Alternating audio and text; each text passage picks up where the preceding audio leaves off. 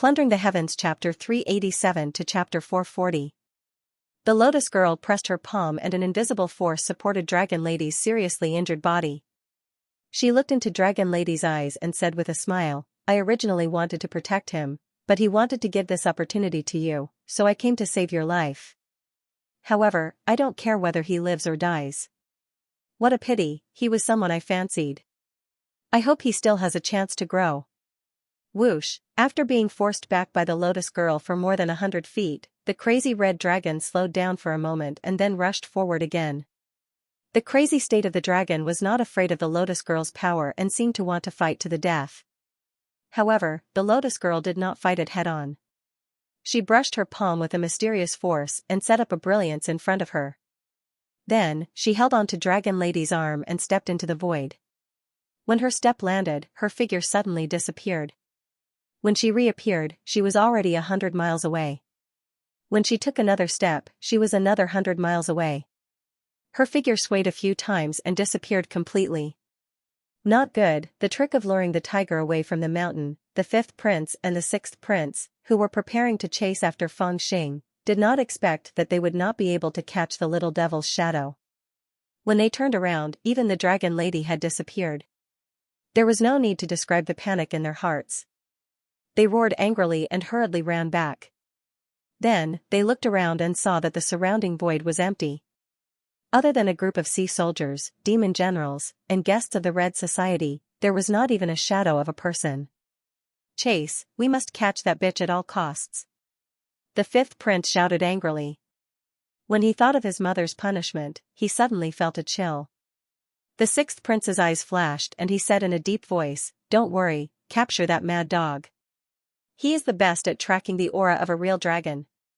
This sentence also reminded the extremely enraged 5th prince. With a cold snort, he took out a green bronze mirror and casually tossed it into the air. Together with the 6th prince, he bit his index finger and sprinkled his blood into the mirror. When the blood entered the mirror suddenly reflected a dazzling light. As if it had a mind of its own, it suddenly projected onto the head of the Scarlet Dragon. The Scarlet Dragon was originally roaring crazily in the air because it had lost its opponent. Now that it was enveloped by this brilliance, its aura immediately dissipated. It became pained and confused again. At the same time, its body kept trembling as if it was afraid. "Ao Lai, do you want to become a true dragon? Then tear apart all the bloodlines that compete with you.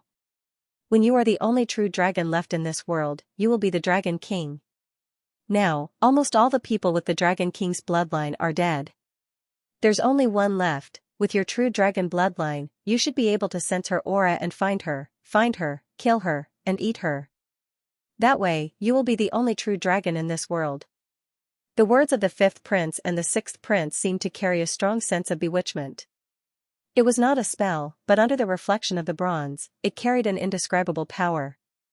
The red dragon's eyes gradually became more and more confused. After a long while, its bloodthirst intensified. Roar. The red dragon raised its head and roared. It suddenly got rid of the bronze mirror's glow and swam towards the southwest. Its speed was as fast as lightning. In the blink of an eye, it was already more than 10 miles away. The 5th prince was stunned and asked, "We haven't used the bronze mirror yet. Why did it move?" The 6th prince was also a little surprised.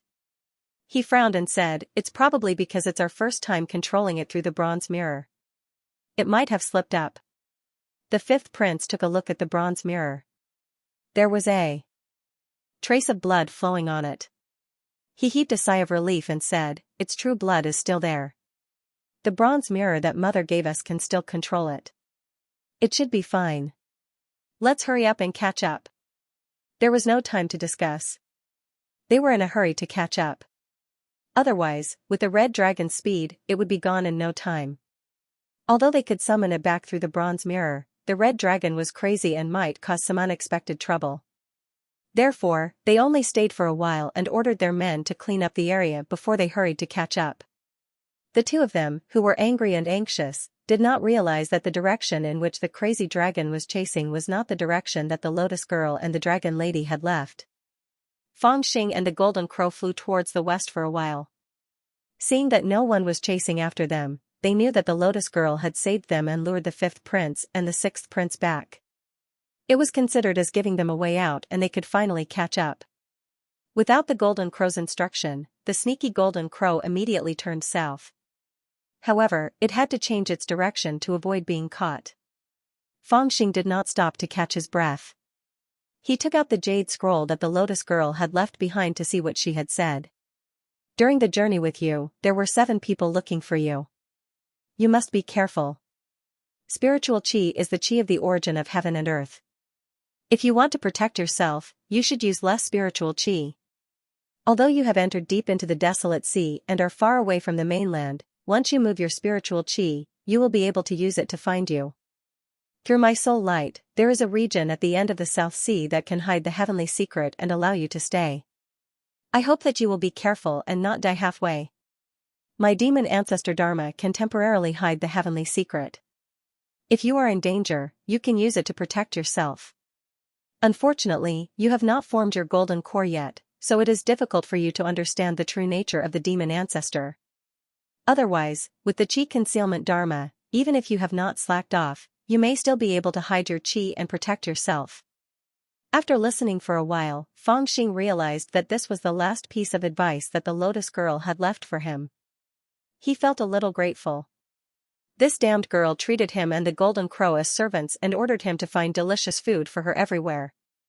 It seemed like she still had a conscience. I see that your Dharma is lush, but your roots are shallow.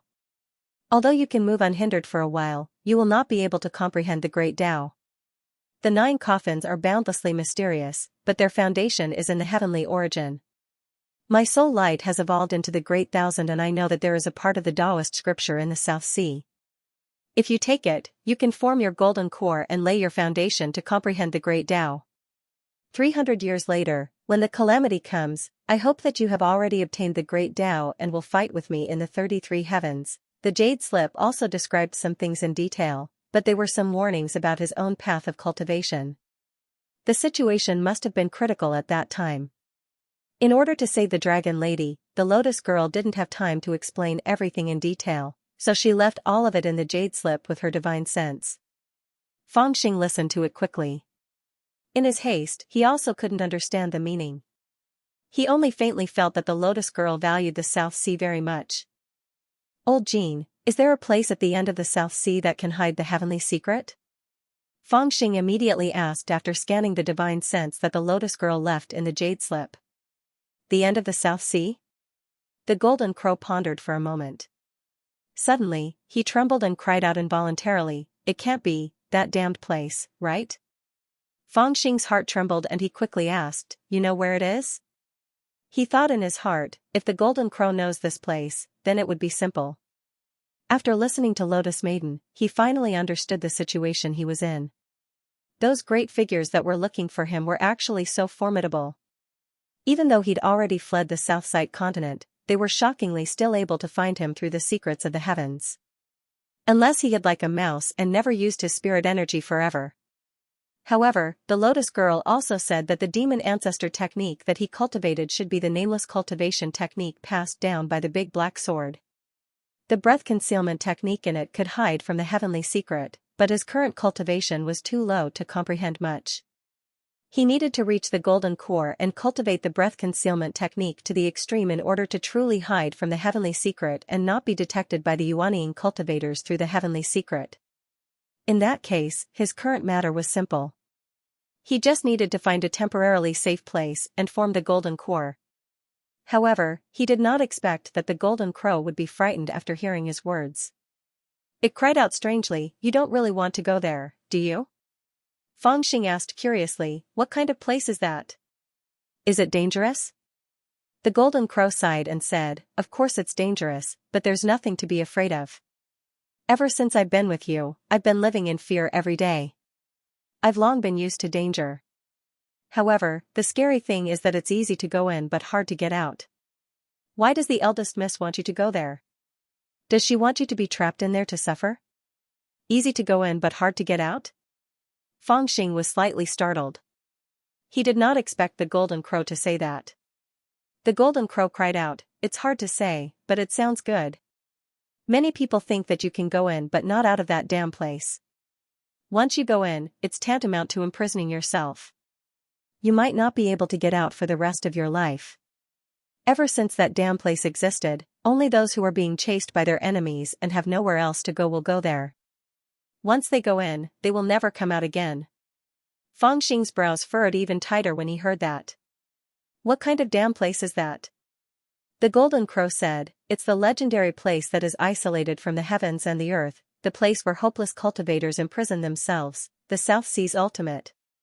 The South Sea's ultimate. Fang Xing lowered his head and pondered over the name. He did not know what he was thinking about. The Golden Crow said, the South Sea's ultimate is said to be the Taoist field of the Taishang Dao, an ancient sect. That Taoist field was once prosperous and could be said to rule the world. However, for some reason, it offended the wrath of heaven and was struck by heavenly thunder for 33 heavens. The disciples of the sect were either killed or injured. There was not a single person left in the great orthodoxy. The place where the orthodoxy was located turned into a strange place. The broken array of the Taoist field, the shattered void, and the chaotic heavenly secrets sealed the area, turning it into a place as famous as the Yaoqi, the demonic abyss, the demon pagoda, and a few other secret places.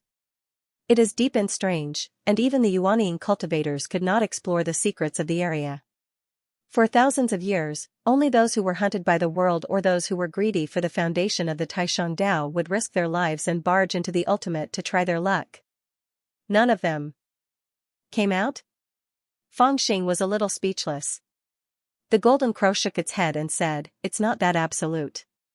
I've read in ancient records that 3,000 years ago, the 9 coffins fell from the heavens, causing the chi of heaven and earth to change drastically. A crack appeared in the ultimate and some people took the opportunity to escape from the ultimate. It was also because of this that the world understood some of the internal situation of the ultimate. However, other than that one time, no one else managed to escape. The South Sea's ultimate can only be entered, but not exited. This has become the common understanding of the world. Don't think that you can get lucky, that won't do. Find another way. When Fang Xing heard that, he became serious. He did not want to enter that damn place even if he was beaten to death. Just as they were discussing where they could escape to, they suddenly sensed some danger. Fang Xing used the Dharma Eye technique and looked to the north. He was surprised to see a red shadow that was faintly discernible and was chasing quickly. F***ck, why is that crazy dragon chasing us? Run, run. When Fang Xing saw the appearance of the red shadow clearly, he was scared and hurriedly urged the Golden Crow to flee.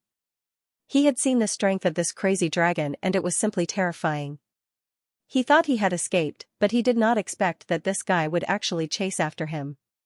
Fang Xing and the Golden Crow were scared out of their wits.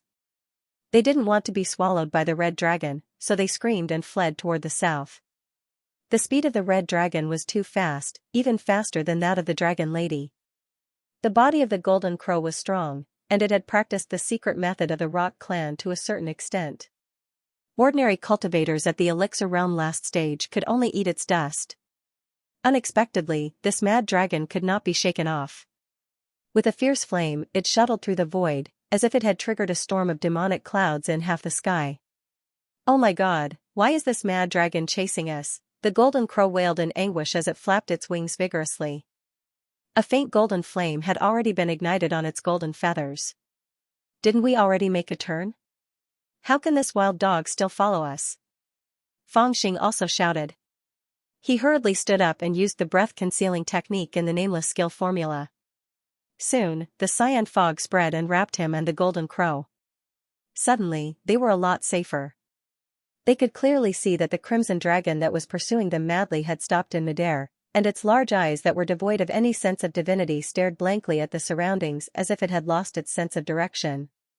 On the other hand, the Golden Crow relied on the azure mist to conceal itself as it fled swiftly towards the distance.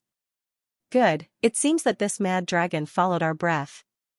After covering our breath, it can't feel us. Fang Xing shouted, but he did not relax. He had just used the breath-concealing technique to watch the battle, which had consumed a lot of spiritual power. At this time, although he hurriedly used the breath-concealing technique again, the lack of spiritual power was a big problem, and he could not hold on for too long. As expected, less than 50 kilometers away, the breath-concealing technique reached its limit. The cyan fog dispersed, but the red dragon caught up again. "Oh my god, we've been targeted by a wild dog. Old Jean, hurry up!" Fang Xing wailed. He felt that there was nothing more painful than being targeted by such a guy. Having been in the cultivation world for so many years, he had caused so much trouble and escaped from so many pursuers. He was no longer a rookie and had a lot of experience.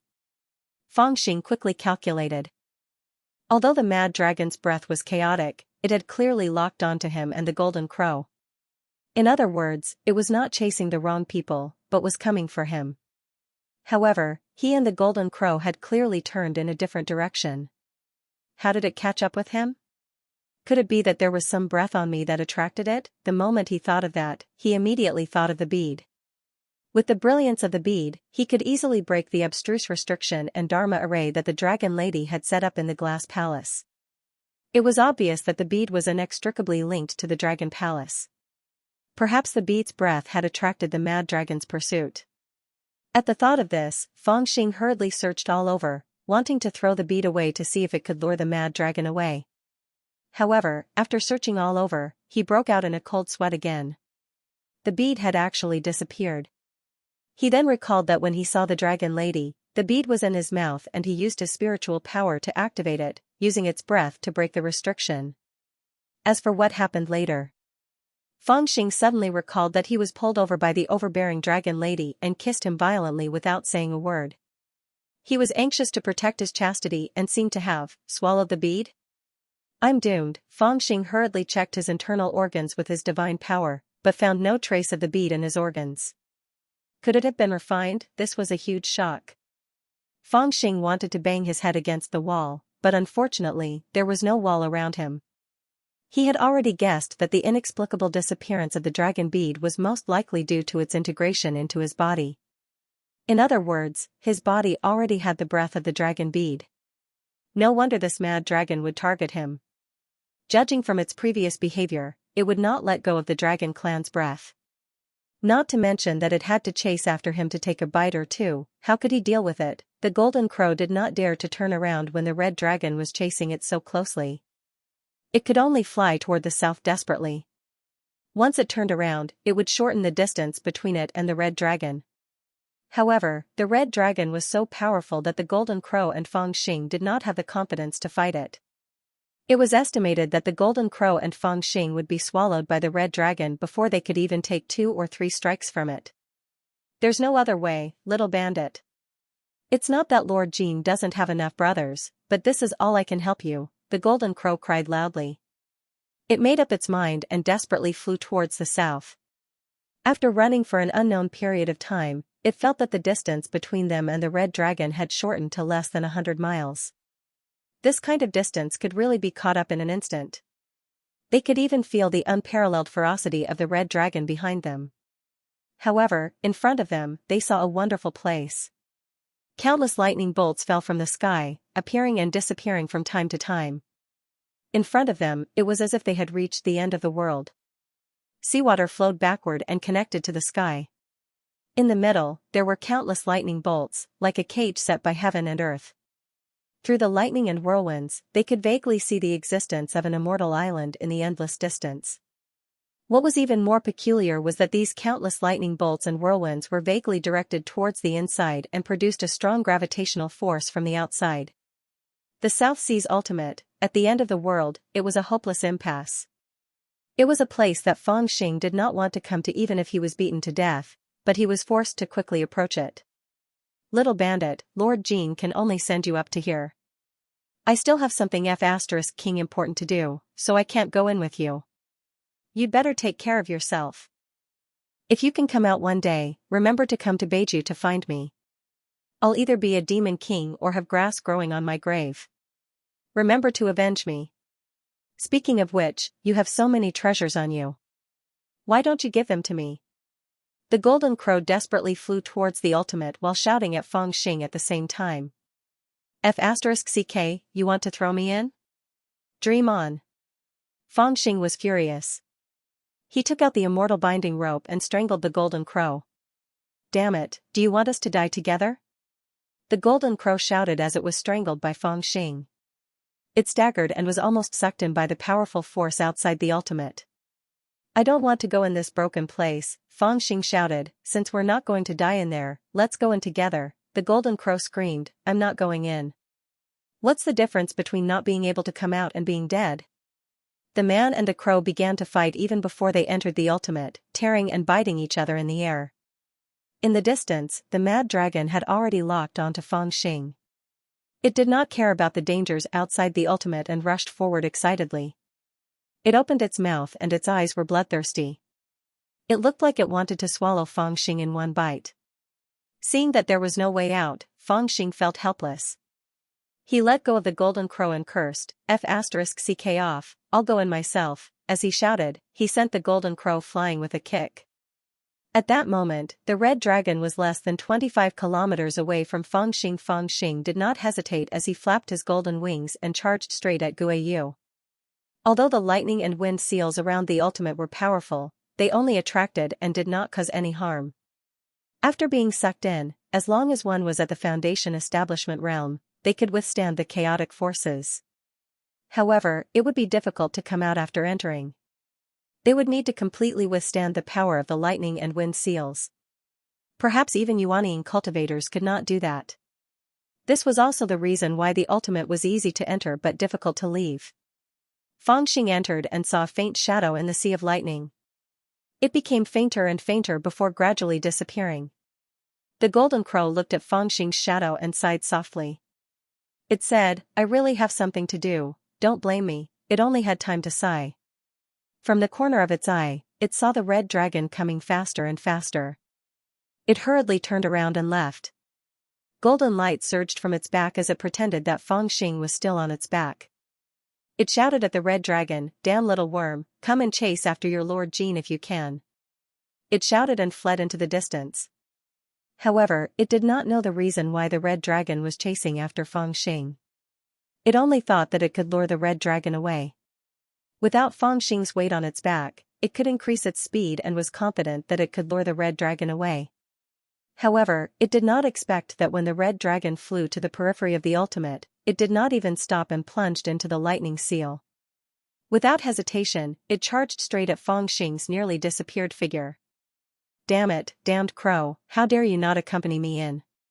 When I get out, I'll definitely stew you. In his dizziness, Feng Xing could not control his body at all.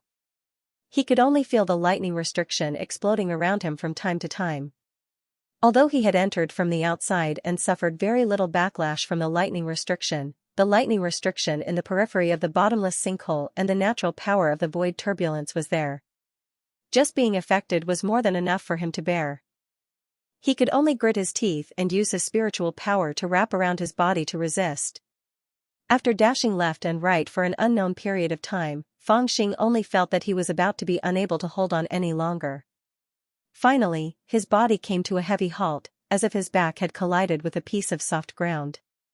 Only then did he come to a stop. In his heart, he was still muttering about that disloyal crow. After cursing for a while, he finally opened his eyes. Looking around, he suddenly discovered that he was actually on a black beach. This is the bottomless sinkhole?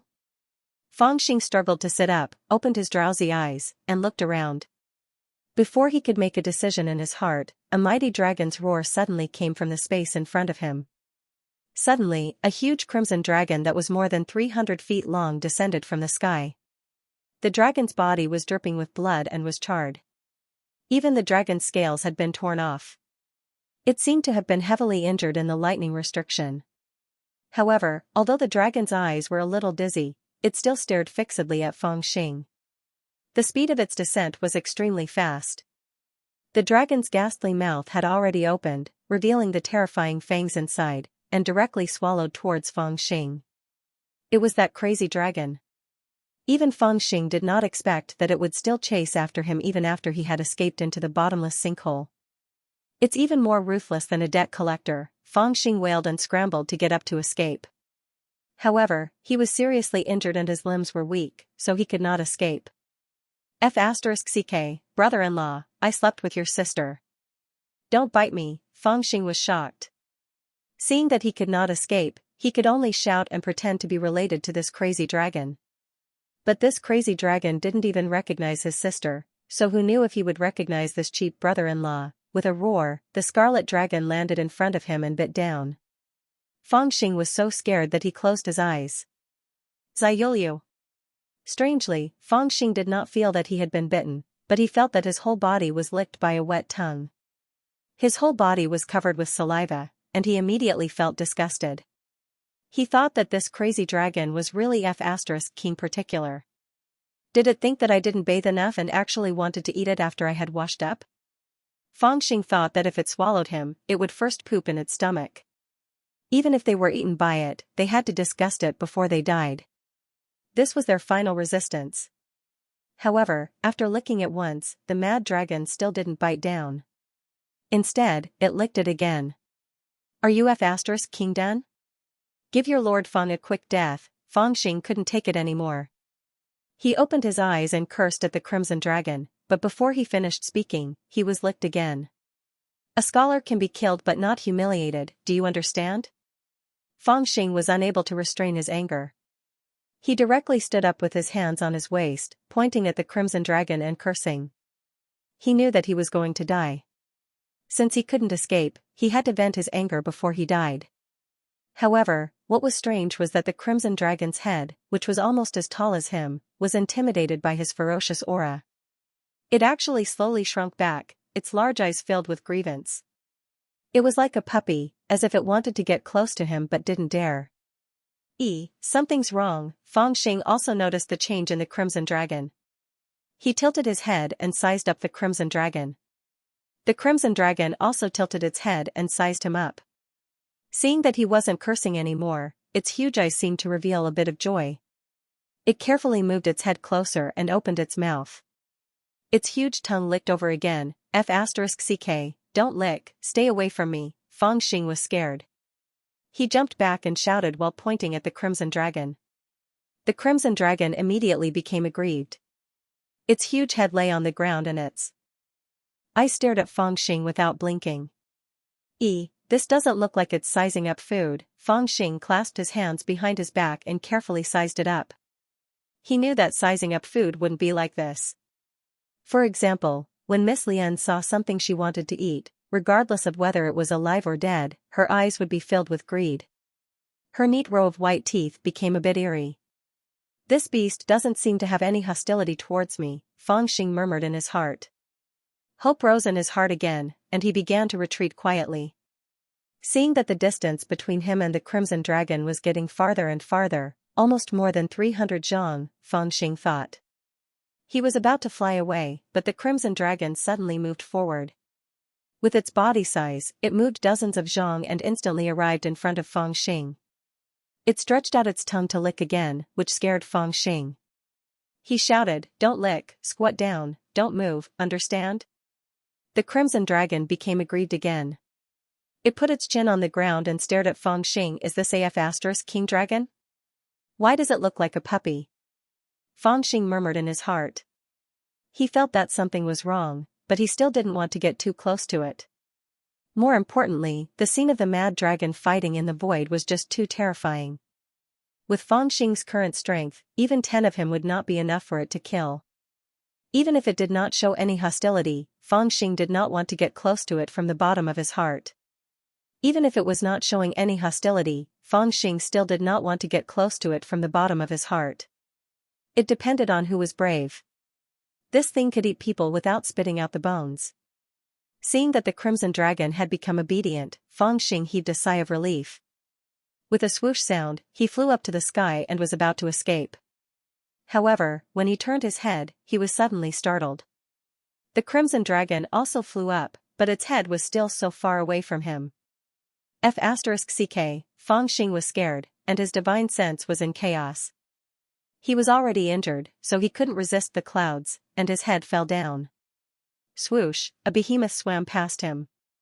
The crimson dragon swam over, opened its big mouth, and bit him. Fangxing was suddenly scared, thinking that he would die in the mouth of this beast sooner or later. Just as he was about to untie his belt to carry out his last resistance, he found that the crimson dragon didn't really swallow him. Instead, it swayed and landed on the ground, gently loosened its mouth, and put him down. "Oh, it doesn't eat me." Fangxing lifted his belt and looked at the crimson dragon curiously. He hesitated for a while, but felt that this thing was too dangerous, and it was better to kill it. Since he couldn't shake him off, he had to get rid of this guy first. After pondering for a moment, Fangxing put on a smile and flew up slowly. However, he was holding a fake mountain in his hand. This was the mountain treasure that he had obtained from Glass Palace. He had entered Glass Palace with the intention of stealing the treasure. Even though he had gone through a series of ridiculous experiences, he didn't forget to take the mountain treasure, and it was still in his hand. He flew up very slowly, not to alert the crimson dragon. He slowly activated his spiritual power and poured it into the mountain treasure, wanting to turn this magic treasure back into its original form and crush the crimson dragon.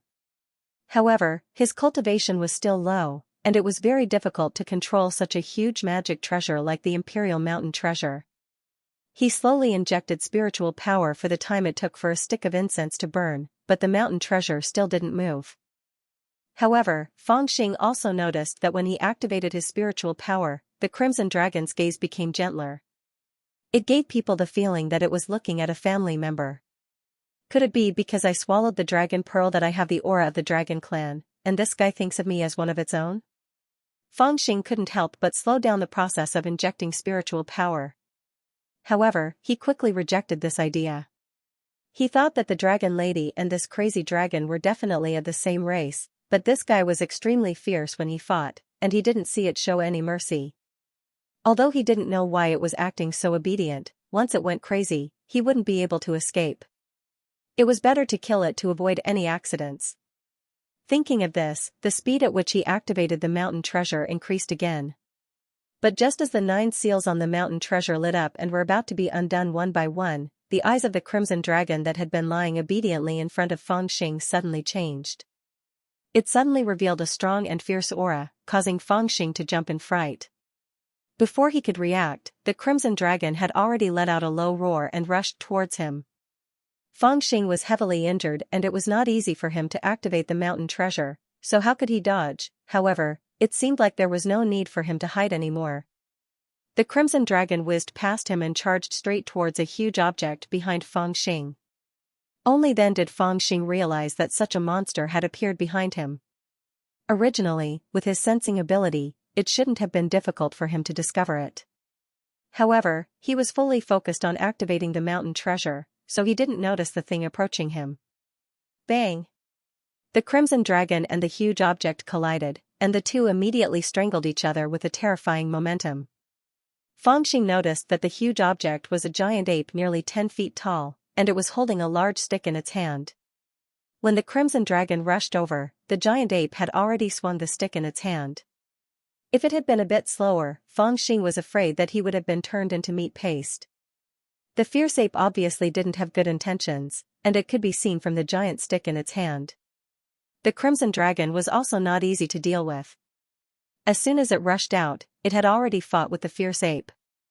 The dragon's body coiled around the fierce ape's body, and its sharp claws scratched the fierce ape's body like mud. The fierce ape was in so much pain that it kept roaring. It grabbed the dragon's neck with one hand and used the giant stick in the other to beat it. Fangxing had already rushed to the side to watch, but the more he watched, the more frightened he became. He had seen the strength of the crimson dragon, and it could kill Jingdan stage cultivators like tearing grass and wood, but he didn't think that it would take so much effort to deal with this fierce ape. Ancient vicious beasts, aren't they all dead? After carefully watching for a long time, Fangxing operated the Yin-Yang Fiend God Mirror and identified the origin of this fierce ape, and was immediately shocked. This ferocious ape was an existence different from the demonic beasts. People used to call it a ferocious beast. In ancient times, there were many of them, and they once dominated the world. Their bodies were ferocious, and they were born with divine strength. Even the great cultivators of the human race could not compete with them.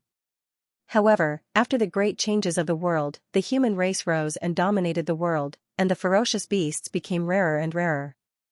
Except for a few races, most of them declined. The dragon race was also a type of ferocious beast, but the dragon race was different from the other ferocious beasts.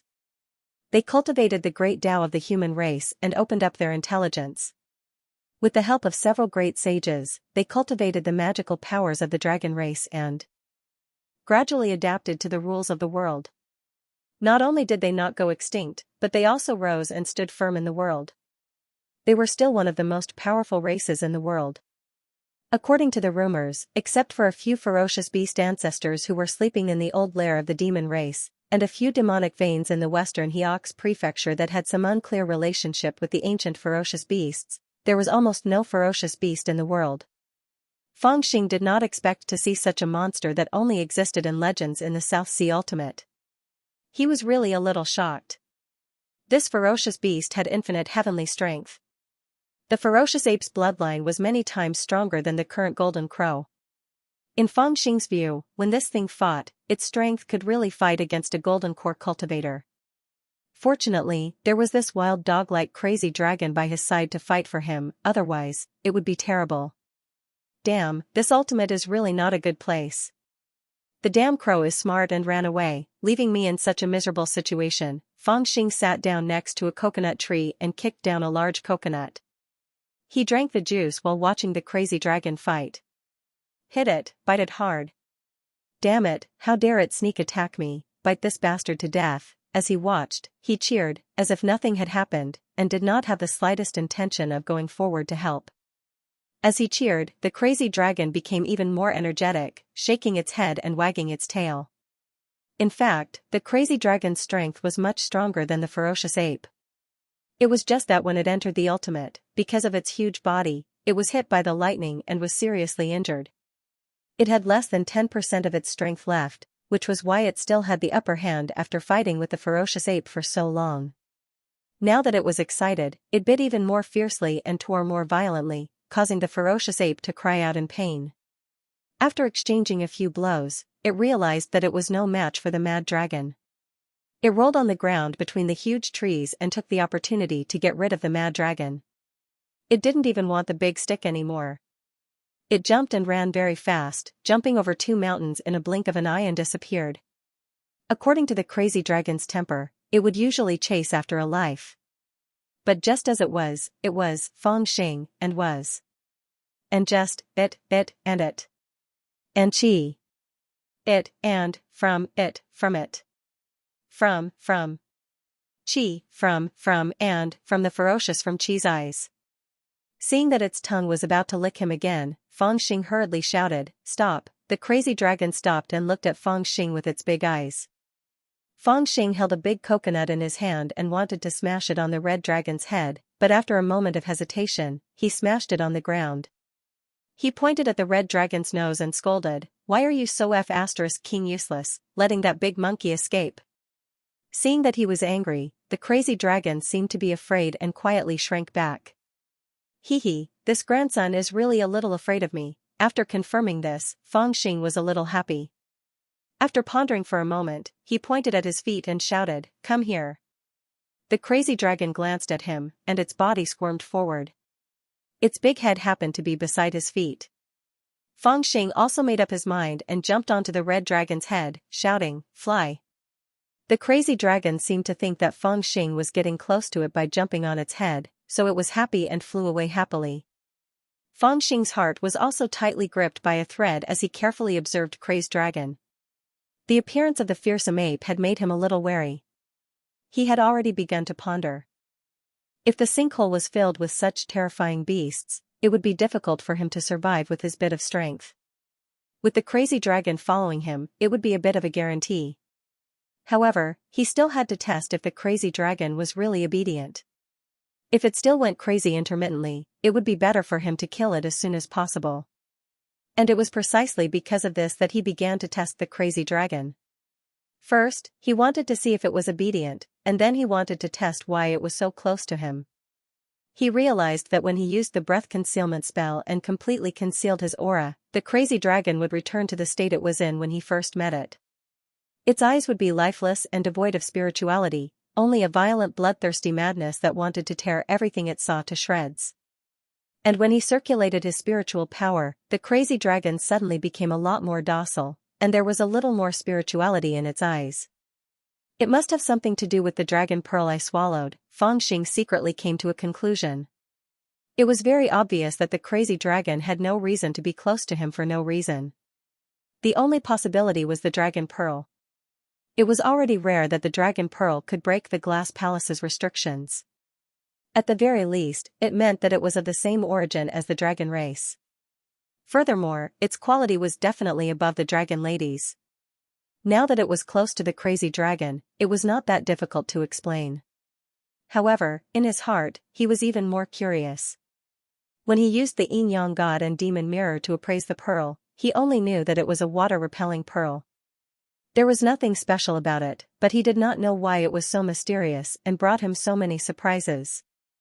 Of course, Fangxing was not a person who would entrust his life to a bead. Basically, other than himself, he could not trust anyone else. In front of this unreasonable and incomparably terrifying mad dragon, he naturally had to be extra careful. He carefully observed for a long while, and also discovered that on the dragon's head, there were 2 bead flowers nailed into it. Just that he was afraid of heresy, so he did not dare to touch it. After rummaging through his storage bag for a while, he found something useful and was delighted for a long time. It was a yin-hell chain that flickered with a cold light.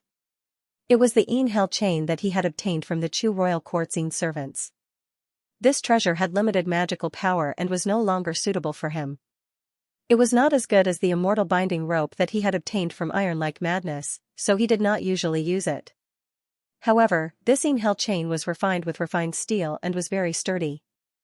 Fangxing had always kept it to bind people and did not throw it away. Holding the chain in his hand, Fangxing sized up the mad dragon with a few glances and chuckled. When the crazy dragon saw it, it subconsciously felt a little afraid. Its body shrank and it wanted to escape, but when Fangxing glared at it, it did not dare to move. The yin-hell chain had the word lock in its name because there was a lock ring at the end of the chain that could be opened halfway. For the future, Fangxing mustered up his courage and comforted the red dragon. Then, he aimed at its nostrils and ruthlessly stabbed it in. The red dragon shuddered in pain and its huge body swayed violently, as if it was afraid and wanted to escape. Fangxing hurriedly scolded loudly, and tried his best to circulate his aura to appease it. In the end, the red dragon still behaved, but its eyes still looked at Fangxing with some grievance. Hee hee, big dog, don't blame me. It's just that you're too scary when you go crazy. I have to give you a ring. As he spoke, he pulled the iron chain and looked left and right. This crazy dragon was becoming more and more pleasing to the eye. In the mortal world, when farmers dealt with raging bulls, they would directly put a ring on their nose. He reckoned that this method would work on a mad dragon as well. After dealing with the mad dragon, he also had the mood to size up the ruins of End. With a glance, Fangxing could not help but be shocked. Previously, he heard that the ruins of End was the ruins of the Supreme Orthodoxy. He thought that it was the size of a mountain gate, but now that he looked at it, it was so big that it made him tongue-tied. He sat cross-legged on the head of the mad dragon and flew in the air for more than an hour. As far as the eye could see, there were still layers of mountains. And in the mountain range, there were some tall and sturdy broken walls and ruins everywhere. The ground was scorched, as if there were once countless palace complexes, but they were destroyed by the heavenly lightning and had long been unrecognizable. One could imagine that when the heavenly lightning first struck, this place must have been scorched earth and withered bones. But now that thousands of years had passed, the ruins of End was once again filled with vitality. Endless trees broke out of the ground and were lush and green. Looking into the distant horizon, there was the same sky, the same setting sun, the same stars. There was nothing different, but occasionally, there would be the roar of fierce beasts that pierced through the heaven and earth. It was shocking and verified Fangxing's guess. In the ruins of End, there were indeed many fierce beasts. After flying for an hour, he saw 7 or 8 of them. Each of them had extraordinary strength, and their strength was comparable to a Jindan. Fortunately, there's this mad dog. Otherwise, I'd be living like a grandson if I came here alone. Fangxing was somewhat relieved. Before he came in, he did not expect to enter the ruins of End. Not only was it easy to enter, but there were also so many fierce beasts that were comparable to a Jindan. He thought that he had come to a small place with few experts and that he could have as much fun as he wanted. Now, it seemed that things were not that simple. The Golden Crow had said that there were humans in the ruins of End, but to be able to survive in an environment surrounded by fierce beasts, it was obvious that the human cultivators were not weak. His late-stage foundation establishment cultivation was probably not enough for him to do as he pleased. After flying one round, Feng Xing had a general understanding of the surrounding 500 kilometers. He was not in a hurry to leave immediately. When he and the Red Dragon entered the sinkhole, they had both suffered some injuries. He was slightly better off, but the Red Dragon's injuries were rather serious. They had encountered some big trouble that might not be easy to deal with. In addition to the fortuitous encounters he had in the Glass Palace, he needed time to sort things out. With that thought in mind, Feng Xing found the fearsome lair of a colorful tiger and got the mad dragon to appear. It bit the tiger to death in one bite. Then, he occupied the tiger's lair and set up a simple cave abode. He got the mad dragon to stand guard outside the cave abode and set up many restrictions to guard against the mad dragon. After leaving behind various means, he entered seclusion to recuperate from his injuries and raise his cultivation. He had a lot of fate in the Glass Palace and had accumulated a lot. Even he did not know how far he could break through. When he was in the Glass Palace, the absurd incident had distracted Feng Xing.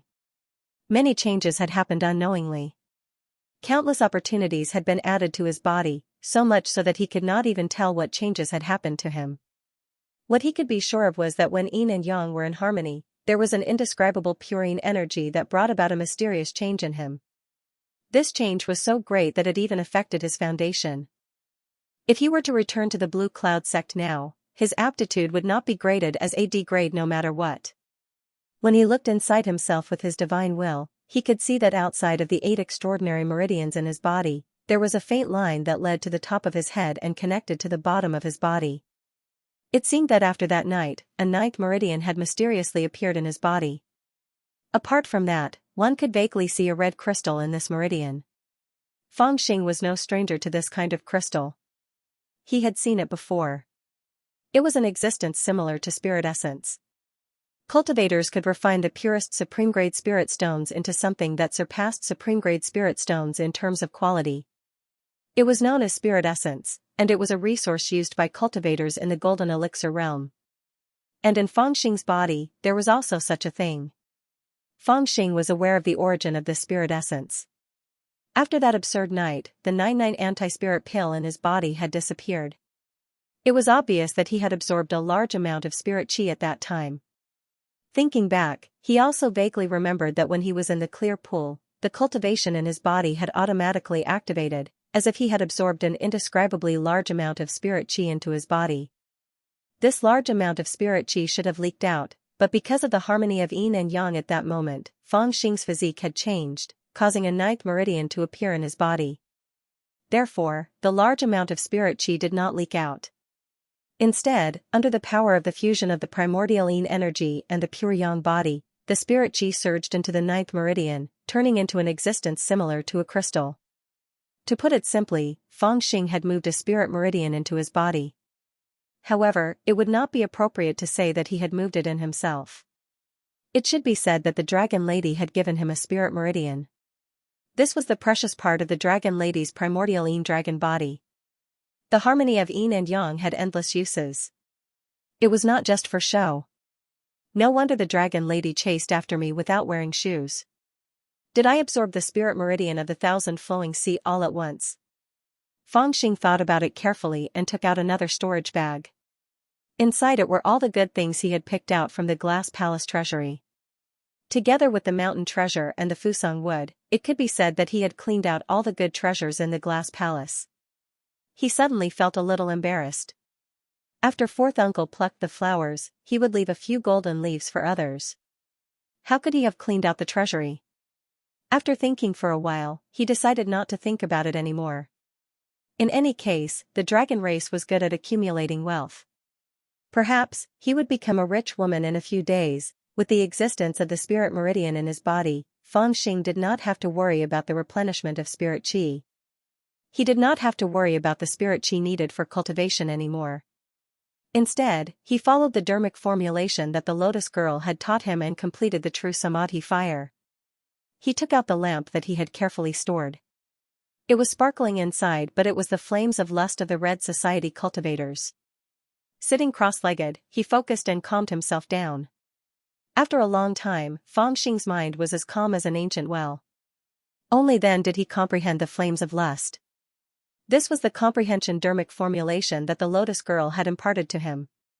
He did not take out so many flames of lust to absorb them but to comprehend them. The true samadhi fire was the samadhi of humans. It was also one of the three most difficult origins for human cultivators to refine. When cultivators transcended the 9 tribulations, they could use the power of lightning to refine all emotions. However, if they could not refine samadhi, they would condense into true flames instead. The samadhi was anger, lust, and wish. In the cultivation world, for thousands of years, countless sages and predecessors had different understandings of the samadhi. Some people believed that the samadhi was the source of evil and would evolve into 3 poisons, which were greed, anger, and foolishness. They were hard to eliminate and hard to get rid of, causing people to do all kinds of evil deeds. The most famous one was the Buddhist sect. The Buddhist sect emphasized on the tranquility of the 6 roots, and the existence of these 3 poisons was the root of evil that the Buddhist sect hated the most. They believed that it was the source of the calamity and evolved all kinds of methods to eliminate this disaster.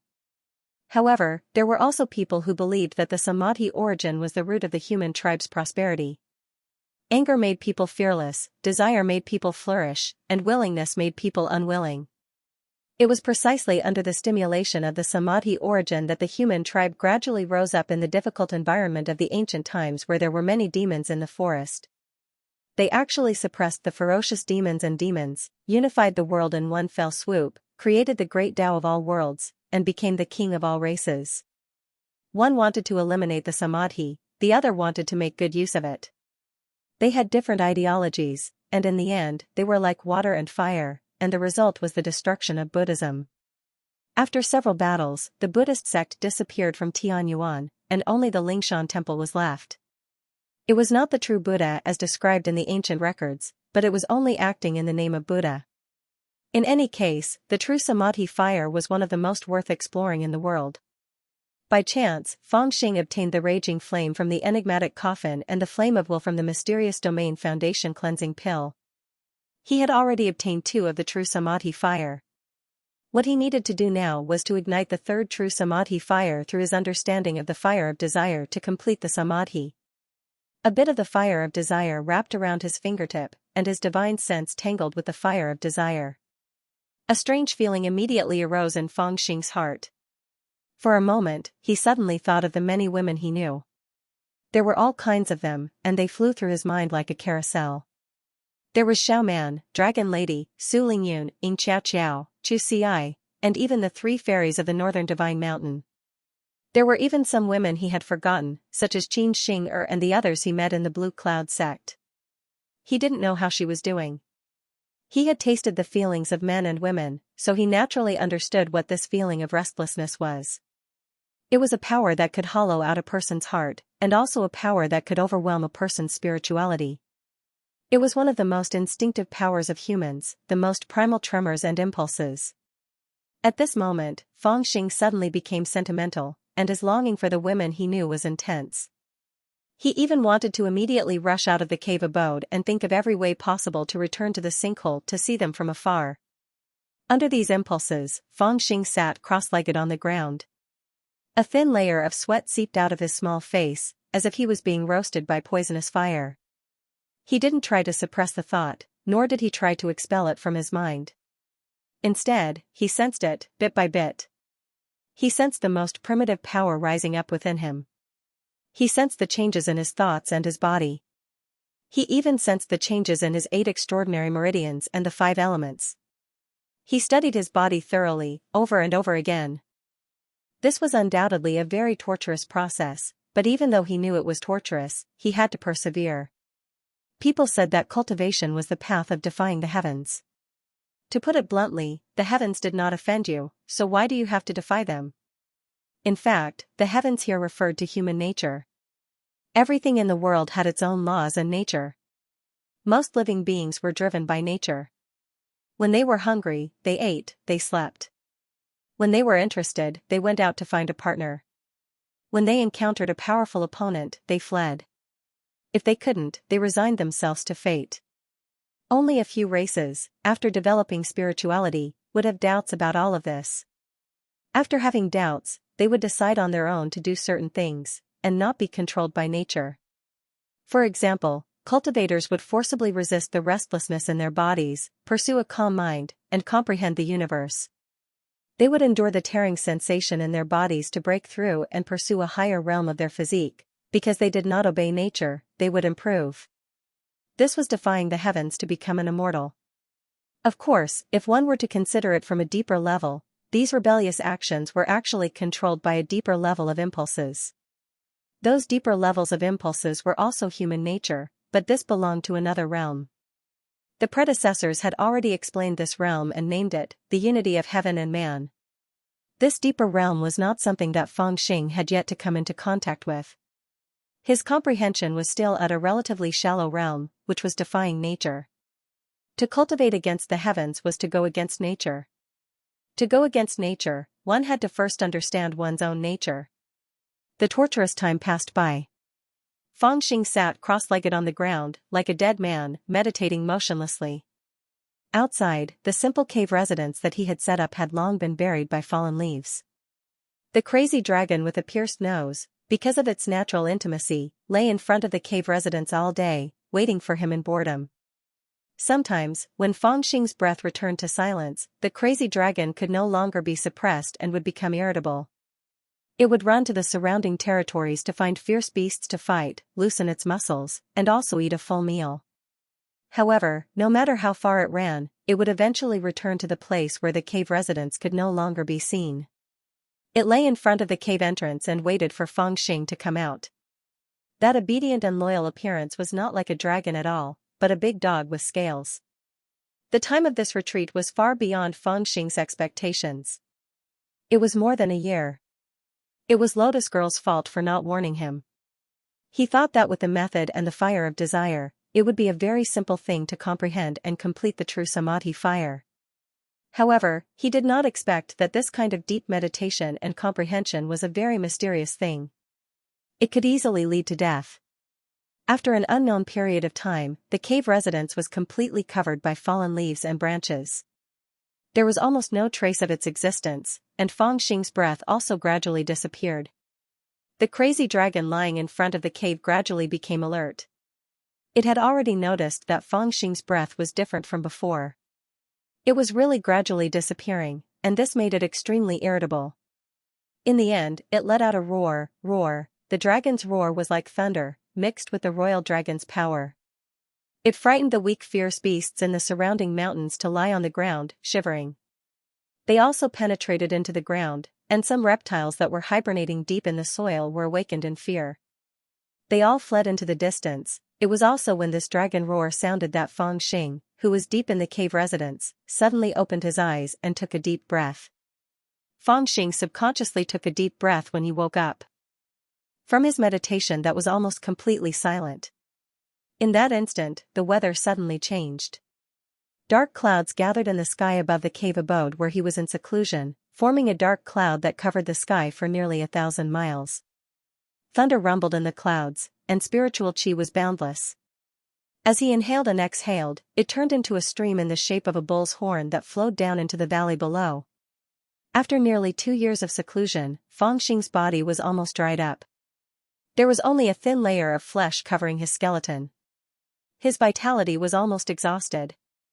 In his sea of consciousness, there was a green bead that emitted a faint splendor, protecting his vitality. This bead was the water avoidance bead that Fangxing had swallowed. He didn't know when, but it had quietly appeared in his sea of consciousness. Fortunately, there was this bead. Otherwise, Fangxing would have died a long time ago. The moment he woke up, the bead quietly retreated and flew into the misty area in his sea of consciousness. This made Fangxing a little speechless. He didn't know what was so good about the misty area. It had almost become a gathering of strange treasures. After swallowing a mouthful of water, Fangxing's vitality gradually flourished. The spiritual chi in his body flowed and gradually became abundant. However, he was still skinny and could not be replenished in a short time. The first thing he did when he woke up was to look inside himself and observe the samadhi true fire in his body. He was overjoyed. He didn't know when the samadhi true fire had been replenished. This seclusion could be considered a success. What shocked him even more was that he found that the Tao pagoda in his body had formed 9 layers. It was overflowing with purple light, and the void in his sea of consciousness was forever suppressed. Correspondingly, the spirit crystal in the 9th meridian in his body had disappeared. It seemed that during his seclusion, his body had formed a space of its own. The spiritual chi circulated, which was equivalent to continuous cultivation, and the endless spiritual essence had all turned into cultivation. However, it was clearly an unimaginably large amount of spiritual essence, equivalent to a spiritual vein, but it only allowed him to break through to the peak of the foundational level. This unimaginably large consumption made Fangxing a little speechless. The spirit vein in Thousand Flowing Sea was much larger than the one in Blue Cloud sect. This was a spirit vein that could support a sect for many years, but it had been swallowed by him. But after swallowing it, he only reached the foundation establishment completion stage. How could he explain this? However, the good thing was that he was at the peak of the purple Taoist foundation.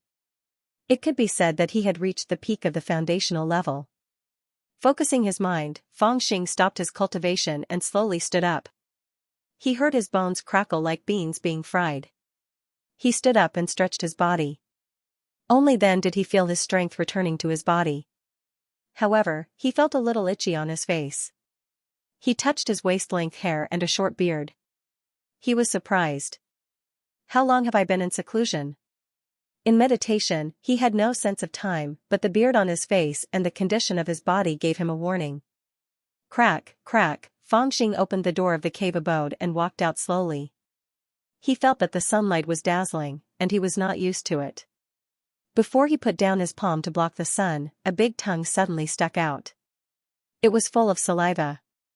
F*ck, why are you still here? Fangxing was shocked and almost jumped back into the cave abode. After calming himself down, he saw the mad dragon that seemed to have lost a lot of weight and was looking at him with joy. It was only after he saw it that he vaguely recalled that he seemed to be on the verge of death, and it was precisely this fellow that had awakened him. Now that he thought about it, this fellow had saved his life once more. Death in meditation was called passing away in meditation in the cultivation world, and it was a state of great bliss. However, Fangxing didn't care if it was great bliss or not. One was already dead, so what was there to be happy about? Only being alive was bliss. You've been waiting for me all this time. Not bad. Today, I'll officially take you in as my errand boy. Fangxing was a little touched. He touched the mad dragon's nose with satisfaction and pointed to the forest in the distance. Go and catch me 2 wild rabbits. I want the fat ones. Damn it, why is it so hungry that it looks like it wants to eat people? He was probably the only one who would raise a real dragon like a dog. However, the mad dragon was very excited. Its big head moved closer to Fangxing and intimately smelled him. It sneezed and then leaped up into the sky to help Fangxing catch wild rabbits. On the other hand, Fangxing chuckled and said to himself, I don't know how long it's been since I took a bath. This smell is not bad, right? As he spoke, he patted his buttocks and sniffed the air a few times. He caught a wisp of water vapor and flew up, heading towards the source of the water vapor. He discovered that behind the thicket was a quiet and serene green pond. It was curved and stretched across the black mountain rocks. It was so clear that the bottom could be seen, and it was very tempting. Fangxing rushed over, pressed down on the cloud, took off his clothes, rolled himself up, and jumped into the water. Although the Taoist robe on his body could avoid dust, it could not be worn anymore after he repaired the Samadhi true fire and refined his Taoist foundation. He also expelled a lot of impurities from his body and stained the Taoist robe. He threw it aside. The cool spring water washed over his skin. Fangxing instantly let out a comfortable moan. He initially wanted to take a good bath, but once he laid on the water, he immediately became lazy and did not want to move. He had not eaten for almost 2 years and he was really weak. He did not even want to move a finger. However, with his current cultivation experience, it was still necessary to eat. Although spiritual power had many magical uses, it could not make him completely abstain from food. He would still be weak if he did not eat. After floating for a while, he felt like there was a fire burning in his stomach. He only blamed the dragon for taking so long to catch the rabbit. However, he did not know that the mad dragon was looking at the big and small ferocious beasts all over the mountain and was having a headache looking for the poor wild rabbit. It was fine if he did not think about it, but the more he thought about it, the hungrier he got. His body felt weak as if he did not have any energy left. "Brother Qing, why don't you eat something first?" Fangxing was so hungry that he felt dizzy and did not want to stay in the whole world. However, he heard such a voice. When he first heard a human voice, he did not care about it. He was so hungry that he was too lazy to think. However, the smell of meat that came with the wind suddenly made him energetic. He turned his head and saw that it came from the side of a mountain that suddenly appeared a few hundred feet in front of him. "Someone is roasting meat here?" Fangxing's nose twitched twice. Suddenly, a trace of energy appeared in his heart. He turned over and stepped on the water, running towards the side of the mountain. At this corner of the mountain, there was a group of people resting. There were about a dozen of them, and they were roasting some kind of bird meat over a fire. The fire was just right, and the meat was golden and oily. However, the group of people allowed the meat to be roasted on the fire, and no one dared to move. With his back facing the clear pond, there was a young master in a white robe. He had red lips and white teeth, and he was very handsome, but his face was not good. "Eat, eat, eat, all you know is to eat. I have sworn in front of the patriarch that this time I will catch a class 4 dire beast for him to see. But now, the agreed time is almost up, and we have not even caught a class 3 dire beast. How am I going to face people when I go back? Are we going to bring a few red luan back to make up the numbers? Won't that make that girl laugh to death?" A middle-aged man in a yellow shirt beside the young man in a white shirt said with a bitter smile, "Brother Qing, please have pity on us old bones. That class 4 dire beast is the beast king of a domain. It is ferocious and violent, and can fight Jingdan. It is not easy for the few of us to capture a beast king. Even with my 3 treasures gourd, I'm afraid we will have to sacrifice at least half of us to succeed." The moment he said that, the rest of the followers nodded in agreement, obviously trying to persuade the young man in white to change his mind. When the young man in white heard that, he immediately frowned and sneered, "Since you have joined our Heaven Resentment clan, under our protection, you will have a foothold in the ultimate, and can even obtain cultivation resources. Your lives will naturally belong to the Heaven Resentment clan. If you are complaining when I want you to catch a dire beast, what's the use of having you here?" Hearing him say that, everyone was speechless. They looked at each other, but did not dare to say another word.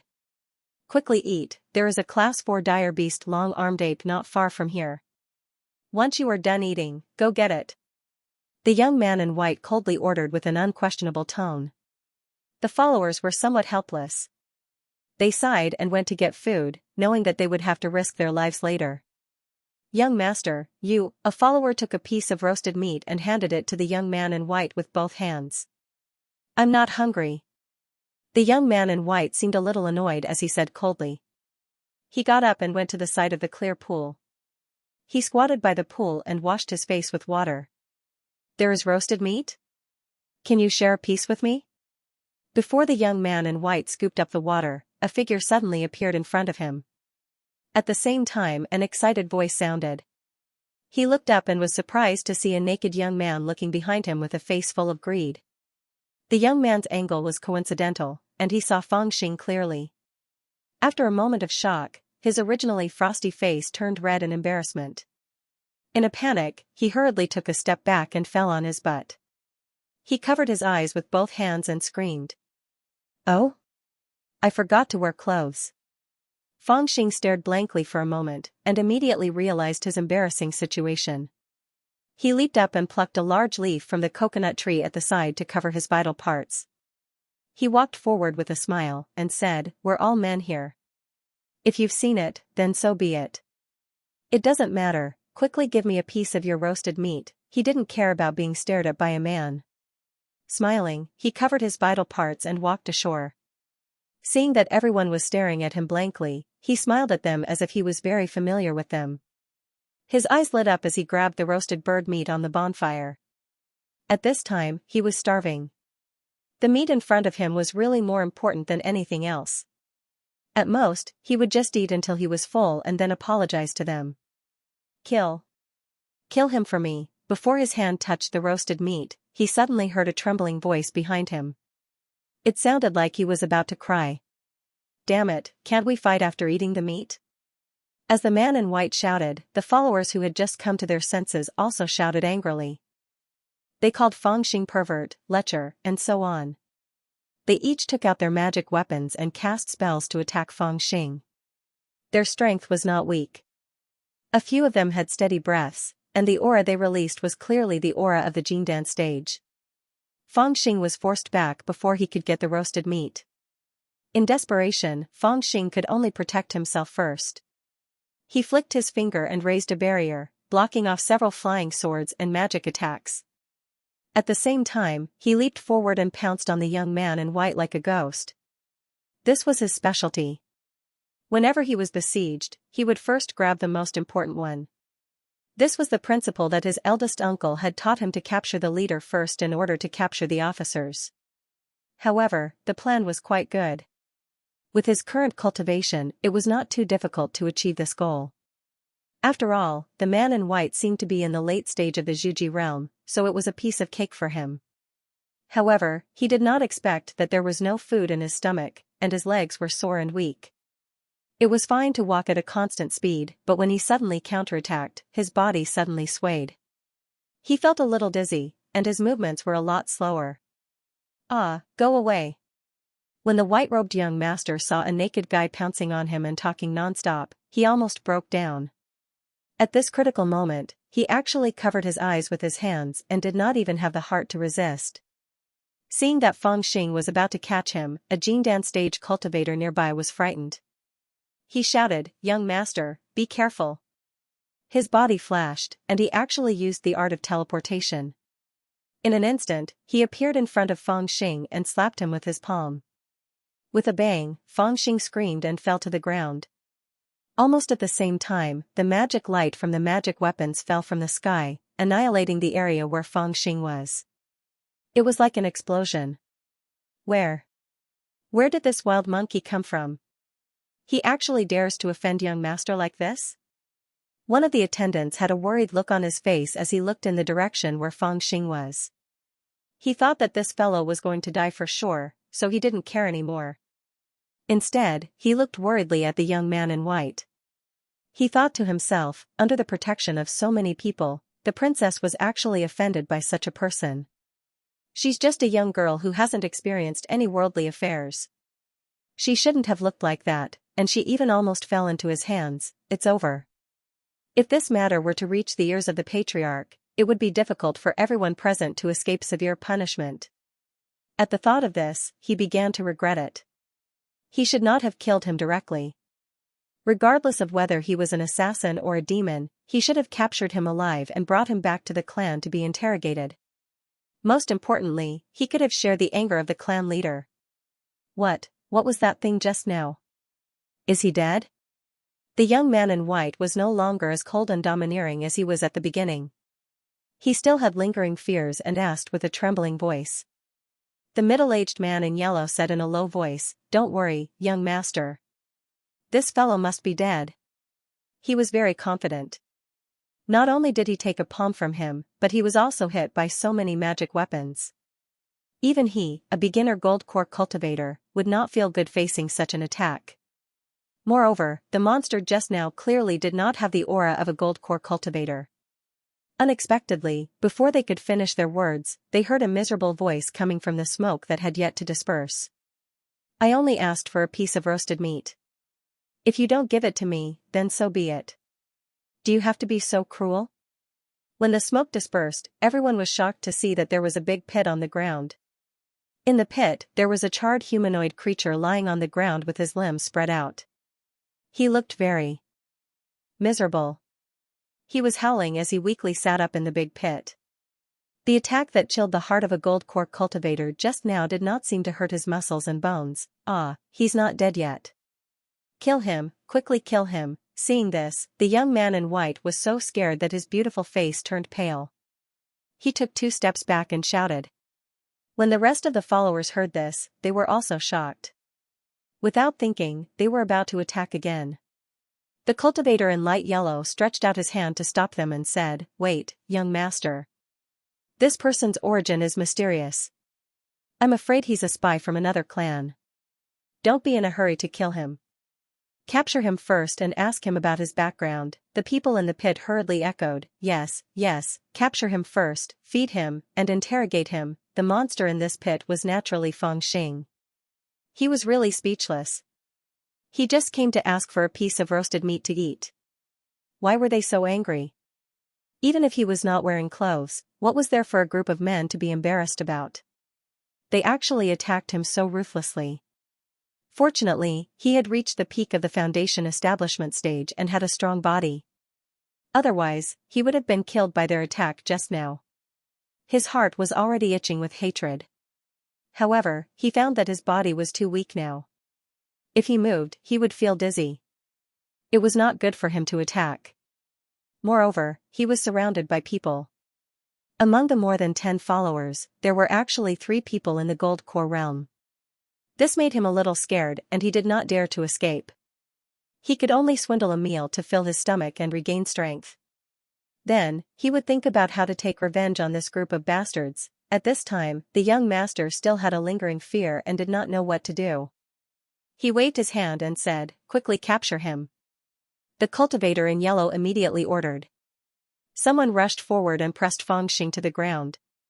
During the process, it was inevitable that he would be beaten up. In the end, they put Fangxing in a big cage. It was specially used to imprison ferocious beasts.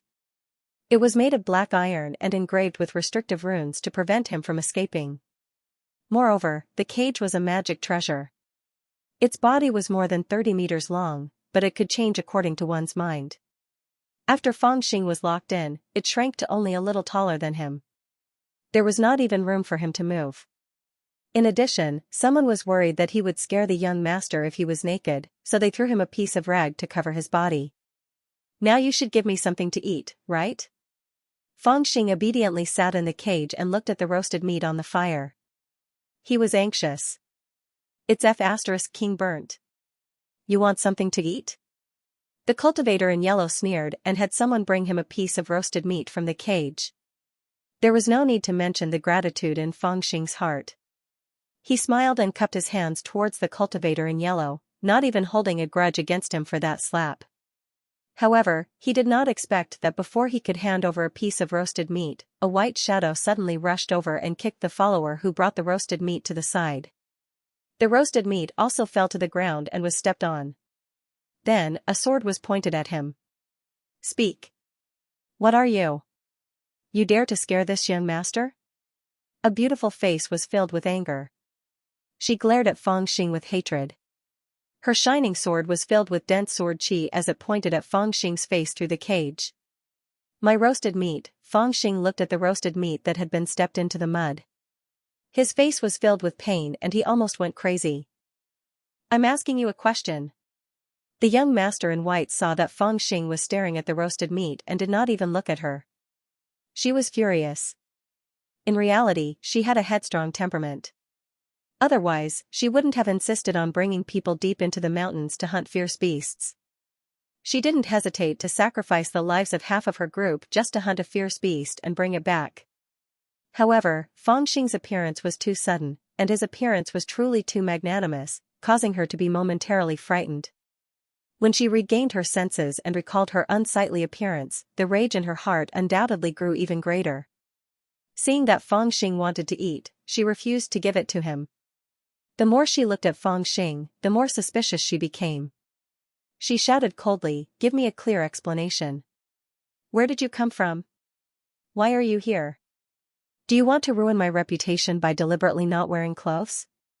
Speaking of this, she suddenly thought of her younger sister, who spared no effort to ruin her reputation in order to win that person's favor. She looked at Fangxing with even more suspicion. If that person knew that she had seen a man's body, would he despise her in his heart? Thinking of this, her anger became even more intense. "I say, we are all men. Why are you always so? Fang Xing was so angry that he raised his head and was about to scold her. However, at this time, when he looked closely, he was slightly stunned. He had already found that although this so-called young master was wearing a man's shirt and had her hair tied up, her appearance was pretty and her figure was soft. Although her chest was tightly stretched, he could still see the magnificent rise and fall. How was this a man? It was obvious that she was a girl dressed as a man. Fang Xing could not say anything else. Where are you looking? Don't you want your eyes anymore? She was angry that Fang Xing did not look at her earlier. Now that he was looking at her, this young master felt that Fang Xing was staring at her chest. She became angry. With a whoosh sound, the long sword in her hand swallowed and spat out sword light. It actually passed through the iron railing and stabbed towards Fang Xing's eyes sinisterly. However, this scared Fang Xing. He did not expect this woman to be so vicious. She wanted to blind his eyes just because of a disagreement. Seeing the sword light coming towards him, the cage could not dodge in time. Moreover, he did not have any strength in his body. It was not easy for him to take this sword head-on. At this critical moment, he could not care so much. He could only open his mouth and bite. With a paw sound, the woman's long sword was bitten between his teeth. He shook his head and with a cautious sound, the long sword was already missing a section. The woman was shocked. Holding the half of the long sword in her hand, she clanked and retreated. Her face was ashen. Fang Xing spat out the tip of the sword in his hand with a pu sound. He said hatefully, "You want to cripple my eyes just because I looked at you? Is there a need to be so vicious? I just came to ask for a piece of meat to eat. Do you have to use your sword and spear like this? Besides, even if you are a woman, it is you who looked at me, okay? I have no intention of looking back. How did I ruin your reputation?" This series of words made him a little flustered and exasperated. Even if he was at the peak stage of foundation building, had a body of diamond and iron bones, and strong vitality, he could recover very quickly from injuries. However, his eyes were different. If he was stabbed by a sword, he would still be blind. Moreover, after his eyes were damaged, it was extremely difficult to regain their sight. It was like he had just walked on a steel wire. He was still scared. After the woman took a few steps back, she realized that she was shocked by Fang Xing again. The anger in her heart grew even stronger. Holding the broken sword, she slowly walked forward again. A cold light floated in her eyes. As she said coldly, "With your strength, even if you can't fight the ferocious beasts, do you think you can starve in this forest? Do you really think this young master is a fool? I see that your background is strange. Maybe you are a spy sent by the Feng Tian clan or the dragon-seeking clan. Men, cripple him for me first. Leave him alive, this young master will slowly interrogate him." Fang Xing jumped in fright when he saw the attendants surrounding him. He quickly changed his expression and said with a smile, "I'm just joking. Lady, please don't be angry. Actually, I'm from the outside world. I've just entered the ultimate and I'm not familiar with the place. How can I be a spy? I was really too hungry to take it, so I bumped into you. Give me 2 pieces of meat to eat first, and I'll explain to you in detail when I'm full. How's that? You're from outside the ultimate ruins?" The woman was taken aback when she heard that, but she did not mention anything about crippling him again. Fang Xing nodded hurriedly and said, "Absolutely." Upon hearing that Fang Xing was from outside the ultimate ruins, the yellow-robed cultivator also walked over and sized up Fang Xing curiously. He whispered to the lady, "Young lady, the clan leader has ordered that we must try our best to rope in people from outside the ultimate ruins and serve the Heaven-Hatred clan." The lady looked at him impatiently and sneered. "He's not even a golden core cultivator and isn't anyone powerful, so why be so careful? Furthermore, just because he says he's from outside the ultimate ruins, does it mean he's from outside the ultimate ruins? Why don't you ask clearly?"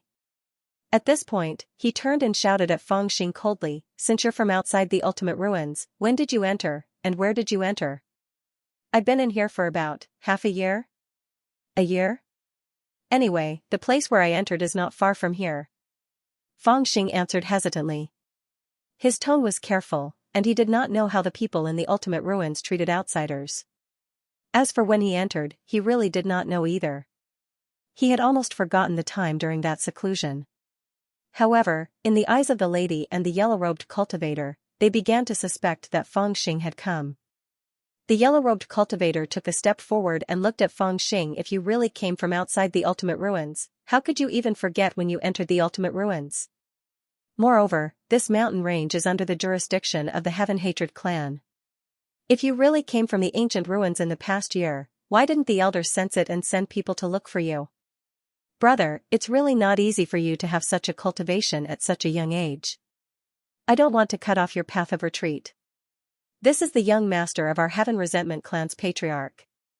It's fine if you tell us where you came from, but if you don't, no one can save you. Fangxing was a little speechless and said, but I really can't remember. Could it be that I've been in seclusion for more than a year? The woman sneered and said, you're still pretending to be a fool at a time like this. Let's see how long you can last after taking the 18 ominous spikes. Upon hearing her order, someone took out a package and opened it on the ground. Inside were 18 copper spikes about a meter long. They were carved with complicated patterns. The tips were as thick as a baby's fist, but the tips were as thin as a bee's tail. They shone with a cold light. There were blood grooves carved on the body of the spikes. They were extremely terrifying, and there were even some dried blood stains on them. It was a chilling sight to see. When Fangxing saw this, he immediately became alert. He immediately circulated his spiritual power and laughed dryly. Hey, you don't have to do this. I'm just telling the truth. It's mainly because I've been in seclusion to heal my injuries the moment I came in. That's why I can't remember the time. The lady sneered and said, that's why I'm helping you to remember. Maybe you'll remember after you've endured these 18 copper spikes. Consider yourself lucky. These 18 copper spikes are used to deal with level 4 ferocious beasts. Fangxing glanced at them, and his face was quite ugly. He forced a smile and said, such thick stuff. Let's not talk about 18. I guess I'll lose my life if I take one. Miss, let's sit down and talk slowly. The people around saw that he was timid and begged for mercy without any spirit. They all thought it was a little funny. A follower on the side laughed and said, if it's gone, then it's gone. Who told you to offend our young master? Humph, you're the only one who dares to behave atrociously in the territory of the Heaven Resentment clan. I'll teach you a lesson, lest you don't know your place. In this group of followers, except for the 3 gold core cultivators, the rest of them were not strong enough to be feared. They were just followers, and they were best at flattery. At this time, they naturally saw that the young master, who had always been competitive, was frightened by this guy. She was quite unhappy in her heart, so they picked the words she liked to hear one by one. Between their words and smiles, they did not take Fangxing's life seriously at all. Fangxing's face darkened. He looked at the crowd vigilantly and secretly mobilized his spiritual power. Even he did not expect that after going through so many storms, he would fall into a life-threatening crisis because of a piece of barbecue. He was also helpless in his heart. He had really smiled, pretended to be a coward, and said soft words, but the poisonous girl did not believe him and insisted on nailing him 18 holes. Sneaking a glance at her expression, he could see that she was rejoicing in his misfortune. She probably wanted him to suffer a little. He didn't know what kind of grudge she had with him. It was clearly the first time they met, but she already hated him to this extent. As for the yellow-robed cultivator, he had no intention of stopping her. He could tell that the young lady was angry and wanted to vent her anger. To him, all he needed to do was stop the fellow in the cage before he lost his life and spare his life. The young lady was right about one thing. Although the people of the sinkhole thought highly of the people outside the sinkhole, that was only limited to those with strength.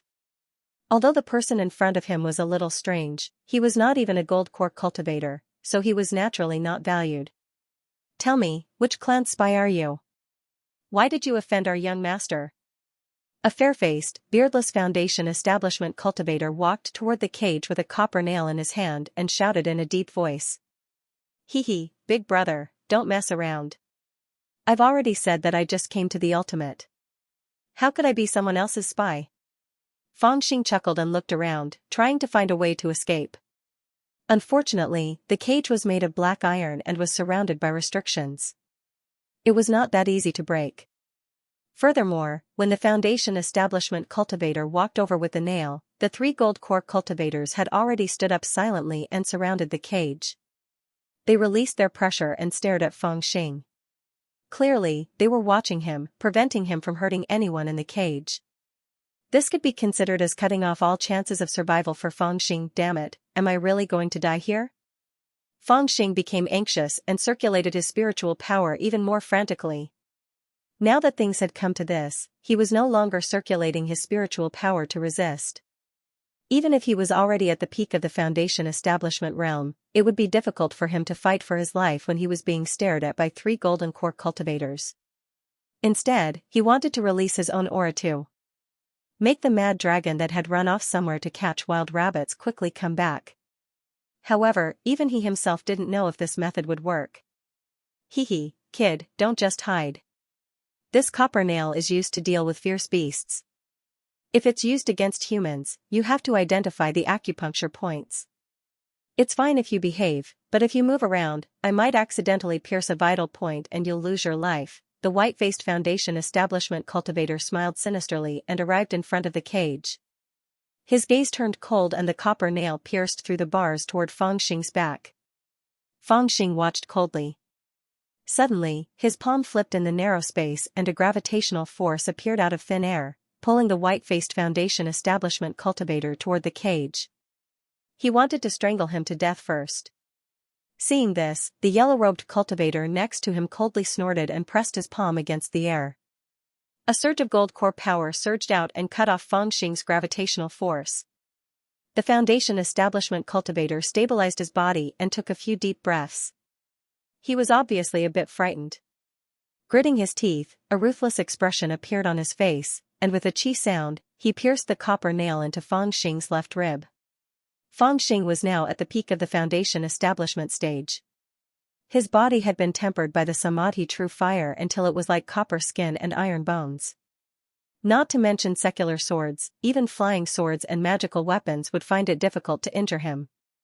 However, this copper nail was specially made to deal with fierce beasts with tyrannical bodies. It contained a colding power and pierced the copper scales like tofu. Feng Xing's copper skin and iron bones couldn't defend against it, and he was actually pierced more than half a foot deep. Even the armor-piercing nail can only pierce half a foot deep. This little monster's body is not inferior to that of a fierce beast, the white-faced Foundation establishment cultivator sighed. Even the pupils of the 3 gold core cultivators shrank. They had already discovered that although the 3 of them had formed their gold cores, in terms of body strength, they were not as good as this Foundation establishment kid. As for Feng Xing, he only grunted when the copper nail was nailed into his body. At that moment, he didn't beg for mercy anymore. He looked at the female child with a malicious gaze, then closed his eyes slightly, circulated his spiritual power with all his strength, and released his aura. The female child noticed Feng Xing's gaze, and her heart inexplicably trembled. She subconsciously wanted to ask people to stop the torture, but on second thought, she was the one who gave the order to carry out the torture. If she asked people to stop now, wouldn't she lose face? She snorted coldly and said slowly, "The 18 ominous piercing nails don't feel good, right? If you want to suffer less, then tell me the truth. Who are you?" Feng Xing glanced at her indifferently and said, "You'll know who I am." Seeing that, the female child was even more resentful. She shouted, "Why are you so slow? Nail him a few more." Seeing that, the white-faced Foundation establishment cultivator hurriedly went forward with 2 more copper nails and stabbed them into Feng Xing's right ribs and back. Chi. Chi. Feng Xing's expression didn't change at all. Instead, he closed his eyes slightly and circulated his spiritual power crazily. It would have been fine if he didn't circulate his spiritual power, but once he did, the blood in his body immediately spurted out along the grooves of the ominous piercing nails, splashing blood all over the cage. When the onlookers saw him like that, they couldn't understand why he did that. It looked like he was courting death on purpose. Someone even laughed and said, "This guy seems to want to suffer less." "He's courting death," someone else laughed and said, "Now that the child hasn't said anything, he can't die even if he wants to." "Old Gio, be careful," the white-faced Foundation establishment cultivator chuckled and said, "He's behaving now." Don't worry, the 18 ominous piercing nails will pierce through his body and soul. As long as the nails hit the right spot, he won't die even if his blood runs dry. Don't you trust my skills? When the crowd heard that, they immediately burst into laughter. Even the female child had a faint smile on her face. However, in the midst of everyone's laughter, a dragon's roar suddenly sounded in the distance. At this moment, Fangxing's body was as thin as firewood, but his blood was abnormally thick and crystalline, like flowing rubies. Vaguely, there was an indescribable fragrance of blood and qi floating in the air. This was because he had been in seclusion for 2 years and had not consumed any water. A large amount of water in his blood had been boiled away, leaving only the most precious blood essence in his body, which contained a huge amount of blood essence. When the few golden core cultivators saw this, they were slightly shocked. Looking at this precious blood, this child must be extraordinary. As for the female young master, after being stunned for a moment, she immediately thought that since the blood of this beast was so rare, it would be good to use it as bait. However, before they had the time to investigate further, they suddenly heard an angry dragon's roar. It pierced through thousands of miles and shook the void. The huge ferocious beast mountain range instantly trembled, and the birds flew away. Even they felt their bodies tremble at the same time. They felt an indescribable sense of panic in their hearts. They all turned their heads to look. Those with high cultivation levels could already sense the terrifying existence that was approaching them from 3,000 miles away. In the distant sky, the mad dragon was shaking its head and wagging its tail with all its might. It could vaguely sense the danger that Fangxing was in, causing it to be in a frenzied state. In its big eyes, there was already a hint of insanity.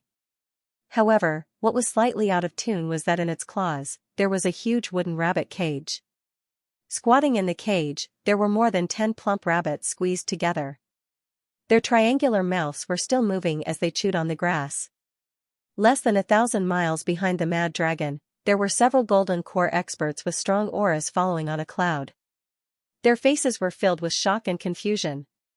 Firstly, they were shocked that a true dragon had appeared in the sinkhole. Why hadn't there been any news from the Fengtian clan, which was the best at controlling ferocious beasts? What was even more shocking was why this true dragon had come to their clan and descended from the sky.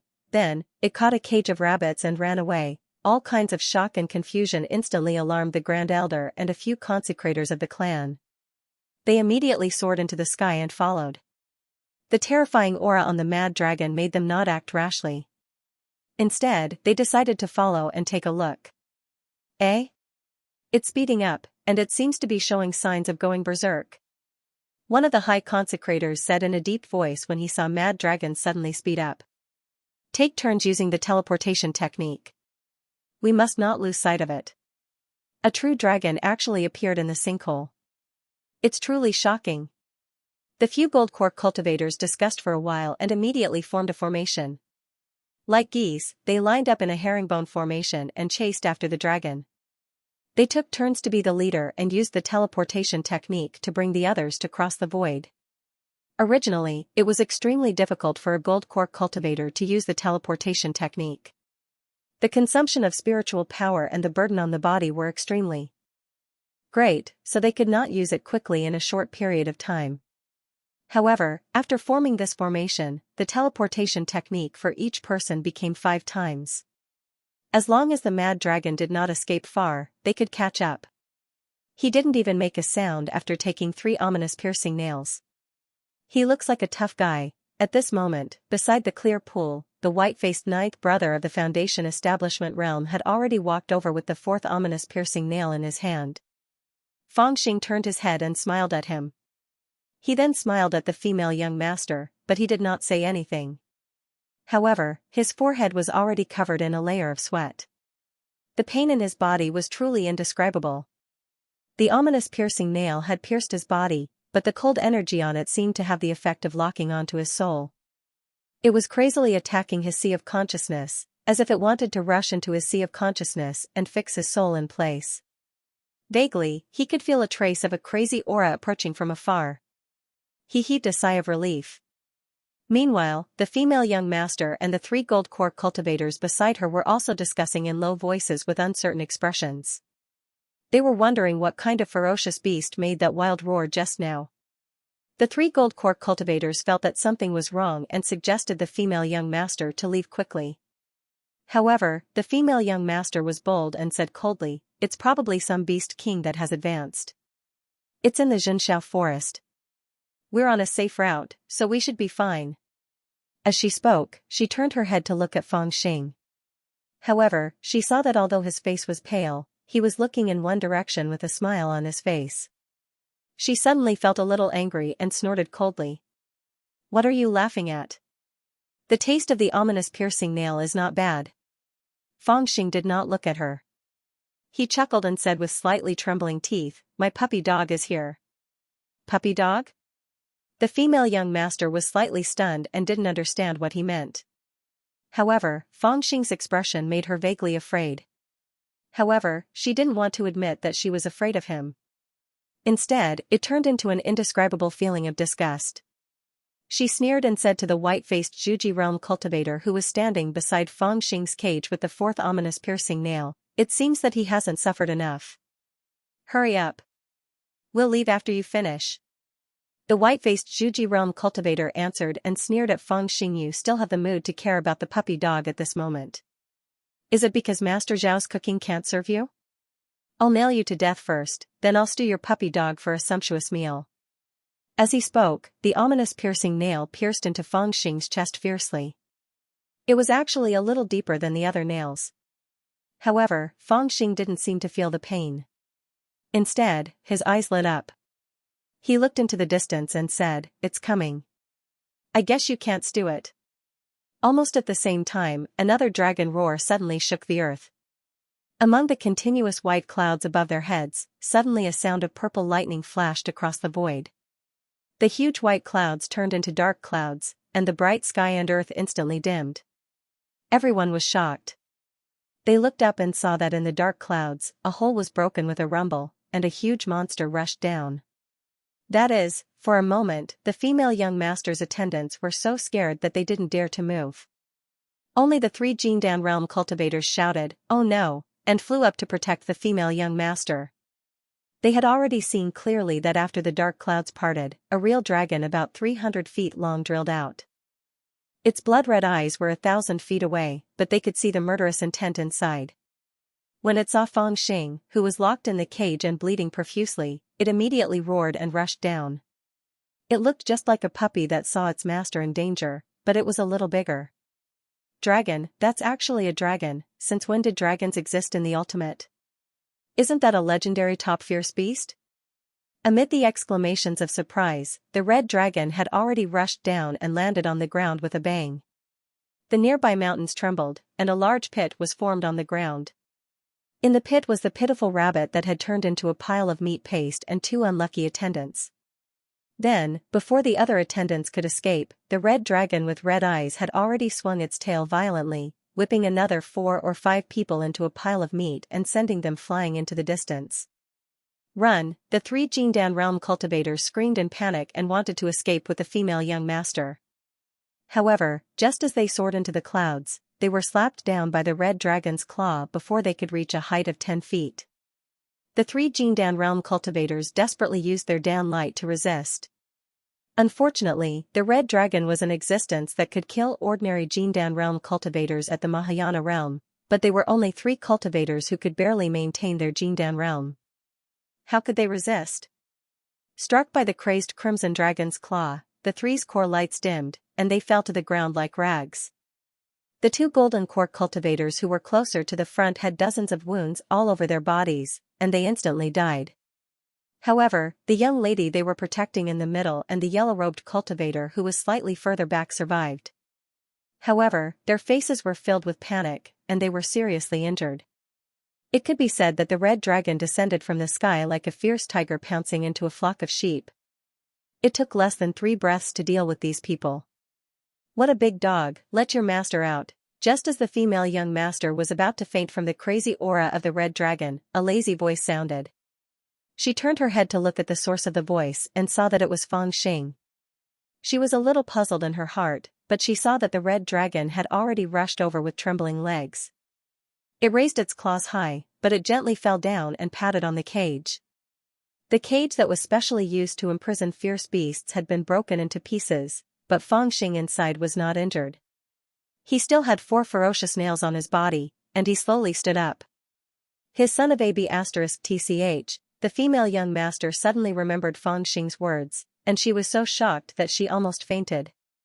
This fellow son of AB*TCH was actually referring to this true dragon. Before she could recover from her shock, Fangxing had already turned his head to look at her. He then walked forward expressionlessly, without even removing the ferocious nails on his body. He slowly walked over.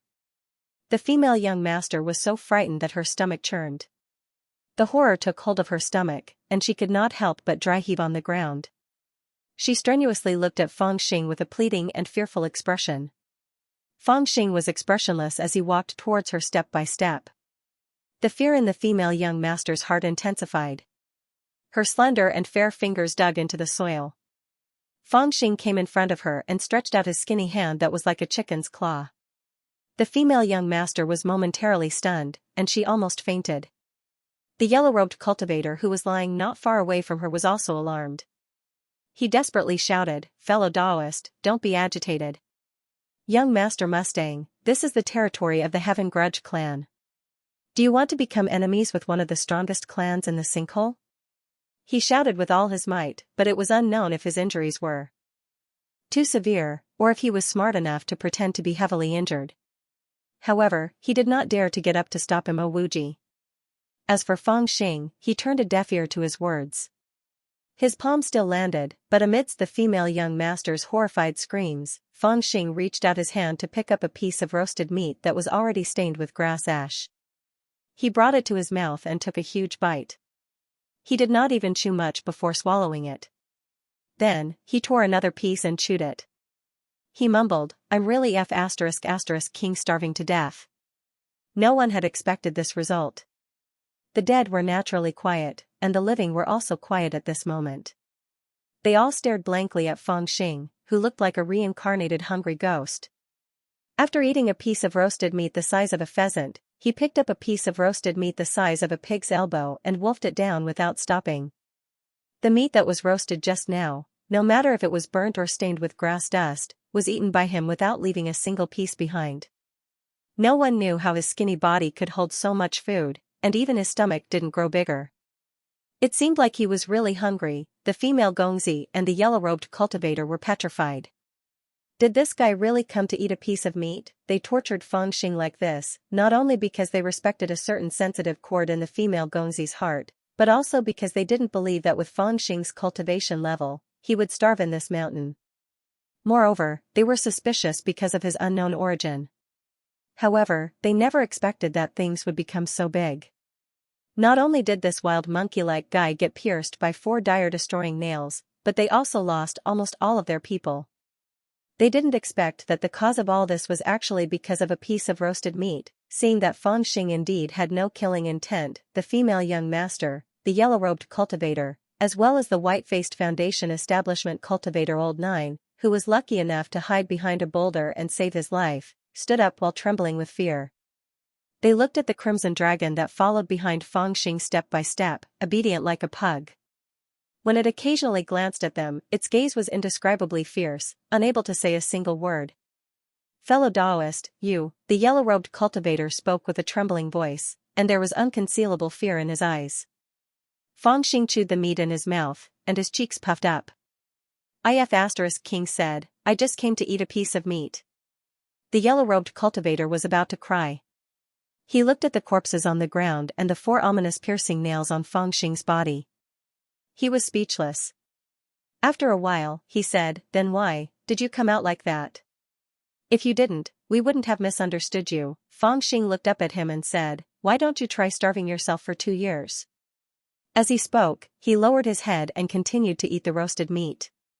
After the interrogation just now, he had guessed when he would be in seclusion. The yellow-robed cultivator didn't know what to say. He turned to look at the young lady, who also had an extremely rich expression. It turned out that this guy really didn't intend to take her life. The young lady felt a huge stone fall from her heart. When she thought of how shocked she looked just now, she immediately felt ashamed. She secretly hated this wild monkey who had made a fool of her time and time again. However, with the red dragon by Fangxing's side, she wouldn't dare to be rude to Fangxing again even if she had 10 more guts. Neither she nor the yellow-robed cultivator noticed that when Fangxing lowered his head to eat the roasted meat, a cold glint flashed across his eyes. Right now, Fangxing appeared to be kind and harmless. However, if it were not for the fact that his spiritual sense had become several times stronger after he completed Foundation establishment, allowing him to accurately sense that when the Crimson Dragon descended from the sky, several cultivators with extremely powerful auras had also landed in the surroundings of this mountain range and laid down some sort of formation. Only the heavens would know whether he was biting into roasted meat or human flesh at that moment. The great cultivators who followed the red dragon here didn't know that Fangxing had already noticed their arrival.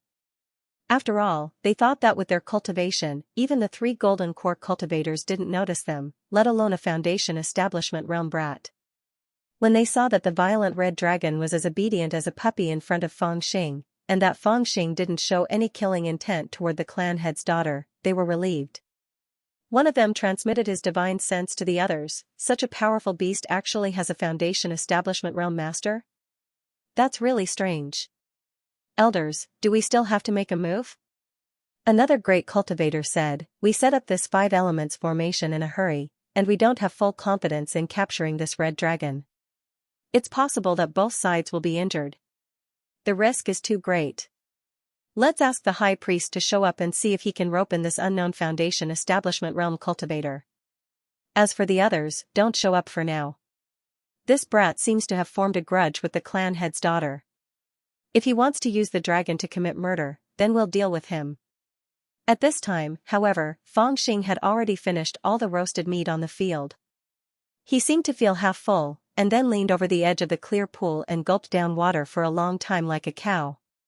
Only then did he stand up, pat his stomach, and with a satisfied look, he turned to the female child and said, Miss, I've really been in closed-door cultivation for too long and lost my mind from hunger. That's why I offended you and caused so much trouble. You've nailed me with 4 ominous nails, and I, this wild dog, was anxious and hurt a few of your attendants. Let's call it even, right? He acted as if he was afraid of the forces of the hateful Heaven clan and didn't want to make enemies. Seeing that he showed weakness and didn't speak as rudely as before, the female child's courage rose again. She sneered and shouted, I only nailed you a few times, but you almost killed all my attendants. You want to call it even so easily? The yellow-robed cultivator was startled. He hurriedly pulled her sleeve and transmitted his voice, Child, don't force him. Although this person's cultivation is not high, he has such a real dragon. His value is higher than ordinary gold core realm cultivators. Even if the clan head and the high priest were here, they would definitely try their best to rope him in to prevent him from wandering to other clans. How can we let him go? The female child was stunned, and also transmitted her voice coldly, I don't like this person. Of course, we can't let the red dragon go. I think he's not very courageous. As soon as he heard the reputation of the hateful Heaven clan, he was afraid. I have to think of a way to take him away. Fangxing also frowned and said, Can't we call it even? The female child sneered and was about to speak when she suddenly heard a long laugh and an old voice, Of course not. Hearing this old voice, the yellow-robed cultivator and the female child were shocked at the same time. They turned around and shouted, High priest? Fangxing also looked over and saw an old man with a white beard descending from the sky on a strange cloud. He was wearing a gray robe and had a red wooden hairpin to hold his white hair. No one knew how old he was, but the wrinkles on his face were like orange peels. Fangxing was also shocked when he looked at his cultivation. This old man's cultivation had reached the peak of gold core realm and was not far from the Yuanying realm. He also felt a bit fortunate that he sensed their existences just now, not rashly taking action to kill them. Otherwise, with this old man and those fellas in hiding, even if the Crimson Dragon went crazy, it still might not necessarily be able to deal with them. Old senior, I really don't have any ill intentions. This dragon can't bear to see me injured and went crazy the moment it saw me. Fangxing showed a terrified and helpless look as he said to the old man. When the old man saw this, he laughed instead and said, When I said that we can't call it even, I meant that we can't let little friends suffer. You were injured, and Qi Long was anxious to protect you. Since it was a misunderstanding, why should we care about the lives of a few mere followers? This old man will first apologize to you on behalf of Xianxia for hurting little friend. I hope little friend won't misunderstand my heaven-hating clan because of this. As he spoke, he gestured with his palm and retrieved the 4 ferocious piercing nails from Feng Xing's body. He then casually sent out a ball of pill light, which contained spiritual liquid. It wrapped around Feng Xing's wounds and prevented the blood from flowing out. He sighed softly and said, "Our Heaven Grudge clan isn't an unreasonable place. For thousands of years, there have been people coming from outside the ruins from time to time, and more than half of them have joined our Heaven Grudge clan. If our Heaven Grudge clan was really so unreasonable, how could we have gained the loyalty of so many people from outside the ruins? Xianxia, I want to ask you, how did you offend this little friend? Are those 18 ominous penetrating nails also used on people? I think you are really more and more mischievous." When the young lady heard this, she was immediately shocked, but she could hear the blame in it. She was secretly shocked. She also understood in her heart that the head deacon was blaming her for not roping in such a person who had the battle strength of a true dragon and offending him instead. She wanted to explain but did not have a chance to do so. She also faintly felt that her anger at that time was indeed a little unreasonable. Even if she explained, the head deacon would not listen. In the Heaven Hatred clan, her status was extraordinary. Most of the deacons were like master and servant to her, but this head deacon was obviously not one of them.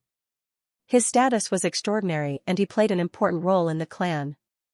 If he wanted to punish her, her father, who was the clan leader, could only watch from the side. She instantly felt wronged and angry. The joy she felt when she saw the head deacon just now was swept clean in an instant. Feng Xing looked on coldly from the side and had already seen the change in her expression. His heart slightly moved and he deliberately took a step forward. His expression was hesitant and fearful as he said, "Elder, don't say that. Actually, I was so hungry that I fainted and thought that young master was a man, so I did not care much and rushed out to ask for meat. I should be the one to apologize for offending young master." "Humph, you want to apologize to me? Give this dragon to the Heaven Hatred clan." The young lady sneered. With the head deacon by the side, she was not afraid that Feng Xing would fall out with her. However, the head deacon scolded at the side, "Nonsense, I will definitely report what you have done today to your father and let him punish you." Feng Xing hurriedly persuaded again, "Elder, don't be angry. If it can appease young master's anger, this dragon is not worth much. It's just that I did not use a secret technique to control it. It really grew up together. It only listens to me, so I can't transfer it." With his hypocrisy, Feng Xing gave the people of the Heaven Hatred clan the impression that he was afraid of the power of the Heaven Hatred clan and wanted to live a low life. Even in the eyes of the head deacon, when he stole a glance at the young lady, he seemed to have someone else in his heart. He was just timid and did not dare to show it. His heart was already set. He laughed and invited Feng Xing to return to the clan as a guest. Feng Xing naturally looked flattered and hurriedly agreed. The young lady saw that the head deacon obviously wanted to recruit this person and became anxious. She hurriedly said, "Head deacon, this person's background is unknown. He said that he came from outside the ruins, but he could not tell when he came in. We asked him who he was, but he did not say, so how can we bring him back to the clan?" Feng Xing smiled bitterly and said, "I wanted to say it just now, but young master did not give me the chance." He smiled honestly and timidly on the surface, but he was laughing coldly in his heart. "You are a bastard who does not repay kindness. You are a bastard who does not seek revenge. If I don't destroy the entire Heaven Hatred clan, how can I let you know who Master Feng is?" Feng Xing asked everyone to wait for a while. He put on the rags again and flew to the other side of the clear pond to retrieve his things. Not long after, he flew back, but he had already changed into a new set of Taoist robes. As the saying goes, clothes make the man, just as the saddle makes the man. After changing into a new set of Taoist robes and tying up his hair, although he was still skinny, his appearance was different from that of a wild monkey. When the chief priest and the others saw him, they praised him and prepared to bring Feng Xing to the settlement of the Heaven Resentment clan. The others were preparing to travel on the clouds, but Feng Xing brought the red dragon over and sat on the dragon's head. The red dragon flew into the sky excitedly. Seeing that he really used the red dragon as a mount and the iron ring on the red dragon's nose, the chief priest and the others did not know whether to laugh or cry. This was a real dragon, but he was leading it like a livestock by tying a ring on its nose, which made everyone quite speechless. Some rode on the clouds, some rode on the dragons, and the rest flew towards the basin where the Heaven Resentment clan was. The Heaven Abhorrence clan was located in a huge basin surrounded by mountains. At the foot of a black mountain in the northernmost area was the palace complex where the Heaven Abhorrence clan's clan leader, the worshippers, and the elders resided. The other areas were where the ordinary clansmen lived. Unlike the cultivators in the outside world who were mostly separated from the ordinary people and rarely came into contact with each other, the people here lived together. It was just that the ordinary people's status was lower. When they arrived at the basin, the Heaven Resentment clan leader had already received the message and set up a cloud carriage in front of the hall to welcome them. Fangxing came to the hall and paid a visit to the clan leader. He was treated with great respect and was invited into the hall warmly.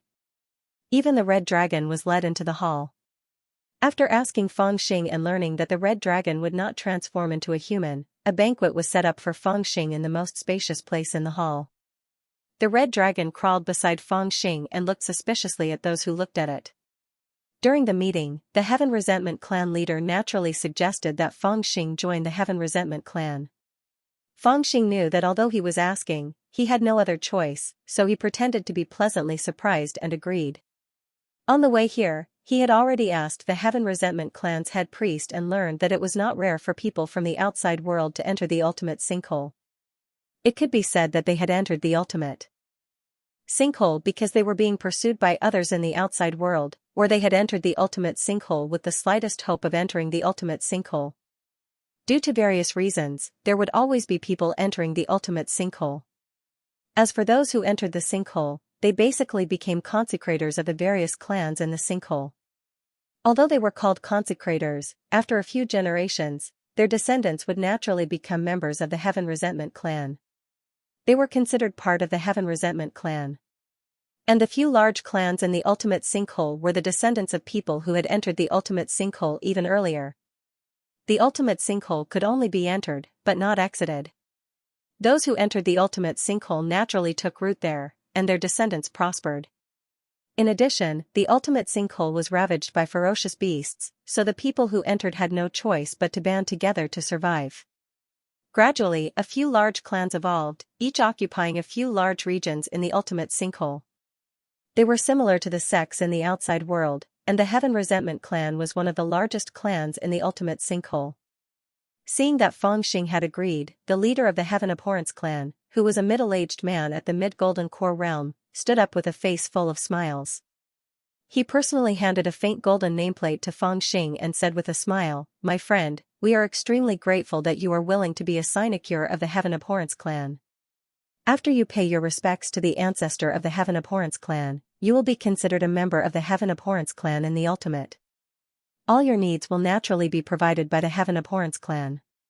Every month, spirit stones will be given to you according to the monthly high-grade sinecure." Fangxing received the golden token and was slightly taken aback. He did not find anything special about it, but the others at the banquet were shocked when they heard it. It turned out that the people recruited by the large clans from outside the ultimate sinkhole were not all treated the same. Basically, they were divided according to their cultivation and the role they could play in the clan. They were divided into the high-grade, mid-grade, low-grade, and top-grade priests. According to common sense, Fangxing was only at the foundation establishment stage, so he could only be a low-level consecrator. However, the clan leader of the Heaven Grudge clan had directly made him a high-level consecrator. This was obviously because of the red dragon. It had to be known that in a place like the bottomless sinkhole, the level of a consecrator was not just for show. It was related to the daily resources provided by the clan. The Taisheng Orthodoxy used to be the largest spirit vein in the South Sea, so there was no lack of cultivation resources. Unfortunately, after the Divine Thunder, the land was destroyed and the rules were in chaos. There were very few spirit stones in the spirit vein, but the ultimate sinkhole was rich in spirit chi. Cultivators did not have to worry about cultivation, but there were very few spirit stones to speed up cultivation. To put it simply, there was a severe lack of resources. In the main hall, there were several priests accompanying him. Their cultivation was at the early stage Golden Core realm. In the Heaven Resentment clan, they were only mid-grade priests. Now that they saw Fang Xing, a Foundation establishment cultivator, become a high-grade priest the moment he arrived, although they knew that it was because of the true dragon, they still felt a little uncomfortable. They looked at each other and sullenly drank a cup of wine. At the banquet, the Heaven Resentment clan leader naturally asked about Fang Xing's background. He smiled and said, "To be honest, the world outside the sinkhole is a place where the strong prey on the weak. Many Taoists were forced into the ultimate sinkhole to stay away from trouble. Young friend, you don't have to worry about it. There has always been a rule in the ultimate sinkhole. If you feel unguarded about your identity outside the sinkhole, you can say it. If you don't want to mention it, you can just give yourself a new name. The ultimate sinkhole is different from the outside world. From now on, we are two different worlds and there is no longer any connection between us." Fang Xing laughed and said, "Clan leader, you really are a good person. To be honest, if I hadn't been bullied so badly in the outside world, I really wouldn't have come to the ultimate sinkhole. I was originally from the Glass Palace of the South Sea and my name is Xing Fang. Because of the feud between the Palace Lord and the Dragon Palace of the Tsanglan Sea, the Tsanglan Sea sent troops to attack and the Glass Palace was destroyed. The Palace Lord's whereabouts are unknown, but I was chased by the people of the Tsanglan Sea with this fellow and fled all the way to the ultimate sinkhole. Seeing that there was no other way out, I had no choice but to escape into the ultimate sinkhole to survive." He came up with a lie that contained both truth and falsehood, but it did not reveal any flaws. To put it bluntly, although there were people who entered the ultimate sinkhole from time to time, the people in the ultimate sinkhole had a very vague understanding of the situation in the outside world. They vaguely knew about the feud between the Glass Palace and the Tsanglan Sea, but there were some details that they were unclear about. They could not tell the truth from Fang Xing's words. And in fact, Fang Xing also knew that the Heaven Abhorrence clan leader was actually trying to find out more about his red dragon. However, he did not mention a word about the red dragon. The Heaven Abhorrence clan leader only knew that Fang Xing looked timid, but he knew very well that he treated the red dragon as his lifeblood. He did not want others to probe into this secret, but he could not get to the bottom of it, so he could only let it go. Everyone was happy at the banquet, but there was one person who looked unfriendly. She was the eldest daughter of the Heaven Abhorrence clan leader. She liked to dress up as a man and let others see her as a man. Seeing that a mere Foundation establishment realm cultivator had become a high-ranking guest of the Heaven Abhorrence clan because of a dragon, she was angry and anxious. She wanted to make things difficult for him, but she was afraid of her father's scolding, so she did not dare to interrupt. Inadvertently turning her head, she suddenly saw that Fang Xing had changed into a new set of Dharma clothes. It was fresh and beautiful, and the quality was extraordinary. She had an idea. She secretly sent a message to a Jingdan stage guest with a scar on his face, hinting him to say this or that. When the Jingdan stage old guest heard this, he was slightly stunned. After thinking for a while, he stood up to drink and said to the Heaven Abhorrence clan leader, "Congratulations, clan leader, for recruiting another strong warrior. However, the rules must not be broken. Why don't you let Xing take out all his belongings for everyone to see? What should be handed over to the clan should be handed over to the clan, and what should be kept by the clan should be kept by the clan. We can also broaden our horizons and enjoy the wine." As soon as he said this, several other guests immediately applauded in unison. Hearing this, Fang Xing was stunned. He did not know what they meant by this. "Humph, don't you know? Do you really think it is so easy to be a guest of the Heaven Abhorrence clan?" When the female young master saw Fang Xing's expression change, her expression immediately became better. She smiled and explained to him. Only now did Fang Xing know that according to the rules of the clan, after recruiting a guest, the clan would provide cultivation resources and protection. However, in the beginning, the guest would be ordered to contribute a portion of the resources he brought from the outside world to the clan. The degree of contribution was determined by the guest's own strength and role. The stronger the guest was, the less they would contribute, and they could even be exempted from this rule. Although this was a little overbearing, all the clans in the sinkhole were like this, so there was no way to reason with them. After all, by submitting to the clan and becoming a guest of the clan, although he was working for the clan, he would also be protected by the clan. If he did not submit to the clan, it would be very difficult for him to survive in the dangerous sinkhole. He would either die in the mouths of ferocious beasts or be secretly killed by the clan. At the banquet, the Heaven Abhorrence clan's leader had not mentioned this matter at all, as if he wanted to exempt Feng Xing from handing over his resources. However, the female young master's words had brought this matter up in the open. The other guests had all handed over their resources, so they naturally did not want to see a foundation establishment brat get so lucky. Not only would the rank of the guest be higher than theirs, they would also be able to save on resources. Amidst the uproar, Feng Xing's expression sank slightly. He watched coldly from the sidelines and had long known that the female young master was up to no good. This slut really liked to cause trouble out of nothing. He had already pretended to be very honest, but this woman seemed to be pestering him. He had quite a number of treasures on him. If he really took them out without any preparation, it would probably alarm everyone. Even his true identity would be difficult to conceal. In the sinkhole, anyone who had entered in the past 2 years would probably know his name. At this moment, his understanding of the sinkhole was still shallow. He did not know if exposing his true identity would be a blessing or a curse. When the female young master saw Feng Xing's ugly expression, she was very happy. She smiled at the old guest with the scar on his face. She was not just targeting Feng Xing out of character. After all, she had some brains. She knew that she had offended Feng Xing too much. Although he did not show it on the surface, he most likely hated her in his heart. In the future, if he were to choose sides, he would most likely be on the same side as her sister. The higher his status in the clan, the more unlucky she would be. Therefore, she deliberately suppressed him. The effect of resources on cultivators was self-evident. Taking away his resources was a heavy blow. Hearing the old guest bring up this matter, the rest fell silent and turned to look at the clan leader. The Heaven Abhorrence clan leader was also slightly taken aback. He did not say a word and his face did not reveal what he was thinking. In fact, with Feng Xing's foundation establishment cultivation level, he was supposed to contribute 70% of his resources to the clan.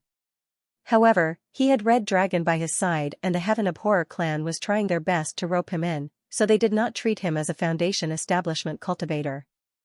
In addition, the high priest mentioned that he had been offended by his daughter before. To prevent him from feeling resentment, the clan leader was prepared to give him preferential treatment, so he did not have to contribute resources to the clan. However, it was not easy to say it out loud. After all, there were so many high priests watching. Even when the high priest entered the sinkhole 300 years ago, he had contributed 30% of his resources to the clan with his mid-stage golden core cultivation level. It was fine if he secretly exempted Feng Xing from his resources, but if he said it out loud, the other high priests would probably feel uncomfortable. The power of the clan was made up of the elders and high priests. Making the high priests unhappy was also a huge hidden danger. In the slightly awkward atmosphere, Feng Xing laughed. He held a cup of wine and slipped to the center of the hall. He said with a smile, "Speaking of which, I did not know the rules.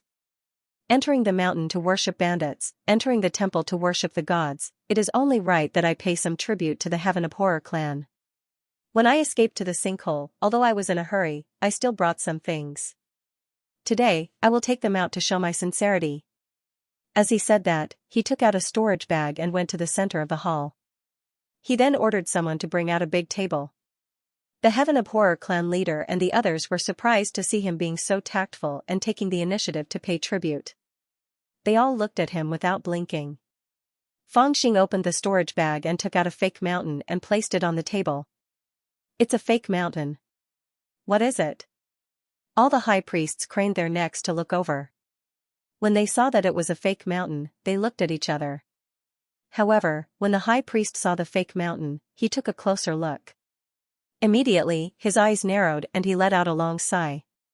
When the Heaven Abhorror clan leader saw that, he immediately knew that the treasure was extraordinary. He looked at the high priest. The high priest sighed softly and said, "Young friend Xing is extraordinary. He actually took out a mountain treasure." Mountain treasure? A series of gasps could be heard in the hall. Even though the cultivators here were not rich, they were still knowledgeable. They had naturally heard of the treasure mountain before. It was a treasure refined from a huge mountain. If one was familiar with using it, they could easily use the mountain to suppress others. How domineering was that? They never expected that Feng Xing would use this as his first move. Feng Xing sighed as well and said bitterly, I obtained this from the treasure of Glass Palace when it was destroyed. In my haste, I didn't know how valuable it was. After I obtained it, I realized that it's way too difficult to activate. Even if I had it, I wouldn't be able to use it much. His words revealed the origins of the mountain treasure and resolved the doubts in the hearts of the clan leader of the Heaven Grudge clan and the others. Come to think of it, Feng Xing was only at the foundation establishment stage, so how could he have such a valuable item? He must have stolen it from the treasure vault of Glass Palace during the chaos. That also served as a stepping stone for Feng Xing's subsequent explanations. After Feng Xing took out the mountain treasure, he continued to dig into the storage bag. This time, he took out a red jade steed that was half the height of a person. The steed was enshrouded in a treasure light, as if it was flickering with a dazzling brilliance. As soon as he took it out, an indescribably strange atmosphere immediately spread out in the hall. All the cultivators took a whiff, and suddenly felt their minds clear up, and their meridians became much more relaxed. All the cultivators were stunned as they looked on blankly, unable to confirm their suspicions. That's a spirit essence. Suddenly, the Heaven Abhorrer clan leader and the high priest slammed the table at the same time and rushed to the table, looking at the steed excitedly. All the other cultivators in the hall were stunned as well. In fact, they had yet to recover from their shock. Spirit essence? Even the high priests who came from the outside world had not heard of that term for a long time. Spirit essence was not naturally formed but was refined by supreme-grade spirit stones by cultivators. Even a small piece contained spirit chi that was 100 times more than a supreme-grade spirit stone of the same size. Furthermore, there was a lot of spirit chi depleted during the refinement process. If not for the fact that it was too troublesome for golden core cultivators to replenish their spirit chi with supreme-grade spirit stones, no one would have invented something that depleted spirit chi. In the sinkhole, even spirit stones were rare. Who would be willing to use the best spirit stones to refine spirit essence? Therefore, spirit essence was something that no one had ever heard of in the sinkhole. Such a large piece of spirit essence was simply no less than a priceless treasure. If it were exchanged for spirit stones, how many would that be? Tens of thousands or hundreds of thousands? For a moment, even the Heaven Abhorrer clan leader and the high priest could not calculate that number. The only thing they could be sure of was that such a piece of spirit essence was a priceless treasure. At the very least, in the sinkhole, its value exceeded that of the mountain treasure. Under the excited gazes of the cultivators, Feng Xing continued to take out items. High-grade array flags that were embedded with precious treasures, extraordinarily beautiful flying swords, etc. They were all rare treasures that he had collected from the Dragon Lady's treasury. If it was in the outside world, it would have caused a stir. However, in the sinkhole, everything was practical and did not seem as valuable as the horse carved from spirit essence and the mountain treasure. Even so, the high priest and the Heaven Abhorrer clan leader were extremely surprised. They really did not expect that this young lad would have such a valuable treasure on him. Fortunately, he had voluntarily offered it to them. Otherwise, wouldn't the Heaven Abhorrer clan have missed out on a rare treasure? In the end, when all the large items were taken out, Feng Xing tipped the storage bag on the table. There were some small items that, although of good quality, could only be considered ordinary spiritual medicine: flying swords, array flags, talismans, hundreds of top-grade spirit stones, etc. These were the items that only a person of Feng Xing's cultivation level would have. The more he thought about it, the more he felt that these items were stolen.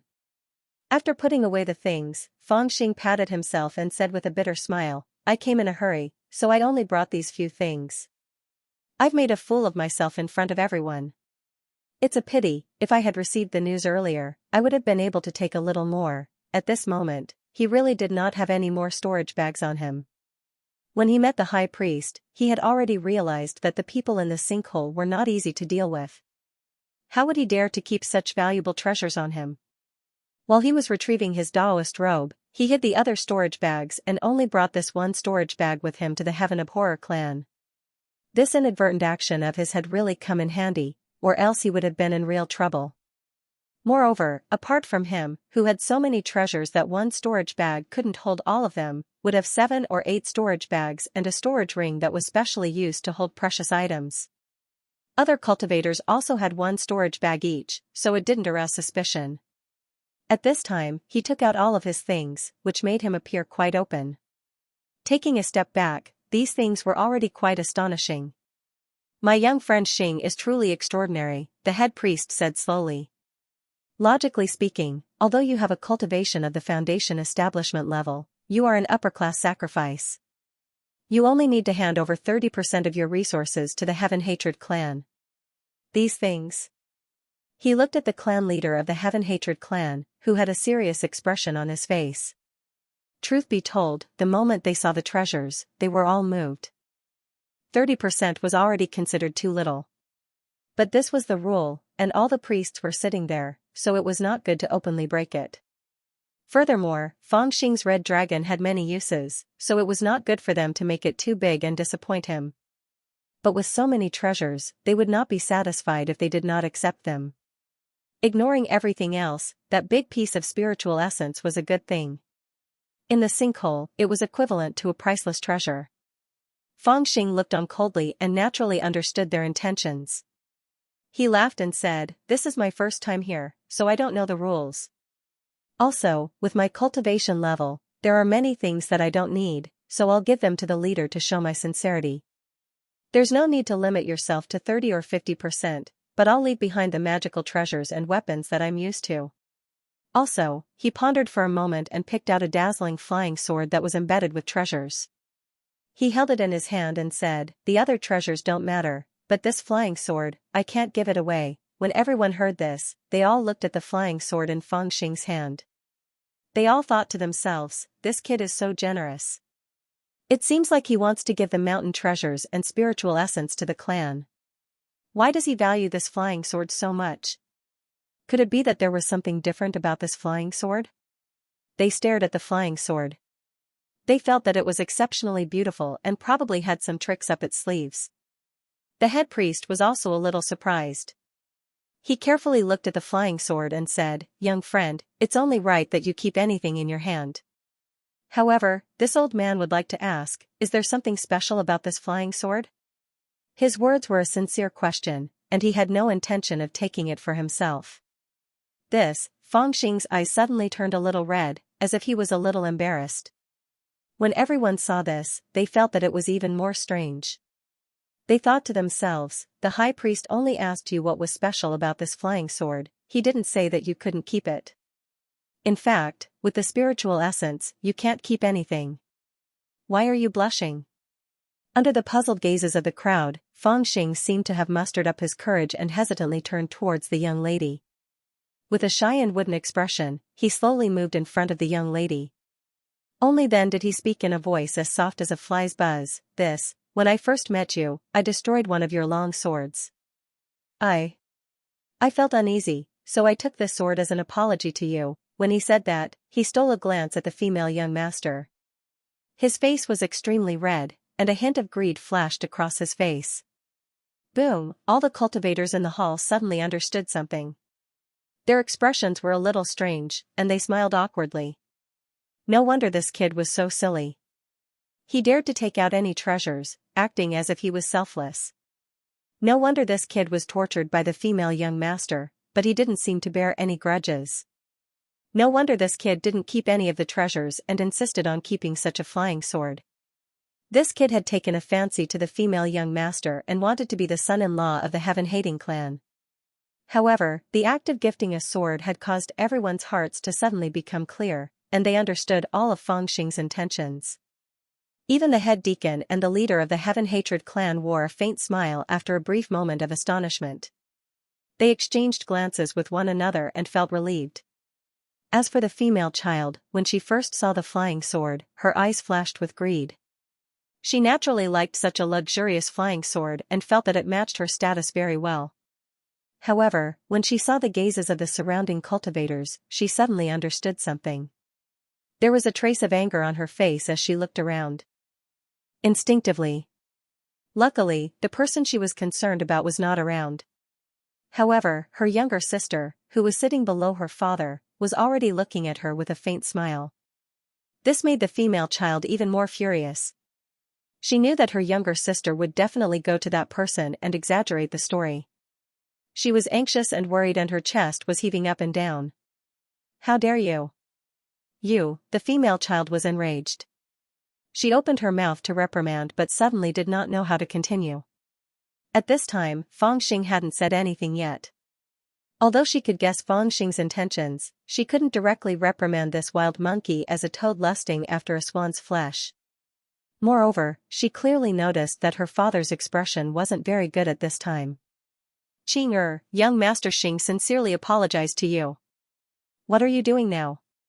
The leader of the Heaven-Hatred clan suddenly spoke in a cold voice and reprimanded unhappily. The female child was anxious and angry. She stood up and pointed at Fang Xing. "Father, this person, the leader of the Heaven-Hatred clan, said sternly, you don't have to say anything more. The high priest has already told me about the misunderstanding between you two. This is not young Master Xing's fault. Who told you, a lady, to disguise as a man? This misunderstanding is your fault. Moreover, you were so ruthless towards young Master Xing. Wouldn't the reputation of the Heaven-Hatred clan be tarnished if the news got out? I wanted to punish you after the incident, but now you are causing trouble again. Go back to your room now, and you are not allowed to leave for 3 months. Otherwise, I will break your legs." He was actually going to confine the young lady, and it instantly angered her so much that smoke was coming out of her 7 orifices. However, when she faced the cold and stern gaze of the clan leader, she did not dare to say anything. She stomped her feet hatefully, stood up, and walked out of the hall. Before she left, she glanced at Fang Xing again, and her dissatisfaction was even greater. Fang Xing turned to look at the leader helplessly. He was still holding the flying sword in his hand and said shyly, "Leader, this." The leader of the Heaven-Hatred clan smiled bitterly. "My daughter is too spoiled and does not see the big picture. Young Master Xing, please excuse me." As he spoke, he ordered the maidservant to send Fang Xing's flying sword to the room of the female child, Hen Tianqing. He then persuaded Fang Xing to sit down and continue drinking. Fang Xing saw how the leader of the Heaven-Hatred clan was siding with him and knew that his offering of treasures was not in vain. He laughed coldly in his heart and turned back to continue drinking. He did not speak much but pricked up his ears to listen to the discussions of the crowd. In the ultimate, he did not know anyone and had no one to rely on. Yet, he was provoked by Hen Tianqing and wanted to do something big, so he used all his means. In the end, the treasures that Fang Xing offered, the mountain treasure and the spiritual essence, were all returned to the Heaven-Hatred clan. The beautiful flying sword was replaced by Hen Tianqing's long sword. As for the other items, he kept them. There were quite a number of good things, especially the hundreds of supreme-grade spiritual stones and the hundreds of superior-grade spiritual stones. They were very tempting. After all, spiritual stones were scarce and the ultimate and superior-grade spiritual stones were the best, not to mention supreme-grade spiritual stones. Of course, even if Fang Xing kept so many treasures, the spiritual essence and the mountain treasure were enough to shock the cultivators. The leader of the Heaven-Hatred clan did not know what he was thinking, but on the surface, he had already listed Fang Xing as one of the most respected people. The banquet only ended late at night. On the surface, the guests and the host were happy. That night, Fang Xing slept in a room that was temporarily cleaned.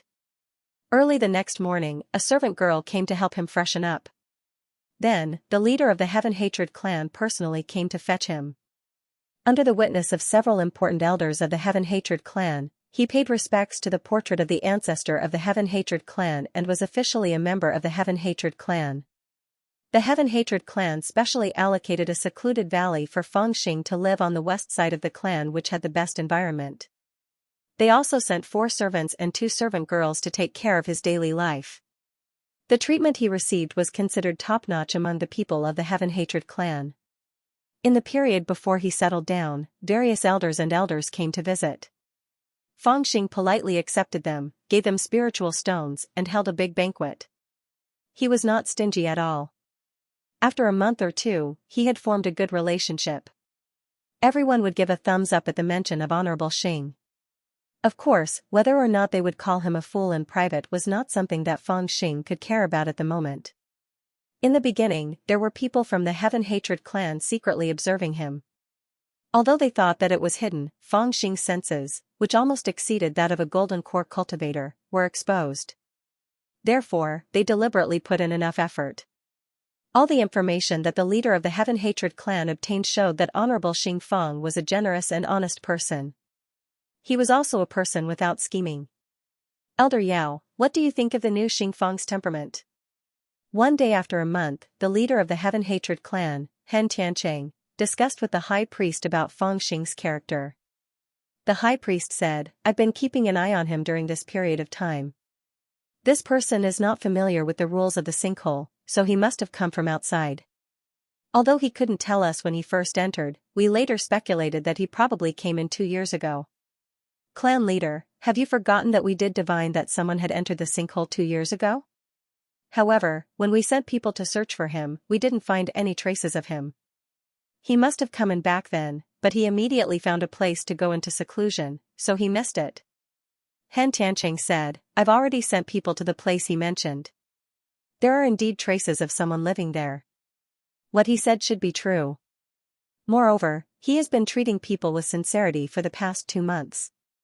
He doesn't look like he's an ambitious person. The high priest smiled and said, according to the Heaven Hatred clan's tradition, new people who enter the ultimate will be investigated for a year after it is verified that they are from outside the ultimate. Then, they will be given a marriage and allowed to have children in the ultimate. Only after having children can they be considered to have settled down in the Heaven Hatred clan. This has always been the case, and he is no exception. Moreover, he is young and full of vigor. I think this can be carried out in advance. Even if it is for that red dragon of his, we have to let him marry in the Heaven Hatred clan as soon as possible and settle down. Han Tiancheng smiled bitterly, I understand. If he doesn't marry and have children in the Heaven Hating clan, he won't be considered to be part of the Heaven Hating clan. I don't feel at ease using him. Actually, when he was appointed as the Heaven Hating clan's high deacon, I had already planned to choose a daughter from the main bloodline as his wife. I just didn't expect him to fall for Qing'er. The high priest was slightly startled and said, why is that? Qing'er has not married yet, nor is there any engagement. Although this person is only at the foundation establishment stage, how old is he? His future is probably extraordinary. In addition, he has the red dragon as his servant. Although he is only at the foundation establishment stage, how can a Jingdan be compared to him? I think with his conditions, it is not impossible to appoint Qing'er to him. Han Tiancheng smiled bitterly, that is true, but don't you know Qing'er's temper? She and Ning are wholeheartedly devoted to the young master. During this period, I have forbidden Qing'er from going out. Xing Feng is also infatuated. He has sent people to send gifts of spiritual stones over and over again, but Qing'er threw them all out. I am worried to see this. How can I help the two of them form an alliance? The high priest was slightly startled and thought for a moment, then said, Clan leader, there is something that I should say to you. The young master is young, but he is powerful. In addition, his background is mysterious and his methods are brilliant. Not long after he came to the clan, he already has the power to overturn the clouds and rain. It is not a good thing to let such a person go. With our status, it is not easy to suppress him. Why not let another person come out and split the power equally? That would be better to balance the situation. Moreover, the young master is only one person. Do you really want him to marry both of your daughters? When Han Tiancheng heard this, he was speechless. After a while, he said, in his dreams. Feng Xing naturally did not know that his deliberate act of disgust towards Han Tiancheng had caused the Heaven Hatred clan leader and the high priest to have thoughts of him. During this period of time, he had been welcoming and sending people off with a carefree look on his face. However, he had also learned a great deal about the sinkhole and the Heaven Hatred clan's secrets through his false pretense. Finally, he had a detailed understanding of the sinkhole in his heart and felt greatly reassured. At this moment, in his courtyard in the secluded valley, the red dragon was sleeping soundly in a pool outside the courtyard. Feng Xing was holding a paper order in his hand. He lowered his head and pondered. This order was sent by the managing elder of the Heaven Hatred clan. On it was his orders. After the high priests joined the Heaven-Hatred clan, they did not live for free. They had to take on various duties, be it alchemy, forging weapons, or making talismans. It was determined by their expertise. However, Feng Xing did not know any of these things. Hence, he had very few choices. Fortunately, the managing elder was a good person. After receiving 10 pieces of highest-grade spiritual stones from him, he did not force Feng Xing to do certain tasks. Instead, he arranged 2 paths for Feng Xing to choose. One was to hunt beasts, and the other was to search for veins. Based on what they said, the so-called beast hunting isn't hunting, but hunting and killing fierce beasts to take their bones, fur, beast crystals, and other things as resources, and it's the most dangerous work. But if I choose to hunt beasts, then with Deguzi following me, it would be much safer, and it's simply extremely easy. But I entered this place to search for the Tao scripture after all, and it seems to be better to search for the vein. The more he thought about it, the more he felt a headache. He could not help but sigh. According to what that Lian girl said, if I do not find the scriptures of Tao, I should not casually form my gold core. If I stay in this godforsaken place, I will not be able to show my talents until I become a gold core cultivator. Even with Deguzi's strength, it is not enough for me to go anywhere. How can I do anything interesting? If I get into trouble, it will be hard to escape. He thought to himself and finally made a decision. According to this group of bastards, there is a secret place in the depths of the ultimate. It is deep and mysterious, dangerous and unpredictable. The Seeking Dragon clan has been working hard for thousands of years, but they have never succeeded in entering. It seems that if there is a scripture of Tao left behind by the Taishang orthodoxy, it is most likely there. In this case, I have no other choice but to choose the vein-searching team. That Lian girl has no reason to trap me into a place where I cannot get out. Maybe the scriptures of Tao and the way to leave the ultimate are hidden there. Since he had entered the sinkhole, Feng Xing had naturally studied the message that Lotus Maiden had left for him, so he understood the pointers that Lotus Maiden had given him. With Feng Xing's current perfected foundation establishment realm, it was not particularly difficult for him to form his gold core. He had quite a number of elixir recipes and spiritual herbs that were required for forming his gold core, and it was not difficult to find them in the sinkhole. Furthermore, he did not have to worry about the cultivation techniques needed to comprehend the golden core Tao. Putting everything else aside, the technique in Huangfu Daozi's mind was from the art of annihilation divine mystery and could be considered profound. It could be said that if Feng Xing wanted to form his gold core now, with his perfected foundation establishment realm Tao foundation, it would only be a matter of a thought. However, forming a gold core in such a way was completely unreasonable and unstable. According to Lotus Maiden's words, it will be difficult to comprehend the great Tao in the future.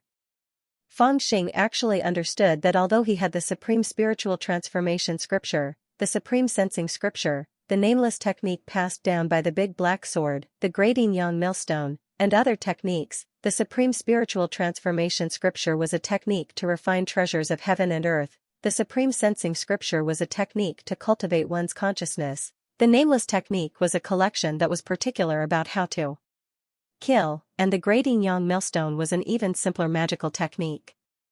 As for his own cultivation technique, he still inherited the technique that Bai Qianzhong had modified using the Blue Cloud Sect's basic technique, the Qingyun Qi training chapter, with his own knowledge and insights. It was enough for him to advance to the pinnacle of foundation establishment realm, but it was not enough for him to form his gold core. This was because to form a gold core, it required profound Tao techniques to guide the way. It could not be achieved by relying on the accumulation of resources. The technique that was comprehended when forming the gold core determined the direction of one's future cultivation, so it was exceptionally important. Even if Feng Xing cultivated the art of annihilation divine mystery and could form a golden core, the technique that Huangfu Daozi knew only allowed him to reach the golden core realm. There was no complete follow-up system, so how was Feng Xing going to cultivate in the future? Furthermore, although the Huangfu family had a great reputation in Nanzhan, Feng Xing also felt that since they were once chased out of the divine land, they were probably just ordinary people. He also looked down on the Huangfu family's method. After thinking about it, the only thing that made his heart beat faster was really this Taoist scripture left behind by the Taishang orthodoxy that even Lotus Maiden paid special attention to. Only the Taoist scripture of the Taisheng Taoism that struck the 33 heavens with heavenly thunder was worthy of Sir Feng's identity. Therefore, he also wanted to find the Taisheng Taoism and comprehend its principles before forming his own golden core. In order to find the Taisheng Taoism, one had to explore the secluded areas in the depths of the ultimate.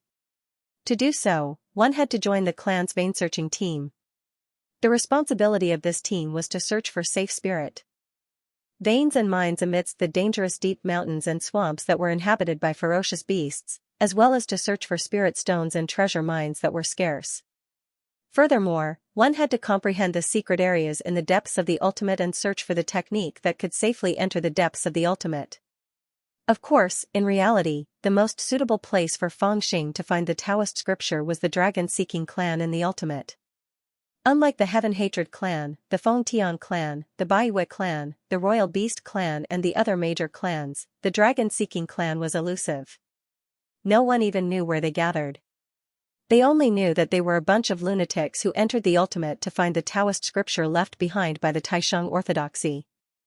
Ever since such a clan had formed thousands of years ago, they had not given up even until now. Most of the time, the clans in the ultimate had even forgotten the existence of the dragon-seeking clan. The most recent impression was that 3 years ago, someone from the dragon-seeking clan had infiltrated the Heaven Hatred clan's secret pavilion in an attempt to steal the treasures left behind by the Heaven Hatred clan's patriarch. In the end, he was discovered by a few of the Heaven Hatred clan's elders. After a battle, the dragon-seeking clan member was captured in public and the imprint on his body was recognized. Unfortunately, that person did not hesitate to find a chance to break his meridians and destroy his spirit. The heaven-hating clan did not even get a chance to interrogate him. Therefore, they never knew the purpose of the dragon-seeking clan when they sneaked into the secret pavilion. However, from then on, they kept an eye out to prevent anyone from sneaking into the gathering place of the heaven-hating clan. At that time, Feng Xing suddenly appeared and was suspected to be a member of the dragon-seeking clan. In any case, the members of the dragon-seeking clan should be the ones who knew the deepest secrets of the ultimate. Unfortunately, Feng Xing did not even know where they were. Otherwise, it would not be a bad idea to find a chance to wreak havoc in the heaven-hating clan and seek refuge with them. No, there was no other way. If he wanted to get in touch with the secrets of the ultimate, he could only join the Pulse exploration team. After Feng Xing made his decision, he went to report to the skinny but greedy and lecherous elder. When the elder saw Feng Xing's choice, he sneered and said, "With your qualifications, it would be great to join the beast hunting team. With that red dragon, what fierce beast would you need to kill personally? Why do you insist on joining the Pulse exploration team? Do you also want to explore the secret tunnel?" Feng Xing was now used to it. When he first entered the ultimate, he thought that inside the ultimate, the scripture of the way was a secret. Later, he realized that he was overthinking. Almost everyone in the ultimate knew about the scripture of the way. Thinking about it, even the dragon-seeking clan, who specialized in finding the scripture of the way, had appeared. How could the secret be hidden? It was just that no one had found it for thousands of years, so the interest had faded. Feng Xing sighed and said with a smile, "Since I'm in this godforsaken place, I have to find something for myself to do." The managing elder smiled and said, "That's right. Every consecrator who enters this place, no matter what reason they have, is very interested in the scriptures of Tao. That's why almost all of them are sent here to explore the Pulse. However, after staying for a period of time, they feel bored and leave. Your friend is so generous. I, Han Tianhao, treat you as a friend. To say something from the bottom of my heart, it's really useless. The scriptures of Tao only exist in legends, but who has seen them before? And in the ultimate, with the restrictions of the rules of heaven and earth, the highest cultivation level is the golden core. What's the use of finding the scripture of the way? It's better to work for the clan, fight for some resources, and raise one's cultivation level." Feng Xing was a little speechless. He said with a bitter smile, "The scripture of the way is a small matter, but have you never thought of getting out?" Han Tianhao said with a bitter smile, "I've always heard you guests talk about the outside world. Who doesn't want to get out? Unfortunately, the thought of getting out is even more remote. Our Hentian clan is considered one of the oldest large clans in the ultimate.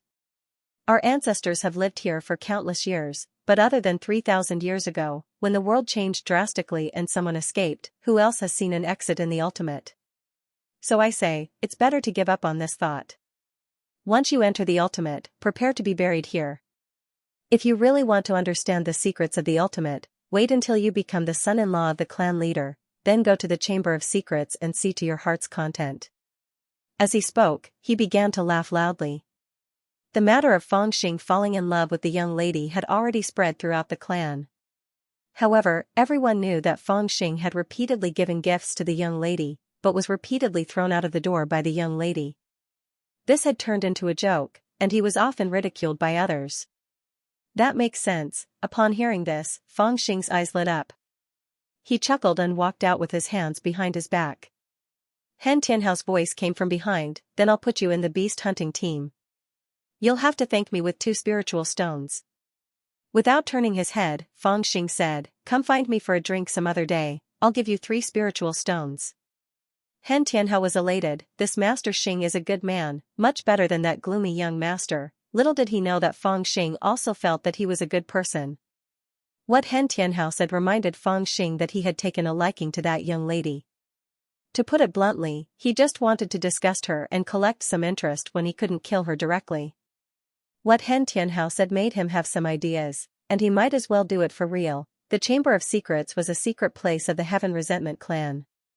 Ordinary people were not allowed to enter. Even a person with a high status like Fangxing could not go within 100 feet of it. Only the clan leader, the high priest and a few other elders could enter. Based on Fangxing's qualifications, he would not be qualified to enter the Chamber of Secrets even if he stayed in the Heaven Resentment clan for 100 years. Therefore, he had to use other means. Disregarding everything else, Fangxing had already gathered enough information during this period of time.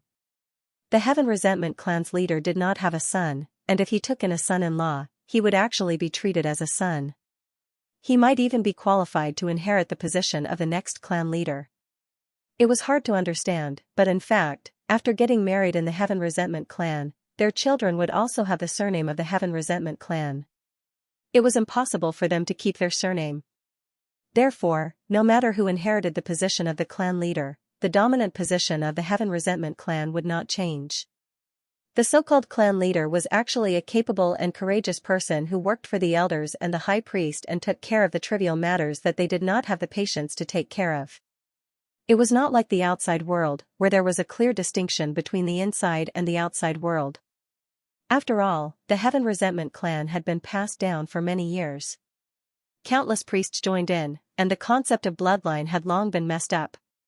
Because of this, as long as he could really get the girl, gain the trust of the Heaven Resentment clan, and even become the successor of the clan leader, then entering the secret pavilion would not be a particularly difficult thing. Even if he did not succeed, he could also get in touch with the main branch of the Heaven Resentment clan in the process and find out more information about the secret pavilion to see if there was a chance for him to do something. Back in the small courtyard, Fangxing took out a few more spirit stones and wrapped them up. After thinking for a while, he took a few more. Previously, he would give 2 or 3 spirit stones to Han Tianqing just to annoy her. This time, it was different. He was really prepared to get her, so he put 2 more to show his sincerity. He did not ask the servant girl to bring them over, but rushed over excitedly. Speaking of dealing with young ladies, Master Fang was still very skilled. Fourth uncle had taught him before. On the way to Han Tianqing's small courtyard, he thought, should I drug her or knock her out and bring her back? The things that Fangxing had sent over were all thrown out by Han Tianqing. That fake man seemed to hate Fangxing to the core, and he was not someone that Fangxing could handle. He had become a laughingstock in the heaven-hating clan. However, now that Fangxing was going to deal with him personally, he was not afraid that she would run away. Perhaps, he would have to let the heaven-hating clan witness Master Fang's way of picking up girls. Master Xing, where are you going? As he walked along the road, he was still scheming in his heart. Suddenly, a soft and clear voice rang out from the side. Fangxing turned his head.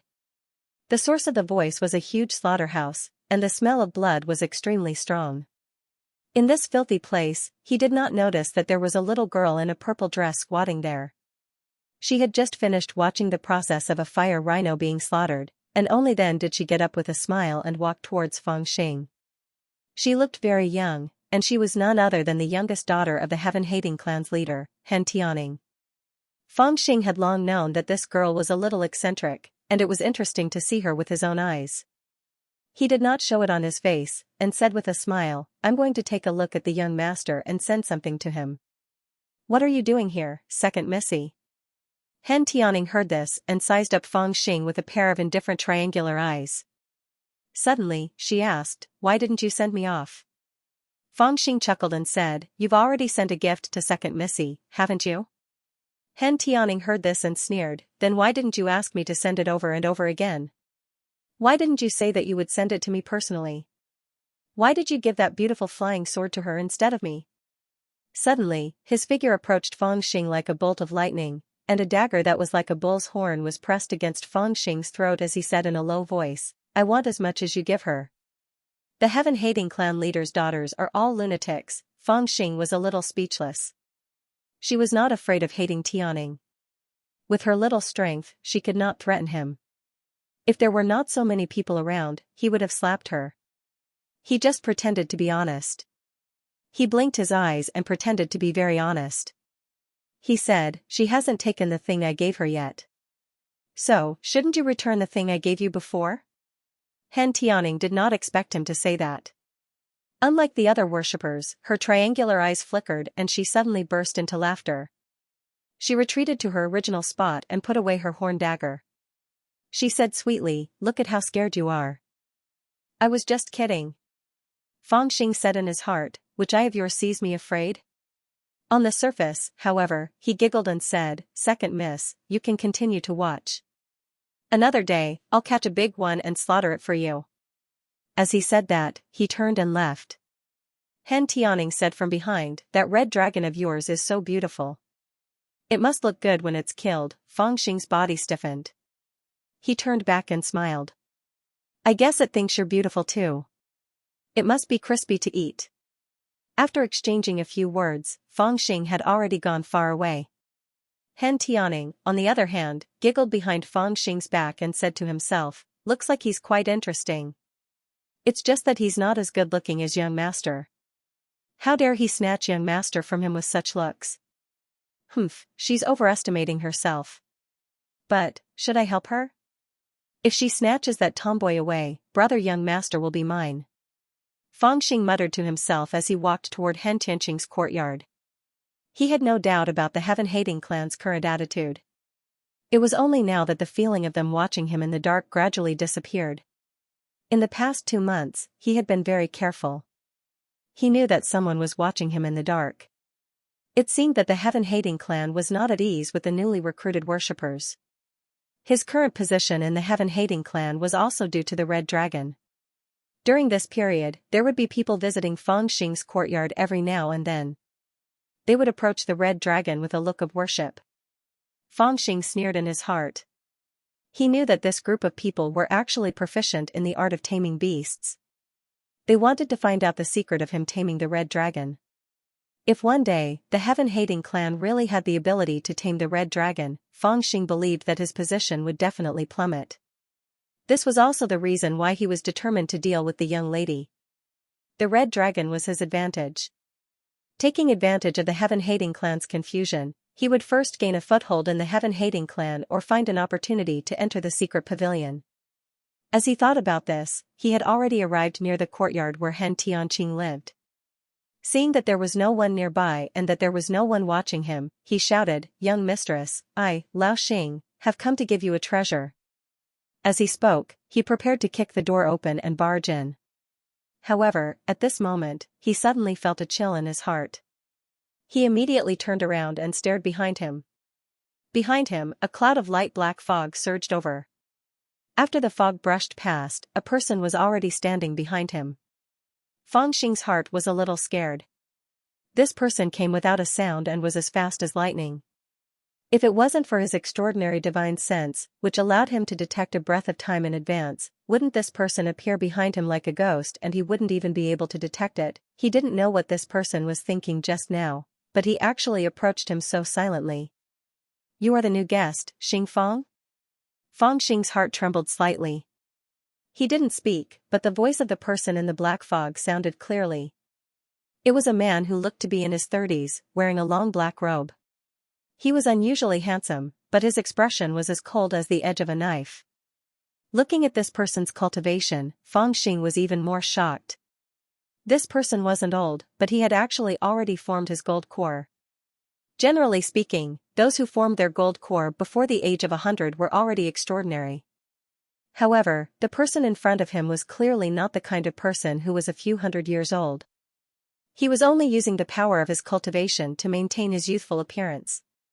Because if that was the case, even if he could maintain his age, it would be difficult to conceal the vicissitudes of life between his brows. Looking at this person's appearance, he was as handsome as a knife with hidden sharpness.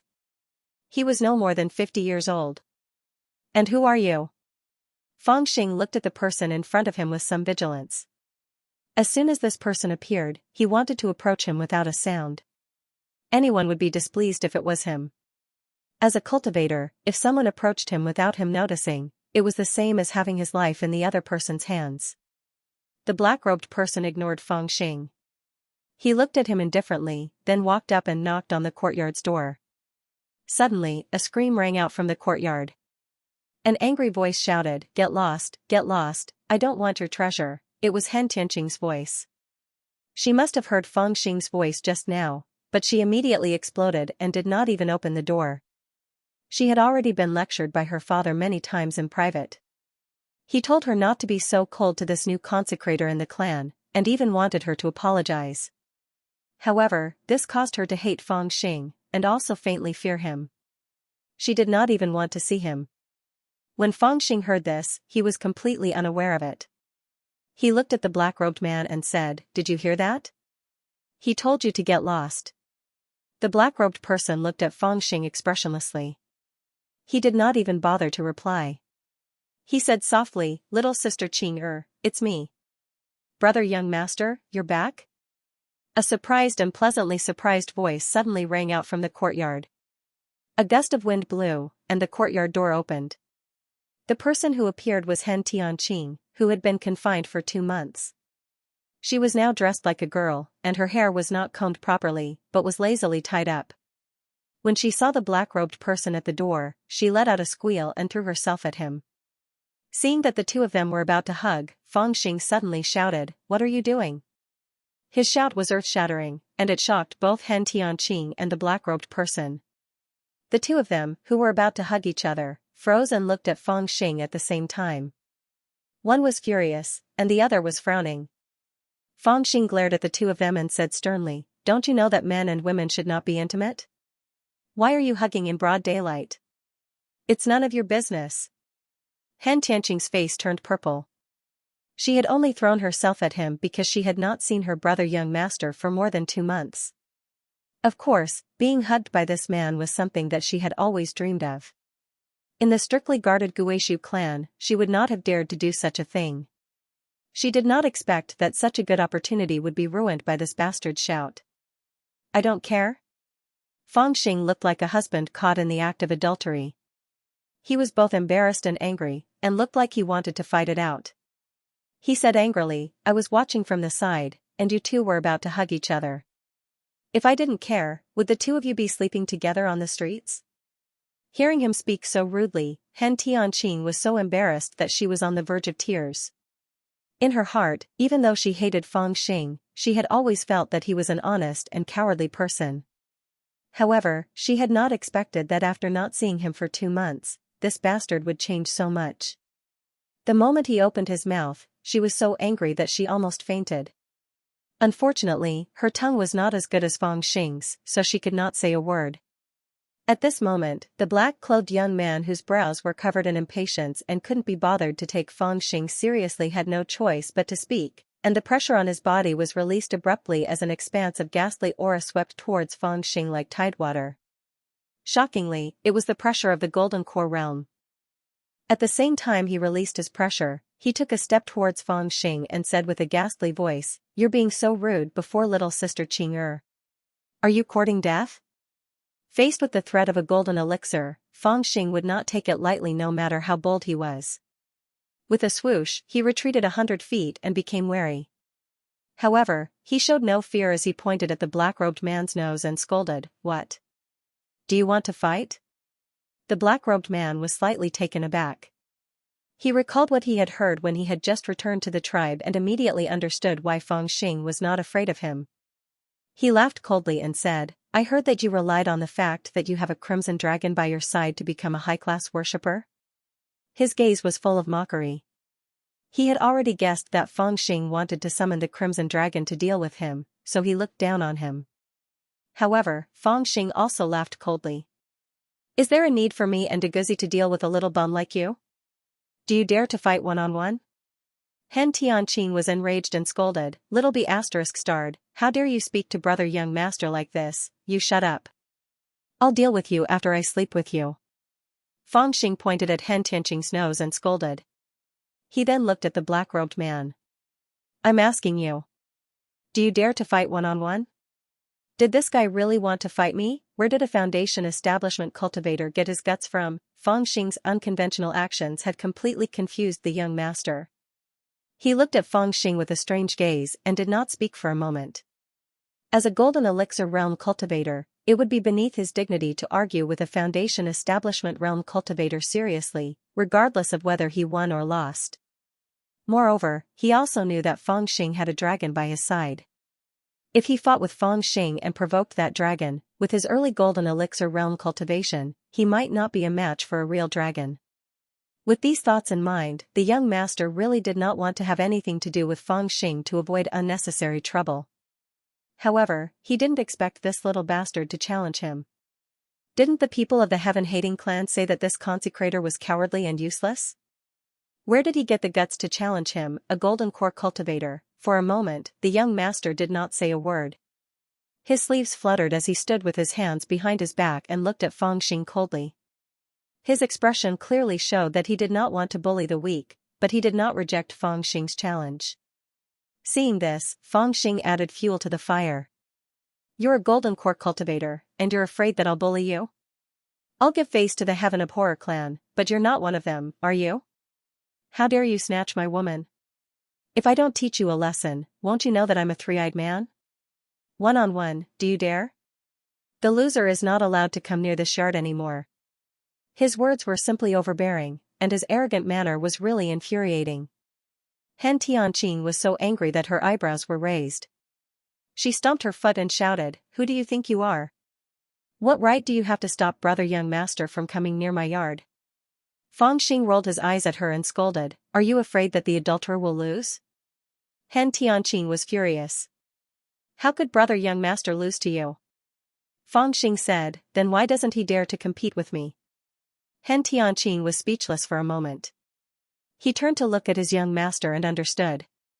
Given big brother young master's arrogant personality, he naturally wouldn't want to compete with a clown like this. However, since he had already said so much, wouldn't he teach him a lesson on his behalf?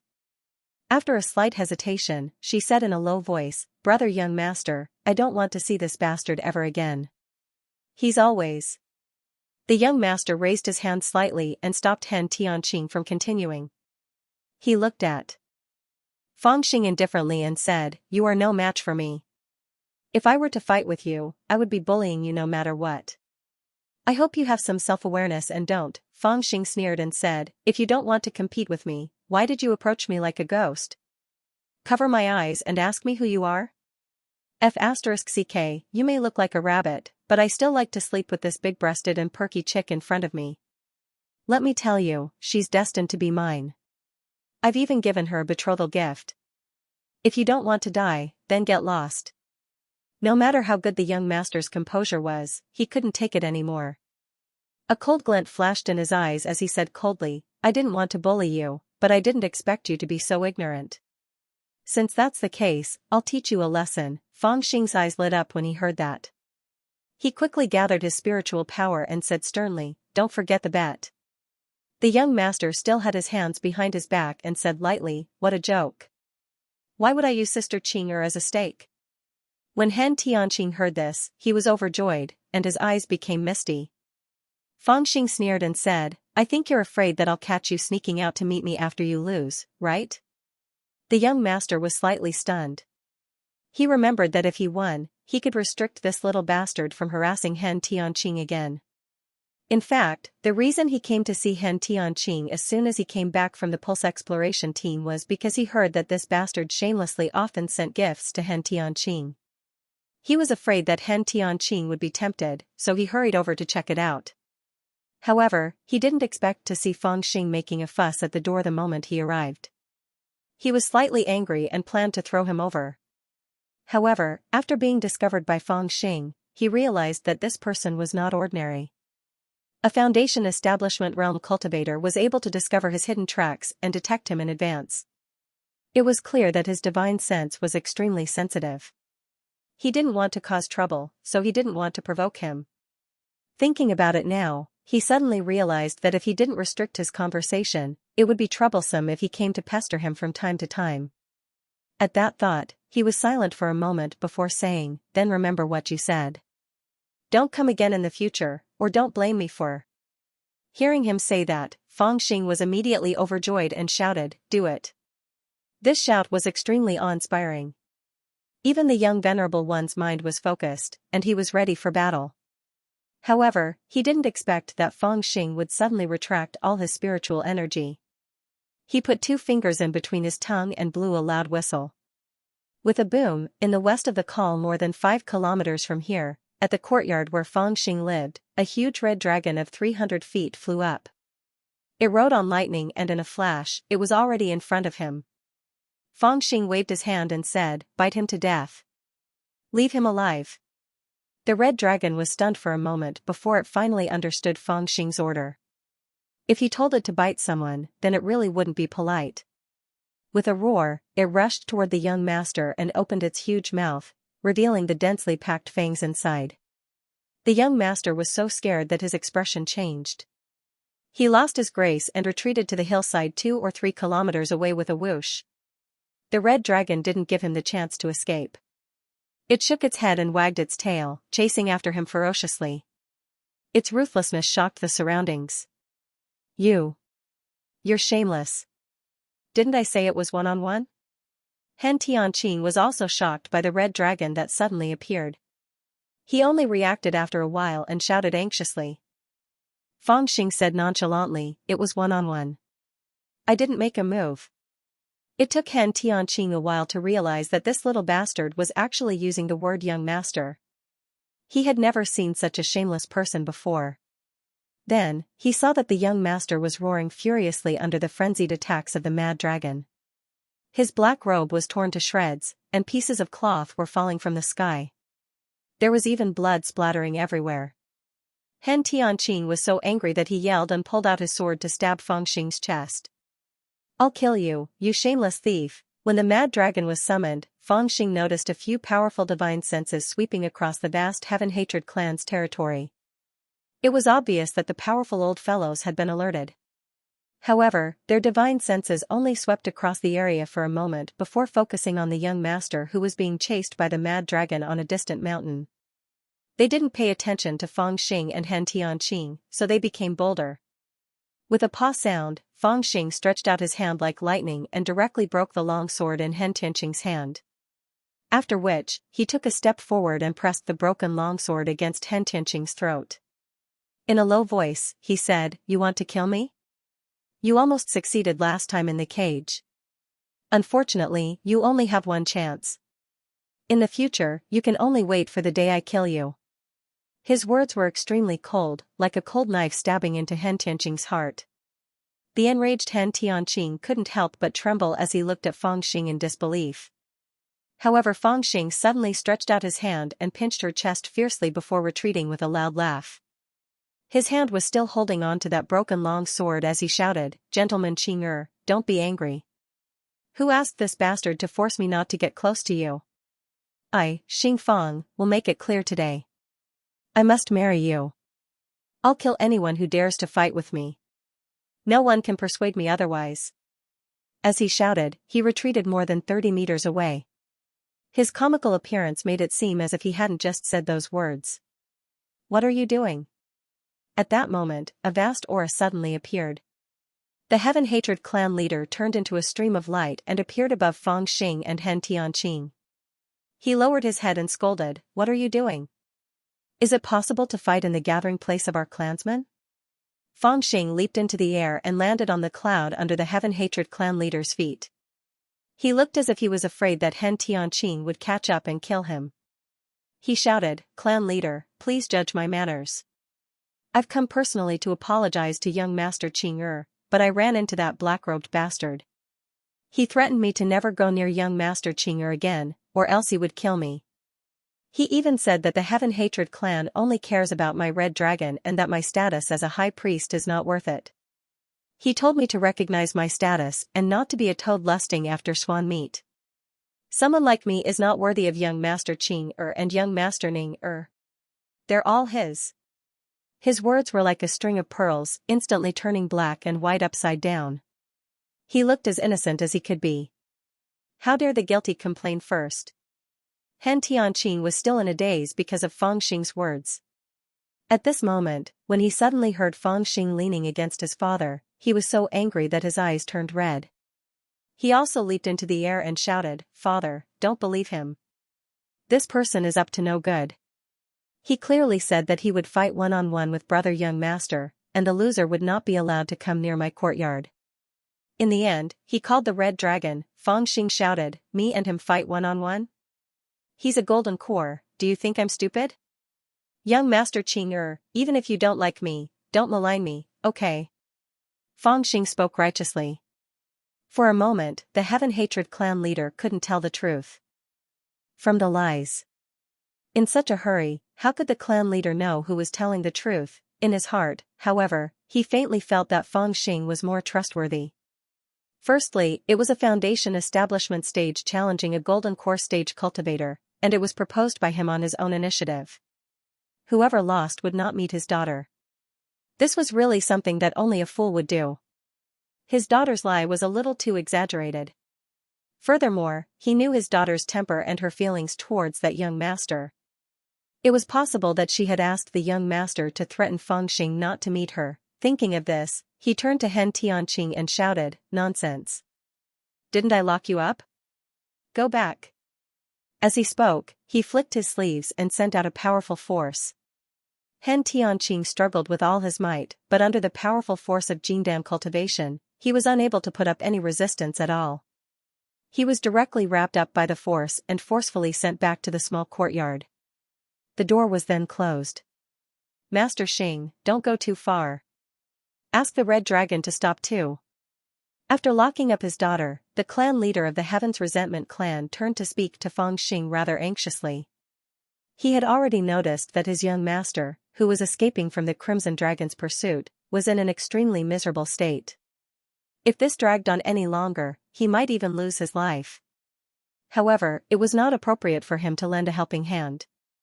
Judging from the Crimson Dragon's strength, even the 5 elders with the highest levels of cultivation in the clan would not be able to subdue it in a short period of time, let alone himself. He had to find Fang Xing. When Fang Xing heard this, he agreed immediately and said, "All right." He then stood still and did not move for a long time. The clan leader waited for a while and urged, "Why aren't you calling him back yet?" Fang Xing stared at the battle over there and said, "He's already started." "It's been a long time," the clan leader was speechless. He turned to look at Fang Xing.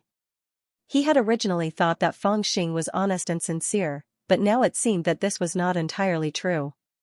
This guy actually used such a lame reason to refuse to take back the red dragon. He was also a bad person. Of course, no matter how he thought about it, he would never have thought that Fang Xing was trying his best to act like an honest person.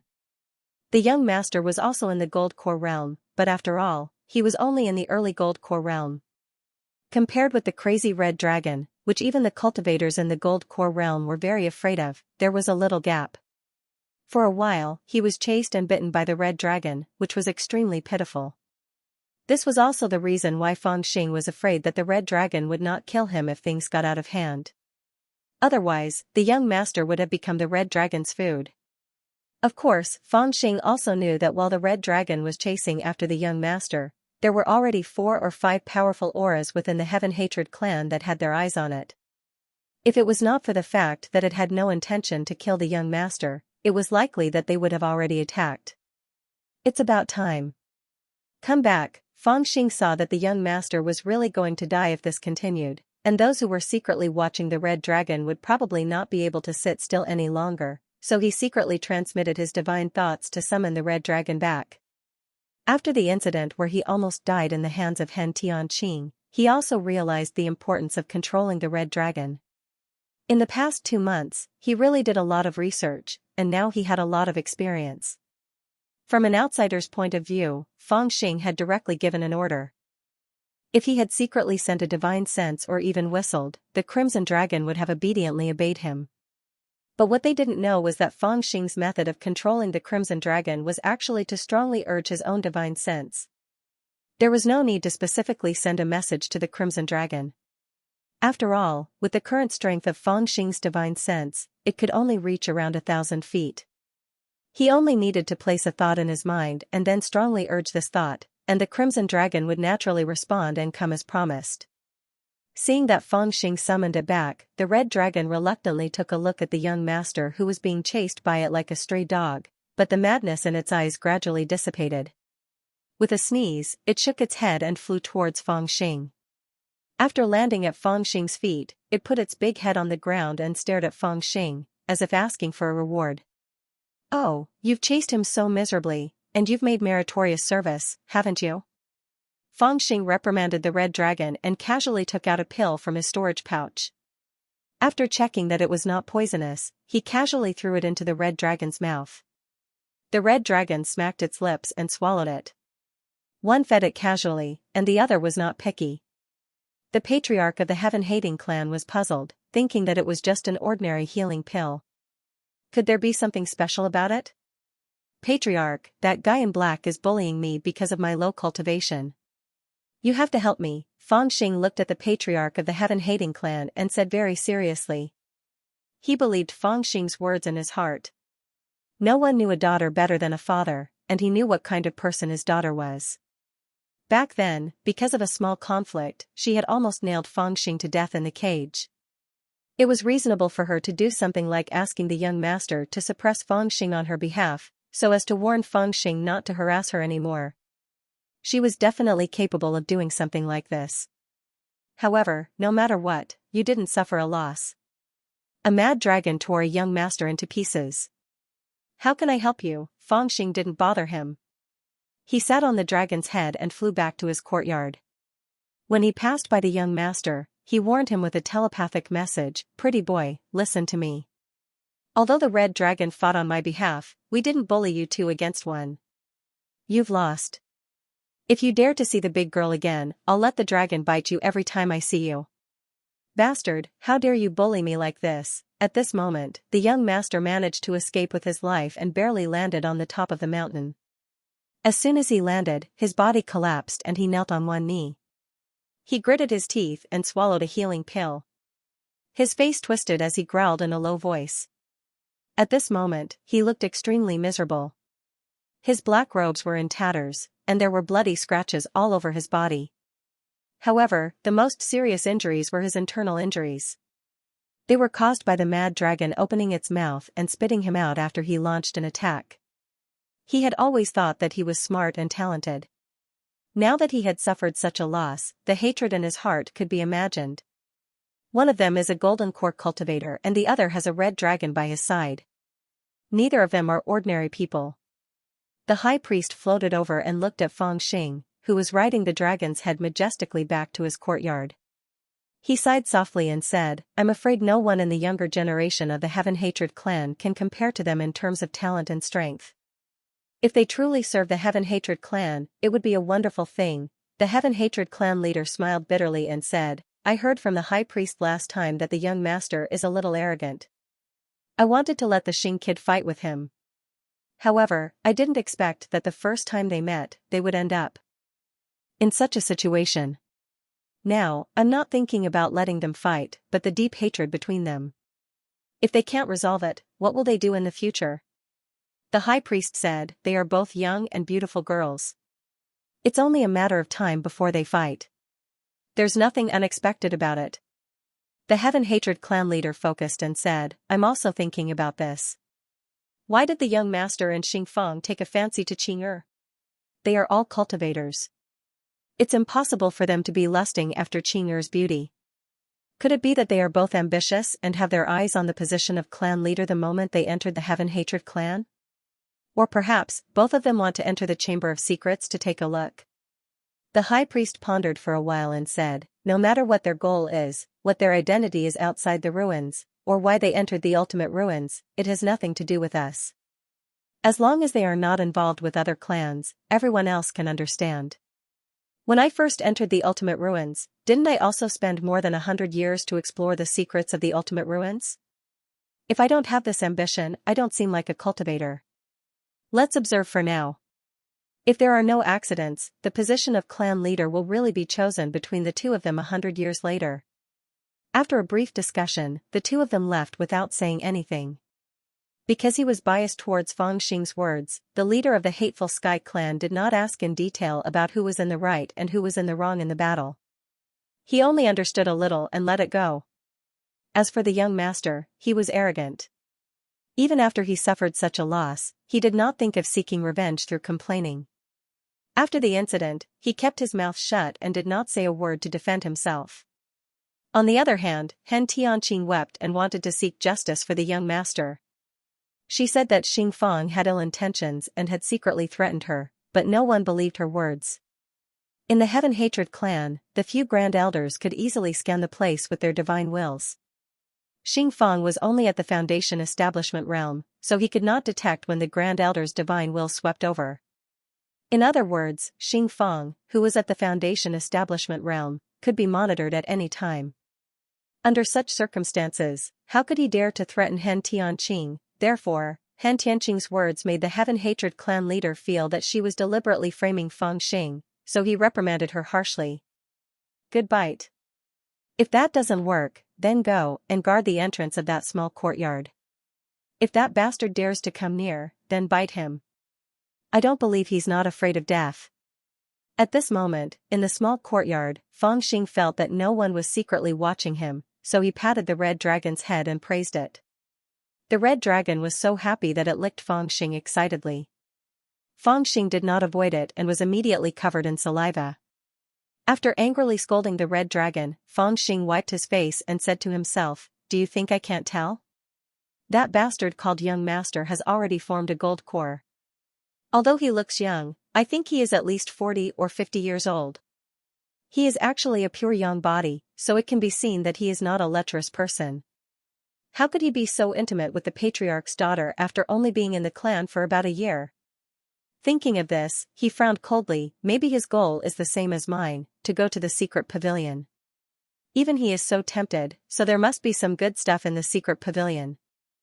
I've heard people say that the Heaven Hatred clan is one of the oldest clans in the Ultimate, and the stuff in the secret pavilion was left behind by the Heaven Hatred ancestor, so it must be extraordinary. Fang Xing secretly pondered, and his eyes gradually lit up. Is Master Xing here? As he was pondering, a girl walked in from the entrance of the courtyard. It was the second daughter of the Heaven Hatred clan leader, Han Tianqing. She saw Fang Xing, and without waiting for Fang Xing to answer, she walked over with a faint smile on her face. She looked very gentle and obedient, but what Fang Xing could not see from his position was that behind her, she was tightly holding the horn dagger that never left her side. Master Xing, I just thought of a question to ask you. The second young mistress, Han Tianqing, walked over with a smile on her face. When she staggered to Fang Xing's side, she suddenly lost her footing and fell into Fang Xing's arms. Fang Xing, who was half lying on the chair, seemed surprised and delighted. He chuckled and called out, "Be careful, second young mistress." He then unceremoniously hugged Han Tianqing. In an instant, Han Tianqing was filled with a warm and fragrant scent. What kind of rouge is second miss using? It smells so good. What do you want to ask me? Fang Xing chuckled and asked while hugging Han Tianqing. Han Tianqing smiled sweetly and sat on Fang Xing's lap. She smiled and said, "You treated brother young master like that, aren't you afraid?"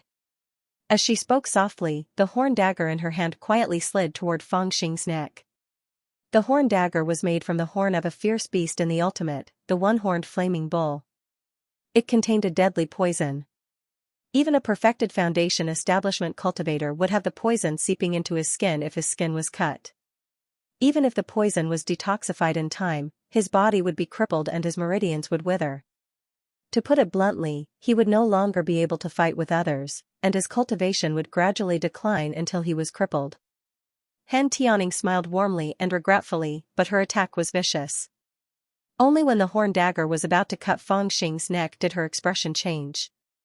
Looking at Fang Xing, who was smiling and holding her chin, she said in a cold voice. "Aren't you afraid that I will take your life?" "Of course not." When Han Tianning was about to cut Fang Xing's neck, Fang Xing pinched her sharp chin and stuck a soul fixation talisman on her forehead. Suddenly, Han Tianning could not move, and even the sneer on her face froze.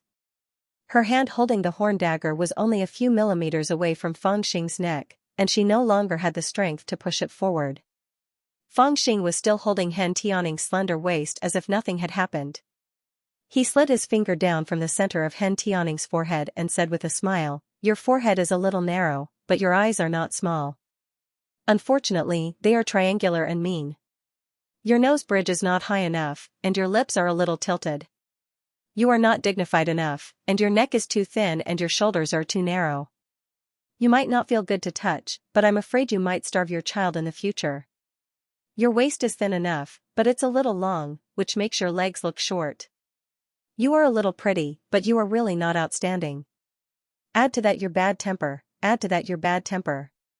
His expression suddenly changed, and he flicked his finger, sending Han Tianning flying.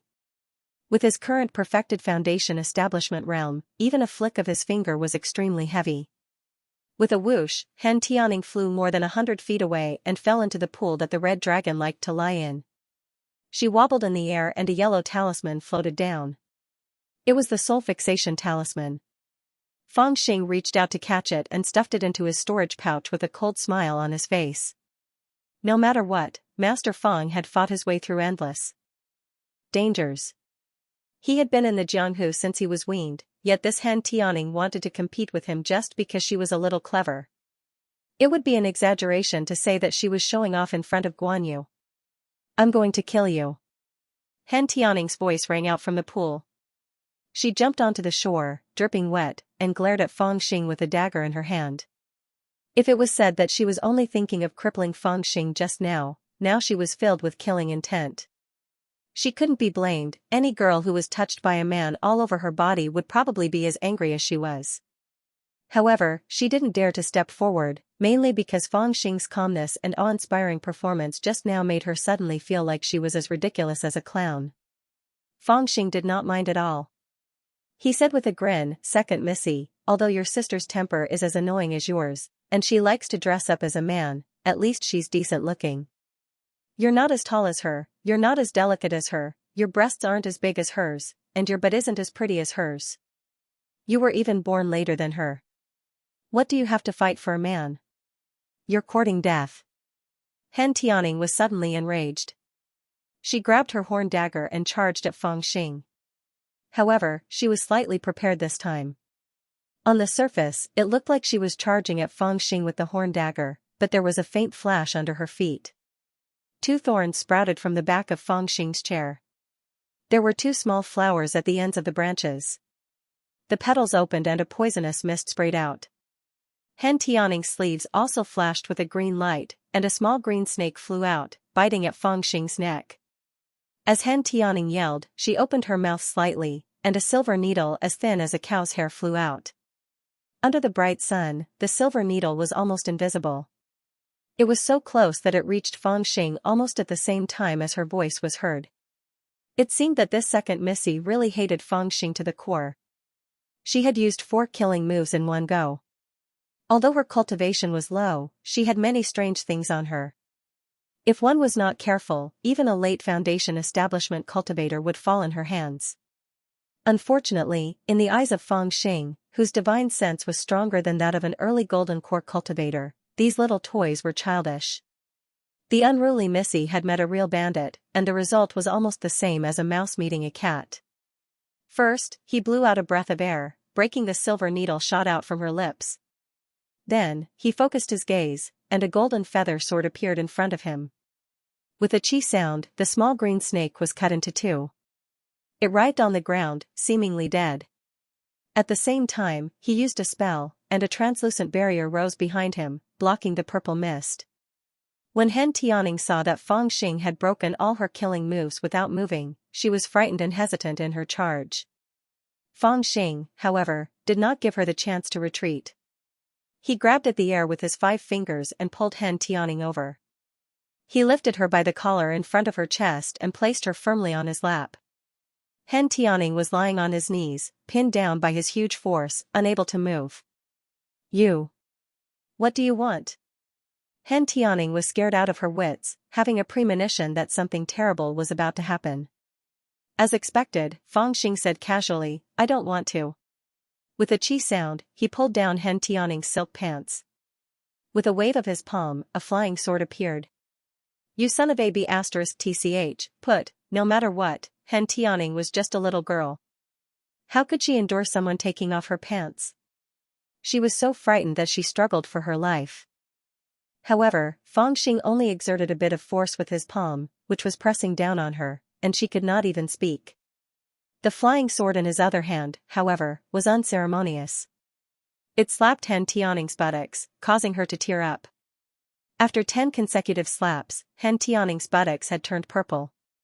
Only then did Fang Xing casually throw her out, and she fell into the pond with a splash. I must tell my father and let him kill you.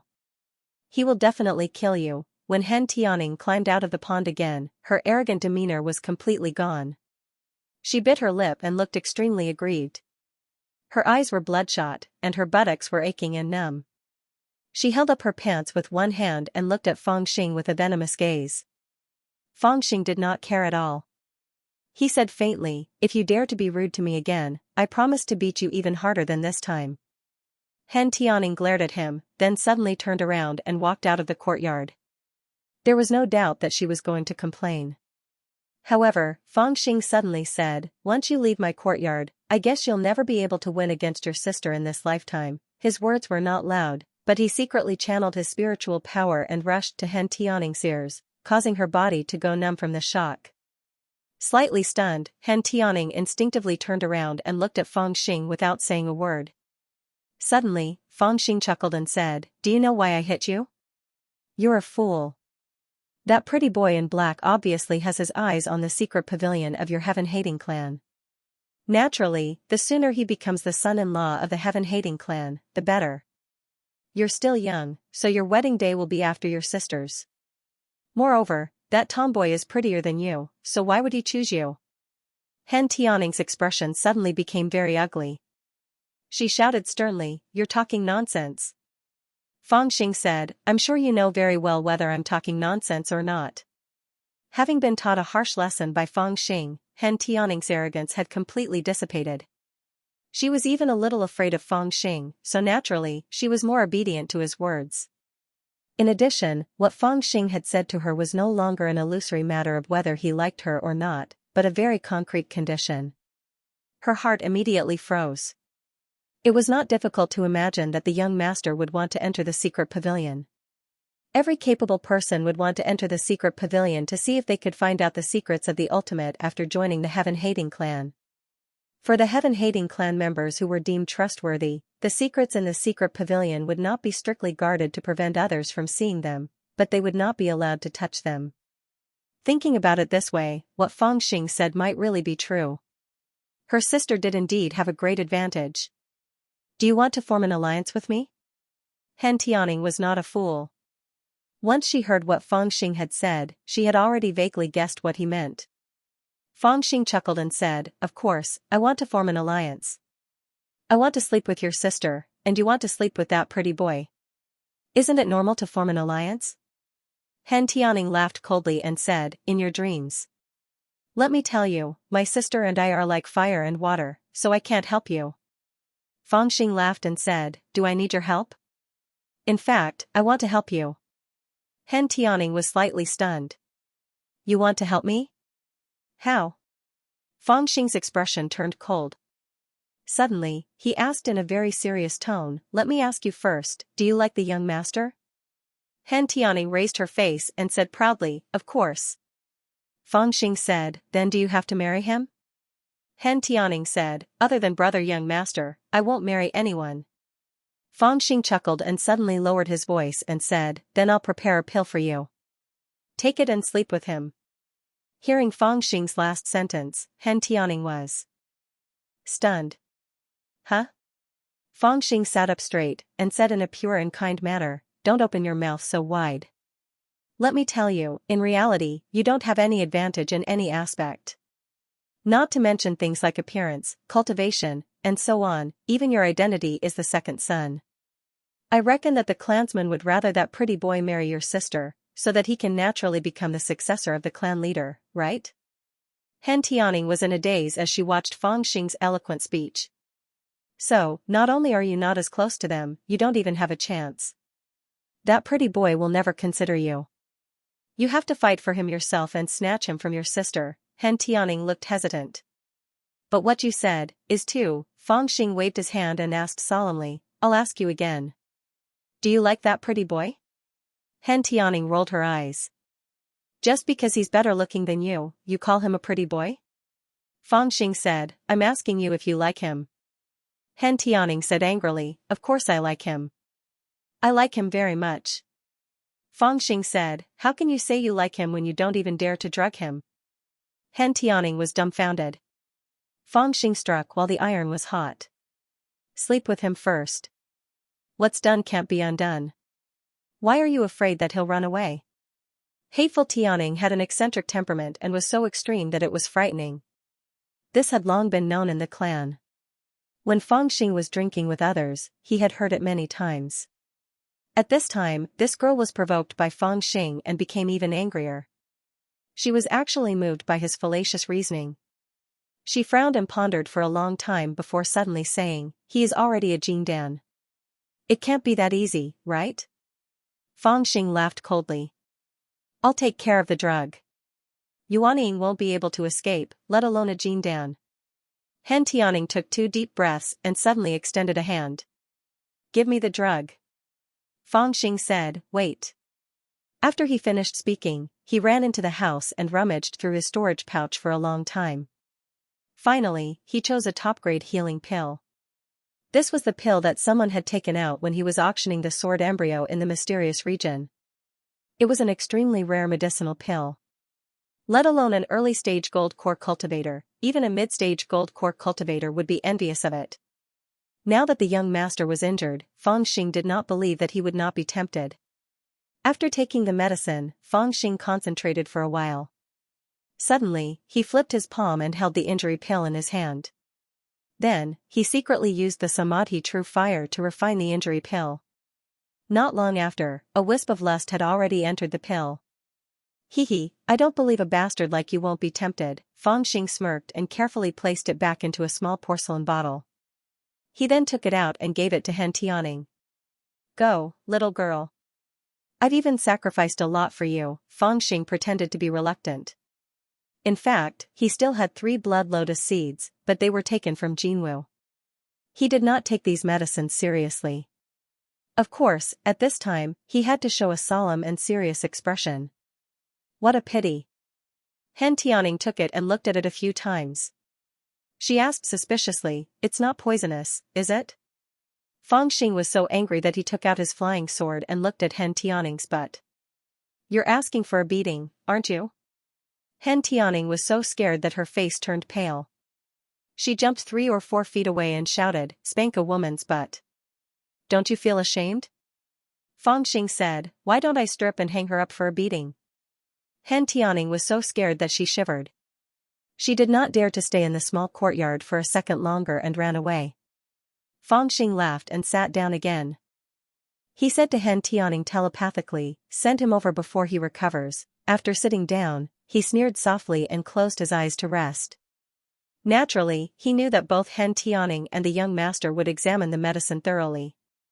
However, no matter how hard they examined it, they would not be able to find anything unusual. This was because the lust in the medicine was traceless and could not be detected by ordinary means. Even if Han Tianning were to expose the matter, he could deny it completely and allow others to examine the medicine. This method of operating the power of the fire of lust was the result of his 2 years of meditation. This was because the flame of wrath was obtained from the enigmatic coffin decapitation illustration, and the flame of will was obtained from the mysterious domain foundation cleansing elixir. However, the flame of lust was self-comprehended by Feng Xing according to the method imparted by the Lotus Lady. Therefore, in the Samadhi fire, Feng Xing was more adept at operating the fire of lust and could slightly leak it out of his body. Of course, at this level, it could not hurt the enemy, but it was good for scheming. It was precisely because of this that Feng Xing believed that the young master might not be able to find any clues even after the incident. This was because the fire of lust in the pill was not poisonous and would only arouse his own fire of lust. Thinking about the young master's 40 to 50 years of pure young body, even if there was a special method to suppress it, the fire of lust would still be very strong. Rumor had it in the clan that after the young master came to the clan, he had already expressed his feelings for the child. However, he was arrogant and polite, and had always treated her with courtesy and never overly intimate. Feng Xing guessed that it was probably because of the young master's unwillingness to be overly intimate that the child felt insecure. This also made Han Tianning feel that he still had a chance and had been fighting for it with his life. However, Feng Xing felt that the young master had always treated the child with courtesy not because he was serious, but to maintain his pure young body, he had to stay away from women. If he were to get close to a woman, he was afraid that he would not be able to suppress it. After all, a cultivator who did not go through the 9 tribulations was still human. Not only would the 7 emotions and 6 desires of a human not decrease, but they would also become stronger. At the same time, Han Tianning walked into the courtyard where the young master resided, stuttering. When the young master saw that it was her and heard that she was here to deliver medicine to him, he felt that it would be inappropriate for him to ignore her and let her in. He did not think that she would have any good medicine and was planning to comfort her before sending her off. However, he did not expect that the girl would take out such a good pill the moment she stretched out her hand. "Younger sister Ning, where did you get this pill?" The young master looked at the pill with rapt attention. He didn't decline, but instead asked softly. Han Tianning giggled and said, "It was given to me by that guy called Xing Feng to please me. Don't worry and use it." The young master was slightly stunned. He wanted to refuse, but a trace of coldness flashed through his heart. This guy called Xing Feng had made him suffer such a big loss the first time he met him. It was hard for the young master to bear, and his eyes flashed when he thought about it. Han Tianning giggled and said, "Brother young master, use that bastard's pill to heal your wounds, and then come back to teach him a lesson." This was exactly what the young master was thinking. He nodded and said, "I heard that someone from the Heaven Grudge clan came to join us with a real dragon, so I specially came back and waited for an opportunity to subdue and take it for myself. I did not want to cause too much trouble, but I did not expect this bastard to be so rude and unreasonable. I have no choice but to use some forceful methods. Once I'm healed, he will not be able to escape." As these thoughts flashed through his mind, the young master reached out to take the medicine and said, "Thank you, younger sister Ning." Han Tianning smiled and said, "Brother young master, you will be fine as soon as you recover. I will guard you at the door." As she spoke, she stood beside the door and leaned against the door frame, looking at the young master and giggling. The young master said lightly, "It's just healing. I can stop at any time, so there is no need to guard me." As he spoke, he used his divine sense to explore the pill. In a short period of time, he used at least 7 methods to examine the pill's grade, and found that it was indeed a good pill. There was nothing unusual about it, so he pondered for a moment and swallowed the pill. He slowly circulated his spiritual power to dissolve it, and before long, the medicinal effect gradually spread and seeped into the young master's internal organs. From the inside out, his injuries were recovering rapidly. "It is indeed a good pill," the young master thought to himself. The young master thought to himself. At the same time, he felt that since that fellow had come from the outer ruins, he actually had so many good things on him. After he seized his crimson dragon, he would capture him and interrogate him in detail to see if he had grasped any useful techniques and so on. As he was thinking, he suddenly felt that something was wrong. A ball of fire had risen in his lower abdomen. The young master was shocked and thought, why is the lust poison acting up now? He hurriedly used his secret mental cultivation method to suppress the lust poison, so that it would not show its true form in front of Xianxia. However, he did not expect the lust poison to come so quickly this time. In an instant, it had already spread throughout his body, and even his secret mental cultivation method could not suppress it. For a moment, the qi and blood in his body were like a broken dam, flowing endlessly. In an instant, even his pale skin turned blood red. "Brother young master, are you okay?" Xianxia leaned against the door and asked quietly with his head poked out. He could not help but feel a little uneasy. Swoosh, the young master suddenly opened his eyes. His eyes were blood red, and at the same time, his cheeks were slightly distorted. "Ah! Brother young master." Xianxia was shocked and jumped a step back, looking at the young master with fear in his eyes. "Sister Qing'er. Come here," the young master suddenly spoke in a low voice. His voice was hoarse, and there was some evil in his eyes. I'm not going. I have something to do. I'll leave first." It was originally planned, but Xianxia suddenly felt that the young master was exuding an evil aura. His originally handsome appearance had suddenly become hateful. She originally loved the young master's good looks, but when she saw him in such an ugly state, the love in her heart suddenly faded. Coupled with the fact that she was already a little afraid, she suddenly shouted and rushed out of the door. "Sister Qing'er, come back," the young master called out in a low voice, but only halfway through, he forcefully suppressed it and said to himself, go quickly." It seemed that he did not want to come into contact with Xianxia, and could not wait for her to leave. However, this trace of reason quickly dissipated under the raging fire of lust, and the evil in his eyes was burning. "Stupid girl, come back!" The young master suddenly screamed, and with a stomp of his feet, his whole body had already pounced out. His movement was not like that of a human. "Save me! Ancestor, save me! Father, save me!" In the quiet gathering place of the Heaven Abhorrence clan, a shrill girl's voice was suddenly heard. Her voice was mixed with a few beast-like roars, startling countless people. A few rays of great aura swept over and a few ancestors' voices suddenly shouted, "Evil creature, stop!" Following the voice, a few figures rushed out from the mountains. These old cultivators who had lived in seclusion in the Heaven Abhorrence clan for countless years saw a half-human, half-bird monster pressing a delicate girl under its body. The monster's eyes were scarlet red and ferocious. The old fellows did not dare to be careless and immediately attacked. A few rays of great power swept over from all directions and with a bang, the monster was sent flying 4 to 5 feet away. "Say, Senior, spare me. Young master." Young master knows his mistake. The monster did not pounce on them after being sent flying. Instead, it sobered up a little and opened its mouth to shout. "Young master. You're the young master?" The gathering place of the Heaven Abhorrence clan was not very big. Just this earth-shattering commotion had already alerted countless people. There were people rushing over from all directions. The Heaven Abhorrence clan's clan leader and the high priest had also rushed over. Fang Xing, who was originally not far from this place, was naturally no exception. He had long since come over to watch the show on his crimson dragon. When he saw the scene, he was shocked. When he first saw the half-human, half-bird monster, he thought it was a ferocious beast from some mountain that had run into the clan. How could it be the young master? What the hell is this thing? The Heaven Abhorrence clan leader was stunned and shouted angrily, "Young master, what kind of demon are you? Why don't you show your true form?"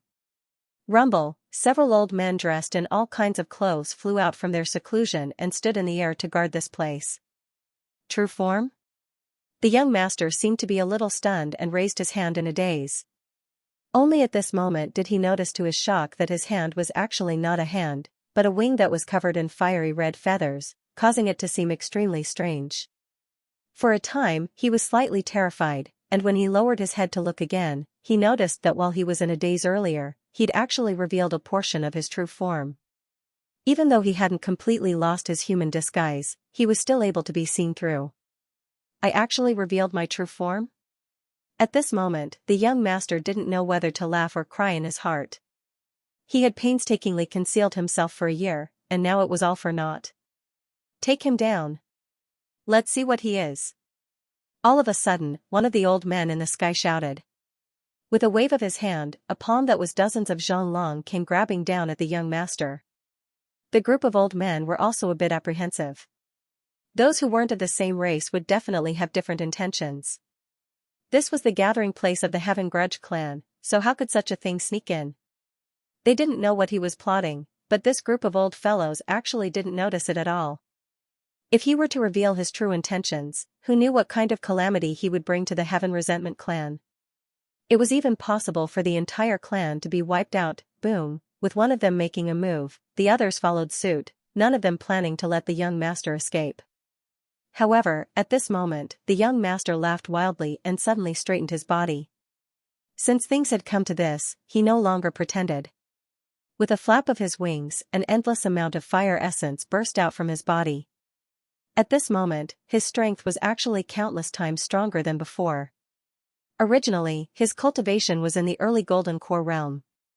Even though his performance was slightly stronger than that of an ordinary early Golden Core realm cultivator, it was not too outrageous. However, at this moment, the power released from his body was actually comparable to that of an ordinary late Golden Core realm cultivator. In particular, the fire essence that burst out from his body directly enveloped the area of 10 zhang around him into a huge fireball, dispersing all the spells that were aimed at him. Whoosh, while the cultivators were still in a daze, a ray of red light suddenly rushed out of the sea of fire. What kind of bird is that? Fangxing was taken aback. He realized that the young master's original form was actually a red bird the size of a horse. It had a slender body and was covered in elegant feathers. Around its body, there were faintly discernible red flames that flickered in between its feathers in an incomparably strange manner. Its appearance was clearly so gorgeous, but there was a faint, indescribable fierceness emanating from its body. The bird turned its head and looked at him, who was riding on the dragon's head. Vermilion bird. This is actually a vermilion bird. The few great cultivators of the Heaven Resentment clan were also shocked by this bird, and someone cried out involuntarily. Seeing this legendary ferocious beast suddenly appear before their eyes, the few great cultivators even momentarily forgot to attack. This was a plan that we had full confidence in, but it was ruined by your hands. The vermilion bird stared at Fangxing coldly and spoke in a human voice that seemed to be filled with endless hatred and ruthlessness. Who ruined you? I wasn't the one who gave you that pill. Fangxing rode on the dragon's head and shouted at the bird, as if he was trying to distinguish between them. However, no one knew if he was doing it on purpose, but it seemed like he was admitting to it. The vermilion bird's gaze toward Fangxing immediately became even more resentful. Its body of fire pressed toward Fangxing, and it actually turned into a cloud of fire that burned toward Fangxing wherever it passed. The air distorted, and it seemed like it could even burn through the void. Roar! How could the azure dragon allow this cloud of fire to reach Fangxing? It let out a long howl and spat out a clear light from its mouth, blowing away the cloud of fire. The vermilion bird was enraged. It spread its wings and seemed like it was going to charge toward Fangxing. Ckami, run. Fangxing was shocked and hurriedly urged the azure dragon to escape. He didn't know the vermilion bird's background now, so he didn't want to fight it. When the great cultivators in the sky saw this, they immediately had the intention to attack. However, they didn't expect that the vermilion bird was only pretending. After it was about to pounce, flames suddenly lit up around its body. The heat wave was oppressive, and the light was dazzling. When the light disappeared, the vermilion bird that was flying in the sky had actually disappeared. Dozens of miles away, a ray of fire suddenly appeared and fled into the distance. It was actually using a teleportation technique. He wants to escape, the Heaven Hatred clan's great elders shouted, and their figures flashed at the same time, using teleportation techniques to chase after him. Fangxing also hurriedly patted the red dragon's head. Quickly chase after him, the red dragon roared and also flew out with a whoosh. However, its mind was in a mess and it almost didn't know how to cast any spells. It could only rely on its instinct to fight, or use the strength of its dragon body to swallow some of the opponent's spells and reflect them back. Although its speed was fast, it didn't know how to teleport. As soon as it appeared, it was left dozens of miles behind and couldn't catch up for a while. Fangxing didn't care. He didn't plan to let the red dragon fight the ferocious bird. He just wanted to catch up and see what was going on. Whoosh, the vermilion bird flew across the sky like a bolt of lightning, covering a distance of 100 miles with a single wing. The Heaven-Hatred clan's great elders, on the other hand, formed a formation and separately used teleportation techniques to cross the void, trying their best to catch up. Leave a way out. Aren't you afraid that when the 9 moons rise to the sky, you'll be doomed if you chase after me so forcefully? The vermilion bird flew in front and said coldly. The Heaven-Hatred clan's great elders were stunned when they heard it, as if they thought of something that shocked them. Immediately, someone shouted, "Vermilion bird, come back, I have something to ask you. I know what you want to ask, but now isn't the time for you to know." The vermilion bird had no intention of turning back. Instead, it suddenly flew into a tall stone forest in the distance. In the stone forest, there was immediately a fierce roar that shocked the surroundings. There was a terrifying rank 6 ferocious beast there. Even the Heaven-Hatred clan's great elders didn't dare to provoke it. Their pursuit slowed down slightly. The vermilion bird used its agility and speed to avoid the ferocious beast's grasp. Its cold voice sounded behind it. "Since the day I was born, the sinkhole's great change was destined. I'll give you a gift in advance so that you can prepare." Gaga, a ball of fire wrapped around a scroll and flew towards the few elders behind it. As for the vermilion bird, it laughed fiercely as it flew into the distance. What did he leave behind? Seeing that it was too late to catch up, the few elders stopped helplessly. They huddled together and looked at the scroll. "This seems to be some kind of secret technique of the Taishang path." The great priest grabbed the scroll and focused his eyes on it. Immediately, he broke out in a cold sweat and showed it to the few elders. He didn't continue speaking, but the elders already understood what he meant, and they were all shocked. "This vermilion bird doesn't have good intentions," suddenly, the great priest said in a deep voice, his eyes flickering. Another elder said softly, "As long as it's beneficial to the Heaven-Hatred clan, who cares if he has good intentions?" "Elders, have you caught up?" Suddenly, a voice came from behind. It was Feng Xing and the Heaven-Hatred clan's leader on a red dragon. They had arrived with a group of powerful great priests. Feng Xing rushed to the front and flew towards the few elders. Looking at his red dragon, the few elders suddenly fell silent. One of the elders flipped his palm and put the secret scroll into his sleeve. He turned around as if nothing had happened. "That beast is cunning and fast." "He escaped," the few elders replied indifferently and flew back in the direction of the Heaven-Hatred clan. They left Feng Xing hanging in the air. He thought to himself, "Why do these old guys feel weird?" The Heaven Abhorrence clan's promising new consecrated young master turned out to be a vermilion bird. This shocked the entire clan. The vermilion bird was an extremely powerful ancient beast. It was once known as the 4 beasts along with the azure dragon, the white tiger, and the black tortoise. It was one of the 4 strongest clans among the beasts. To put it bluntly, the azure dragon was the ancestor of the current dragon clan. However, the dragon clan later learned the great Tao of the human clan and cultivated a human form. They became half-human, and their natal colors changed from green to gold, becoming the golden dragon. The dragon clan was the best at learning. They gathered the strengths of many clans, so they were able to survive the great changes of the world. The vermilion bird, on the other hand, was different. Although it was powerful, no one had ever survived. It should have gone extinct during the great changes of the world. There were many beasts in the bottomless sinkhole, so there were no legends of the vermilion bird. "Ninger, what's going on? How did he change into his original form?" In the Heaven Abhorrence clan, the clan leader was questioning Han Tianing sternly. Although Han Tianing was cunning, he was still frightened by the sudden change. When he heard his father's question, he sobbed and said, "I knew that brother young master, this ferocious bird was injured, so I wanted to give him some medicine. But I didn't expect that after he took the medicine, his appearance immediately changed. He wanted to eat me. I ran away quickly, and he chased after me, revealing his true form." Although this little girl was panicking, she didn't lose her rationality. She knew that she and Feng Xing had a secret plan that couldn't be seen by others. For a virgin girl to actually want to sleep with a man, it really was a bit outrageous. Thus, she casually made up a lie to cover it up. What kind of medicine do you have? Where did you get it? The Heaven Abhorrence clan leader frowned, but accurately grasped the crux of Hen Tianing's words. Hen Tianing was at a loss for words. She suddenly pointed at Feng Xing and said, "It was him, he was the one who gave it to me." When everyone heard this, they immediately turned to look at Feng Xing. "Damn it, this girl is so unloyal," Feng Xing cursed in his heart. He coughed twice and had no choice but to stand up and admit, "The medicine was indeed given by me." All the clansmen immediately looked at him in confusion. Everyone knew that he had a grudge against the young master. Suddenly, they thought, could it be that this fellow wanted to poison the young master, so he gave the poisonous medicine to Hen Tianning and gave it to the young master? In the end, the poison was so strong that it accidentally exposed the young master who had disguised himself as a human. For a moment, the gazes directed at him were filled with suspicion and disdain. Feng Xing knew that it would be difficult to convince everyone if he said that there was nothing wrong with the medicine.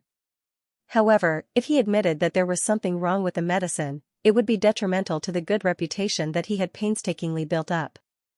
Thankfully, lying was easy for him. Seeing that everyone was looking at him with complicated gazes, he made up his mind and swept his gaze across the crowd, saying, "There's no poison in the medicine.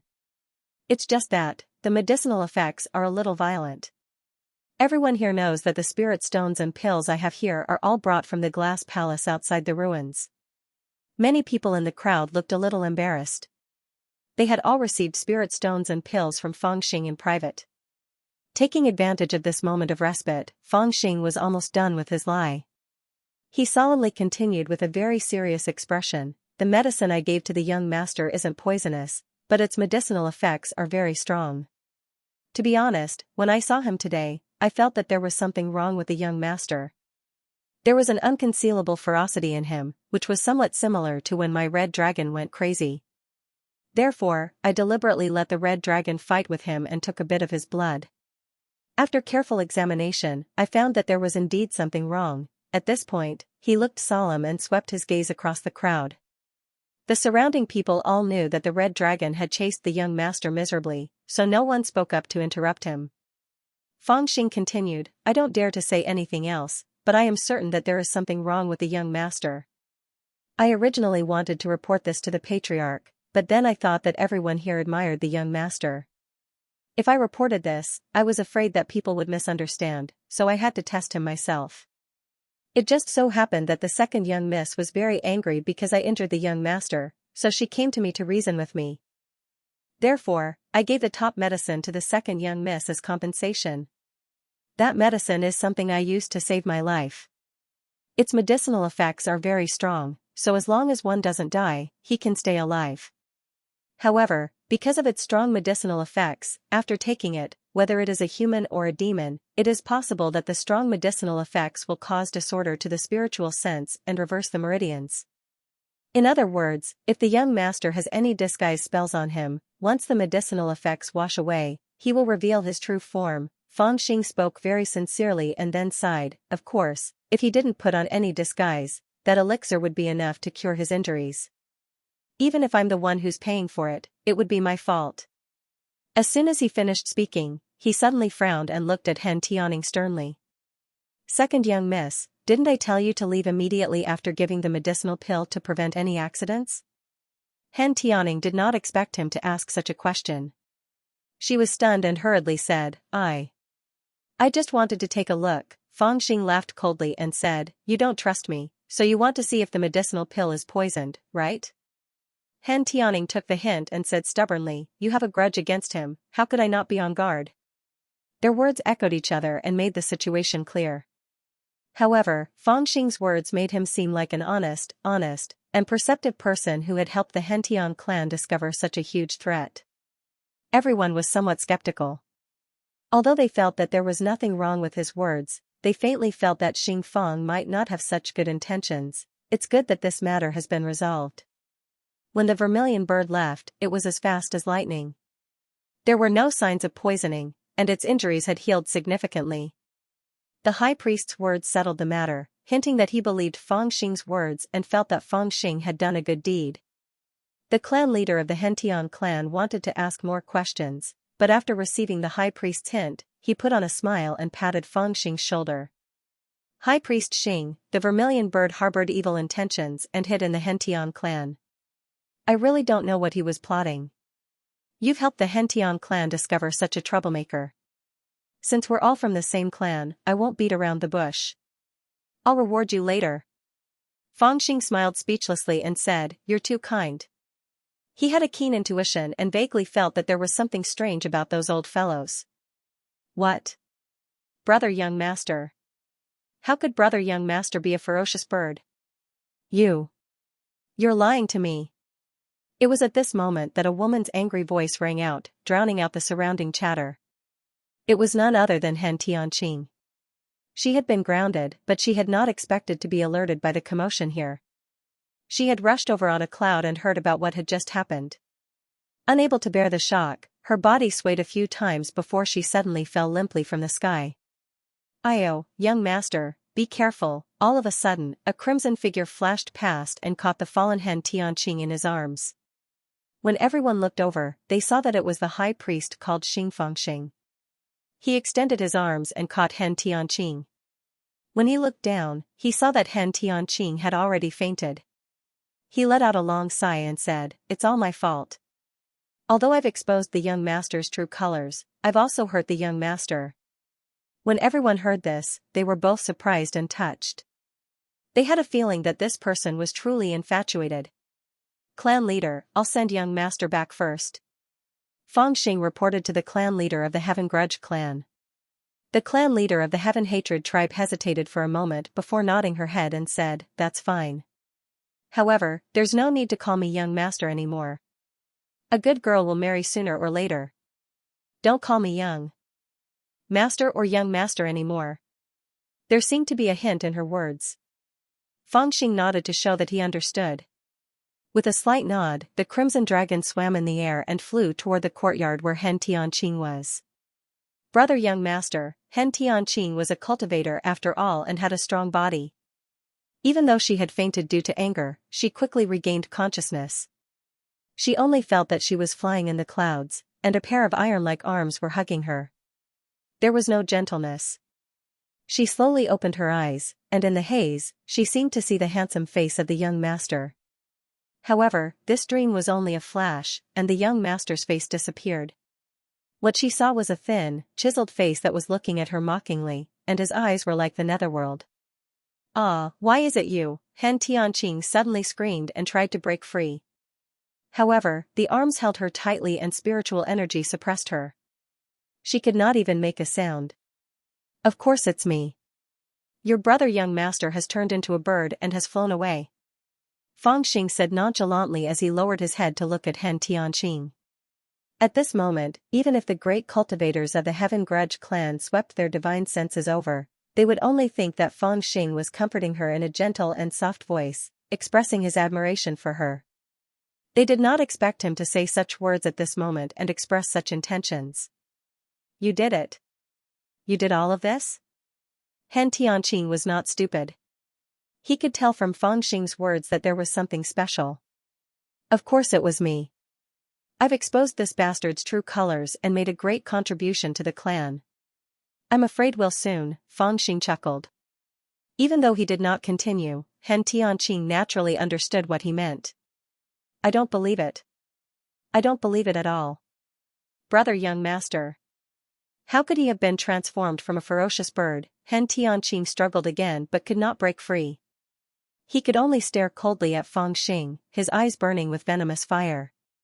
"Bastard, you must have used some trick. It must be you. Everyone else thinks that you're honest and sincere, but I know that you're the one with evil intentions. You must have framed brother young master. Why did you do this? Why?" Her voice was flustered and exasperated, as if she had been wronged. Feng Xing fell silent and faced Han Tianqing's venomous gaze expressionlessly. After a while, he lowered his voice and said, "If you're in the mood to ask me, why don't you ask yourself why you used the ominous nail to nail me in the first place?" Tossing Han Tianqing back into her little courtyard, Feng Xing allowed her to let her imagination run wild, while he flew back to his own courtyard. He was in a good mood. He felt that only when Master Feng made a move would people know whether he was real or not, the reputation of the young master sounded very famous. The entire heaven-hating clan gave him a thumbs up when he was mentioned. It could even be said that almost everyone looked down on him and the young lady.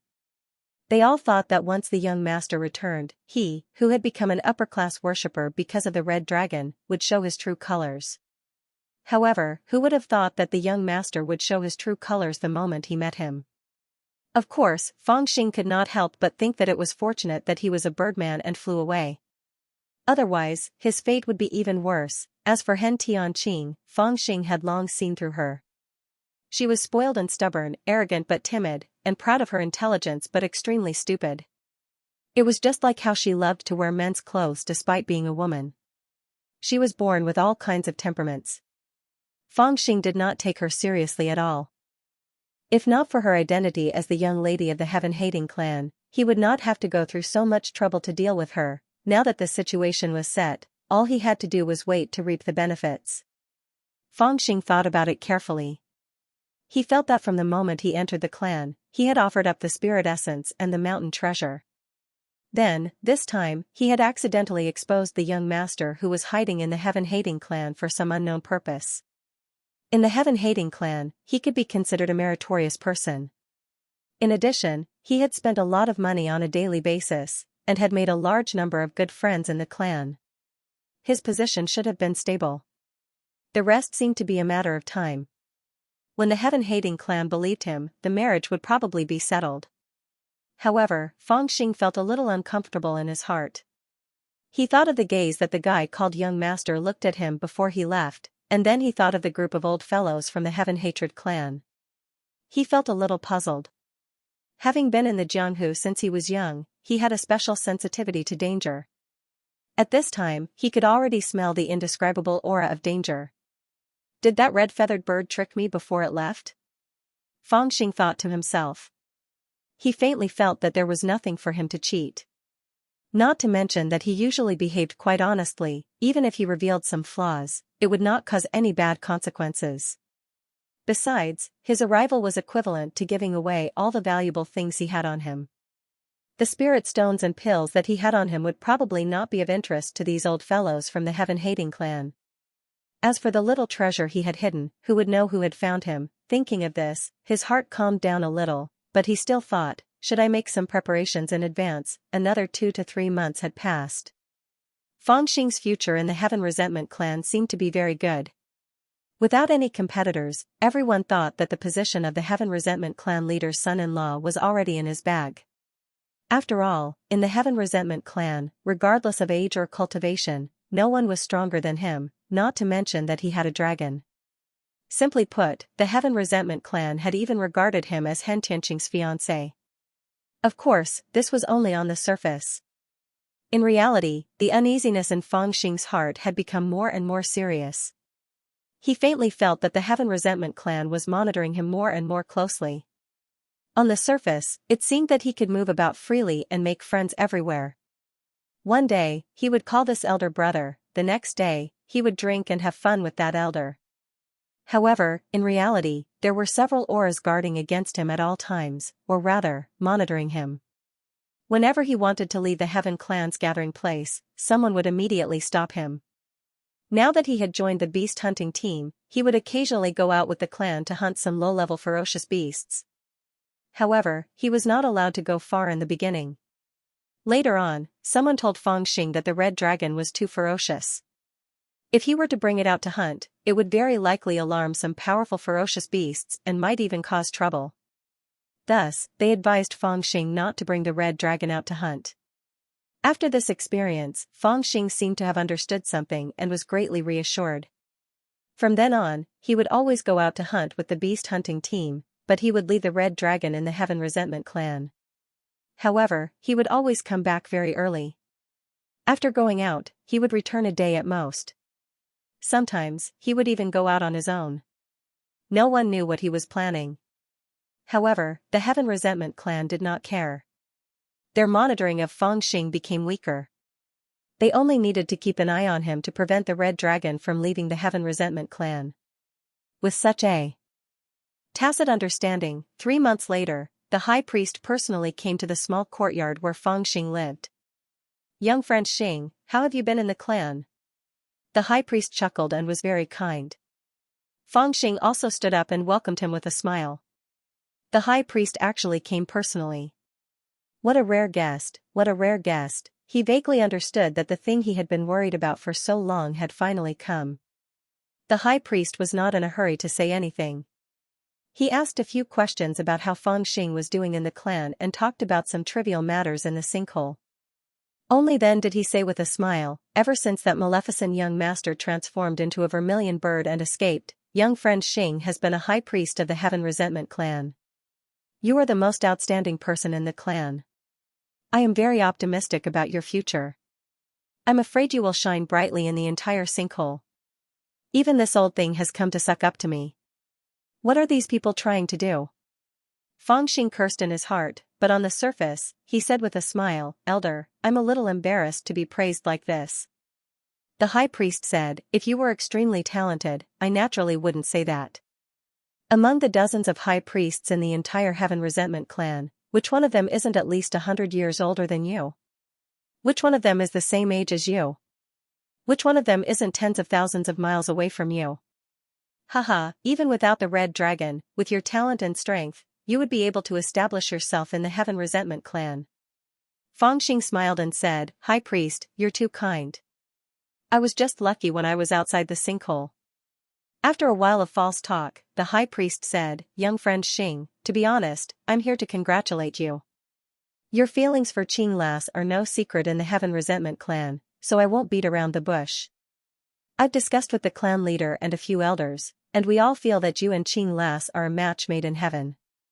We wish to betroth her to you. What do you think? Fang Xing pretended to be shocked and stood up. High priest, are you serious? The high priest smiled and said, I've lived for almost 1,000 years. Do you think I would joke with you?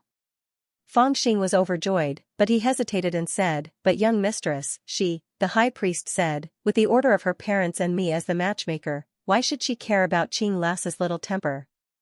Moreover, I've observed that Qing Lass is no longer that resistant to you after the vermilion bird left. I'm afraid she already has someone in her heart. She won't reject this marriage. As long as you're willing, I'll report to the clan leader and settle this matter. He paused for a while and continued, Young friend Xing, you've always wanted to enter the secret pavilion, right? You don't have to deny it. Every outsider who enters here is interested in the secret pavilion. I was the same back then. To be honest, after you and Qing Lass are betrothed, you'll be considered a part of the Heaven Resentment clan. I'll personally bring you to the secret pavilion to fulfill your wish. Fang Xing was overjoyed. He rubbed his hands and said, that's great, but in his heart, he thought, damn it, I'm screwed. The high priest looked at him with a face full of smiles, as if he felt that the matter had been settled. Suddenly, he said carelessly, however, since you're betrothed to Qing Lass, the ceremony can't be abandoned. I'd like to discuss the betrothal gift with you. In the past, according to the clan's rules, men are required to go into the forest alone to hunt a ferocious beast to prove their bravery. But you don't have to do that. Fang Xing laughed heartily and said, Of course. Everyone else is doing this, so how can I be an exception? Head consecrator, please sit down. I'll bring Doggy out to hunt a fierce beast and come back. Wait for me, I'll be back in an hour at most. After that, he didn't say anything more to the high priest and walked out of the door. The high priest laughed bitterly. How could he not see through Fang Xing's thoughts? He placed his palm on Fang Xing's shoulder and said, Little friend Xing, it looks like you've guessed something. I won't be long-winded. This time, I'm the mediator. The betrothal between you and Qing Lass can be decided any time, but this betrothal gift will be made up by your red dragon. How about it? Fang Xing was stunned for a moment. He pretended to be surprised and said, What does elder mean?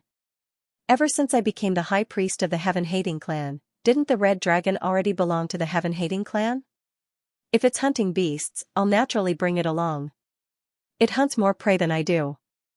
If there's a strong enemy attacking, this big dog will definitely rush to the front without fear. The high priest opened his mouth and interrupted him. He said softly, Little friend, you don't agree? Fang Xing was speechless. He became silent. His eyes were complicated and he didn't know how to answer.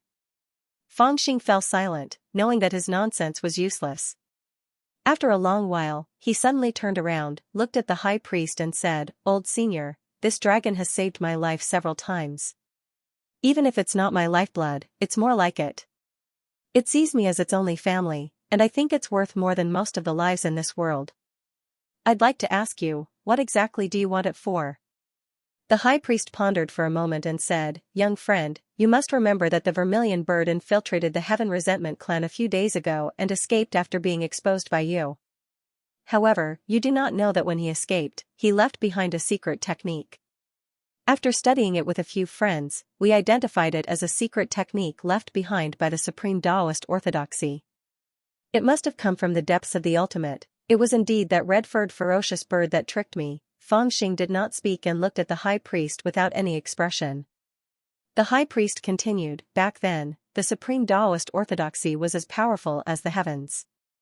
It had subdued all kinds of ferocious beasts, either using them as mounts or refining them into soldiers.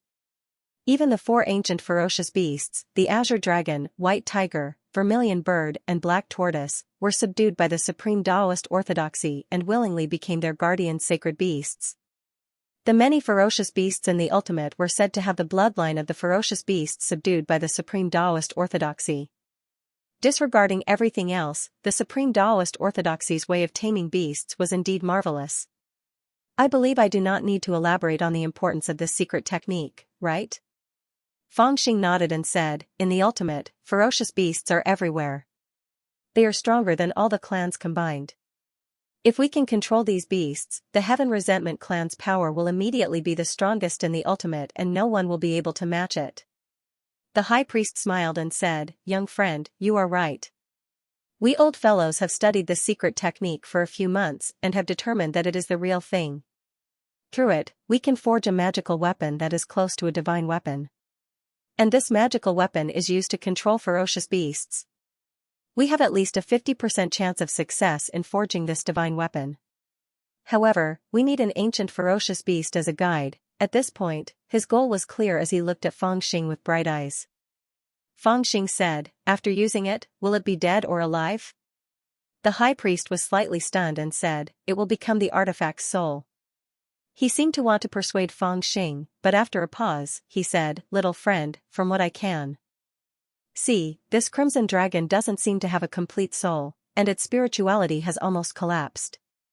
The reason why it's close to you is probably because you've been with it for a long time, and you've been contaminated by its aura. But in fact, this shackle is very weak.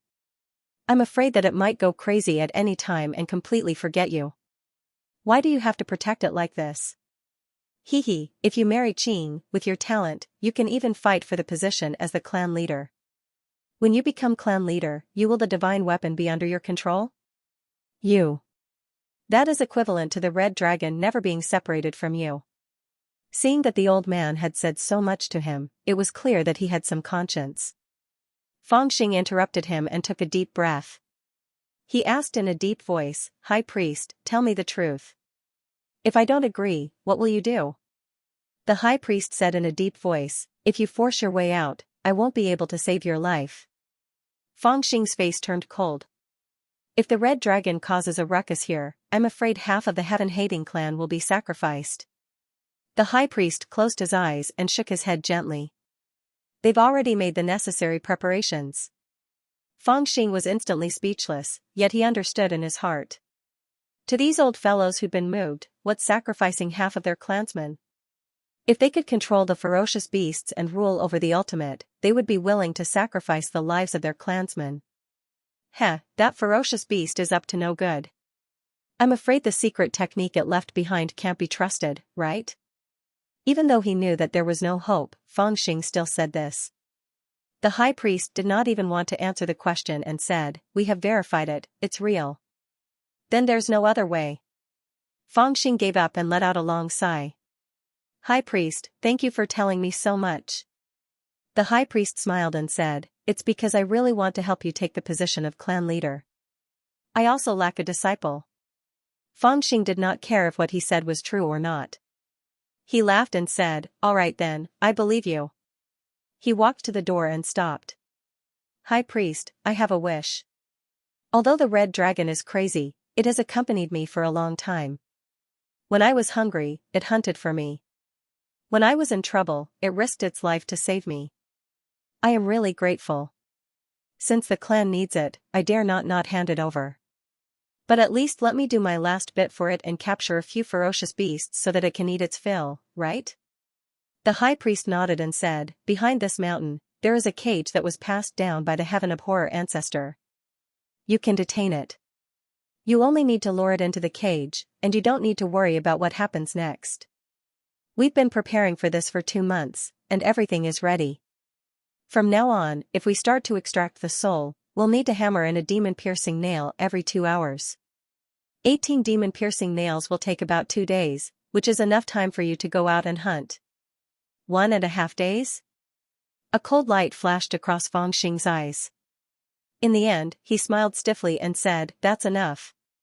As soon as he stepped out, he saw a few elders standing expressionlessly in the air above his courtyard. The clan leader of the Heaven Grudge clan was also among them, as if they were watching his every move.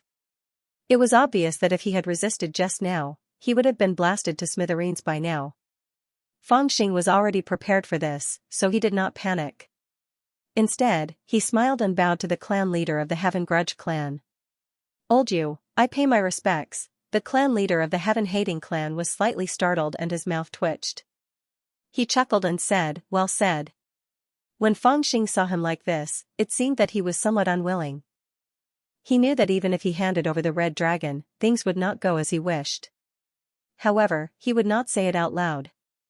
After making his decision, his heart relaxed. He swaggered to the edge of the pond and slapped the red dragon, whose head was knocked against the side of the pond and who was staring at the people in the sky with an unfriendly gaze. Deguzi, come with me. Fangxing jumped on the dragon's head and the red dragon immediately jumped into the air happily. It had seen these powerful people surrounding Fangxing's house and thought that they would harm Fangxing. Seeing the red dragon rise into the air, the few elders raised their guard and did not dare to relax. Where's the cage? Fangxing asked the high priest and the latter led the way and flew to the back of the mountain. In the middle of a basin, there was a huge black cage that was 100 zhang tall. Just the door of the cage was as tall as a mountain. The black iron bars were like a mountain, and there were strange runes inscribed on them. The aura was abnormally terrifying. Fangxing flew to the front of the cage, and his eyes turned slightly cold, as if he had recalled some unpleasant experience, but it was only for a moment. Deguzi, you can go in now.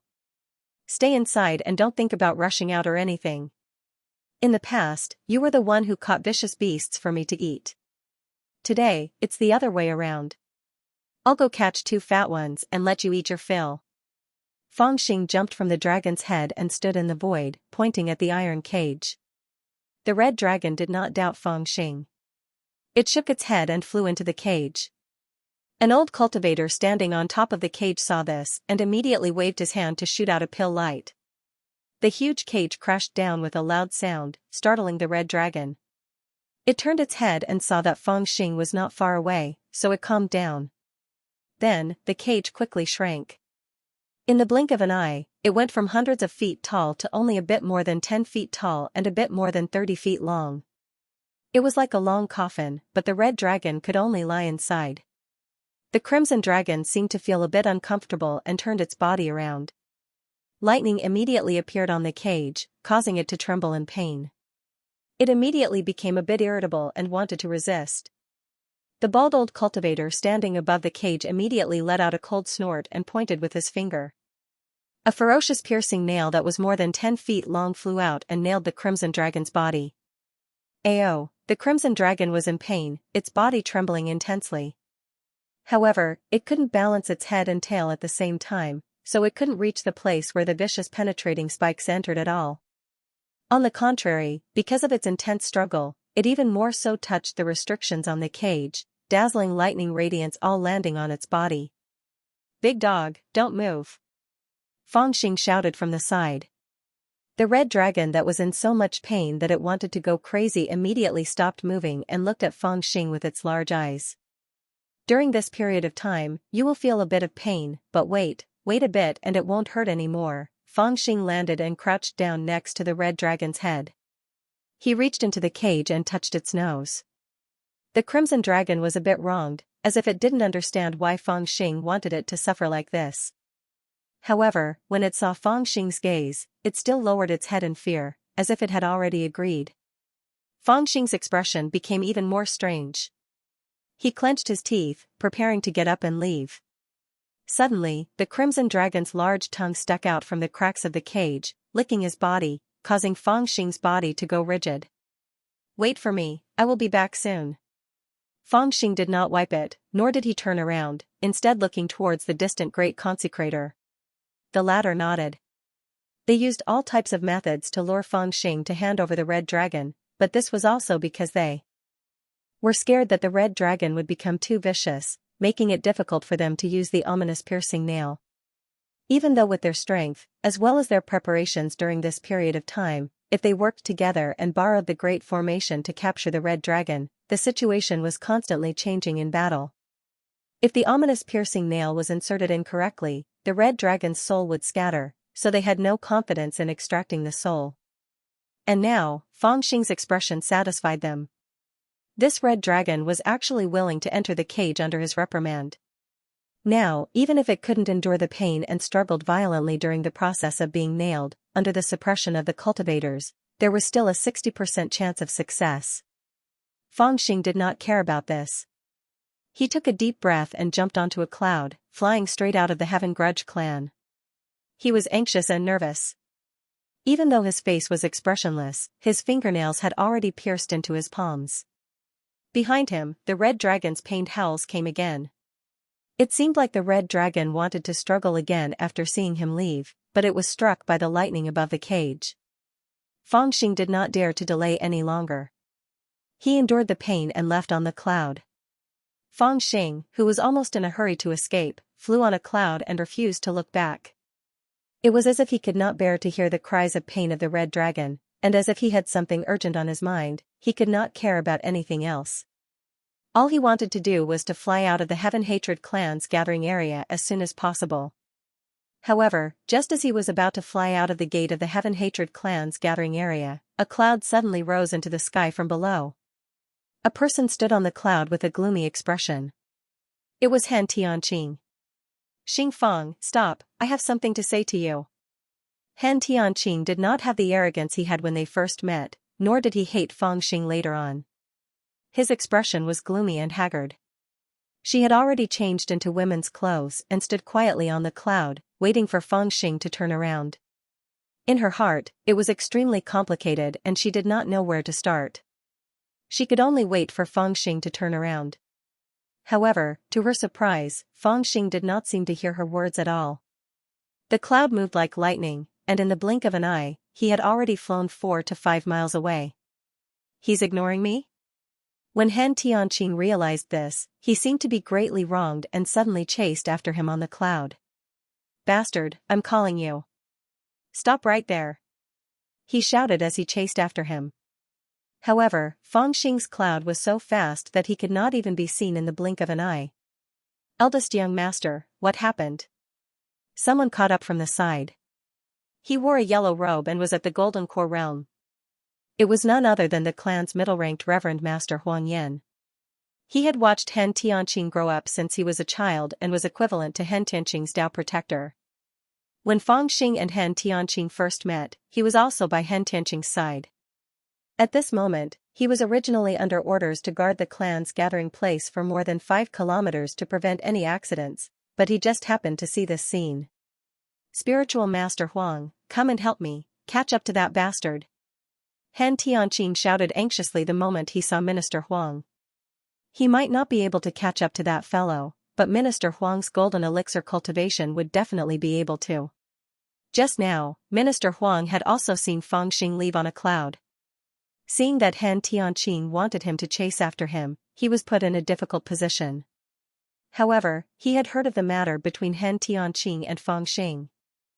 With an awkward expression, he said, "Young master, please don't blame me for speaking out of turn.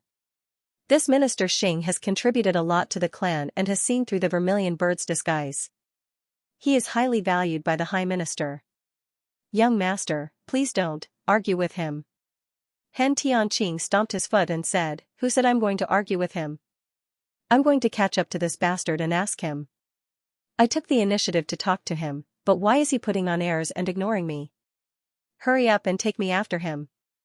Minister Huang was slightly taken aback, but he could tell that there was a different meaning in those words. He quickly nodded and said, "I understand." With that, he waved his sleeves and a cloud formed in the sky. Carrying Han Tianqing, it chased after Fangxing at a rapid speed. Meanwhile, Fangxing was full of worries as he flew on the cloud. Suddenly, his heart skipped a beat. Turning around, he saw a cloud in the sky chasing after him at a rapid speed. There were two people standing on the cloud. One of them was the Golden Elixir Minister Huang Yan of the clan, Shinran Huang Yan, and the other was the lady dressed in women's clothing, Han Tianqing. They were rushing towards him at a rapid speed and were only 5 miles away from him. "Minister Xing, please wait. Young master has something to say to you." The Golden Elixir cultivator on the cloud raised his voice and called for Fangxing to stop. Seeing that, Fangxing's eyes turned cold and he flew even faster on the cloud. He said coldly, "I have something to do. I don't have time to listen to you." Seeing that he did not stop, Han Tianqing could not hold it in any longer. She shouted, "You bastard, stop right now. Aren't you usually very mighty? Didn't you dare to ask my father to force me to marry you? Why don't you even have the courage to speak to me now? Don't you dare to see me now that you don't have the red dragon by your side? Minister Huang, help me catch him. I have something to ask him." From her flustered and exasperated words, Minister Huang had already understood something, so he didn't refuse and flew out. "Minister Xing, I'm sorry. They are both young people. It's better for you and young master to talk things out." As Consecrator Huang spoke, his figure flashed and he actually traversed through the void, directly catching up to Fangxing. With a wave of his hand, a huge hand appeared in the air, almost blotting out the sky as it grabbed towards Fangxing. Fangxing's small cloud frame was almost unable to escape from this palm. However, this grab of his did not contain any killing intent, it was purely to pull Fangxing back. Since things have come to this, what else is there to say? Fangxing wasn't afraid in the slightest when facing his capture.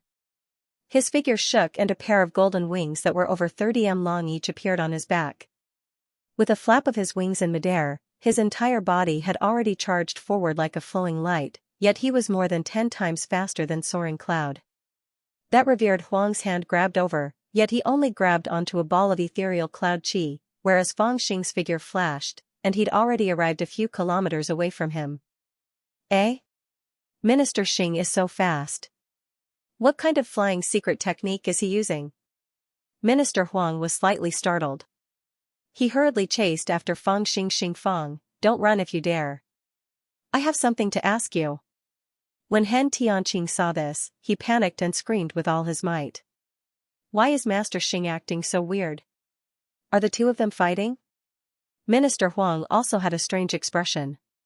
He turned around to help Han Tianqing and chased after Fangxing again. He was only at the early Golden Core stage and was one of the weaker Golden Core consecrators in the clan.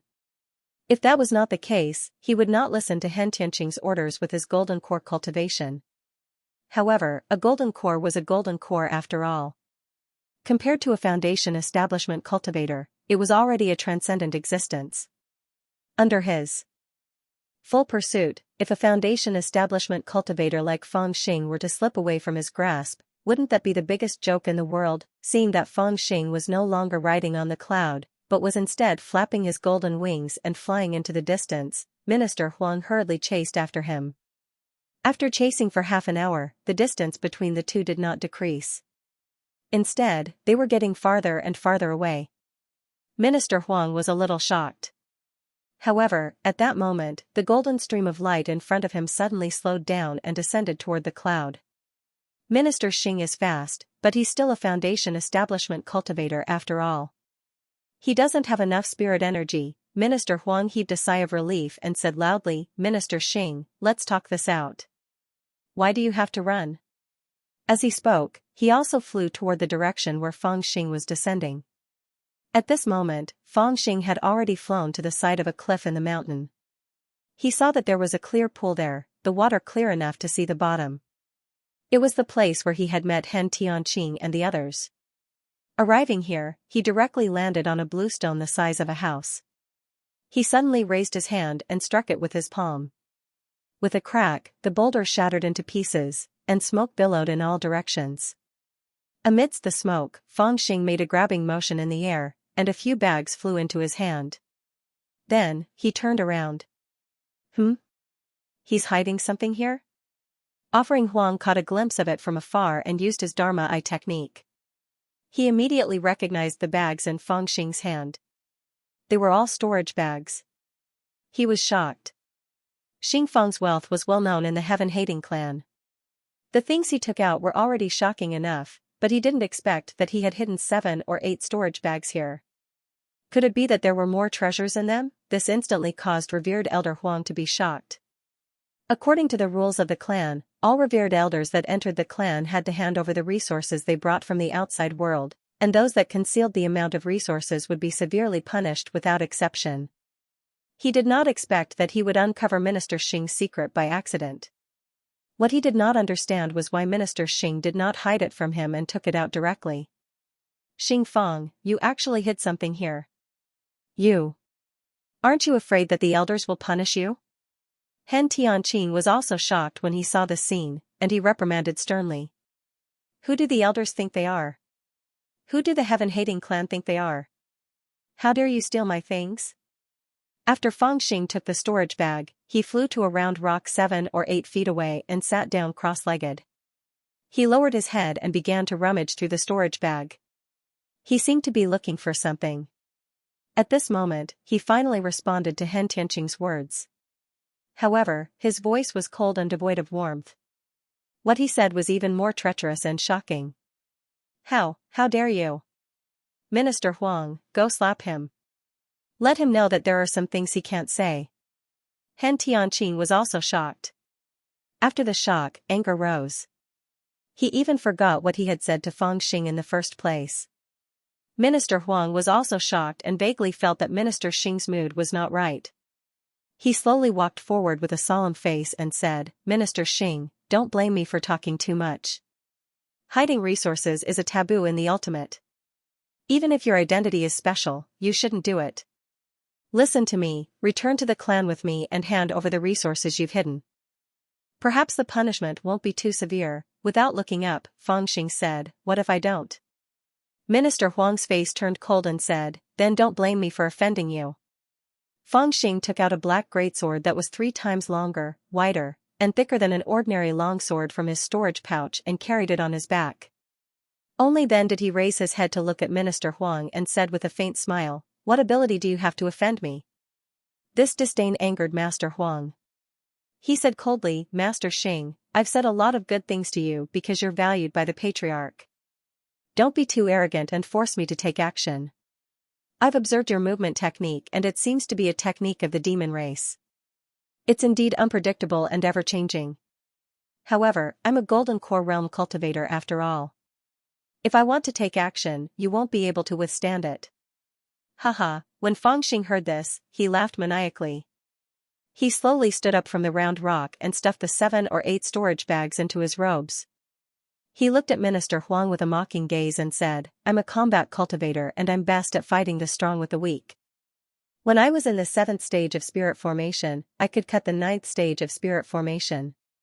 When I was in the mid-stage of foundation establishment, I could assassinate a late-stage foundation establishment cultivator and kill more than 10 golden core cultivators.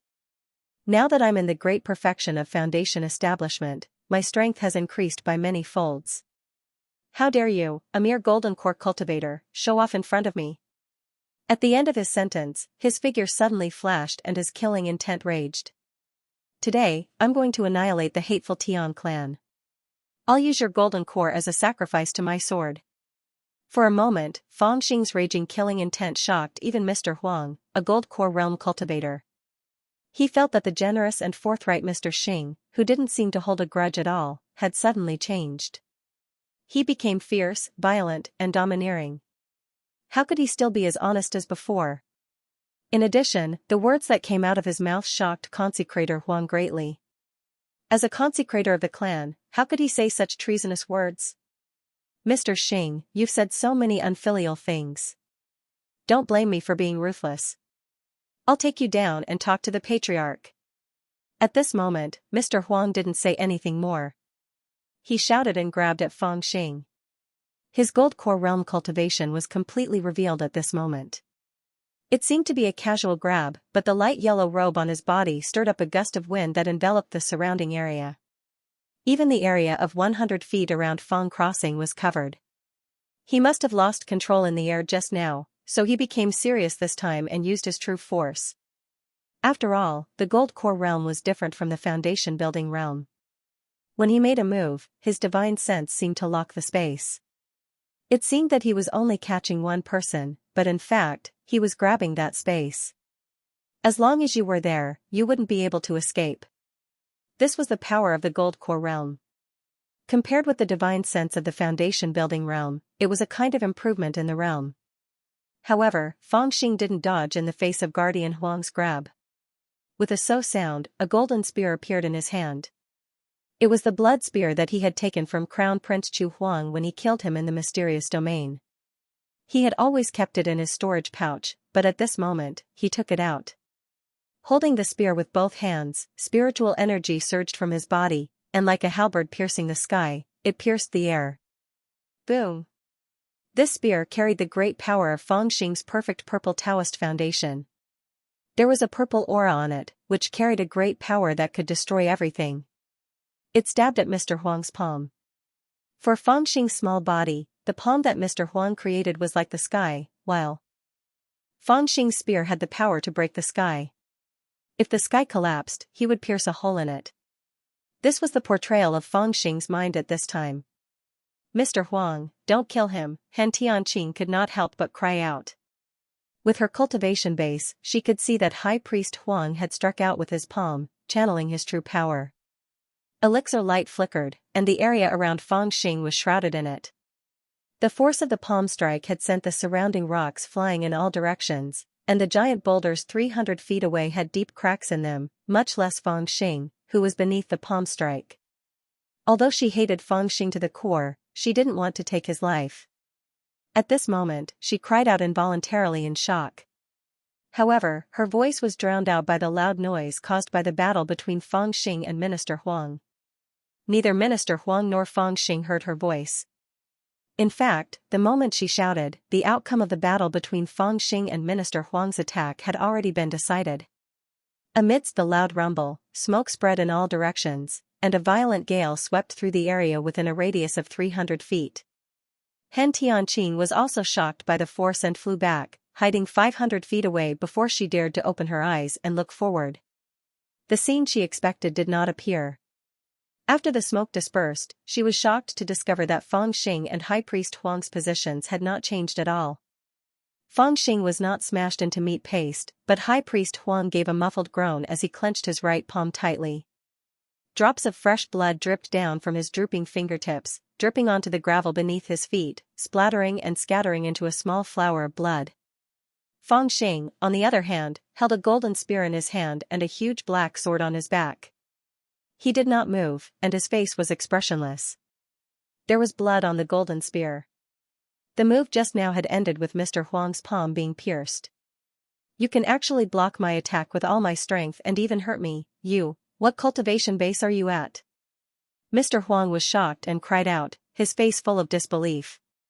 Perfected foundation establishment, but foundation establishment is different from foundation establishment. Fang Xing spoke softly and casually tossed the golden spear that would have caused countless sects to fight over it to the ground, as if he was throwing away a piece of trash. The reason was that the golden spear had become slightly distorted after taking a blow from a golden core cultivator.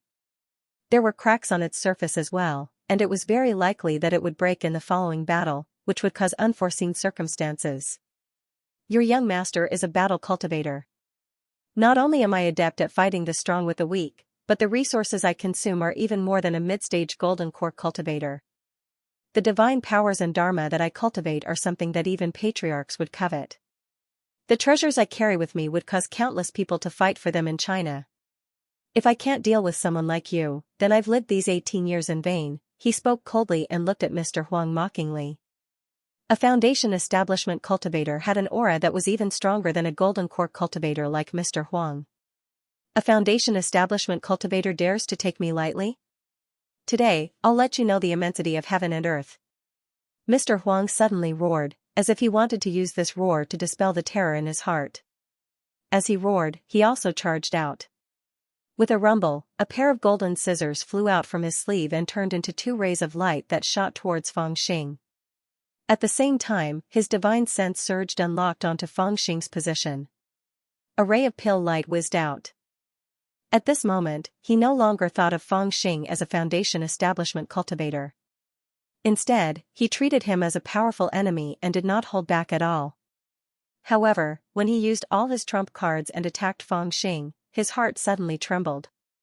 Feng Xing, whom he had locked onto, was surrounded by a strange green mist.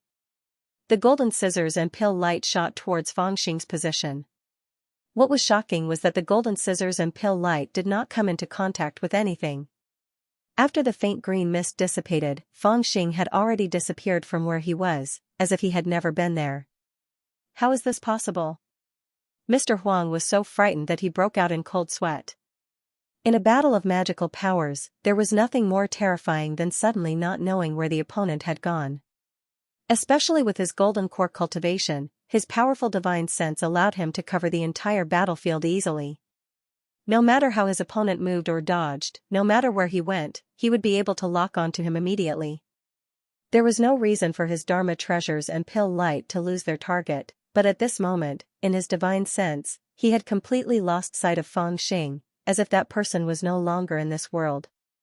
Whoosh, just as he was drenched in cold sweat, a sharp sword chi suddenly approached him from his left. Offering Huang let out a loud roar and his body flashed, instantly flying nearly 1,000 feet away. When he lowered his head to look, he was shocked to find that his left arm had been struck by a sword. A bone-deep wound had suddenly appeared.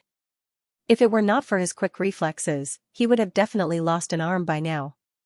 At the spot where he had been standing, Feng Xing was holding a huge black sword and looking at him expressionlessly. Little B****, I'll definitely kill you. Huang Gongfeng let out a roar and quickly formed a hand seal.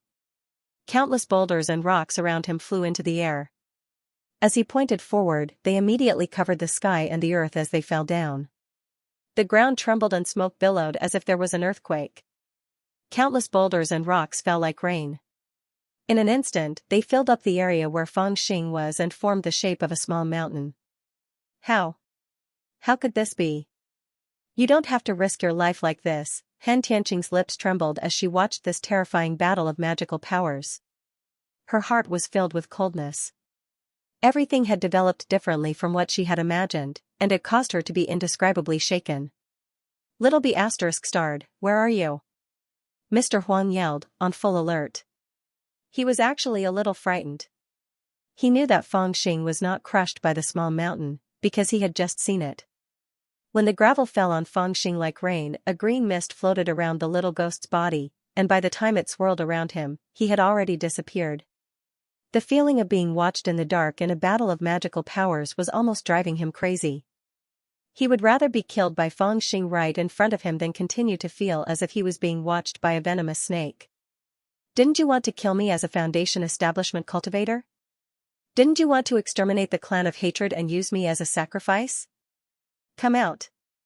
The surroundings were silent, and only Mr. Huang's angry roar echoed in the surroundings. I'm here. Just as Consecrator Huang was terrified to the extreme, a voice suddenly rang out on his right. Shocked, Consecrator Huang let out a roar and consecutively released 4 to 5 spells towards his right. The chaotic attacks almost tore everything in that direction apart.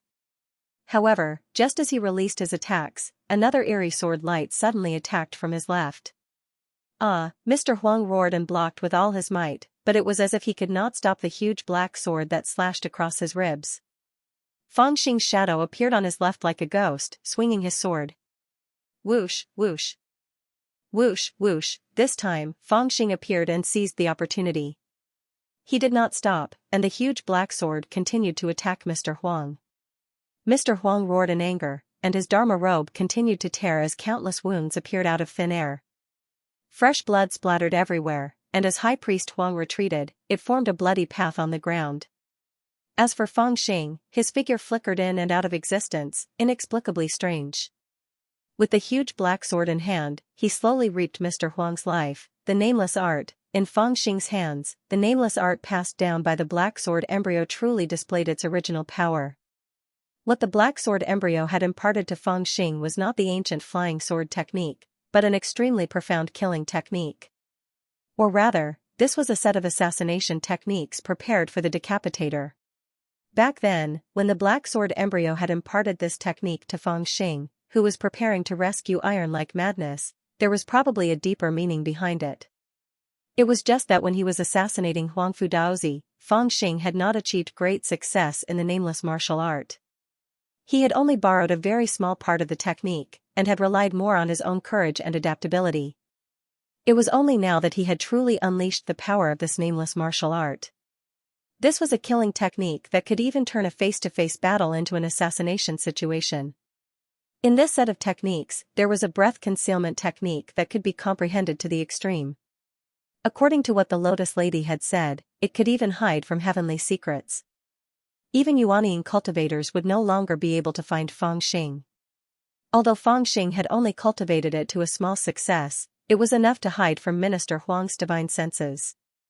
When he unleashed this breath concealment technique, it was as if he had disappeared from Minister Huang's view. "Little dog, you're bullying me," Minister Huang was suddenly closed in on by Feng Xing, and a series of attacks left him in an extremely miserable state. He was not a combat cultivator, and his close combat techniques were relatively weak. In addition, Feng Xing's strange movement techniques and ferocious killing techniques had already made him tremble in fear. He was clumsy, and it was unknown how many injuries he had sustained. There were even a few wounds that had narrowly grazed past his vital parts. If he had been slightly careless, he would have been dead by now. In such a situation, Minister Huang was not a fool. How would he dare to continue fighting? With a roar, damn light shot out from his body in all directions. It was as if he didn't care about his life and turned into a force that swept in all directions. The core light was a life-saving technique for golden core cultivators. Everyone treasured it and was unwilling to use it carelessly. It was also extremely powerful. Now that Huang Gongfen was using it as if he didn't care about his own life, even Feng Xing had no choice but to temporarily avoid it. Huang Gongfen took advantage of this opportunity to let out a roar and flew into the distance. His courage had been broken by Feng Xing, and he actually refused to fight and wanted to escape. "You shouldn't have used teleportation to chase after me just now," Feng Xing's cold words suddenly rang in the ears of Consecrator Huang, who was fleeing for his life. Priest Huang was shocked. He turned around and saw Feng Xing flying parallel to him with a pair of golden wings on his back and a huge black sword in his hand. "This little bastard actually chased after me. Does he really want to kill me?" High Priest Huang had a bellyful of bitterness, and it was too late for him to regret it. If he hadn't executed that teleportation technique when he was pursuing Feng Xing earlier, he would still be able to use it to shake off Feng Xing. However, since he'd already executed it once, he didn't have enough strength to execute it another time with his physical body and spiritual energy. Moreover, his speed was inferior to Feng Xing's, so he could only watch helplessly as Feng Xing caught up to him. "Fellow Xing, I have no enmity with you. Why must you force me like this?" Huang Gongfen shouted and actually begged. Feng Xing was not moved at all. His voice was cold. "You were one of them when we met in the mountains, weren't you?" Huang Gongfen's heart turned cold. He immediately remembered that he had met Feng Xing at the edge of this clear pond. Then, the eldest miss insisted on capturing him and nailing him with 4 ominous nails. At that time, he was at the scene. He also felt that this person was only at the foundation establishment stage and his life was not that valuable. Thus, he didn't try to dissuade her. However, he didn't expect that this person would still remember it so clearly. Could it be that he actually wanted him to pay with his life? "Wayaya, since you're forcing me like this, I'll take you down with me." Huang Gongfen finally gave up all hope. With a roar, he suddenly stopped flying and put his hands together to form a few strange seals. Then, he patted his chest. All of a sudden, he let out a loud cry and spat out a golden core the size of a longan. With a rumble, it locked onto Feng Xing and fiercely collided with him. Shockingly, it was a desperate attempt to kill a golden core cultivator. This was the ultimate method of a golden core cultivator, to spit out a golden core and collide with the enemy. This was equivalent to placing all of one's life in one strike. If the enemy could die from the collision, they would win. If the enemy did not die from the collision, the golden core would shatter and their own life would be over. However, the shattering of the golden core would produce a terrifying destructive force that could also very effectively injure the enemy. If they were lucky, they could even drag the enemy down with them to hell. In Huang Gongfen's heart, there was still a sliver of hope. That was, no matter how terrifying Fang Xing was, he was still only at the foundation establishment stage. If Fang Xing dared to take the collision of his golden core, then his Dao foundation would definitely be shattered and he would lose all his cultivation. In that case, he would win. On the other hand, if Fang Xing didn't dare to take the collision, he would definitely be scared off by him. Huang Gongfen could also take the opportunity to escape and gain a great advantage. The golden elixir whizzed over, shaking the void and rushing straight at him. At that moment, Fang Xing's expression was also solemn. With a whoosh, the huge black sword stood upright in front of him. The golden core immediately collided with the black sword. The huge black sword was the demon sword embryo's hiding tool. It was made of an extraordinary material that even the yin-yang fiend god mirror could not identify. It looked like it was covered in blood and rust, but in reality, it was extremely hard. When the golden core collided with it, it actually made a crisp sound. Crack, crack, cracks appeared on the golden core, and a dazzling golden light could be faintly seen inside. It's over. At that moment, Huang Gongfen was completely disheartened. He looked like he was crying and laughing at the same time. Little animal, it was so difficult for me to cultivate to the golden core stage. In order to obtain the method of golden core formation, I did not hesitate to ambush an elder of the Northern Divine Mountain.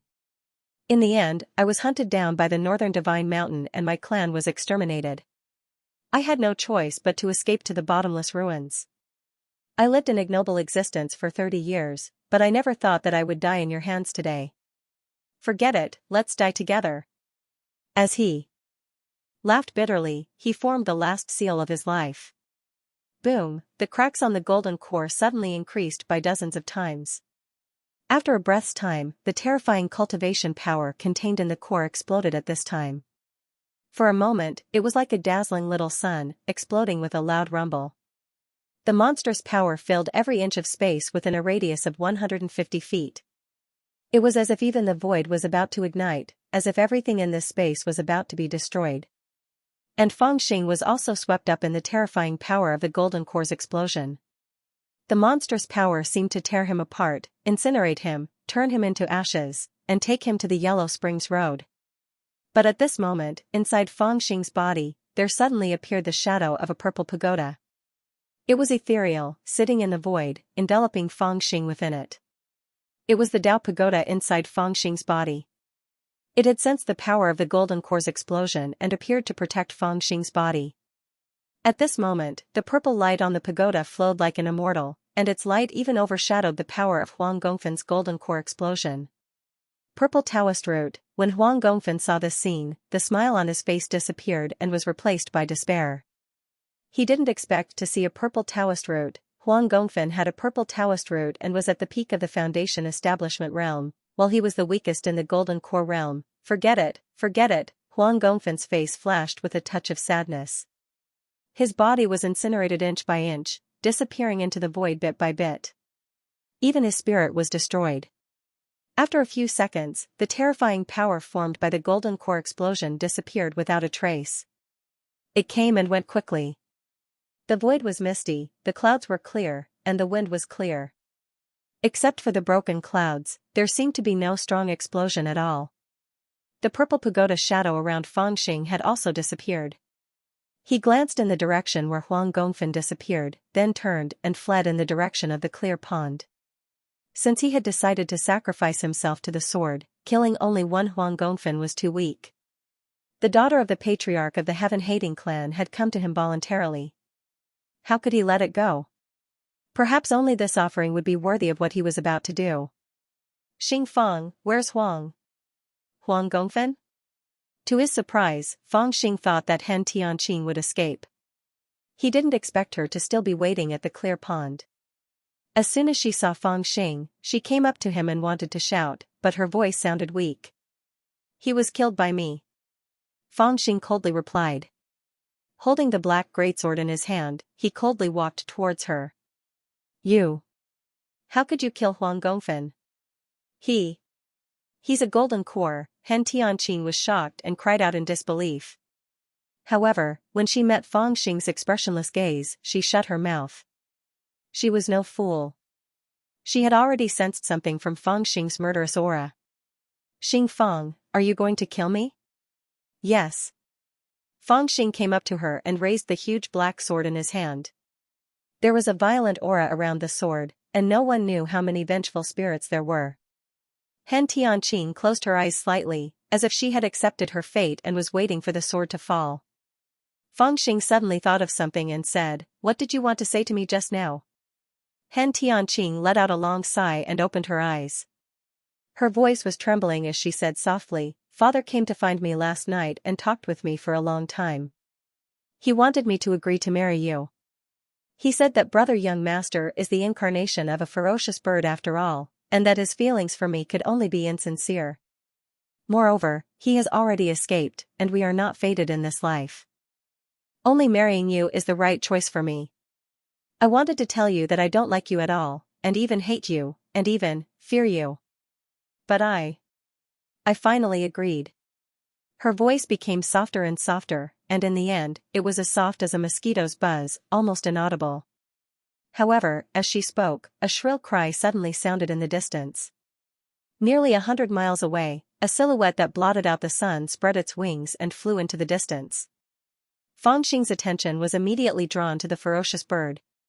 When he confirmed one thing, he immediately became excited. With a shake of the black sword, he had already taken the life under the sword, and his body turned into a ray of light and flew into the distance. "Even if I take this woman as a hostage, I might not be able to threaten the clan leader of the Heaven Grudge clan. After all, the clan leader is only a puppet, and the ones in charge are those old fellows. It looks like I'll have to use that method to save Deguzi." Fangxing's eyes were filled with excitement and solemnity. He took a few deep breaths, but his body was still trembling. F***ck, I've got guts, he thought to himself, but he completely forgot about the young lady who was staring at the void with her eyes wide open. In the sinkhole, ferocious beasts filled the mountains. Many of them were existences that even golden core stage cultivators did not dare to provoke. Each of them guarded an area, and no one dared to enter. Even the people of the clan had to hold a jade mirror when they went out to hunt. There were many dangerous areas marked on it, and they had to avoid them bit by bit before they could proceed. If they were to accidentally barge in, they would die. Fangxing also had a copy of such a jade mirror. After all, he had gone out with the beast hunting team many times. What's more, the one in his hand was even more detailed. He had made many additions. Not only did he know which region's powerful beasts should not be provoked, he also knew when they went out to hunt, what their habits were, and what their pain points were. In order to supplement this jade mirror, he had not been idle for the past few months. He had used his ability to gather information and the abilities of the yin-yang god and demon mirror to the extreme. There was no other way. Having come to such a place that was isolated from the world, there was no one to rely on. There was only a crazy dragon by his side, and it was an unstable existence. If he did not find a backer, he would not feel at ease. And a backer was naturally the strongest. Fangxing understood that the strongest in the sinkhole was not the heaven-hating clan, nor was it the Heaven Fengtian clan, but the countless ferocious beasts. Of course, flattery by these ferocious beasts would not work on them. He could only find an effective method. Seeing the giant eagle that had gone out to hunt, Fangxing carefully snuck into the giant eagle's nest. When he was about 10 miles away from the nest, he used the Nameless Arts aura concealment technique. His entire body was like a ghost as he silently snuck in. When he arrived at the nest, he saw 3 eagle eggs the size of a human head in the nest. They were green in color. The 3 green eggs were unceremoniously put into the storage bag by Fangxing and he slipped away. His next target was the nest of a 5th-level ferocious beast, the Howling Rock Tiger. The beast had just given birth 2 months ago. Not long ago, Fang Xing had seen it with the beast hunting team. He had only glanced at it from afar, but it had been discovered by the howling rock tiger. Anxious to protect its cubs, it roared and rushed over, biting two unlucky fellows in the beast hunting team into two. Fortunately, Fang Xing had escaped fast enough to survive. The howling rock tiger, whose body was as large as a small mountain, was licking a kind of salt on a green rock. The tiger cub, which was only the size of a calf, was leaping and catching butterflies 100 feet away. Fang Xing used the aura concealment technique to the extreme and sneakily approached the tiger cub.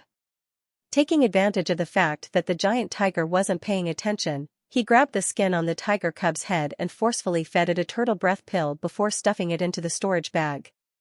The howling rock tiger, who was vigorously licking the green salt, suddenly sensed something. When it discovered that its cub had disappeared and that the strong connection between mother and child could no longer be felt, the howling rock tiger immediately went mad and roared into the forest. In the forest, Fang Xing used the aura concealment technique to fly, rush, and steal the top-quality red crystal where the giant blood-tail scorpion slept, the jade flame-green Ganoderma guarded by the horned python, the giant stick of the long-armed ape. Every steal was accurate. Although the vicious beasts had great power, they weren't humans after all.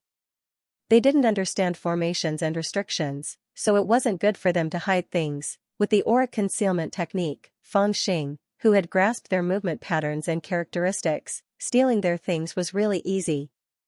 It was just that he was taking a great risk, but just in case they caught even a little bit of his scent, even 10 of Fang Xing would die. The only thing he could rely on was the aura concealment technique. This was also the reason why Fang Xing had been diligently practicing the aura concealment technique these past few months. However, the aura concealment technique had a weakness: it really consumed too much spirit power. When he was in the middle stage of foundation establishment, Fang Xing could only use the aura concealment technique for about 10 minutes. Now that he was at the peak of foundation establishment and his spirit power had skyrocketed, using the aura concealment technique continuously also consumed a lot of spirit power.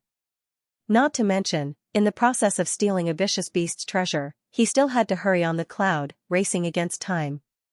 He had no choice but to run. He knew that for every hour he delayed, Deguzi would suffer a bit more. If he still couldn't reach the predetermined goal in 18 hours, then he could directly go back to collect its corpse. So he couldn't rest. He clenched his teeth and held on, from time to time taking out all kinds of spirit herbs and chewing them in his mouth, replenishing his spirit power. However, the result of holding on was bad luck.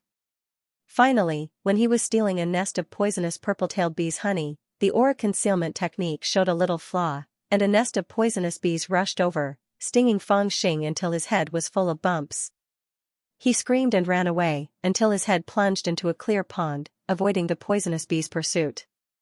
When he raised his head, he saw a three-tailed giant crocodile that was frightened by him. Fang Xing was suffering, his head was full of bumps. If it wasn't for his abnormally strong physique, he might have already died from the poison. His buttocks were bitten by the three-tailed giant crocodile. It was even more painful, but what was worth comforting was that, in the process of being chased by the three-tailed giant crocodile, Fang Xing forcefully used the aura concealment technique, and conveniently stole one of the giant crocodile's eggs. That night, the forest and the ultimate, especially the forest surrounding the Heaven Resentment clan's gathering place, was in chaos because of a despicable thief.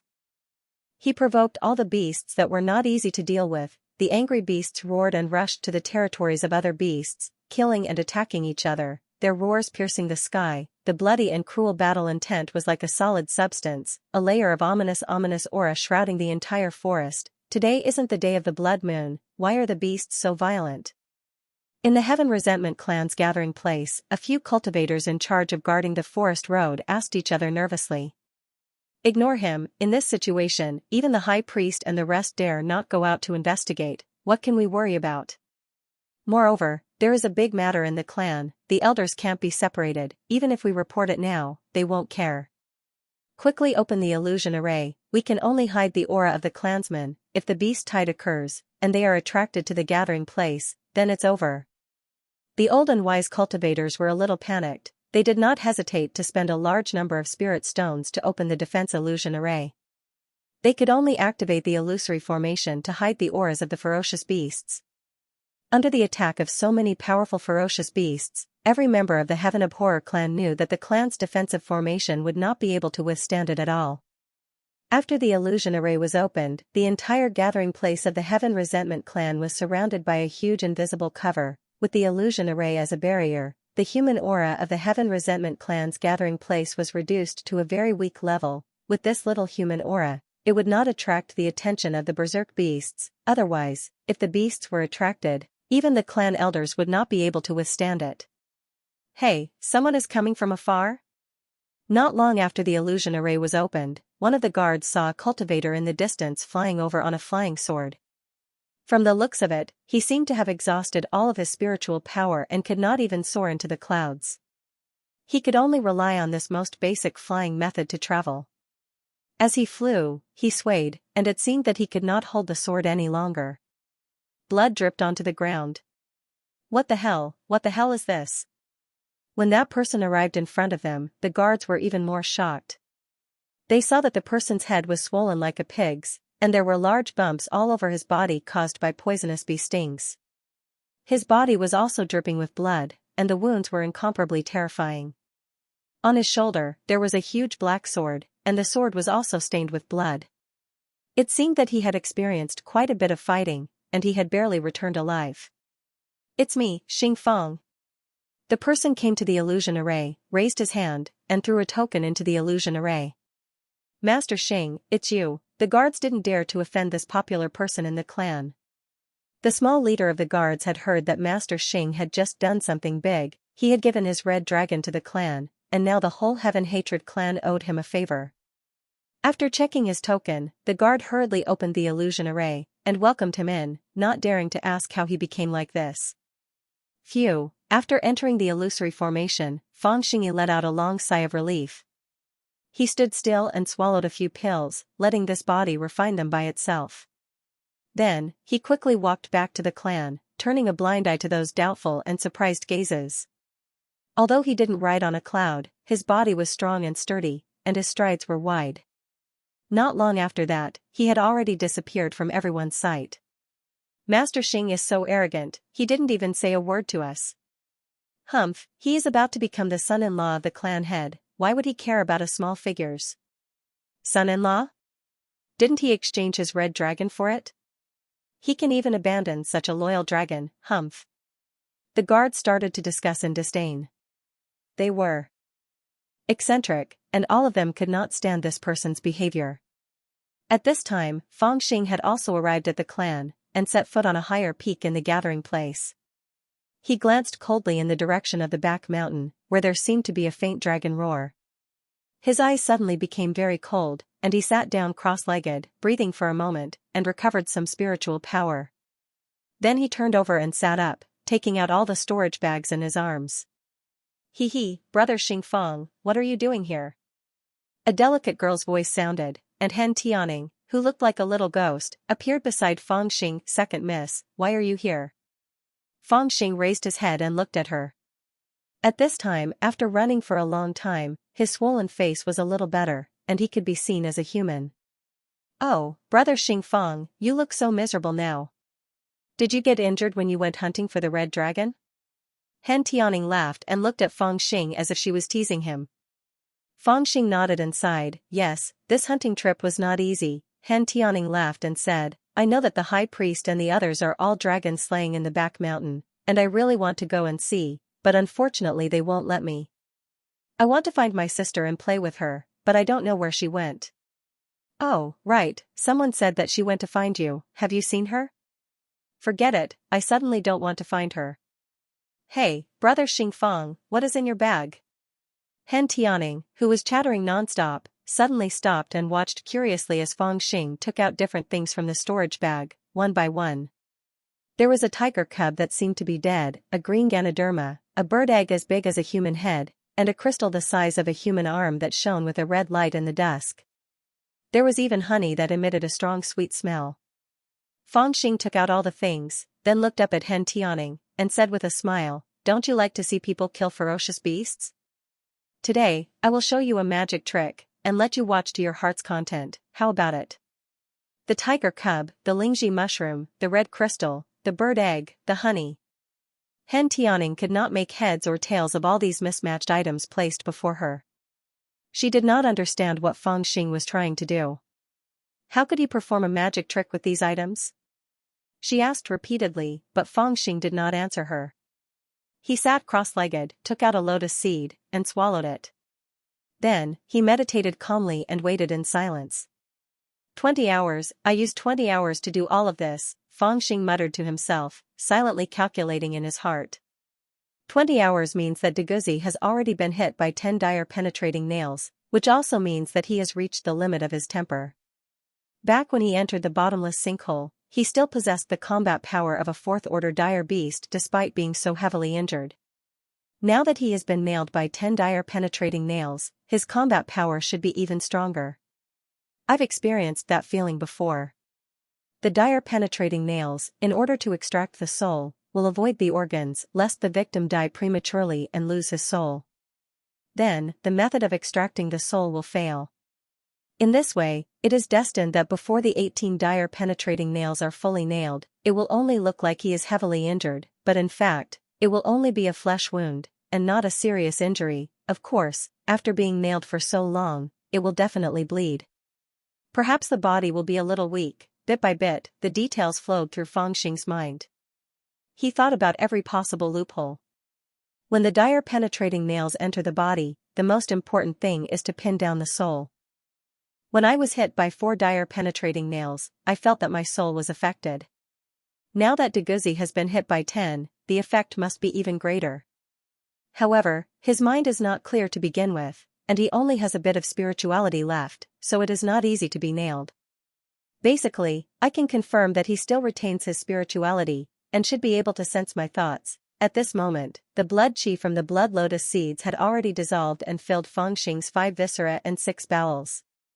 At the same time, the Supreme Spirit dissolving scripture began to circulate wildly, transforming the blood chi into spiritual chi that returned to his meridians and stored in his 9th meridian. Ever since he had obtained Dragon Lady's vital dragon body and formed the 9th meridian in his body, Fangxing didn't have to waste as much spiritual energy as before. He could channel the excess spiritual energy into the 9th meridian and store it as spiritual energy.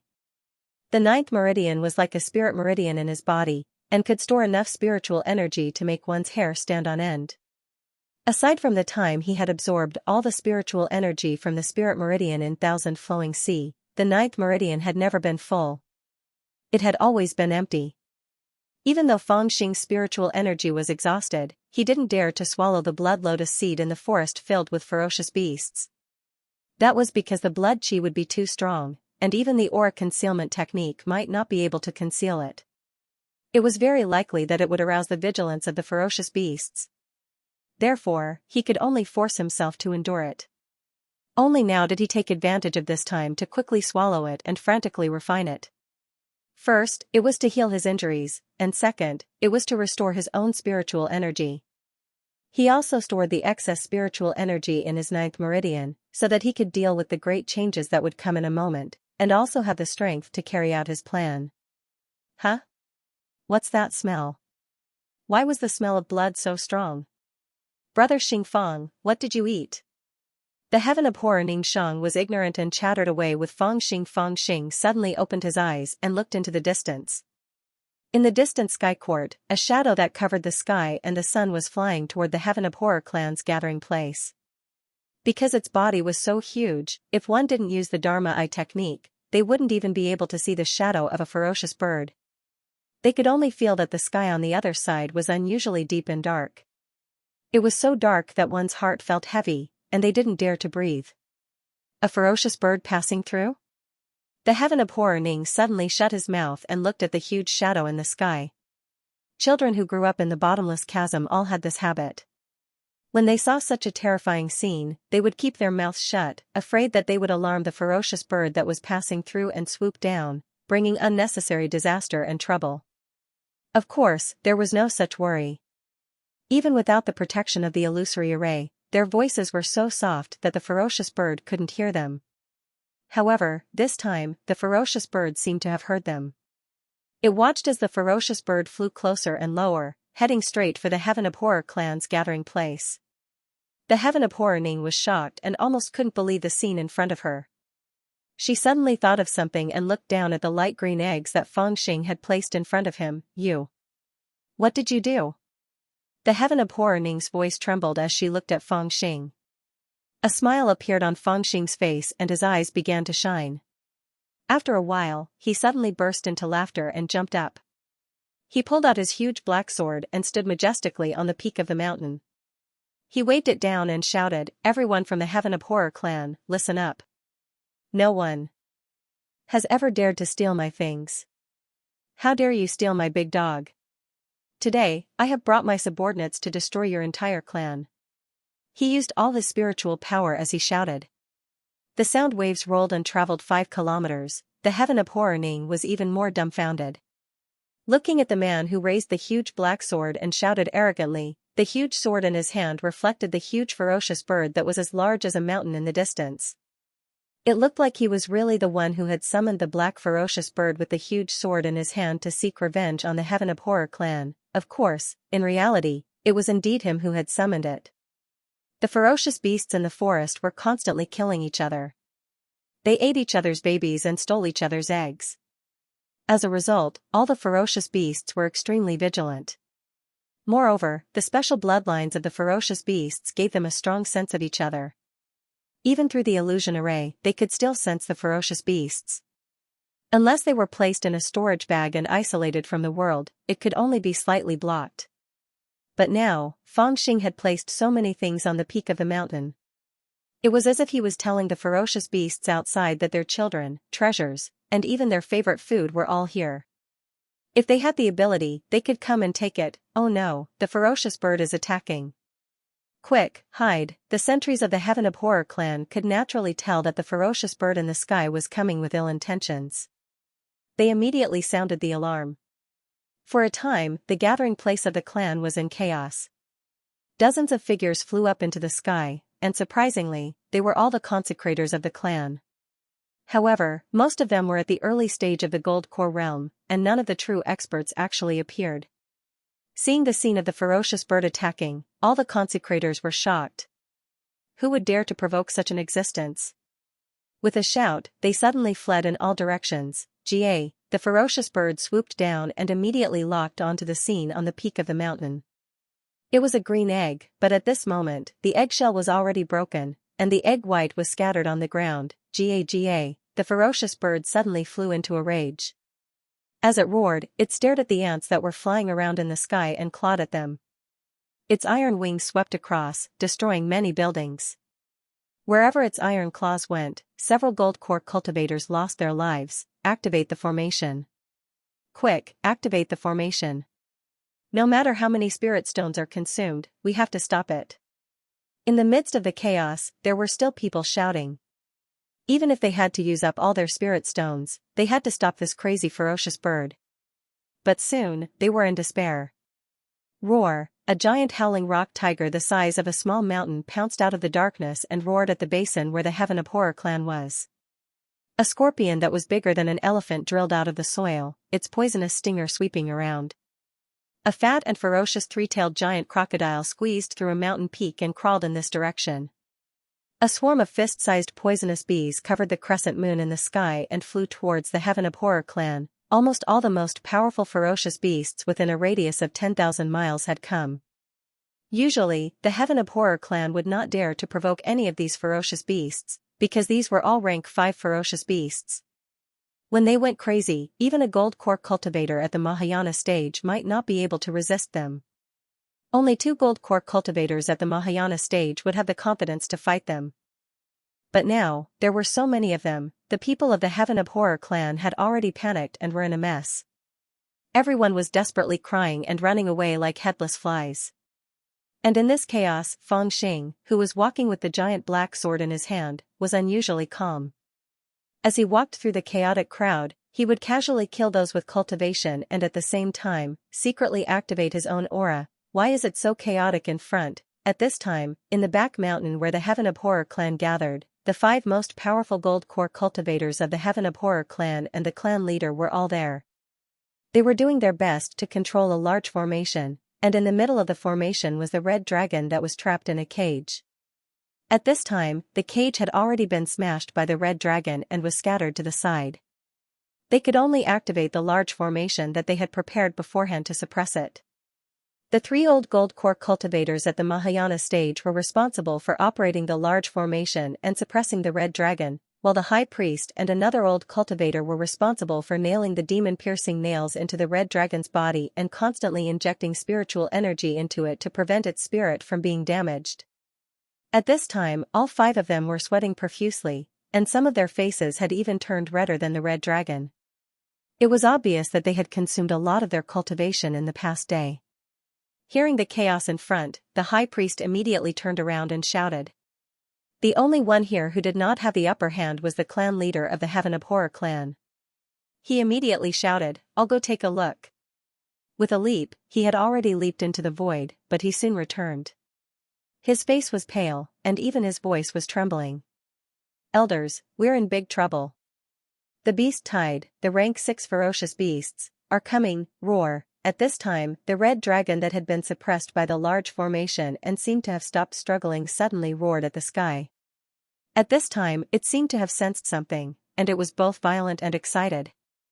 Its dragon eyes had already turned blood red, and its body arched as its scales closed up. An indescribably powerful force burst forth from its body, and the demon-piercing nails that had been nailed into its body were pulled out inch by inch. At this time, the most intimate voice echoed in its heart. "Deguzi, I'm back for you. Quick, suppress it." The red dragon suddenly resisted, and even the ominous destruction nail that was already in its body was about to be forced out by its own flesh.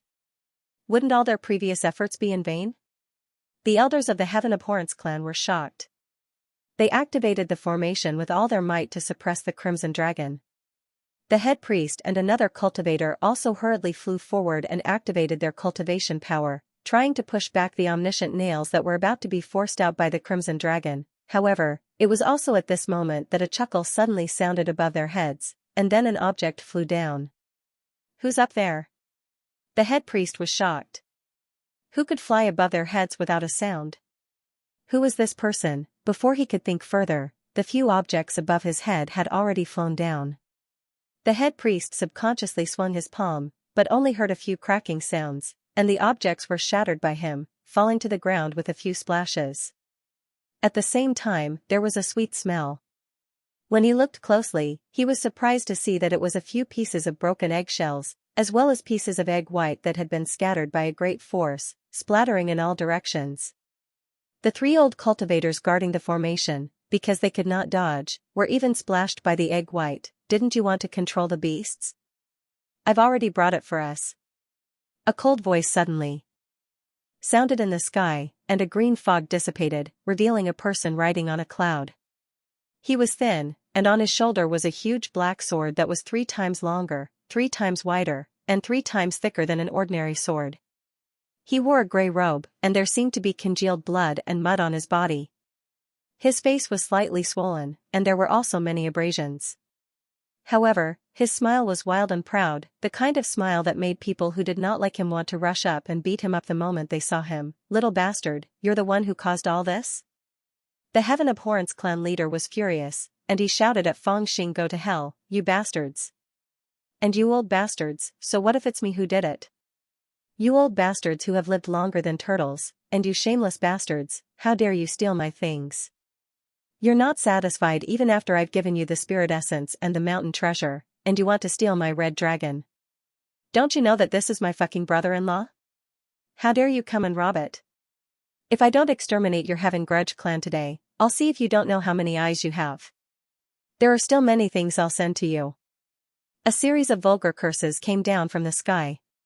Feng Xing had not even taken 3 breaths of time to finish cursing. For a time, all the old cultivators present here were furious and anxious. When had they ever suffered such a cursing in the past 1,000 years of their lives?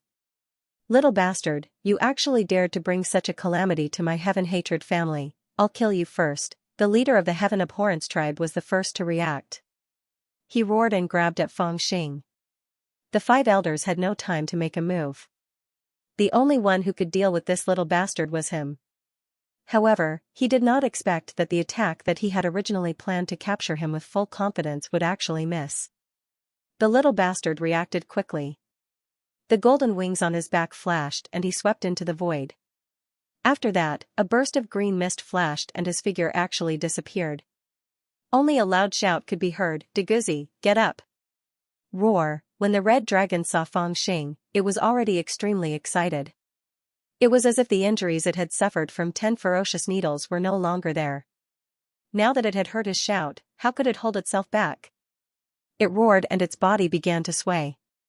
Although its mind was not clear and it could not use divine power or spells, the body of a real dragon was not weak. Now that it was swaying madly, how powerful was its strength? The 3 old cultivators who were responsible for operating the formation almost simultaneously turned red and then purple. They used all their strength. However, at this moment, before the leader of the Heaven Abhorrence tribe had time to carefully sense the existence of Feng Xing, he suddenly heard a violent cry and a strong wind came from above his head. A ferocious bird with a wingspan of dozens of feet flew out from behind the mountain peak. Its sharp eyes swept down and immediately saw the broken eggshells on the ground and the 3 old cultivators whose bodies were stained with egg white. The ferocious bird seemed to have confirmed who its enemy was. It screamed angrily and the feathers on its neck were already standing up. Boom, the ferocious bird charged down without a care for its life. Its huge body swept down from the sky, and the strong wind sent the rubble below flying.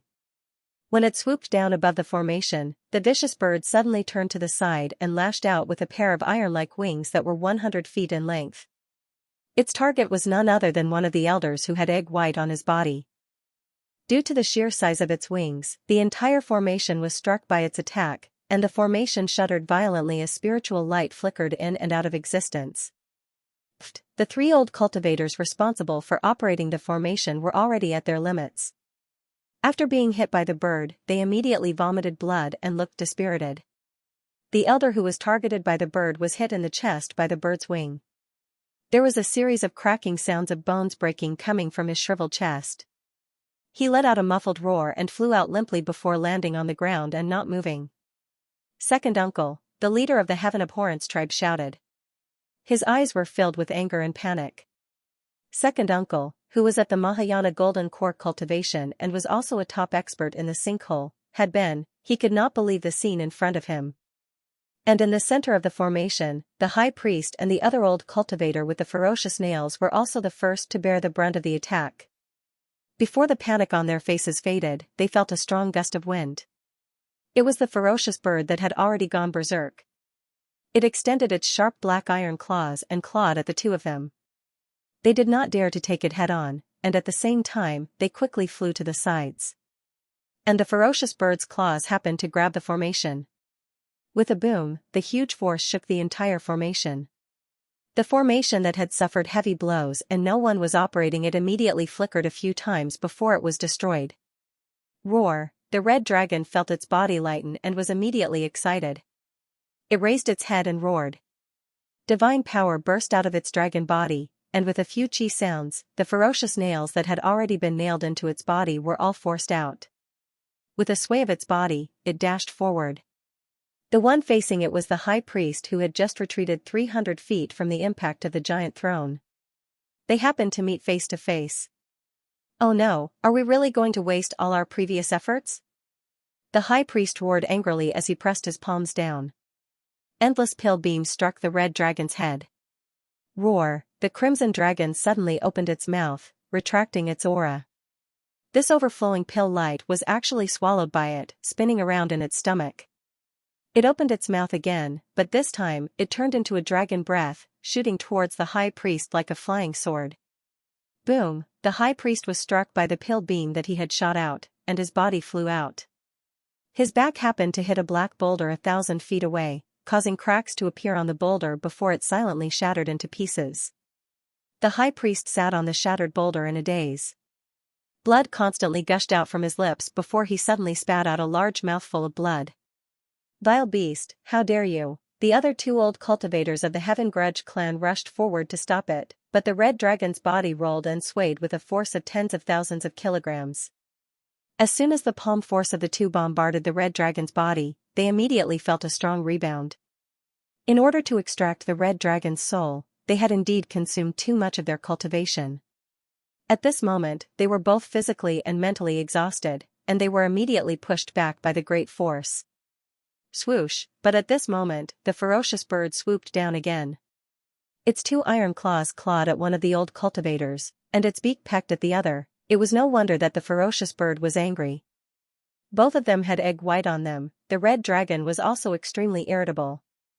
Just as it was about to kill again, it sensed Fang Xing's call in its mind. After a slight hesitation, it seemed to feel that it was more important to go to Fang Xing's side. It immediately raised its head, wagged its tail, and flew into the dark void. Its anxious appearance, coupled with its particularly happy wagging tail, was really like, "Deguzzi, come here and let me see if you cried just now." In the air, a figure revealed himself. It was precisely Fang Xing. The crimson dragon happily sneezed, hurriedly rushing in front of him, sticking out its big tongue to lick him, its big head arching into his bosom again, just like a little child, expressing its grievance. "Damn it, you are also a male. What's the point of suffering a few nails? Your grandpa's face is swollen after being stung by the hornets. If such a handsome little face is disfigured, I don't know if your sister will still like me in the future." Fang Xing slapped the dragon's head angrily, and casually flicked a blood lotus seed into the red dragon's mouth. Then, he flew to the dragon's head. After feeling sorry for himself for a while, he checked again and found that the red dragon's injury was not as serious as he had imagined. Or, in other words, the dragon's body was much stronger than he had imagined. Only then did he feel relieved and patted the dragon's head with a big laugh. "Little bastard, where do you think you are going? I will kill you today." Hearing the roar from the back of the mountain, it was the furious patriarch of the Heaven Hatred clan and an old cultivator who had caught up. Fang Xing's eyes turned cold. He sneered and said in a low voice, "This bastard is also here. Deguzzi, go crazy." Roar. As soon as the red dragon heard Fang Xing's words, its eyes suddenly lit up, and an indescribable ruthlessness spread out. Seeing that the red dragon roared and rushed over, but the patriarch of the heaven-hating clan was so scared that he turned around and ran away before rushing over, Fang Xing was relieved. The patriarch of the heaven-hating clan was at the middle stage of gold core. Although his strength was good, he basically had no chance against the red dragon. He was not interested in participating in such a fight. With his cultivation, it was not a problem to bully the early stage of gold core. If he fought against the masters at the middle stage of gold core or even the Deshang stage of gold core, it would be a little dangerous. Even if he could use the breath-concealing skill to hide his breath, he might be shrouded by the aftermath of the opponent's magic. Because of this, he cast the aura concealment technique excitedly and silently passed through the ferocious beasts in the Heaven Hatred clan's territory. His figure was like a ghost, and he went straight to the Heaven Hatred clan's secret pavilion. The secret pavilion was in the southwest corner of the mountain where the Heaven-hating clan gathered, in the valley between two black mountains. Normally, the area 3 miles away from this place was a forbidden area, with layers of large formations and complex prohibitions. The clan warriors guarded it all year round, so there was no chance to get close. More importantly, the two old cultivators at the Deshang stage of gold core were in seclusion here, which could be regarded as guarding the pavilion. In this situation, it was almost impossible for anyone to sneak into the secret pavilion, not even with the abilities of Fang Xing and Vermilion Bird. It was also because of this that they both chose to start with Hen Tianqing, which could be regarded as a despicable group. However, at this time, the defense of the secret pavilion was not so strict. The two old cultivators who were usually in seclusion and guarding the pavilion were two of the two old cultivators who teamed up with the great deity to extract the Crimson Dragon refining treasure. At this time, they were seriously injured, and in such a dangerous environment, it was unknown whether they were dead or alive. The clan warriors who were usually guarding the secret pavilion had already left.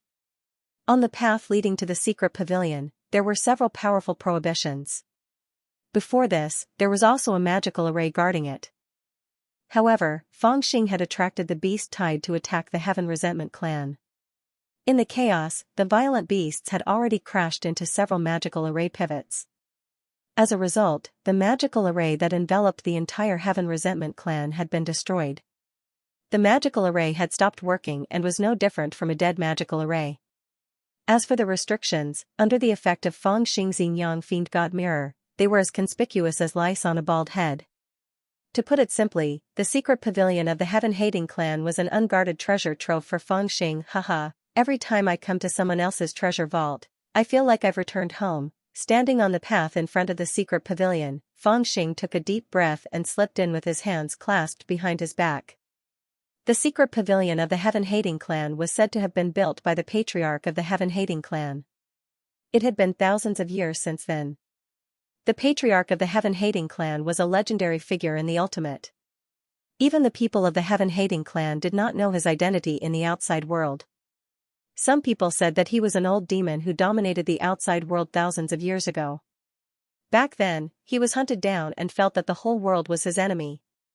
He was betrayed by those close to him and his great orthodoxy was destroyed, so he hid in the ultimate and called himself the heaven-hating clan. There were also speculations that the patriarch of the heaven-hating clan was a disciple of the divine continents Li in heaven. He failed to become the heavenly lord and had no choice but to hide in the ultimate.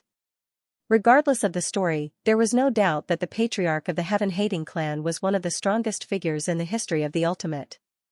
It was said that his cultivation level had already reached the tribulation realm. To the environment in the ultimate that did not even have any Yuanying realm cultivators, the patriarch of the heaven-hating clan could be said to be a legendary existence. The value of the things he left behind before his death was obvious. The environment of the ultimate was different. Other than the few figures at the primogenitor level, it was impossible for the cultivators here to break through to the Yuanying realm. And how many cultivators whose cultivation level was already at the Yuanying realm and above would be forced into the ultimate? It was also because of this reason that there were very few experts at the Yuanying realm and above in the ultimate. Especially after the fall of the few patriarchs, there was not a single one left. The secret pavilion was a cave that was hollowed out from a mountain. It did not look conspicuous from the outside. Only the densely packed restrictions showed how much importance the heaven-hating clan placed on the secret pavilion. Fengxing perked up and quickly bypassed the layers of restrictions. He swaggered into the secret pavilion and was amused by what he saw. Who said that the heaven-hating clan was poor? They had a lot of treasures. The secret pavilion did not look big. It was about 100 feet in circumference and it was filled with all kinds of wooden shelves. There were magic treasures and talismans placed on them. They must have been the resources offered by the heaven-hating clan over the years. More or less, it was a dazzling sight. Even the mountain treasure and spirit essence that Fengxing had offered were here. It made Fengxing feel a sense of familiarity. And in the middle of the secret pavilion, there was a small pile of spiritual stones. There were 3 piles according to the grades. And on the southern shelf, there was a pile of elixirs. They were densely packed and there were quite a lot of them. At first glance, these things seemed to be quite a lot. But if one thought about it, 5 Golden Core Mahayana stage cultivators, 4 Golden Core intermediate stage cultivators, more than 30 early stage Gold Core cultivators, 40 to 50 foundation establishment cultivators, countless spiritual Dong stage cultivators and tens of thousands of clansmen without cultivation added up, it seemed extremely pitiful. The ultimate was indeed poor. Even a mosquito is meat. I won't be picky. Just keep it. Fengxing felt a little wronged. He felt that it was still a little less than what he had imagined, but he didn't care so much. He opened the storage pouch and stuffed it with all his might. He originally wanted to take everything away, but he regretfully discovered that the space in his storage pouch was too small, or it could be said that he had too many treasures. There were 7 or 8 storage pouches, and they were actually almost full. He had no choice but to pick and choose. Those that he liked were kept and those that he didn't, were smashed. If only there was a bigger storage bag that couldn't be filled. While picking, Fengxing thought and made a great wish in his heart. Something's wrong. After picking for a while, Fengxing suddenly felt that something was wrong. Although there are a few good things here, the overall quality is so. Even I don't think much of them. How could that vermilion bird specially lurk in the Heaven Resentment clan for a year just to enter the secret pavilion? Something's wrong. There must be some secrets in the secret pavilion that I haven't discovered. Legend has it that the secret pavilion is left behind by the Heaven Resentment clan. Recalling that in the treasure house of the Dragon Lady in Glass Palace, there was a secret room in the treasure house. Fang Xing paid attention and activated the yin-yang god and demon mirror to the extreme, carefully searching for every clue. Soon, he found that among the four walls of the secret pavilion that were full of restriction formations, there seemed to be a wall with fewer restriction formations, but the power of the restriction formations was stronger. This immediately made him pay attention to it. The reason why there were fewer restriction formations should be that this wall was often active. If there were too many restriction formations, it would be easy to accidentally touch it. If the restriction formations were strong, it meant that there was something precious behind the wall and people were afraid of sneaking in. The old men of the Heaven Resentment clan are quite smart to play this trick. Fang Xing sneered and carefully observed the wall for a long time. Suddenly, he kicked an inconspicuous protrusion in the corner of the wall. Crack, crack, crack. With a burst of the sound of a mechanism being activated, the wall moved slowly, revealing a secret pavilion behind the wall. Sure enough, experience is very important. Fang Xing stared at the secret pavilion blankly. Perhaps the outside was just a treasure house, while the inside was the real secret pavilion. The secret pavilion was so secretive that if he hadn't had the experience of searching for treasures in the Dragon Lady's treasure house, he might really have missed it. In the secret pavilion, there was a secret chamber with a circumference of 90 feet. In the middle of the chamber, there was a painting that was as tall as a person. On the painting was a bearded old man with monstrous demonic chi. He was stepping on dark clouds and holding a strange bronze mirror in one hand. In the other hand, there was a person's head. The ferocious look seemed to make people feel the demonic chi through the painting. It was extremely terrifying. Under the picture scroll, there was a long table with some offerings and incense burners on it. Apart from that, he could see the layout of the small secret chamber, and there was nothing else. Fang Xing, who had just become excited, was suddenly stunned. Seeing that there was no powerful restriction, he went in for a look. That's right, other than the portrait, there were only some offerings on the long table. They were all ordinary offerings, nothing special at all. In this secret chamber, there were indeed no other traps set up. Just like what he saw, it was completely empty, without a single thing. It doesn't make sense. Fang Xing didn't see the secret treasure left by the legendary ancestor Heaven Resentment. He was a little depressed and muttered discontentedly in his heart. He looked at the picture again, but found that it was not a magic treasure, but just an ordinary portrait. The paper was a little yellow, and this portrait was not something rare. When he was invited to be the ancestor of the Heaven Resentment clan, he once worshipped a portrait of ancestor Heaven Resentment at the sacrificial ceremony. It was clearly this one. According to the great ancestor, this portrait was ancestor Heaven Resentment. There was nothing else in the secret chamber, and the portrait was also ordinary. Fang Xing suddenly became a little anxious. There was endless killing outside, and there was no telling when the fierce beasts would break in. He did not have much time to waste. Huh? Old man, what are you looking at? Do you believe that I will dig out your eyeballs? Inadvertently raising his head, he saw the old man in the painting glaring at him fiercely. The painting was truly lifelike. The strange eyes of the person in the painting were rolling around, and his gaze was fierce. It was as if there was really such a person staring at Fang Xing. If ordinary people saw this, they would probably be scared, but Fang Xing was extremely bold. Not only was he not afraid, but he was also angry. He rolled his eyes and scolded fiercely. You old man, who has been dead for God knows how many years, dare to look at me like this. You're rebelling. The person in the painting could not speak, but his strange eyes were fixed on Fang Xing's face. It felt good to bully ancestor Heaven Abhorrer. Fang Xing became even more excited and scolded, Old ancestor Heaven Abhorrer, did the heavens kill your whole family or sleep with your wife? Why do you hate them so easily? Let me tell you, this young master despises people like you the most. Hurry up and tell this young master the truth. Where did you hide your treasure? Otherwise, this young master will burn you with fire. Ancestor Heaven Abhorrer did not respond. His strange eyes were wide open, and his demonic intent was dense. Hey, you are putting on airs. You don't want to tell me? Do you believe that I will really burn it with fire? Fang Xing did not believe it. He took out a fire talisman and threw it at him.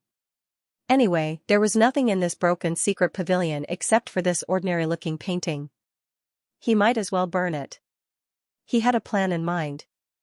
His yin-yang fiend mirror was almost always successful, but there were some things that were beyond common sense, or things of too high quality that he could not identify. Although the painting in front of him looked ordinary, there might be something that he could not see through. Therefore, he decided to give it a try.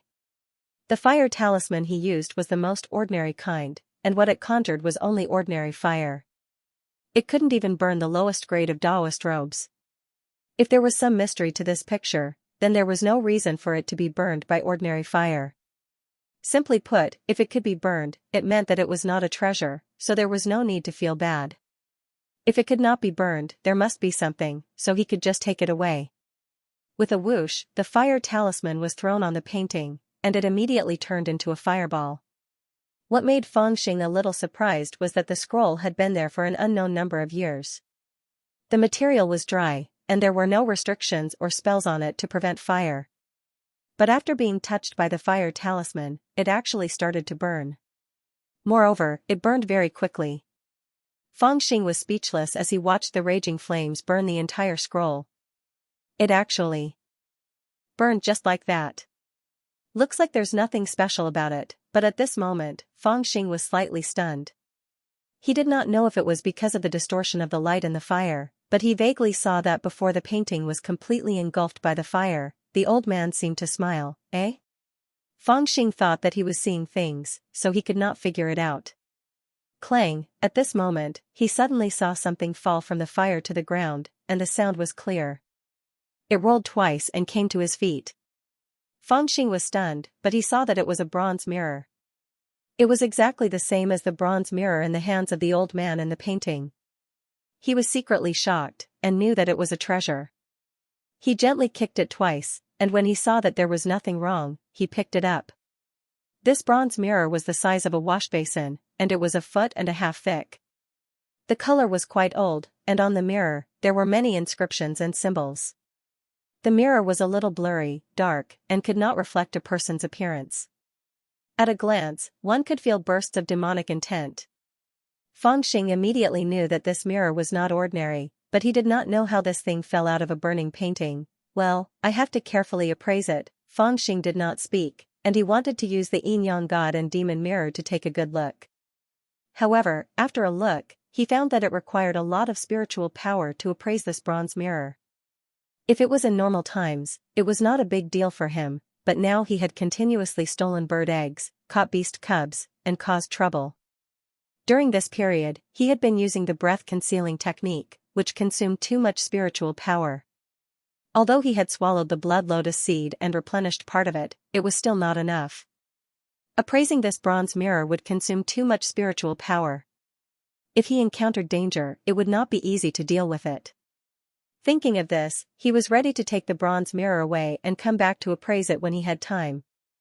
After making up his mind, he wanted to pick up more treasures, but he heard that the noise outside was getting louder and louder. It seemed that there were fierce beasts fighting and gradually came here. Then, with a bang sound, the mountain suddenly shook, and in this grotto, there seemed to be an earthquake. Fangxing was shocked and knew that there was a fierce beast outside the mountain. If he was buried inside, it would be troublesome. With this thought, he did not care about anything else, and flew out of the cave with the bronze mirror. When he arrived at the entrance of the cave, he saw a black bear the size of half a mountain shaking its head as it made its nest in the surroundings, roaring incessantly. Around its head, densely packed bees flew around it like a dark cloud, ruthlessly stinging it. It turned out that this violent bear, which loved to eat the honey of the fierce bees the most, and these two enemies, the fierce bees, had encountered each other and began to fight with each other. The black bear could not bear the pain and scurried around in all directions. However, it ran to the surroundings of this mountain peak, and suddenly bumped into the mountainside, scaring Fangxing who was inside the cave. At this moment, the entire gathering place of the Heaven Hatred clan was in a complete mess. Smoke and fire filled the air as ferocious beasts fought each other. Those who could walk had already escaped. There was not a single cultivator flying in the air. Even if there were people who could fly, they would not dare to do so at this critical moment. Flying in the air was no different from sending meat to the mouth of a ferocious beast. Roar, the ferocious roar of the red dragon came from afar. Feng Xing thought that it was chasing after the clan leader of the Heaven Grudge tribe and the elder, but when he looked over, he saw that the red dragon was fighting with a huge ferocious bird and a huge tiger the size of a hill. The clan leader of the Heaven Grudge tribe was nowhere to be seen. Feng Xing did not know whether to laugh or cry.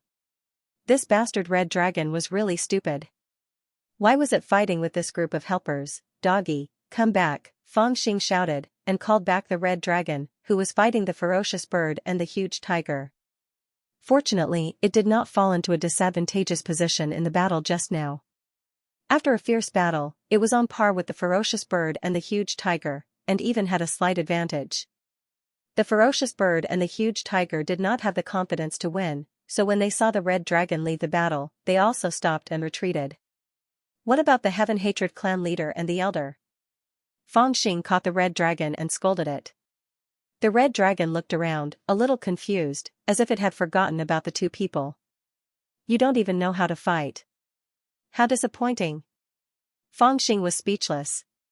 He scolded the red dragon a few times and jumped on its head, pointing into the sky. Let's go. The red dragon shook its head and wagged its tail, quickly escaping into the void. It came carefully, but now it swaggered away, and no one stopped it. And at this moment, in a hidden cave in the Heaven Abhorrence clan, the clan leader of the Heaven Abhorrence clan gently put down the heavily injured high priest and third uncle.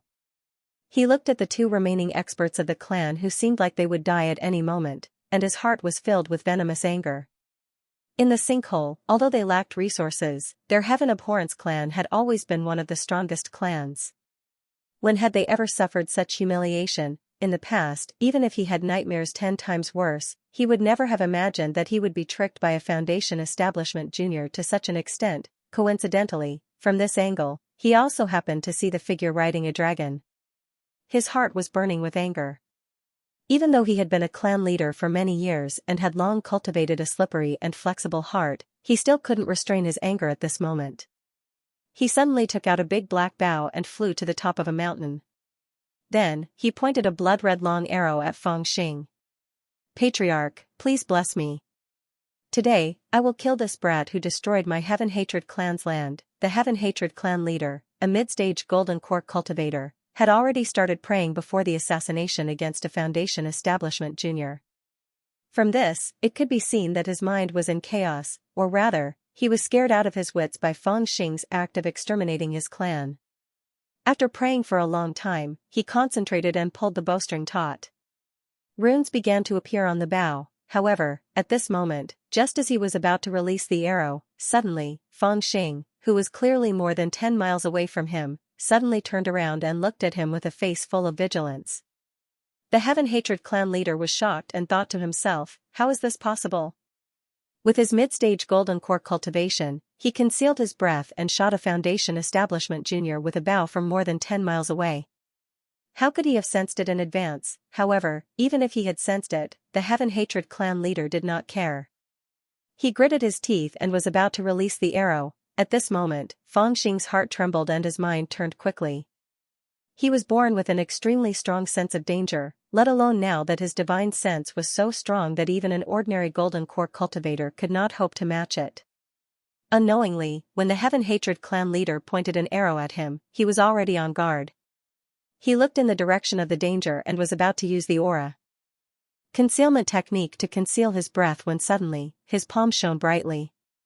In his hand was the copper mirror that he had taken from the Heaven Hatred clan's secret pavilion. The reason why he did not put the copper mirror in his storage bag was because his storage bag was too full. Secondly, he felt that since the copper mirror was a treasure that the Heaven Hatred clan leader had used before, it must be extraordinary.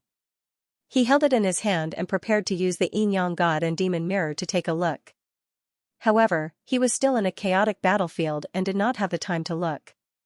He did not expect that when danger appeared, the copper mirror would change on its own. A pale yellow light suddenly shot out from the copper mirror and into the sky, lighting up half the night sky. At this moment, the beasts that were almost in a frenzy were suddenly terrified. They raised their heads and stared blankly at the blue light.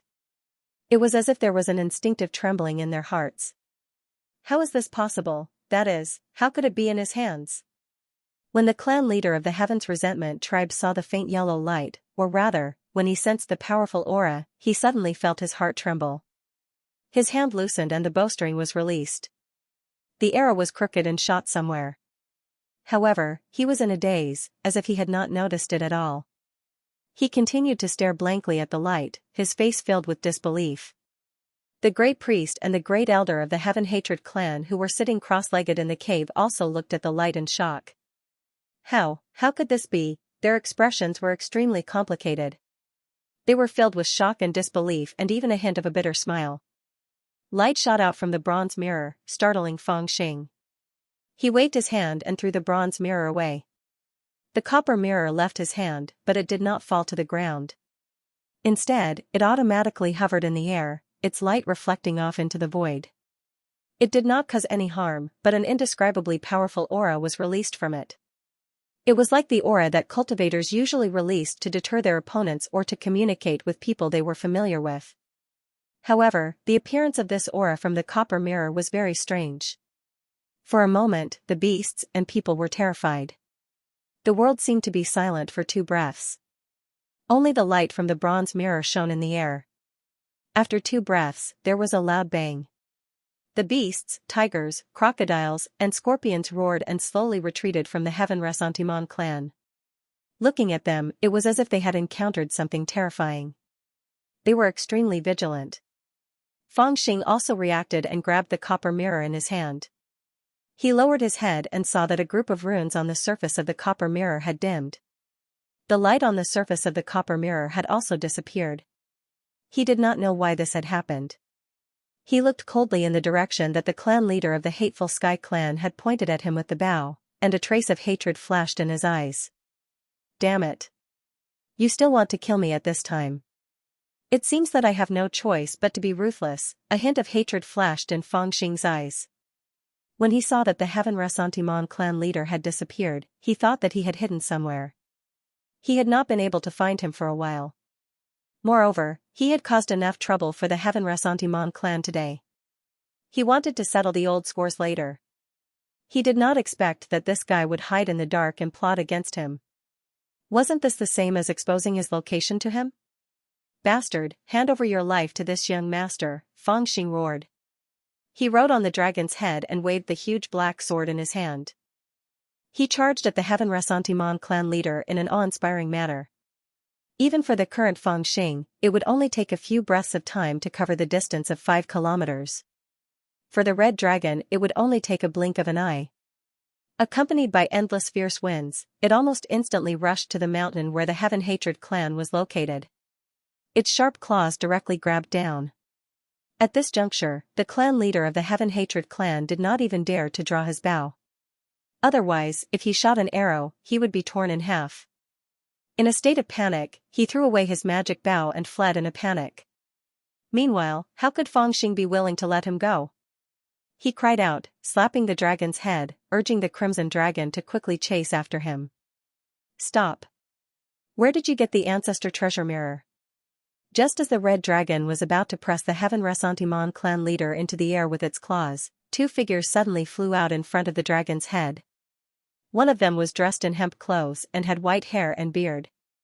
It was the high priest. The other was a bald old man dressed in a black robe. Fangxing also recognized him. He was the great elder of the Heaven-Hatred clan. These 2 people suddenly appeared and fiercely pounced at Fangxing. Both of them were already seriously injured. One could even see the bloodstains on their bodies and the aura of defeat on their faces. In their current state, they would definitely not be a match for the red dragon. However, at this moment, both of them had crazed expressions on their faces. They grabbed at Fangxing as if they did not care about their lives. Or rather, they grabbed at the copper mirror in Fangxing's hand. They had gone crazy for it. F***ck, Deguzi, run. Seeing this, Fangxing was also frightened. He turned around and ran without hesitation. He was not stupid. The red dragon's strength was not necessarily inferior to these 2 old men. However, it would not take much effort for these 2 old men to deal with him. Even if they could not crush him to death, it would not take too much effort. If the red dragon fought with these 2 old men, he would be caught in the middle of the battle. Just the aftermath of the battle would be enough to grind him to pieces. Although the red dragon was close to him and listened to him, its mind was not very clear. In a fierce battle, it would not be able to focus on protecting him. Thus, when he saw this scene, he immediately decided to run. He would first go to a safe place and then let the red dragon come back to fight. The red dragon was also startled by Fangxing's shout. It was startled for a moment before it obediently turned around and ran. Perhaps the word escape in Fangxing's words had left a deep impression on the dragon. It was originally a ferocious and majestic dragon, but when it turned around, it gave off a feeling of being sneaky and sneaky. The two of them ran away quickly, but the head consecrator and the bald elder desperately chased after them. "Leave the ancestors' treasure mirror," the second elder shouted and chased after them like a madman. Even his spirit force was circulating too quickly, causing him to spit out blood. "What ancestors' treasure mirror? It's this young master's treasure mirror." Fangxing did not turn around and hugged the treasure mirror even tighter. Judging from the behavior of the two old men, even a fool would know that this treasure mirror must be a great treasure. The red dragon's speed was not just for show. When it swung its tail and fled, it was really as fast as lightning. The head consecrator and the bald elder were both injured, so they could only watch as Fangxing and the red dragon fled further and further away, gradually disappearing into the round moon that was as big as a house in the sky. They stopped, panting, and wanted to cry but had no tears. How could the treasure mirror be in his hands? The secret treasure passed down by the ancestor, the only hope to leave the bottomless. Isn't it lost? Amidst the desperate and crazy roars of the two old men, Fangxing had already disappeared without a trace. That night, it was said in the bottomless that the Heaven Abhorrer clan's land was attacked by the beast tide and suffered heavy losses. Under the attack of at least 6 Class 5 dire beasts, the entire Heaven Abhorrer clan's land was turned into ruins. The clansmen and consecrators suffered heavy casualties, and even the 5 strongest grand elders and consecrators in the clan were mostly seriously injured. 3 grand elders died on the spot, and the other 2 were also seriously injured. It was said that their lives were in danger. That night, the Heaven Abhorrer clan's foundation was destroyed, and their great cultivator was killed. It could be said that the clan was wiped out. What few people knew was that night, the Heaven Abhorrer clan lost an even more important thing. Back to Fangxing, who was majestically about to take the life of the Heaven Abhorrer clan's patriarch who was about to sneak attack him, was frightened by the 2 crazy old men. He urged the red dragon to flee frantically. He did not know how far he had run until he had left the 2 crazy old men far behind, and even their shadows could not be seen. Only then did he stop, observed the surrounding environment, and found a safe valley to land in. Damn it, the old men are really scary when they go crazy. With a lingering fear, Fangxing squatted on a treetop and patted his chest. He also made up his mind that he had to improve his personal strength as soon as possible. In this case, even if he had the red dragon, he was not safe. No matter how strong the red dragon was, it could not be regarded as his personal strength. Just like just now, if the red dragon was alone, he could totally turn back and fight to his heart's content. But he dared not do so when he was on the side. It was really that the Golden Core and Mahayana stage cultivators were too powerful. If he was involved in it, he would only have a dead end. If he lost his life, even if the red dragon killed the 2 old men, what was the use? But what is this mirror?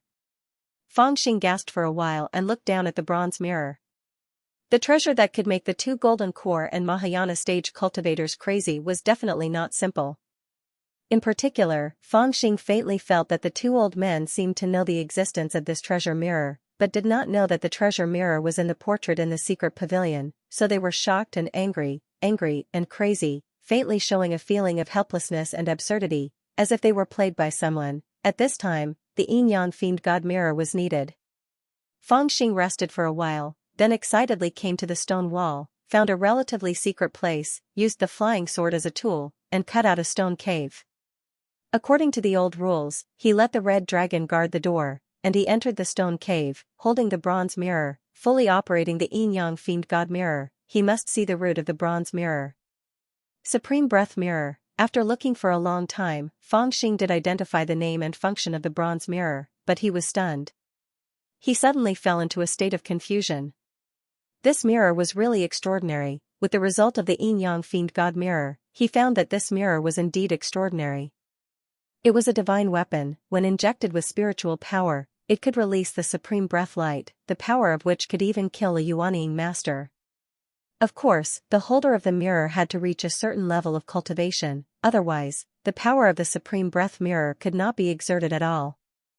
However, if this was all, was it enough to make the two golden core and Mahayana stage cultivators so crazy? Was it enough to make a tribulation-passing cultivator like Ancestor Heaven Resentment painstakingly use a secret method to hide this mirror in the portrait? Did the Vermilion Bird disguise and sneak into the Heaven Resentment clan for this bronze mirror? Feng Xing really could not figure it out. What he did not know was that at this very moment, in the deepest part of the ultimate, in a huge Taoist palace that was wrapped in the void turbulence and destructive lightning power, after the appearance of the copper mirror, there was a vague existence that awakened part of its consciousness. After that, the huge Taoist palace suddenly opened, revealing a gap that could be entered. In that gap, a bright red lantern rose, rising higher and higher, almost at the same level as the bright moon. The bright moon and the red lantern reflected each other. The light of the lantern did not lose out to the bright moon. It looked as if another bright moon had risen beside the bright moon. Roar! In an instant, countless powerful beasts were alarmed, roaring at the bright red moon, seeming both afraid and angry. In the ultimate, the experts of the various clans also sensed this. They all came out of their residences, suspended in the void, and looked at the bright red moon in the sky. Their expressions were one of shock, but there was also a hint of joy that could not be concealed. There were also people with deep fear, but in their hearts, they were all thinking the same thing. Is it time for the 9 moons to rise again? There's hope. To get out? A red light soared into the 9 heavens, competing with the bright moon for its brilliance. A strange and vast aura enveloped the sinkhole. In the eyes of ordinary people, the sinkhole could only be entered but not left. Once one entered, it was equivalent to entering a cage. It was impossible to leave for the rest of their lives. However, according to the older generation of sinkhole cultivators or clan leaders, it was not impossible to leave the sinkhole. Firstly, 3,000 years ago, the mysterious coffin had descended from the heavens. The chaotic laws of the sinkhole had cracked, allowing a group of people to escape. Secondly, there was a rumor in the ancient sinkhole that when the phenomenon of the 9 moons rising into the sky appeared, there would be a chance for someone to leave the sinkhole. However, a phenomenon like the 9 moons rising into the sky was rare even in thousands of years. Many people even believed that it was only a legend.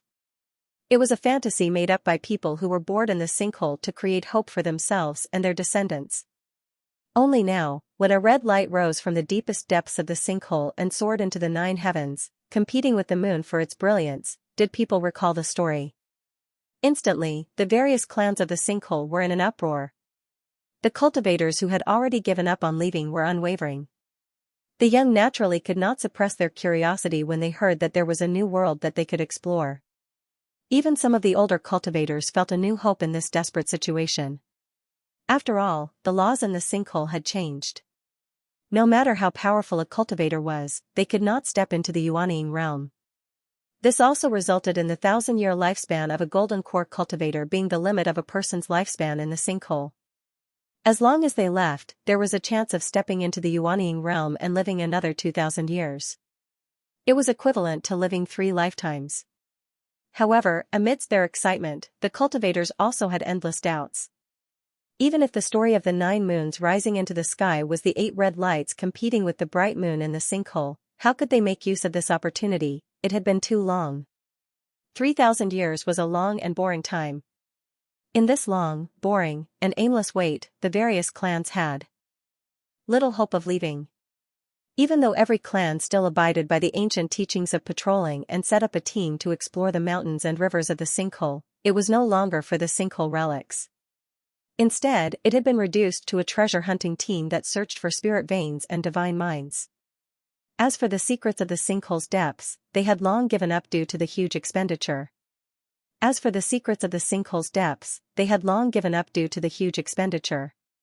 The strongest beasts that lived in the sinkhole's periphery were already at the 5th level. But in the deepest parts of the sinkhole, there were the legendary 7th level beasts. And in the sinkhole, there were the most terrifying beasts.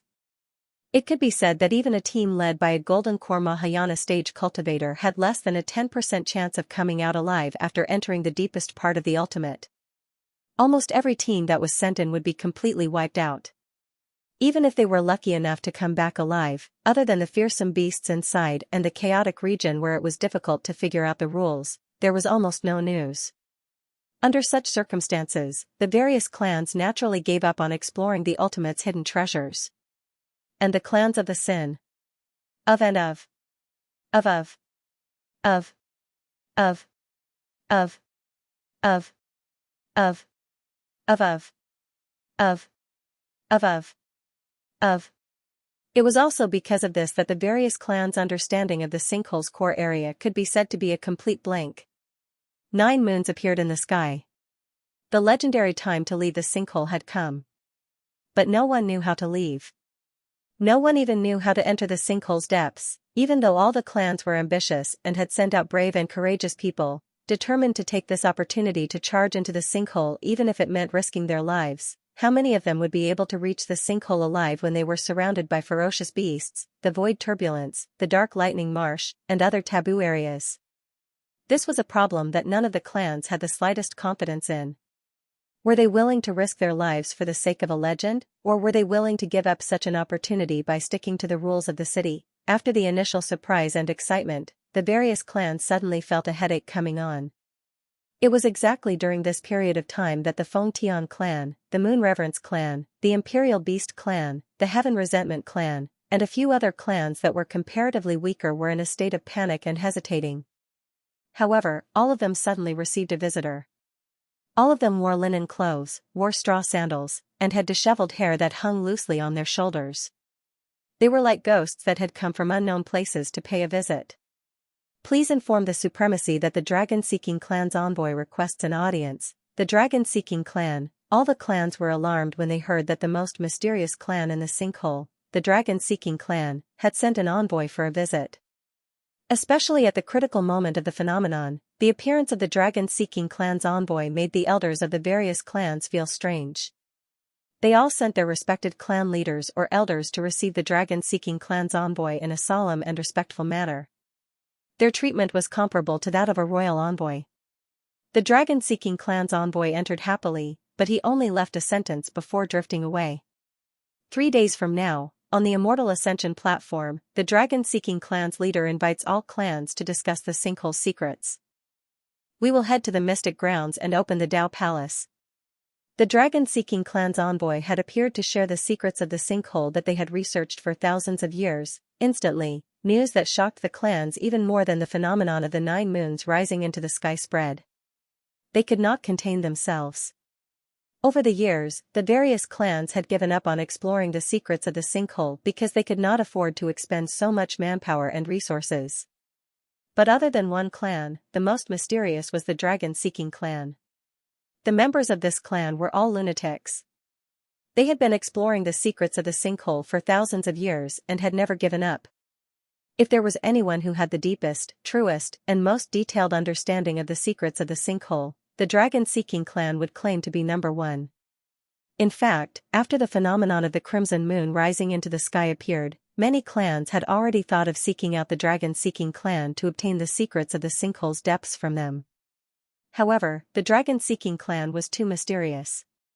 Even if they wanted to find them, they had no idea where to start. Unexpectedly, at this critical juncture, they had taken the initiative to appear and even invited the various clans to explore the sinkhole's depths. At that moment, regardless of what they were thinking, the various clans immediately made arrangements and rushed to the Immortal Ascension stage. The Immortal Ascension stage was located in the middle of the sinkhole, above a vast abyss. It was a Dao platform made of white jade that was 99 feet tall, 99 feet wide, and 99 feet long. It was said that this Dao platform was the place where the cultivators of the Taishang orthodoxy ascended to the immortal world. When the Taishang orthodoxy was at its peak, there was a legend of 10 immortals. 7 of the 10 immortals ascended to immortality from the Dao platform. Now, tens of thousands of years had passed. The Taishang orthodoxy that had once ruled the world had been reduced to ruins. However, the Immortal Ascension stage, which had once symbolized glory and legend, had been preserved. It was said that the Tao platform was tainted with the immortal chi of the people who had ascended to immortality. As a result, the Tao platform was crystal clear. Weeds could not bear to grow, birds dared not land, and beasts dared not approach, afraid that they would taint the sacred ground. In the sinkhole, the various clans were scattered all over the great rivers and evil mountains. The 3 days that the dragon-seeking clan had mentioned was just enough for the clans that were the furthest away to rush here. It seemed that they had long prepared for this. From the second day onwards, people from various clans arrived on clouds. They sat cross-legged in a corner of the immortal ascension stage and waited. At noon, in the southwest direction, the clear cries of birds covered the sky. The royal beast clan had arrived. At dusk, a group of sword cultivators arrived on their swords. All of them were dressed in ancient clothes and had a dignified bearing. The Fengtian clan had arrived. On the night of the third day, a bright moon shone brightly in the sky while a faint red lantern hung in the sky. Suddenly, the bright moon seemed to be brighter than usual. The moonlight seemed to be silver, and the world seemed to be brighter. At that moment, a silver pipa dispersed a cloud in the night sky and appeared above the immortal ascension stage. It was the fairies of the lunar reverence clan of the sinkhole. The various clans each occupied a corner of the immortal ascension stage. Some sat, some stood, some chatted with familiar clans, and some glared at hostile clans. In short, almost all of the clans in the sinkhole were present. Below the immortal ascension stage, there were some figures that appeared. They stood alone far away from the immortal ascension stage, silently waiting for something. They were the wandering ghosts of the sinkhole. After entering the sinkhole, they did not join any clan. There were many such people in the sinkhole. What are the dragon-seeking clan up to? They actually gathered all the clans in the sinkhole. Below the immortal ascension stage, in the shadow of a large tree, Feng Xing was also waiting in boredom. As a bandit, he knew the importance of information. After escaping, he did not immediately hide, especially when he saw the 2 bright moons in the sky. He had a vague feeling that something big was about to happen, so he immediately snuck out to gather information. Coincidentally, he heard about the gathering of the clans in the sinkhole on the immortal ascension stage, so he immediately rushed over. As for the red dragon, he had left it in a hidden valley thousands of miles away. He did not bring it with him. Although Deguzi was a powerful fighter, he was not in a clear mind and could not use spells, so it was inconvenient for him to do things. If Feng Xing encountered danger, he could easily escape by concealing his aura. However, if he brought the red dragon with him, the aura concealing technique would not be enough to cover it. If they encountered danger, they could only fight head-on. It would be easier for Feng Xing to escape alone. Before the 4th day arrived, the various tribes of the sinkhole had arrived at the immortal ascension platform. They found an empty space and sat down. From the distance they occupied to the center of the immortal ascension platform and the size of the area they occupied, it was obvious how strong the sinkhole clans were. Now, sitting in the middle of the immortal ascension platform was the Fengtian clan. They were led by a golden core cultivator and 10 clansmen. The Fengtian clan was also a clan with a strange background. Back then, Patriarch Fengtian had not entered the sinkhole because he was forced into a dead end. Instead, he had risked his life to hunt down an old demon who had done many evil deeds. Later, he successfully slew the old demon, but he was imprisoned there. He never left, but he left behind the Fengtian lineage. It was also because of the Fengtian lineage's intention to slay the demon. Of course, after so many years, it was hard to say how much of his righteousness remained. However, the Fengtian lineage he left behind grew stronger and stronger. It had already become one of the strongest clans in the sinkhole. Speaking of which, there was an interesting matter. The Fengtian lineage and the Heaven Abhorrence lineage originally had no feud. However, due to their conflicting names and the fact that they occupied similar territories, there had been constant friction over the millennia. As time passed, the enmity between the 2 clans deepened, almost to the point where they would not rest until one of them was dead. Apart from the Fengtian clan in the middle, it was clear that the Imperial Beast clan and the Moon Reverence clan had extraordinary statuses. They were surrounded by the other smaller clans in the middle. These 2 clans were also extraordinary. The Imperial Beast clan was said to have grasped a method to tame ferocious beasts. It could be said that they were favored by nature in the sinkhole, and no one dared to provoke them. As for the Moon Reverence clan, women were revered, and their cultivation methods were related to the bright moon. They were usually elusive and rarely interacted with outsiders. They were the most mysterious clan in the sinkhole apart from the dragon-seeking clan. Heaven Abhorrence, Fengtian, Imperial Beast, Moon Reverence, and Dragon-Seeking clans were the 5 strongest clans in the sinkhole. However, Fengxing also noticed that no one from the Heaven Abhorrence lineage had appeared. It was unknown if something had happened to them, or if they had suffered too much from him. Now, they could barely protect themselves and were no longer able to participate in the ruin-seeking assembly organized by the dragon-seeking clan. Time passed slowly and it was already midnight. The moon hung in the sky, one red and one white, reflecting each other's beauty. In the middle of the night, even acquaintances stopped chatting and closed their eyes to meditate. The immortal ascension stage was imbued with immortal chi, so there were very few ferocious beasts around. Furthermore, after the crimson moon rose into the sky, the interior of the sinkhole seemed to be covered with an inexplicable oppressive aura. Even the ferocious beast roars that could be heard on a daily basis had lessened significantly. Now that it was midnight, the atmosphere was even quieter. "He's here." In the middle of the night, an old cultivator suddenly opened his eyes and shouted from the silent crowd on the immortal ascension platform. As he spoke, several people also opened their eyes and looked towards the west. Even Fengxing opened his eyes and looked towards the west. He could vaguely feel the fluctuation of spiritual energy in the west. Someone was rushing over with a spell. On and off the immortal ascension stage, all the cultivators used their Dharma Eye technique to look over. In the distance, under the moonlight, they saw a group of people riding on clouds. There were not many of them, only about 7 or 8 of them. When they got closer, they could see clearly that the person leading them was a woman wearing a bamboo hat and a gray robe. The wind blew against her body and it was obvious that she was a woman with a slender figure. Behind her were strange people dressed in hemp clothes and straw sandals. Their hair was messy and draped over their shoulders. Although they looked different, they were dressed the same and their expressions were the same. They looked like 7 brothers. "Magu is late. Please forgive me, seniors." The group of people arrived at the immortal ascension stage. The gray-robed woman leaped down from the cloud and bowed to the people of the tribe.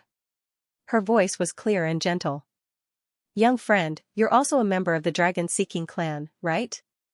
May I know your status in the clan and where is your clan leader?" Among the crowd, an old man dressed in an ancient robe with a square face and a tall crown on his head walked out. He was the Grand Elder of the Fengtian clan. He was also the leader that the Fengtian clan had sent to enter the sinkhole mystic land with the dragon-seeking clan. He stood up to welcome her and sized up the gray-robed woman. He frowned slightly, clearly sensing that she was a junior. "Greetings, Grand Elder Fengxing of the Fengtian clan. I'm Magu, the current leader of the dragon-seeking clan." The gray-robed woman bowed gracefully. Her voice was calm but the words she said immediately shocked everyone. "You're the leader of the dragon-seeking clan?" Even the Grand Elder of the Fengtian clan could not help but blurt out in surprise. The dragon-seeking clan was known as the most mysterious clan in the sinkhole but its strength was not weak. Otherwise, it would not have been listed as one of the strongest clans in the sinkhole. As for the woman in front of him, her cultivation level was only at the early stage golden core realm. She did not look old, not more than 100 years old at most. With such qualifications and cultivation level, she was not even qualified to be a high-ranking consecrator. How could she be the leader of the dragon-seeking clan? Instantly, everyone on the immortal ascension stage looked surprised and doubtful. Magu seemed to see through everyone's thoughts. Her voice was still clear and gentle as she said indifferently, "I dare not lie in front of all the elders. I've been the leader of the dragon-seeking clan for 10 years. Although I'm lacking in intelligence and cultivation level, there's nothing I can do about it. Now, the dragon-seeking clan is only left with a few of us. Or rather, I'm the only one left of the true dragon-seeking clan." Boom, the crowd was shocked when they heard the news. The dragon-seeking clan, one of the strongest clans in the sinkhole, only had 7 people left. Naturally, there were some people with keen eyesight who had already noticed that the 6 people around Magu were sluggish and had no spiritual nature. Although they looked no different from ordinary people, they were actually like servants controlled by a secret technique. Thus, it made sense for Magu to say that she was the only remaining member of the dragon-seeking clan. She was the only one in the clan, so if she didn't become the patriarch, then who else could do it? Fairy Magu, please forgive me. I was rude. I wonder, the dragon-seeking clan is also a large clan in the sinkhole. Why, the Grand Elder of the Fengtian Dao, Fangjing's expression only changed slightly. He calmly apologized and asked softly. Magu chuckled softly. She seemed a little helpless and also a little sad. She said softly, I invited everyone here to explain the whole story. Seniors, please sit down and let me explain in detail. The cultivators agreed and sat down one after another. There were no tables or chairs on the Immortal Ascension stage, so they all sat on the ground and naturally surrounded the gray-robed woman in the middle. After the woman sat down cross-legged, she didn't take off her bamboo hat. She focused for a moment and said softly, speaking of which, the dragon-seeking clan has fallen to such a state. Ever since our ancestor began, our clan has devoted itself to exploring the secrets of the sinkhole. We have never considered the matter of reproduction and rarely accepted people from outside the sinkhole into our clan. Naturally, we gradually declined and the number of clansmen decreased day by day. When everyone heard this, they understood. Everyone had heard of the dragon-seeking clan's way of doing things. For a long time, my clan would gather the strength of the clan to explore the depths of the ultimate ruins. The beasts in the depths of the ultimate ruins are powerful, and there are also the void turbulence, dark thunder marsh and other dangerous existences that could easily take lives. Even a golden core Mahayana cultivator would find it difficult to resist. Although the dragon-seeking clan had some of our own insights from thousands of years of exploration, we suffered heavy casualties every time.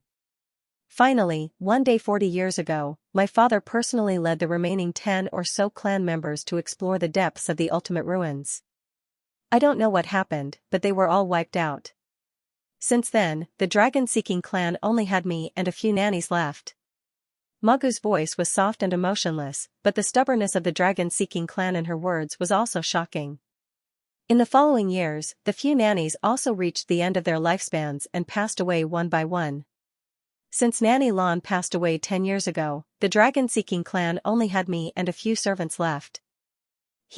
I admit that I don't have the strength to explore the depths of the sinkhole anymore, so the desire to do so has faded. I originally wanted to choose a large clan and enter to seek the identity of a worshipper, but I didn't expect the phenomenon of the 9 moons rising into the sky to appear. At this point, she suddenly smiled helplessly and said, Seniors, don't you also find this a little ridiculous? The dragon-seeking clan has worked hard to explore the secrets of the sinkhole for thousands of years, even sacrificing the entire clan. I didn't expect that when the opportunity to explore the sinkhole finally presented itself, the dragon-seeking clan only has a weak woman like me left, and I don't even have the strength to enter the depths of the sinkhole. Hearing this, the cultivators were both shocked and also felt that it was a little absurd. If what she said was true, then the dragon-seeking clan was indeed a little sad. Of course, cultivators were naturally black-hearted and thick-skinned. The regretful thought only flashed through their minds for a moment. The great elder of the beast-seeking clan asked impatiently, Is the legend of the 9 moons rising into the sky true? When the others heard this, they all trembled with excitement. Dozens of gazes fell on Magu. Magu nodded lightly and said, It's true. According to the legends of my clan, the phenomenon of the 9 moons rising into the sky is actually the manifestation of the remaining protective formation of the Taishang Dao. Of the 9 moons, 1 is the real one, 8 are the lanterns, and 8 are the base of the formation. The 8 lanterns are actually the 8 formation flags of the Taishang Dao orthodoxy. Every 10 days after the first lantern appears, a red lantern will rise. When all 8 lanterns rise into the sky, the formation inside the Taishang Dao orthodoxy will open. This is the only chance to enter the Dao Palace. Boom. Hearing this, the cultivators felt as if their hearts were struck by lightning. The joy in their hearts was indescribable. Magu confirmed that the phenomenon of the 9 moons rising into the sky was related to the supreme Taoist orthodoxy. She even revealed the reason for the phenomenon. Everyone was pleasantly surprised, as if they had eaten a tranquilizer. However, there were naturally some cultivators who still had doubts in their hearts. For example, how far had the Seeking Dragon clan explored the secrets of the ultimate ruins? Where did they come up with the theory of the 9 moons rising into the sky? Also, why would the Seeking Dragon clan take the risk to explore the secrets of the 9 moons rising into the sky before the phenomenon appeared? Magu seemed to know what everyone was thinking. She explained in a calm voice, "My Seeking Dragon clan knows the origin of the 9 moons rising phenomenon, but we were never sure if it would truly appear. After all, the supreme Taoist orthodoxy has been destroyed for countless years and no one is controlling the grand formation. Who knows why it would activate for no reason? Let me put it this way.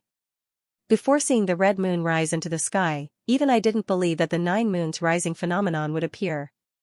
Perhaps it has appeared before, but it won't appear again in the future." After saying that, she sighed and said, "However, if my father had known that the phenomenon of the 9 moons rising into the sky would really appear, he would not have chosen to enter the depths of the ultimate 40 years ago. Instead, he would have waited until now to enter the ultimate to explore it." Hearing this, the cultivators sighed and believed Magu's words. Right at this moment, the white-clothed Grand Elder of the Moon Reverence clan asked in a light voice. "The dead are gone. Your father and clansmen did the impossible, yet their courage was admirable, and their will was worthy of praise. Which one of us cultivators doesn't know the principle of defying the heavens? Goddess Magu doesn't need to feel sad. I wonder how much the Seeking Dragon clan knows about the depths of the ultimate ruins after exploring for thousands of years." Magu sighed softly and said, "Thank you, Senior Linglong.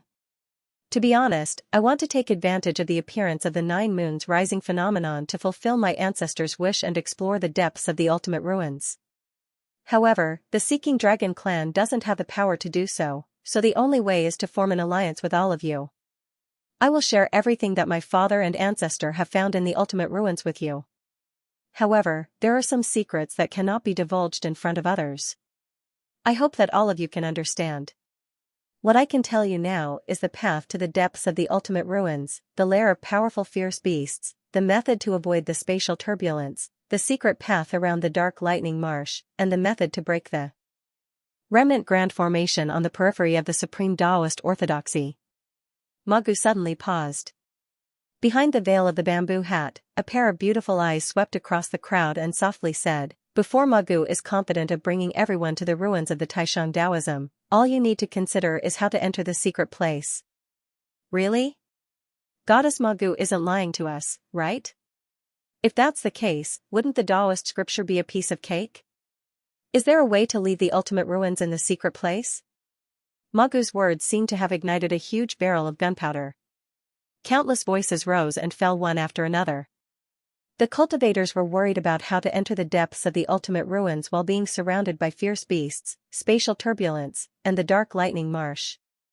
They didn't expect Magu to tell them all in one breath. What else was there to worry about? Once the 9 moons rose and the grand formation of the supreme Taoist orthodoxy was closed, wouldn't the cultivators be able to directly enter the interior of the orthodoxy? On the other hand, the great elders of the Fengtian clan, Yusho clan, and Reverence Moon clan frowned. They were all experienced people, so they didn't believe that such a good thing would happen to them out of nowhere. Instead, they began to doubt it. As expected, Magu said softly after everyone stopped asking questions, "I only said that I'm confident that I can bring everyone to the ruins, but I didn't say that I can bring everyone there safely. In fact, this path is extremely dangerous. Perhaps a startled 7th-rank fierce beast could wipe us all out. I can't guarantee that no accidents will happen." The joy in the cultivators' hearts was extinguished. They calmed down slightly. The great elders of the Fengtian clan, Yusho clan, and Reverence Moon clan nodded inwardly. They felt that this was more reasonable. Unexpectedly, Magu glanced at the crowd and said, "There's one more question that I would like to ask all of you. For the long-seeking clan, it's not difficult to enter the depths of the ultimate ruins or even reach the ruins of the supreme Taoist orthodoxy. The most difficult thing is how to pass through the gate of the 4 beasts in front of the ruins. If we don't solve this problem, I'm afraid we'll have to return empty-handed." Gate of the 4 beasts? This was the first time most of the cultivators heard of this name, so they were immediately startled. Someone asked, "Fairy Magu, didn't you say that the supreme Taoist orthodoxy's grand formation would open? What's with this gate of the 4 beasts?" Magu sighed softly and explained, the Gate of the Four Beasts has nothing to do with the Supreme Taoist Orthodoxy's grand formation. It's only the entrance to the ruins of the Supreme Taoist Orthodoxy. When the 9 moons rise into the sky, the grand formation within the ruins of the Supreme Taoist sect will be opened. It's equivalent to having a distinguished guest in our clan, and we'll open the door to welcome him in.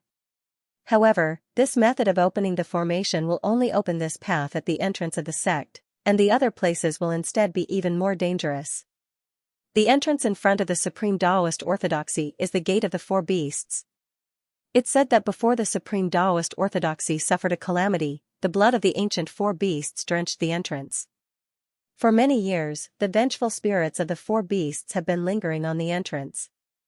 Anyone who approaches the entrance will be cursed by the Gate of the Four Beasts. Losing their soul and cultivation would be considered a light punishment. At this point, her tone became slightly solemn. The ancestors of my dragon-seeking clan have explored the secret grounds in the depths of the ultimate ruins countless times. According to the records, they've reached the entrance of the Gate of the Four Beasts several times, but they all failed. Countless clansmen died. Left with no choice, they gave up on the idea of entering the ruins through the entrance. Instead, they considered entering the ruins through other paths. However, it's a pity that the Supreme Taoist Orthodoxy's grand formation is too profound. Our dragon-seeking clan is the best at breaking the formation, but we haven't made any progress even after thousands of years of research. After Magu appeared, she didn't hide anything and gained the trust of the cultivators. Hearing her solemn tone, even the Feng Tian clan's great elder asked with a solemn expression, since Fairy Magu mentioned this gate, do you have a way to break it? There wasn't originally. Magu said softly, the four beasts of the primordial era are the azure dragon, white tiger, vermilion bird, and black tortoise. They are the four most powerful beasts. How could the forbidden spell cast by the Supreme Taoist Orthodoxy be so easily broken? The ancestors of my dragon-seeking clan once obtained the blood essence of 100 beasts, but they couldn't dispel the evil aura on the gate. They were at their wits' end and gave up on entering the ruins through the Gate of the Four Beasts. Even our ancestors couldn't do anything, so how could I? However, perhaps it's the will of the heavens. During the rare phenomenon of the 9 moons rising into the sky, Magu heard a piece of news. A true dragon has appeared in the ultimate ruins. When the cultivators heard this, they all looked at Magu in astonishment. For a moment, no one spoke. Feng Xing, who was hiding at the edge of the Immortal Ascension Plateau and eavesdropping on Magu's words, suddenly felt his heart skip a beat and his brows raised. There's a true dragon in the ultimate ruins? The Reverence Moon clan's great elder asked in surprise. Some of the smaller clans whispered to each other in astonishment as if it was the first time they heard of it. On the other hand, the Feng Tian clan and the Imperial Beast clan's great elders wore solemn expressions. They seemed to have known about it for a long time. Feng Xing knew about it. After he and the Red Dragon entered the ultimate ruins, he went into seclusion for 2 years. During these 2 years, the Red Dragon had been guarding the area and never strayed far. There were some powerful beasts in the area, so no one went to check on them. Even the Heaven Hatred clan, which was closest to the place, didn't find any traces of the Red Dragon. Later on, when he joined the Heaven Hatred clan, they didn't want to spread the news about the Red Dragon. They forbade their clansmen from spreading the news, so the news was suppressed. Speaking of which, not many people in the Ultimate Ruins knew about the Red Dragon. However, the Feng Tian clan and the Imperial Beast clan were close to the Heaven Hatred clan and had a grudge against each other. They must have planted many spies in each other, so it wasn't surprising that they knew about the Red Dragon. However, what Feng Xing didn't understand was why the woman from the dragon-seeking clan mentioned the Red Dragon. What do you mean, Fairy Ma? The Feng Tian clan's great elder spoke softly and asked the question on Feng Xing's mind. Magu said softly, if we want to break the curse on the door of the Four Perils, we can only use the blood of beasts as a sacrifice. The ancestors of the dragon-seeking clan tried to use the blood of hundreds of beasts as a sacrifice, but they didn't succeed. From then on, our ancestors understood that the door of the Four Perils can't be broken with the blood of ordinary beasts. To succeed, we need the blood of one of the Four Perils. The Feng Tian clan's great elder and the Imperial Beast clan's great elder's eyes flashed when they heard this. They seemed to be tempted. Magu's tone was light and calm. She said slowly, so, if we want to explore the ultimate ruins, we must find the red dragon. If we don't have the blood of the dragon as a sacrifice, I'm afraid that even if we reach the depths of the ultimate ruins, we will follow in the footsteps of our ancestors in front of the Dao Palace. We don't need to waste so much manpower and resources to venture into the depths of the ultimate ruins. What do you think, seniors? For a moment, no one spoke on the mountaintop. There was only the gentle night breeze. However, Feng Xing, who was hiding in the dark, had already clenched his fists. There's no need to say anything now. Since Goddess Ma said that we'll use the blood of the Crimson Dragon to break the spell, we'll just go and capture the Crimson Dragon. If my information is correct, the Crimson Dragon is in the Heaven Grudge clan's territory right now. We of the Royal Beast clan have been wanting to see that true dragon for a long time. Everyone, let's pay a visit to the Heaven Hatred clan. The Imperial Beast clan's Grand Elder was the first to speak. He chuckled while killing intent flashed in his eyes. The Fengtian clan's Grand Elder laughed and said, "Fellow Daoist Xiong, you're not very well informed. The Red Dragon was indeed in the Heaven Hatred clan at first, but I heard 3 days ago that the Heaven Hatred clan wanted to seize the dragon's soul to refine a powerful magic weapon. They offended the Red Dragon's master. I don't know what method he used, but he attracted a beast tide to attack the Heaven Hatred clan. Now, the Heaven Hatred clan is almost annihilated." Oh? Something like that happened? The Imperial Beast clan's Grand Elder didn't know about that, so he asked immediately after hearing the news. The Imperial Beast clan was best at controlling beasts, but it was difficult for them to casually cause a beast tide to attack their enemies. Otherwise, the Imperial Beast clan would have conquered the ruins of End a long time ago. So, when they heard the Fengtian clan's Grand Elder, they were very interested in the Red Dragon's master. They asked repeatedly how the Red Dragon's master led a beast tide to attack the Heaven Hatred clan. Even the Lunar Reverence clan's Grand Elder, Ling Long, was stunned and asked hurriedly. To be able to destroy the Heaven Hatred clan with his own strength, this was something that even they couldn't do. I know it happened, but I don't know how he did it. Fellow Daoist Xiong, fellow Ling Long, don't you find it strange? The phenomenon of 9 moons rising into the sky appeared, and a fellow from the dragon-seeking clan showed up. The Heaven Hatred clan is a large clan in the ruins of End, so why didn't they show up? Haha, I'm afraid they're busy rebuilding the clan's formation to prevent their clan from being annihilated. As he spoke, there was a hint of schadenfreude in his words. The Fengtian clan and the Heaven Hatred clan had a deep grudge against each other. In fact, if it weren't for the fact that the spies planted by the Fengtian clan also suffered heavy casualties in the Beast Tide, and that they didn't know the true number of casualties of the Heaven Hatred clan, and that the 9 moons phenomenon appeared in the sky and the ruins exploration expedition was just around the corner, the Fengtian clan would have mobilized their army and attacked the Heaven Hatred clan. It could be said that the appearance of the successor of the dragon-seeking clan had saved the Heaven Hatred clan. What is the cultivation level of the Crimson Dragon's owner? Elder Ling Long of the Reverence Moon clan asked solemnly. His cultivation base isn't high. Rumor has it that he is only at the Foundation establishment realm. However, that Red Dragon's strength is extraordinary. Ordinary Jingdan realm cultivators can't deal with him. The elder from the Fengtian clan spoke in a low voice, and he seemed rather relaxed. So it's just Foundation establishment. When everyone heard this, they all heaved a sigh of relief.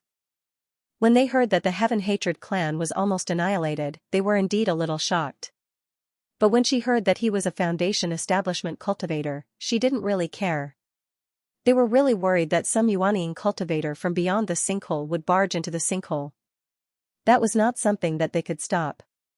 It was not as if such a situation had never happened in the history of the sinkhole.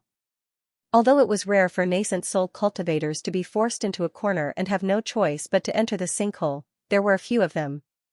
Even the patriarchs of the various clans were mostly nascent soul cultivators. Once a person of such cultivation level entered, his strength would be extraordinary and he would stand above the various clans. It would not be difficult for him to unify the various clans. However, most of these people would place their attention on the Taisheng Taoism ruins deep in the sinkhole and explore the secrets with their powerful cultivation level. Of course, there were too many dangers in the sinkhole and no one among the Yuanian cultivators had ever succeeded. If the Crimson Dragon's owner was a Yuanian cultivator, they would have to consider the consequences of angering him. But since he was a Foundation establishment cultivator, then, Elder Xiong of the Yusho clan sneered and said, no matter what, the secret of the sinkhole is a rare opportunity to see the light of day once every few thousand years. How can we let it go? Immediately send people to search for the Crimson Dragon's owner. If he listens to our kind advice and obediently hands over the Crimson Dragon, we will give him some compensation. If he doesn't listen, then I'll have to see what he's capable of. That's right, immediately send people to search. I don't believe that the Crimson Dragon's owner isn't interested in the secret of the sinkhole, Elder Ling Long of the Reverence Moon clan also said. When the others heard this, they all chimed in. The secret of the sinkhole was so important, how could they let go of such an opportunity? Although the purpose of the Crimson Dragon was only the Seeking Dragon clan's descendants' guess, they wouldn't give up on the possibility. After all, it would be troublesome to turn back after entering the depths of the sinkhole. Therefore, they had to capture the Crimson Dragon first before setting off. Seniors, Magu has a request. After you find the Crimson Dragon's owner, please don't harm his life. After all, Magu only wants to explore the secret of the sinkhole to fulfill my ancestors' dying wishes. I don't want to harm anyone because of this matter. If the Crimson Dragon's owner dies because of Magu's request, then it'll be Magu's sin. I'll feel guilty and I don't want to commit such a sin. Magu suddenly said softly when everyone agreed to her request. The cultivators were a little surprised to hear this. They didn't expect the Seeking Dragon clan's leader to be so pedantic. Great Elder Xiong of the Yusho clan sneered and said, if this person is reasonable and hands over the Crimson Dragon, we won't make things difficult for him. But if he's stubborn, it'll be our sin. It has nothing to do with Goddess Magu. The great elder of the Yusho clan didn't care about the life of a Foundation establishment cultivator and didn't think much of it. After all, it's all because of Magu. Magu would rather not go to the depths of the sinkhole than commit such a sin. He didn't expect that Magu would change her previous easygoing personality and become surprisingly stubborn on this matter. The cultivators' hearts immediately trembled when they heard this. The girl from the Seeking Dragon clan was their only hope in exploring the depths of the sinkhole. If she had a knot in her heart, it would be dangerous. If she randomly pointed the wrong way on the way to the depths of the sinkhole, all the cultivators would lose their lives. Seniors, please forgive me. It's not that I'm unreasonable, but I've seen many of my clansmen die when I was young. I'm terrified. After my father entered the depths of the sinkhole, I made a great vow that if I could fulfill the Seeking Dragon clan's wish, I'd rather be a vegetarian for the rest of my life than kill. I've held on to this vow for 40 years. Now that my father's final wish is about to be fulfilled, do you want me to break my vow? Magu's insistence put the elders of the clans in a difficult position. For a moment, no one spoke. Magu sighed and said with even more determination, Magu knows that I'm making things difficult for you, but I hope seniors can understand. How about this, if the master of the Crimson Dragon refuses to hand over the Crimson Dragon, please spare his life and capture him. Bring him to me and I'll invite him to explore the sinkhole together. If we find anything, we'll give him all the Seeking Dragon clan's harvest as compensation for the Crimson Dragon's loss. This is the only way I can enter the depths of the sinkhole without worry. Haha, Fairy Magu is afraid that we'll kill him without you knowing. That's why you must meet him, right? Although Magu's words were implicit, Elder Ling Long of the Reverence Moon clan heard it. Magu seemed to be a bit frightened and bowed. I was being rude to play tricks in front of seniors. Fangjing of the Reverence Sky clan smiled. Fairy Magu is also merciful. There's no need to apologize.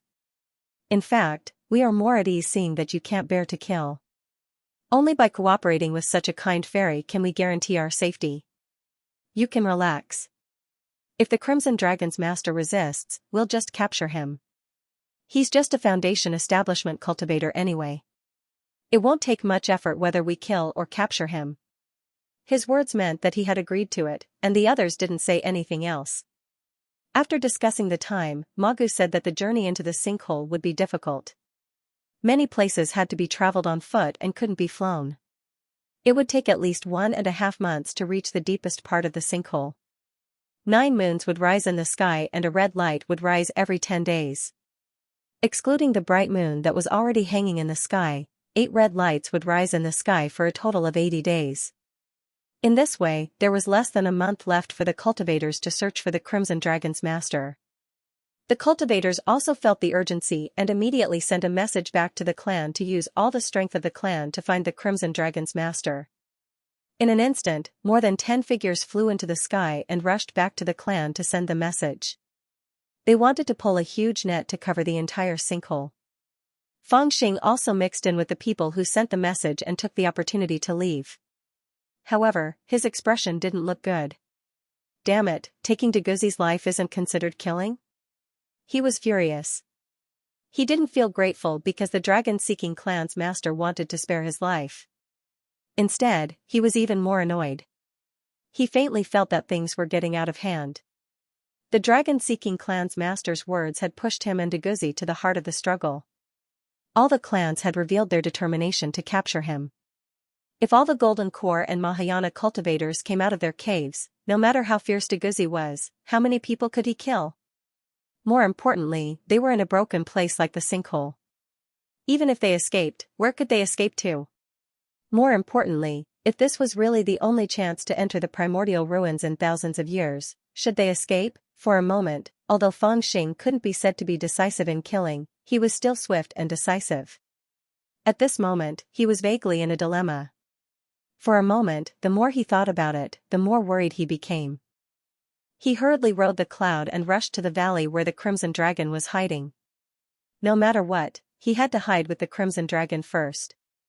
Otherwise, when the sinkhole's big net spread out, he might not even have a place to hide. However, as he gradually flew closer to the valley, Fangxing suddenly raised his head. He had a slightly shocked expression and didn't know whether to laugh or cry. Above the valley where the Crimson Dragon was hiding, there were 3 cultivators looking down blankly. Among these 3 cultivators, one was already in the early stage of Golden Core, and the other 2 were also in the late stage of Foundation establishment. They wore animal skin robes and were bare-chested. There was a fierce aura on their bodies. They were riding a 4th-rank ferocious bird with a wingspan of hundreds of feet. They were the messengers of the Imperial Beast clan. It turned out that the people of the Imperial Beast clan had taken a shortcut to pass through the area occupied by the 2 Class 5 dire beasts in order to hurry back to the clan to deliver the message. Unexpectedly, as soon as they flew into the valley, the dire beasts that they had tamed as mounts suddenly shivered, as if they were startled by the aura of some powerful dire beasts. The 3 of them also looked out in fear. Holy shit, a dragon is rolling in the mud in the valley. Is this the Crimson Dragon? One of the late-stage Foundation Establishment Realm disciples cried out in a trembling voice, as if he couldn't believe his eyes. I didn't think it would be so easy. I ran into it just like that? The other late-stage Foundation Establishment Realm disciple was also dumbfounded, as if a huge pie had fallen from the sky and smashed into his face. Quick! Send a message to the Grand Elder and the others. On the contrary, the Golden Core disciple reacted faster and hurriedly took out a communication magic tool unique to the bottomless ruins. Once activated, a spiritual light soared into the sky, and cultivators within a radius of 10,000 kilometers immediately sensed it. They were less than 10,000 kilometers away from the Immortal Ascension Plateau, so they could send a message to the Grand Elder, Xianxia, who was accompanying the dragon-seeking clan leader, Mugu, on the Immortal Ascension Plateau, asking him to quickly subdue the Crimson Dragon. On the other hand, Fangxing, who was 300 am away, had instantly become anxious as well. If these bastards were allowed to spread the news, then it would probably alarm the other cultivators. Especially since the Fengtian clan's territory wasn't too far away. If that clan was alarmed, then all the experts of that clan would swarm out, and it would probably be impossible for him and Crimson Dragon to escape alive. Not to mention being captured, just being entangled with them would be a huge problem.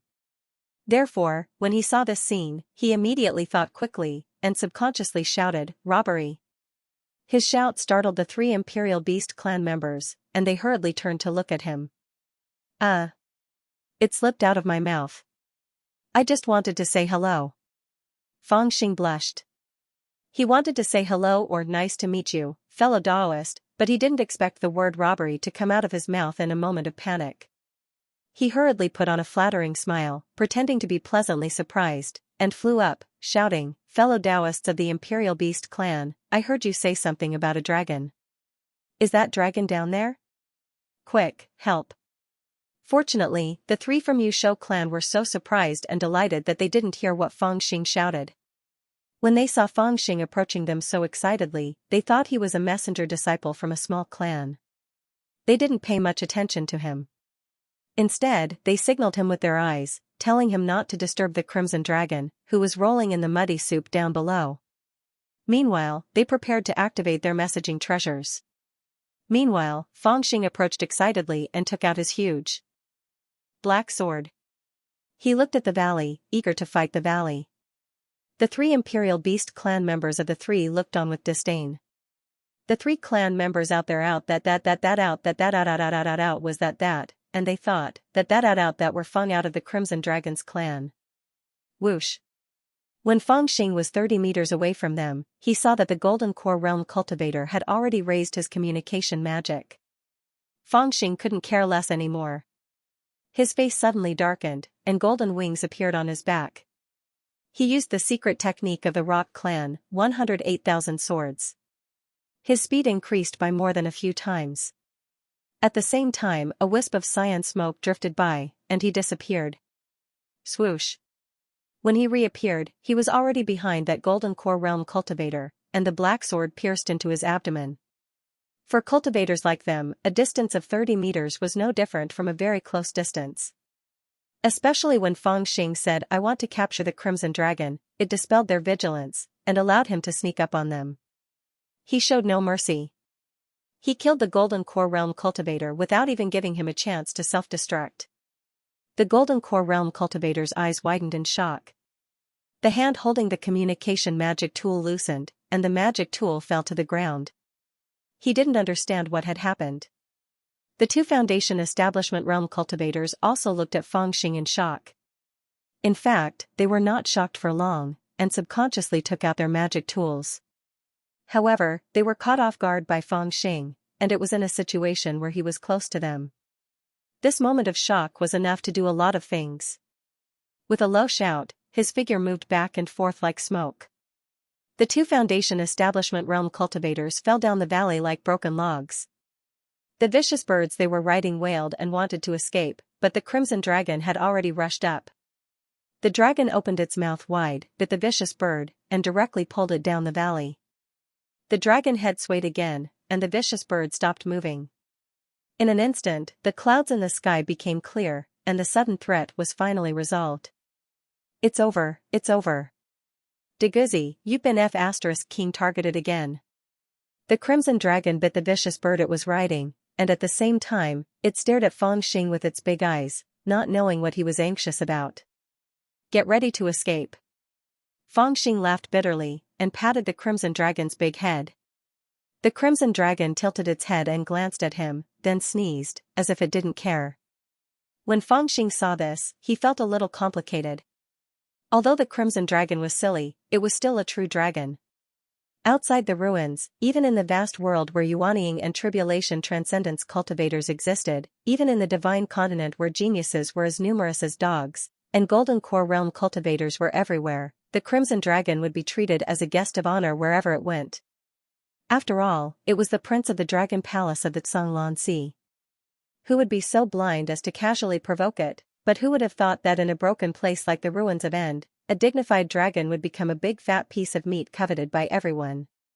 He was originally a small bandit, but now he had also become a fat sheep in the eyes of others. In the past, he would at least escape after doing something bad, and escape with a clear conscience. But now, he had not done anything, and he was scared to escape because of a sentence. How pitiful! The more he thought about it, the more unhappy he became, and gradually, another thought arose.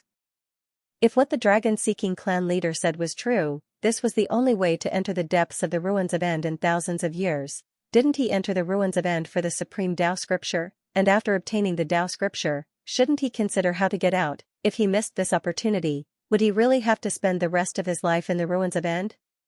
This thought became more and more intense in Fangxing's heart, and he could not help but hesitate. Uncle said that those who achieve great things should not bother with trifles. Why don't I let Deguzi sacrifice himself? This thought appeared in Fengxing's mind like a ghost, and he could not help but look up at the red dragon. The red dragon was also looking at him, and its large eyes were filled with confusion. Damn it, back in the Ghost Smoke Valley, every time I sneaked into the kitchen to eat a chicken drumstick, the one-eyed ant who cooked would say that I was a good-for-nothing. It looks like I'm destined to not achieve great things, so I still have to do trifles. This thought only flashed in Fengxing's mind for a moment before he shook his head like a rattle drum. He could not bear to use Deguzi's life to exchange for a chance to enter the primordial ruins. If only I could find that vermilion bird. Fengxing muttered to himself, but he felt a little lost. Others did not know, but he knew that in the ruins of End, there was a second ferocious bird, young Master Vermilion Bird. The Vermilion Bird was also one of the 4 primordial beasts, so it should be able to dispel the curse. However, time was pressing, and he had less than a month to prepare before entering the depths of the ruins of End. How could he convince the tribes of the ruins of End to give up on the red dragon and search for the vermilion bird that not many people had seen before? Furthermore, the vermilion bird was not like the red dragon, who was dull and did not know how to change. It was unable to hide its dragon form and human form, allowing others to see through it at a glance. The vermilion bird was sinister and cunning, and it had the ability to transform into human form. How could one find it if it burrowed into the crowd? Faced with such a difficult problem, even Fengxing felt that he would not abandon the red dragon and place his hopes on capturing the vermilion bird. Must I choose one of the two? Why should I? Fengxing was unable to weigh the pros and cons, and his heart was burning with vexation. After thinking about it, Fengxing finally confirmed that there seemed to be only one way that would work. I have to talk to those old men. Fengxing secretly decided that no matter how difficult it was to find the vermilion bird, it was the only way for him. Deguzi was not willing to give up, neither was he willing to give up the Taoist cannon. What else could he say? He had to grab it with both hands, and both hands had to be tough. He wanted both the fish and the bear's paw, but he could not have both at the same time. He had to King stew them all. Thinking like this, Fengxing made up his mind. He was no longer in a hurry, and his head became sober again. Soon, he figured out a feasible plan. He grinned, showing his white teeth, and looked relaxed. Deguzi, go over there and bring that magic tool over for me. Fengxing lazily ordered Deguzi to pick up the magic tool from the Yusho clan's golden core cultivator's hand. The red dragon didn't understand. It leaped over hundreds of feet, then leaped back and came to Fengxing's side. With the magic tool in its mouth, it put it in Fengxing's hand and licked him. Instantly, the red dragon's entire body was covered with saliva. Deguzi, is your father dead? Holding the magic tool in his hand and studying it, Fengxing lazily asked. The red dragon put its big head on the ground and stared at him with its big eyes. If your father is dead, then let it protect us. If not, your grandfather is also fine. I reckon that your long family's magic power is quite high even after death. I'm far behind. Although I have 9 uncles, without magic power, I can't protect them. After talking for a while, he finally figured out the function of the messaging magic tool in his hand. While talking, he poured his spiritual power into the magic tool. Whoosh! A spiritual light flew up to the sky. After breaking through the clouds, the spiritual light spread out like fireworks. It emitted a very powerful aura. Within thousands of miles, all cultivators sensed it. On the Immortal Promotion platform, a few consecrators were chatting with Magu about the past. With how cunning they were, they naturally didn't completely trust Magu's identity. So, they were secretly probing the authenticity of Magu's identity through their casual conversation. Magu was calm and composed, but she didn't conceal anything when asked. The Grand Elders of the Fengtian clan, Imperial Beast clan, and Moon Worship clan exchanged glances, and they felt that there was nothing to doubt. The night passed, and the bright moon began to set in the west. Even the red lantern in the sky dimmed as the day came. Magu glanced at the sky and said softly, "It's already bright. I need to continue my violet energy breathing cultivation. Please forgive me, seniors." As she spoke, she took out a magic tool that looked like the model of a palace. She threw the palace into the air, and the palace suddenly grew in size. It actually became a palace that was hundreds of meters tall and was suspended in the clouds. It had an exquisite and gorgeous appearance. A sealed palace? When the old cultivators saw this, they were somewhat speechless. However, they knew that this was actually a palace, but it was sealed with a secret technique. After the seal was removed, it would return to its normal appearance. The principle was similar to the refinement of the mountain treasure. It was extremely exquisite and convenient to use. Goddess Magu, please do as you wish. We'll protect you. The old cultivators smiled and said in a very friendly manner. They stood up but didn't leave. Instead, they flew into the air and sat in a triangle around the palace, surrounding it. At this moment, the esteemed Grand Elder didn't hesitate to lower his status and personally act as a protector for Magu's cultivation. Thank you for your trouble, seniors. This junior is afraid. Magu said softly but didn't refuse. She sighed and entered the palace. Xianxia, the Yusho clan's elder, coughed softly after Magu entered the palace. He spread out his divine sense and his expression changed. He turned to Fengtian clan's elder, Fengjing, and said, "There's a restriction around the palace. Divine sense can't enter." Then forget it. We shouldn't make things too tense right now. Fengtian clan's elder's expression didn't change. She's the head of the dragon-seeking clan in name. Although our cultivations are higher than hers, we can only treat her with respect. We don't really trust her, but we can't stop her from entering the palace. We just need to guard the outside and make sure she doesn't leave our sight. This way, we can't lose control of her. After Magu entered the palace, 4 of her 6 servants stood guard at the entrance with a gloomy expression. The other 2 were brought into the palace by Magu as if she needed them to serve her. After entering the palace, Magu walked straight to a purple wooden chair at the end of the hall and gently sat down. She held her forehead with her hand and seemed to be lost in thought. Those old geezers still don't trust you. At this moment, an indifferent voice suddenly rang out. It was one of the servants, but his appearance had changed. The stupidity on his face was gone and his eyes shined brightly. As he spoke, he slowly walked forward and stood behind Magu. His 10 fingers gently pinched Magu's neck. Seeing this intimate action, it was clear that the relationship between the two was not ordinary. If Fang Xing or someone from the Heaven Resentment clan were here, they would surely be shocked by his appearance. He had a handsome face and sharp brows. It was the young master, the vicious bird that escaped from the Heaven Resentment clan's territory. It's only our first meeting and this is a matter of great importance. It's understandable that they don't trust me. However, our dragon-seeking clan has very little contact with them and they know even less about the secrets of the ultimate. They won't be able to tell anything from my words. As long as they want to enter the ultimate, they have no other choice but to trust me. If there's any danger, it'll be after entering the ultimate.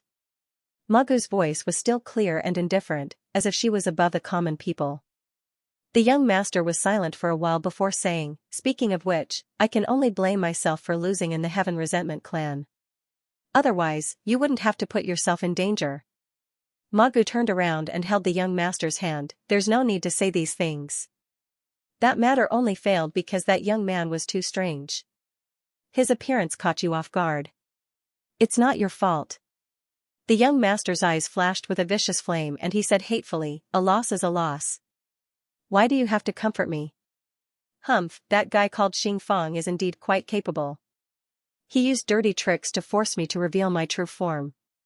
Not only was I forced to stop searching for the treasure of the Heaven Resentment clan, I left behind the incomplete beast-taming secret technique before I left. I wanted to use the greed of the Heaven Resentment 5 elders to force them into an internal strife. On one hand, I could force Xing Fang into a dead end and vent my anger.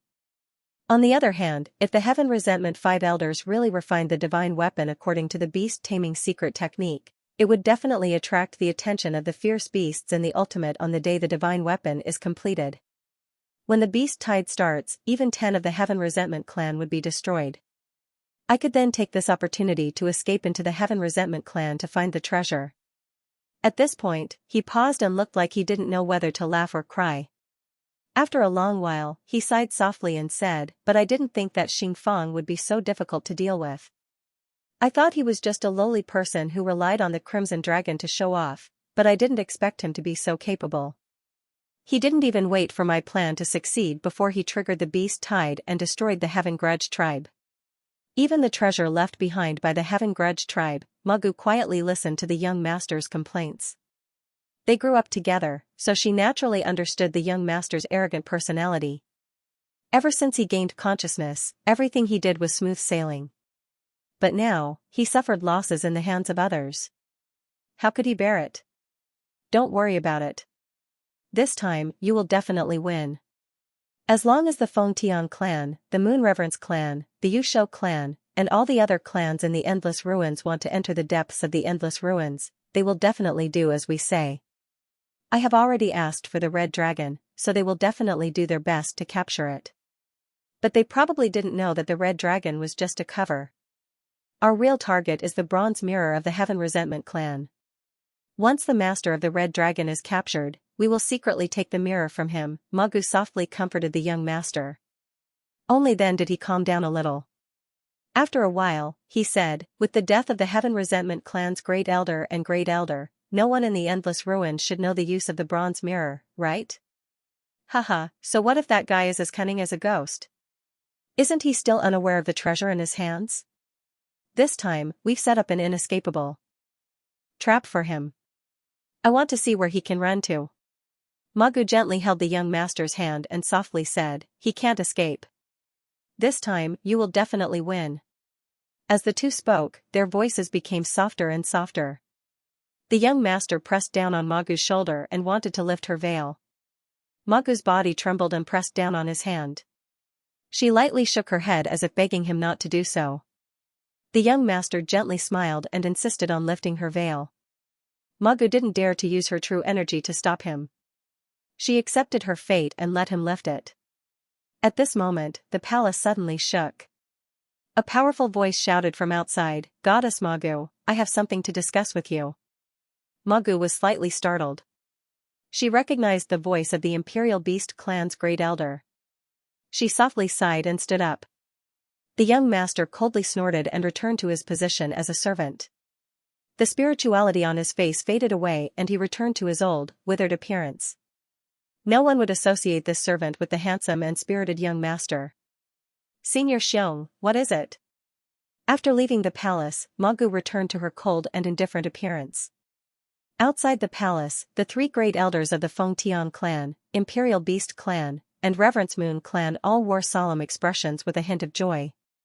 Imperial Beast clan's elder Xiong was the first to speak. Goddess Magu, traces of the Crimson Dragon have been found.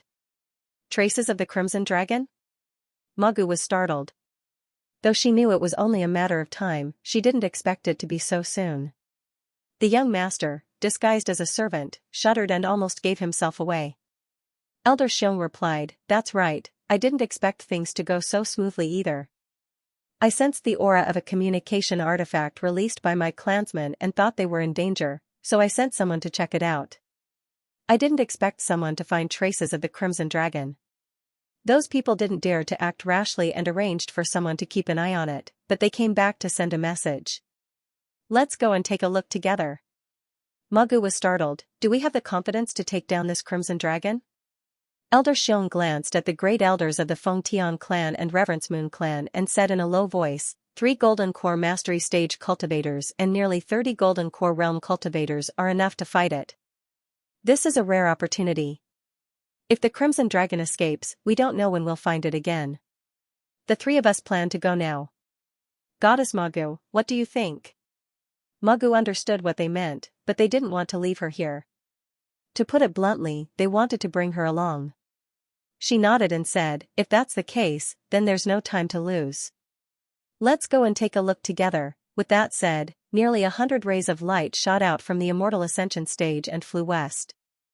The cultivators hurried and arrived at the valley where the Crimson Dragon was after the time it took for 3 incense sticks to burn. They were afraid of alerting the Crimson Dragon, so they didn't dare to release their auras that were too strong.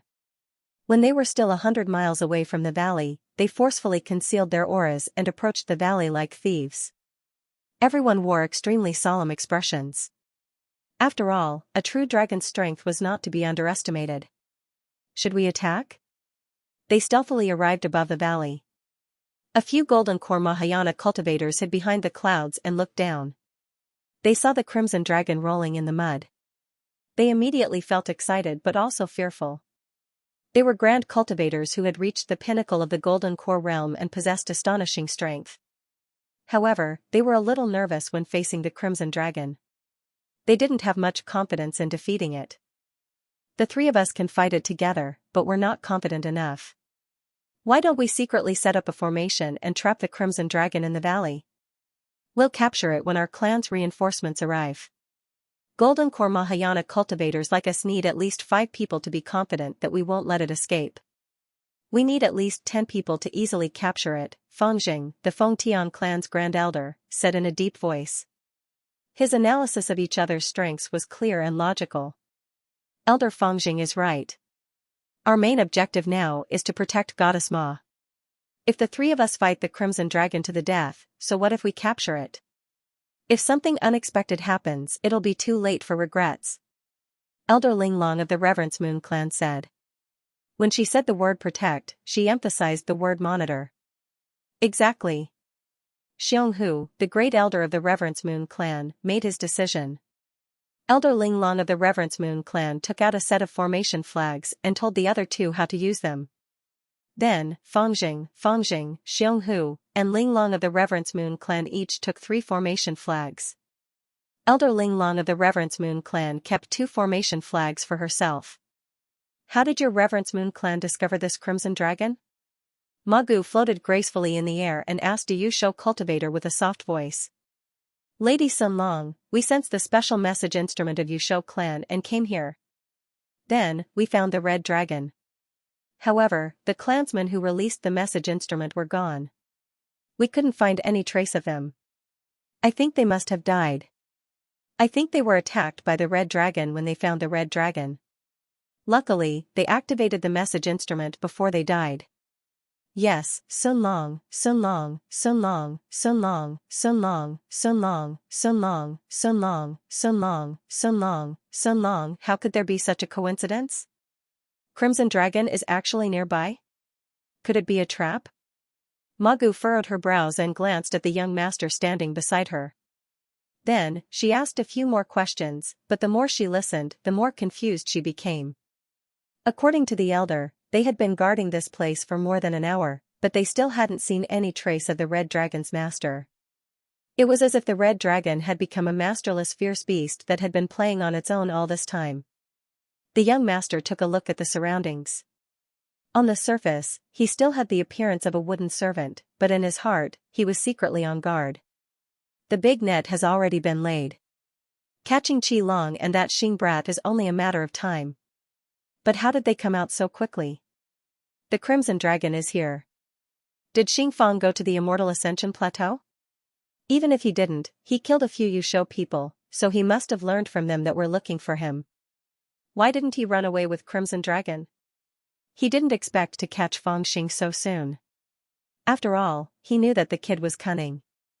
How could someone who could destroy the Heaven Grudge clan be so easy to deal with? He had already speculated that if this person knew that everyone in the sinkhole was after him, he would definitely escape with the Crimson Dragon to a deserted place. Then, he would slowly look for an opportunity, or he would directly give up the Crimson Dragon and give it to them so that they could cooperate and enter the depths of the sinkhole together. No matter which choice Fengxing made, he would fall into the young master's palm and be firmly controlled. But now, the Crimson Dragon appeared so easily and the Feng kid was nowhere to be seen. It was hard to figure out what was going on.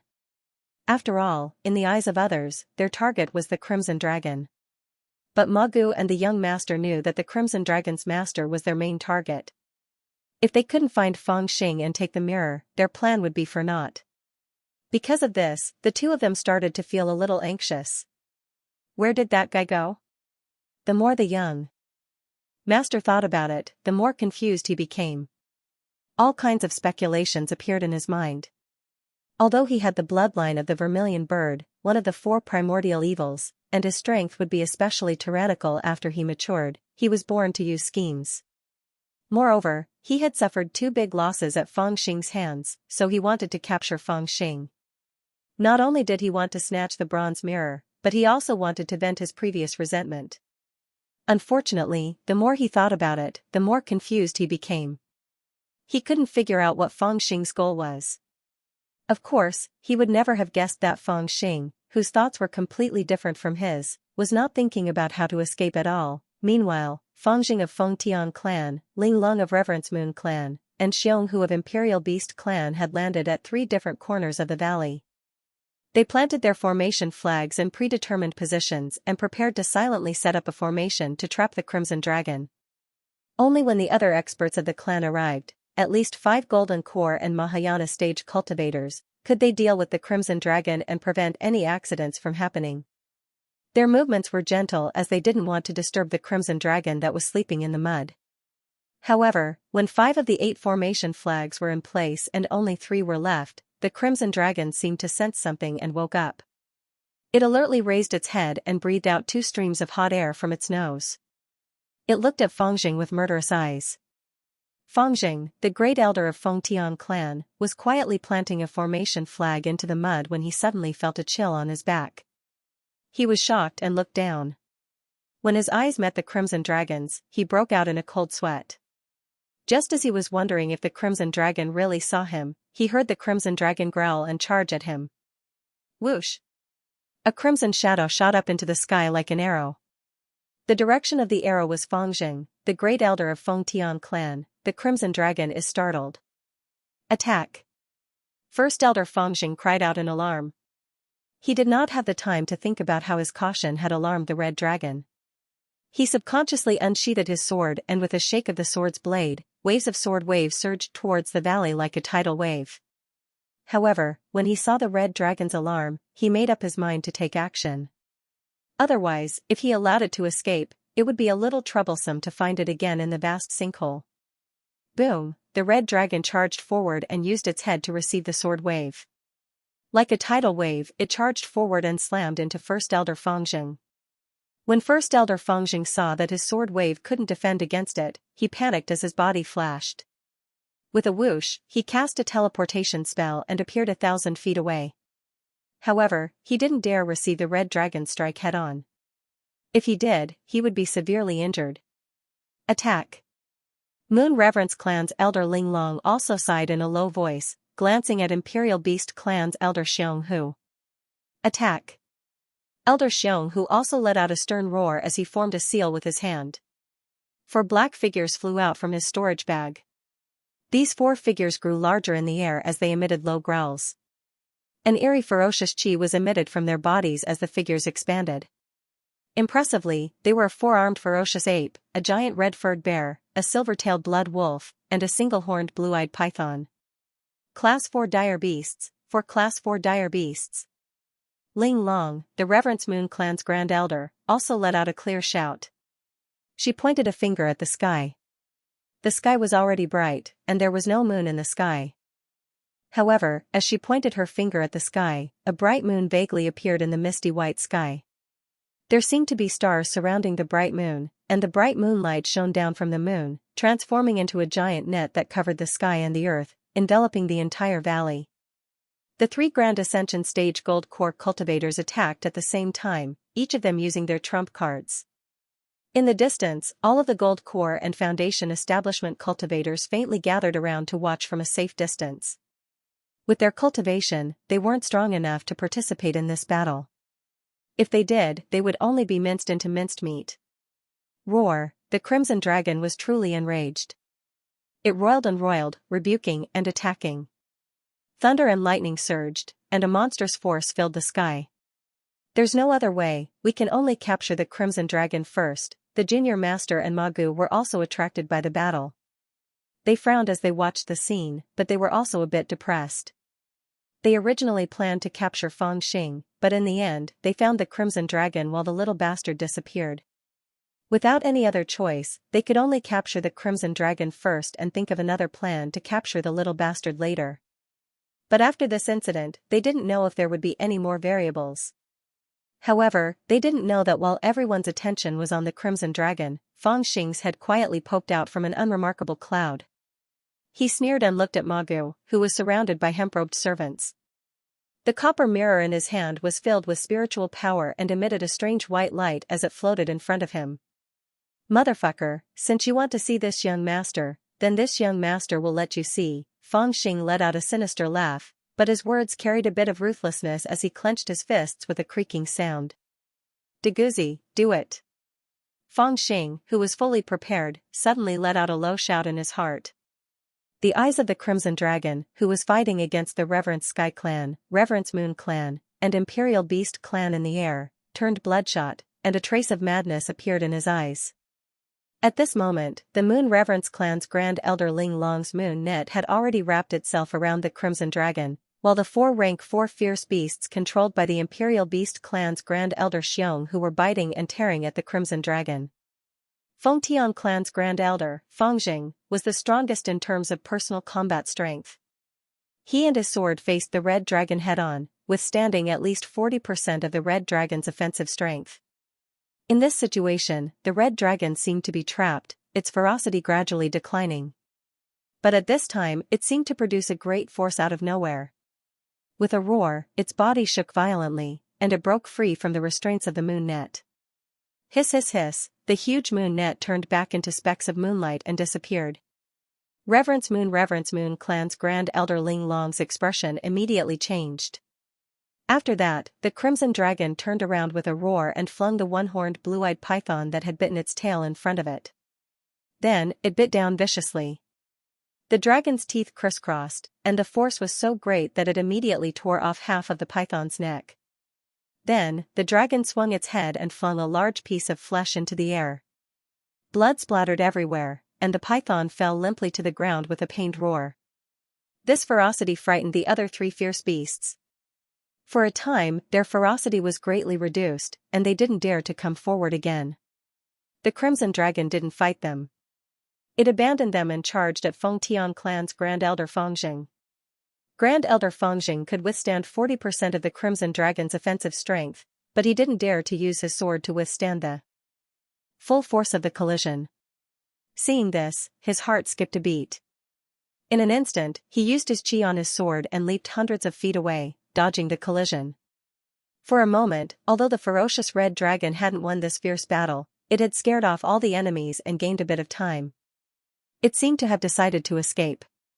With a violent roar, it actually shook its tail and dashed toward the east at lightning speed.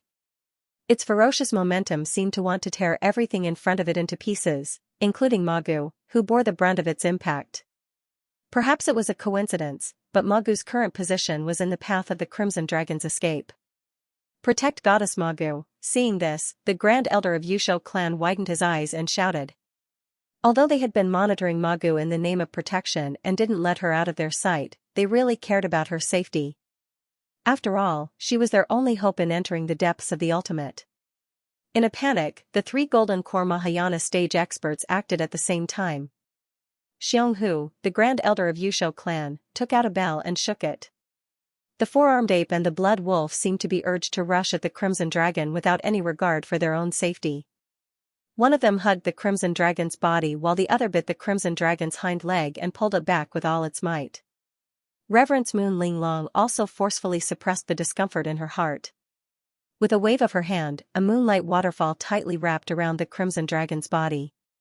Even Fengjing, the Grand Elder of Yusho Clan, let out a long roar and dived down head first. The sword in his hand seemed to have turned into a divine nail that fell from the sky, as if it was going to pierce the Crimson Dragon's head and nail it to the ground. Even so, the Crimson Dragon still rushed over with a ferocious force. It was only a mere 30 meters away from Magu. When it rushed over, it brought with it a strong gust of wind that even the Golden Core cultivators standing around Magu staggered. They couldn't stand steadily and were extremely terrified. They screamed and flew around in the air like headless flies. Magu's expression changed drastically. She didn't want to block the Crimson Dragon's attack at all. The 5 servants in front of her flew forward and stood in front of her. Meanwhile, the servant that the young master disguised as flew backward with her, trying to retreat to a safe position. At this moment, the densely packed cultivators around Magu finally dispersed. This woman, who had been surrounded by the sinkhole cultivators the moment she appeared because of her important identity, revealed a rare flaw. Feng Xing, who had been hiding in the clouds and spying, also seized this opportunity. Green mist surrounded him and he suddenly rushed forward. He had previously calculated the angle, so the direction in which Junior Master and Magu retreated was exactly where he was.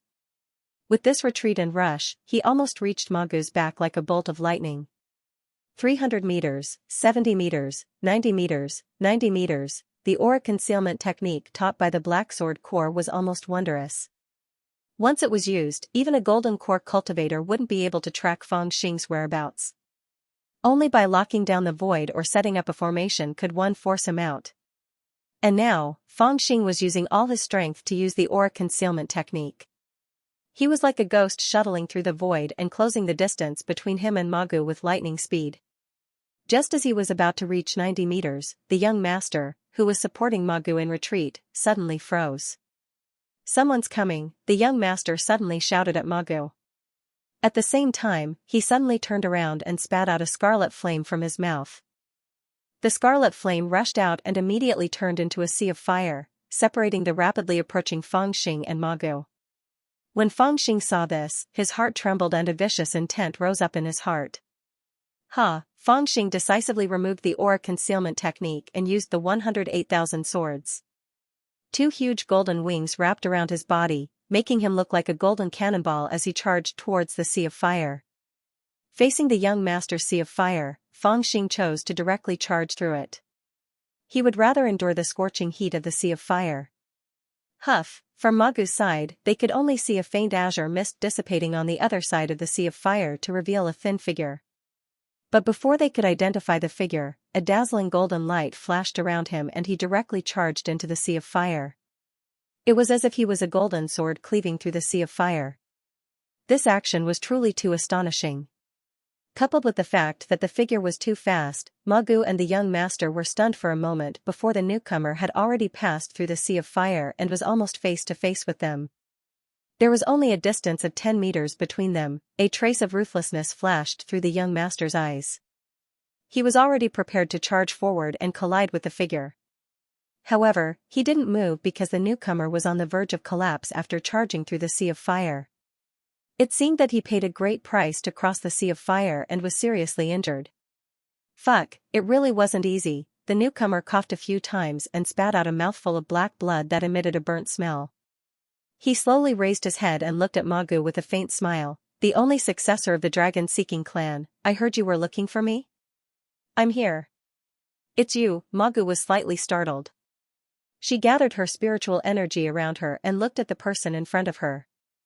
Although the newcomer seemed to be completely powerless, she still didn't let down her guard. Her spiritual energy surged out at any moment. After seeing the appearance of the person in front of her, she was slightly startled and a trace of surprise flashed through her eyes. The person who rushed over was actually a young man around 18 or 19 years old. He wore a black robe and his gray and white hair was tied into a ponytail. A bronze mirror floated in front of him. More importantly, she had heard of this person's appearance before. It was the person she was looking for. The master of the Crimson Dragon, Xing Fang, who obtained the treasure left behind by Ancestor Heaven Grudge. Why would he appear like this? The eyes of the young master beside Magu flickered when he saw Fang Xing. His dull expression was replaced by ecstasy. He didn't expect that the Xing Fang he had been searching for would appear in front of him. Especially the copper mirror floating in front of him. Wasn't that the treasure left behind by Ancestor Heaven Grudge that he had been searching for all these years? "Let's see where you can run to now." Amidst his ecstasy, the young master stepped forward and was about to grab Fang Xing in his hand. However, he didn't expect that Fang Xing would be forced to show himself. He looked at Magu and the young master strangely and shook his head helplessly. "A golden core is really hard to deal with. I didn't expect you to find me." "But..." He chuckled and suddenly raised his hand to activate the copper mirror floating in front of him. He aimed it at Magu and said, "There's enough distance. You're my hostage now." Magu and the young master were startled at the same time. A strange thought arose in their minds. Fang Xing smiled nonchalantly and said lazily, "Don't move, don't use any techniques, and don't even think about escaping or letting anyone save you. I promise that I'll activate this treasure the moment anything goes wrong. At this distance, you won't even leave a speck of dust behind." Magu and the young master's expressions truly changed when they saw the surging black flames in the copper mirror. At this moment, Fang Xing was only 10 feet away from Magu. For cultivators, this was practically the same distance as standing close to one's body. If the strange light shot out from the copper mirror, Magu wouldn't even have the chance to use her teleportation technique. If it was as Feng Xing said, she would definitely be hit by the strange light from the copper mirror. The consequences of being hit by the strange light from the copper mirror would be unimaginable. Supreme Breath Flame. He can actually activate the Supreme Breath Mirror to this extent. The young master felt the terrifying aura from the black flames in the copper mirror and his heart was in turmoil. He had always wanted to borrow the power of the ruins to force Feng Xing out and snatch the copper mirror from Ancestor Heaven Grudge's hands. He didn't expect that Feng Xing would take the initiative to appear in front of him and openly show them the copper mirror. However, the result was a little different from what they had imagined. The copper mirror had already been activated. There were black flames within, and its aura surged violently, ready to burst out at any moment. The junior master could not believe his eyes. He did not understand how Feng Xing was able to activate the copper mirror to such an extent. In the sinkhole, he was probably the one who understood the mirror of Supreme Breath the most. However, he knew that the mirror of Supreme Breath was mysterious and unpredictable. It was a powerful magical treasure that contained the light of Supreme Breath. It could activate the 5 powers of metal, wood, water, fire, and earth to attack enemies from a distance. According to his understanding, Feng Xing was only at the foundation establishment stage. He might be able to activate the copper mirror, but his spiritual energy was not pure and his cultivation was not high enough. He could only activate the copper mirror and control a small amount of ordinary soil. However, from the looks of it now, the black flames in the copper mirror were surging and its aura was shocking. It was obvious that it had reached the level that could only be activated by someone at the Golden Core 3rd refinement stage. He and Magu didn't dare to move recklessly. If there was a distance of 10 feet between them, they would still have the confidence to dodge, but 3 feet was too close. No wonder this bastard would rather take on my scarlet flame and rush over. For a moment, the junior master's heart was filled with hatred. He felt like he was going crazy. He did not expect this guy to be so bold as to use such a method to counter his plan. No matter how he thought about it, he did not know how Feng Xing would deal with his plan.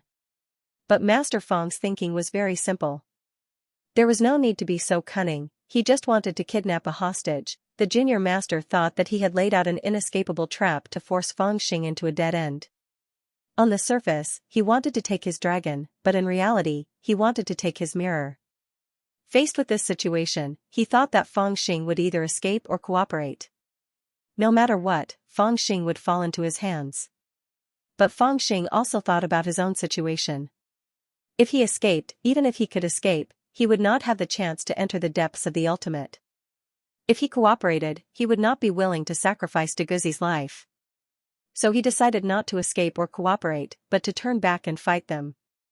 Since Magu's identity was so important, he would first kidnap this woman. He did not believe that others would not be afraid. At this moment, he did not know the relationship between the junior master and Magu, nor did he know that the two's plan was to take his mirror. He only knew that after Magu said those words, all the cultivators in the ultimate would go crazy to search for him and take his scarlet dragon. Faced with the temptation of the depths of the ultimate, he had no way to stop these crazy cultivators.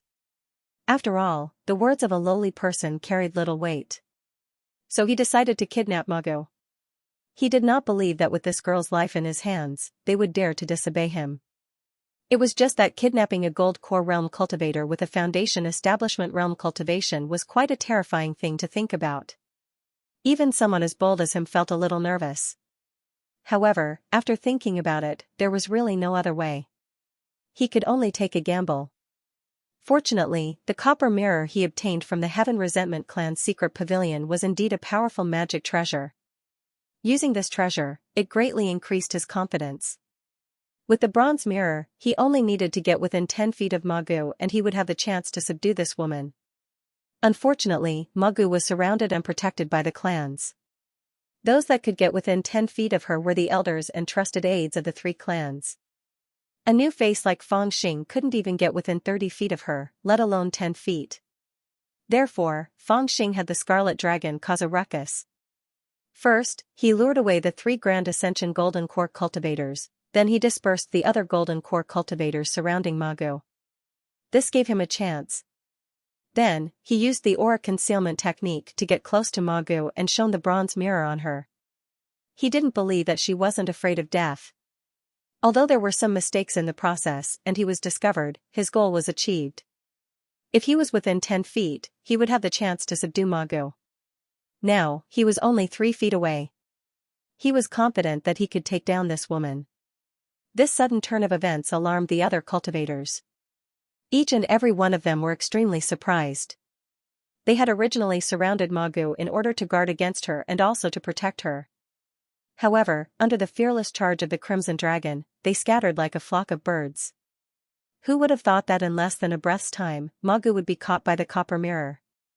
Brat, how dare you! The elders of the Fengtian clan, Yusho clan, and moon-worshipping clan were instantly enraged when they saw this, and they shouted loudly as they intended to charge over and seek a way to save Crimson Dragon. However, it was they who had been fighting the Crimson Dragon earlier, yet now, the Crimson Dragon had turned the tables around. It roared furiously and attacked the 3 of them incessantly, causing them to be trapped instead. They didn't dare to draw the battle over to the Crimson Dragon, and they could only resist it with all their might while their hearts burned with worry. The other Golden Core cultivators scattered in the air were also hesitant and didn't dare to move forward. Although they didn't recognize the bronze mirror in Feng Xing's hand, they felt an indescribable dangerous aura from it. Under this situation, Magu remained calm and softly said, "Fellow Taoist, why do you have to do this?" Feng Xing opened his right palm and spirit energy flowed out from his 5 fingers. The other end of the spirit energy was connected to the bronze mirror. Black flames surged from the mirror and were aimed at Magu's head. Although his left shoulder was heavily injured, his expression was very calm. He faintly smiled and said, "This seems to be our first time. You seem to recognize me?" Magu's figure was slightly startled. Only now did she remember that when she first saw Feng Xing, she unconsciously blurted out the words "It's you." It was originally just an unconscious action, and the situation was chaotic at that time. Even she herself didn't pay much attention to it, but she didn't expect that this fellow would actually notice it. This caused her to feel slightly cold in her heart, and her tone also became slightly cold. "Are you sure you dare to kill me in this situation?" Feng Xing was startled and angrily said, "Are you that handsome? Why wouldn't I dare to kill you?" Magu's figure moved slightly and she actually took a step toward the bronze mirror. The wind blew the veil under the bamboo hat and there was a faint sense of solemnity. Her voice also changed from its previous gentleness and calmness to a somewhat cold and threatening tone. "I'm the only person who can lead the Sinkhole tribe into the primordial ruins. If you kill me, aren't you afraid of being torn to pieces by the enraged tribe members? I don't know how you activate this bronze mirror, but you're only a Foundation establishment cultivator after all. I don't believe you can use it continuously. As long as you activate this mirror on me, I guarantee that you and your red dragon won't be able to escape the Sinkhole tribe's capture. You'll definitely be buried with me." As she spoke, she seemed to be provoking him and actually faintly activated a trace of spirit energy. Feng Xing's pupils suddenly constricted and he felt quite helpless. This woman actually wants to test his courage? Is Master Feng someone who's afraid of trouble? Feng Xing knew that if he hesitated for even a moment, this woman would probably use her teleportation technique to escape. It wouldn't take much. As long as she was 100 feet away from him, it would be difficult for his copper mirror to threaten her. After that, the surrounding cultivators would swarm over. Even if he had the copper mirror in his hand, how many people could he fight? After all, her guess was correct. He couldn't use the copper mirror for a long time. In reality, he had used up all the spirit force in his 9th meridian to activate the copper mirror to this degree. In fact, this was already a reflection of his solid foundation. If it was another cultivator with a Foundation establishment cultivation, they would not be able to activate this copper mirror. Feng Xing's advantage as a Violet Foundation establishment cultivator was undoubtedly displayed in this matter. In addition to having a much more powerful battle prowess than cultivators of the same level, he was also able to exert a much more powerful power than cultivators of the same level when using magic treasures. However, this was all he could do. After all, his cultivation wasn't high enough. It was already very rare for him to be able to use it once. He only had one chance to shine the mirror on Magu and he couldn't afford to be careless. If he wasn't careful, he would be in trouble. Magu noticed this as well. She looked gentle, but her actions were fierce. She wanted to use her life to test Fangxing's patience. She was certain that even if Fangxing shone the mirror on her, he wouldn't dare to activate it. If he hesitated, he would fall into her hands and there would be no chance for him to turn the tables. Thus, she used a trace of spirit force to provoke him. If Fangxing didn't react, this trace of spirit force would immediately activate the teleportation technique and escape hundreds of feet away. At this moment, the young master beside her also stared coldly at Fangxing. However, he and Magu didn't expect Fangxing to react like this. The moment Magu used her spirit force to provoke him, Fangxing suddenly spat out a mouthful of black blood. His right palm surged with spirit force and poured it into the copper mirror. With a loud bang, the already overflowing spirit force spewed out from the copper mirror. Magu and the young master were dumbfounded by the oncoming black flames. Magu's provocative spirit force and the subtle sneer on the young master's face still hadn't faded. Whoosh whoosh, the black flames grew with the wind and instantly enveloped Magu in a sea of fire. Her screams reached the 9 heavens. The junior master was startled and immediately retreated. Just as he retreated, the black flames flowed through the air and covered his position. Then, it flashed violently and turned the area illuminated by the copper mirror into a sea of fire. Whoosh whoosh, for a moment, the black flames fluttered, and under the illumination of this strange fire, it seemed that even the rising sun appeared pale and dim.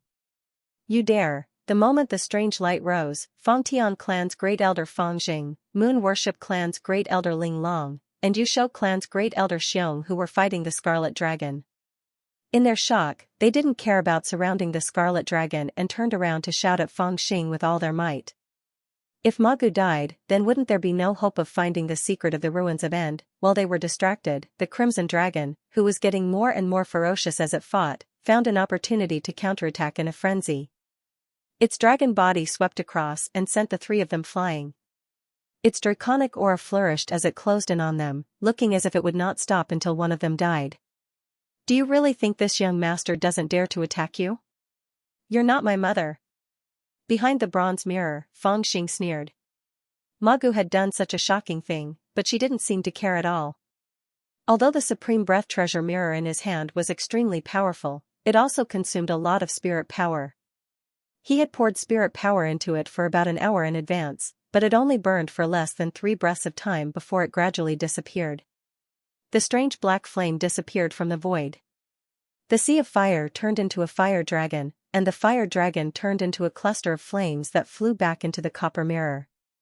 At this moment, Magu was burned to the point that she no longer looked like a human. Her whole body was charred.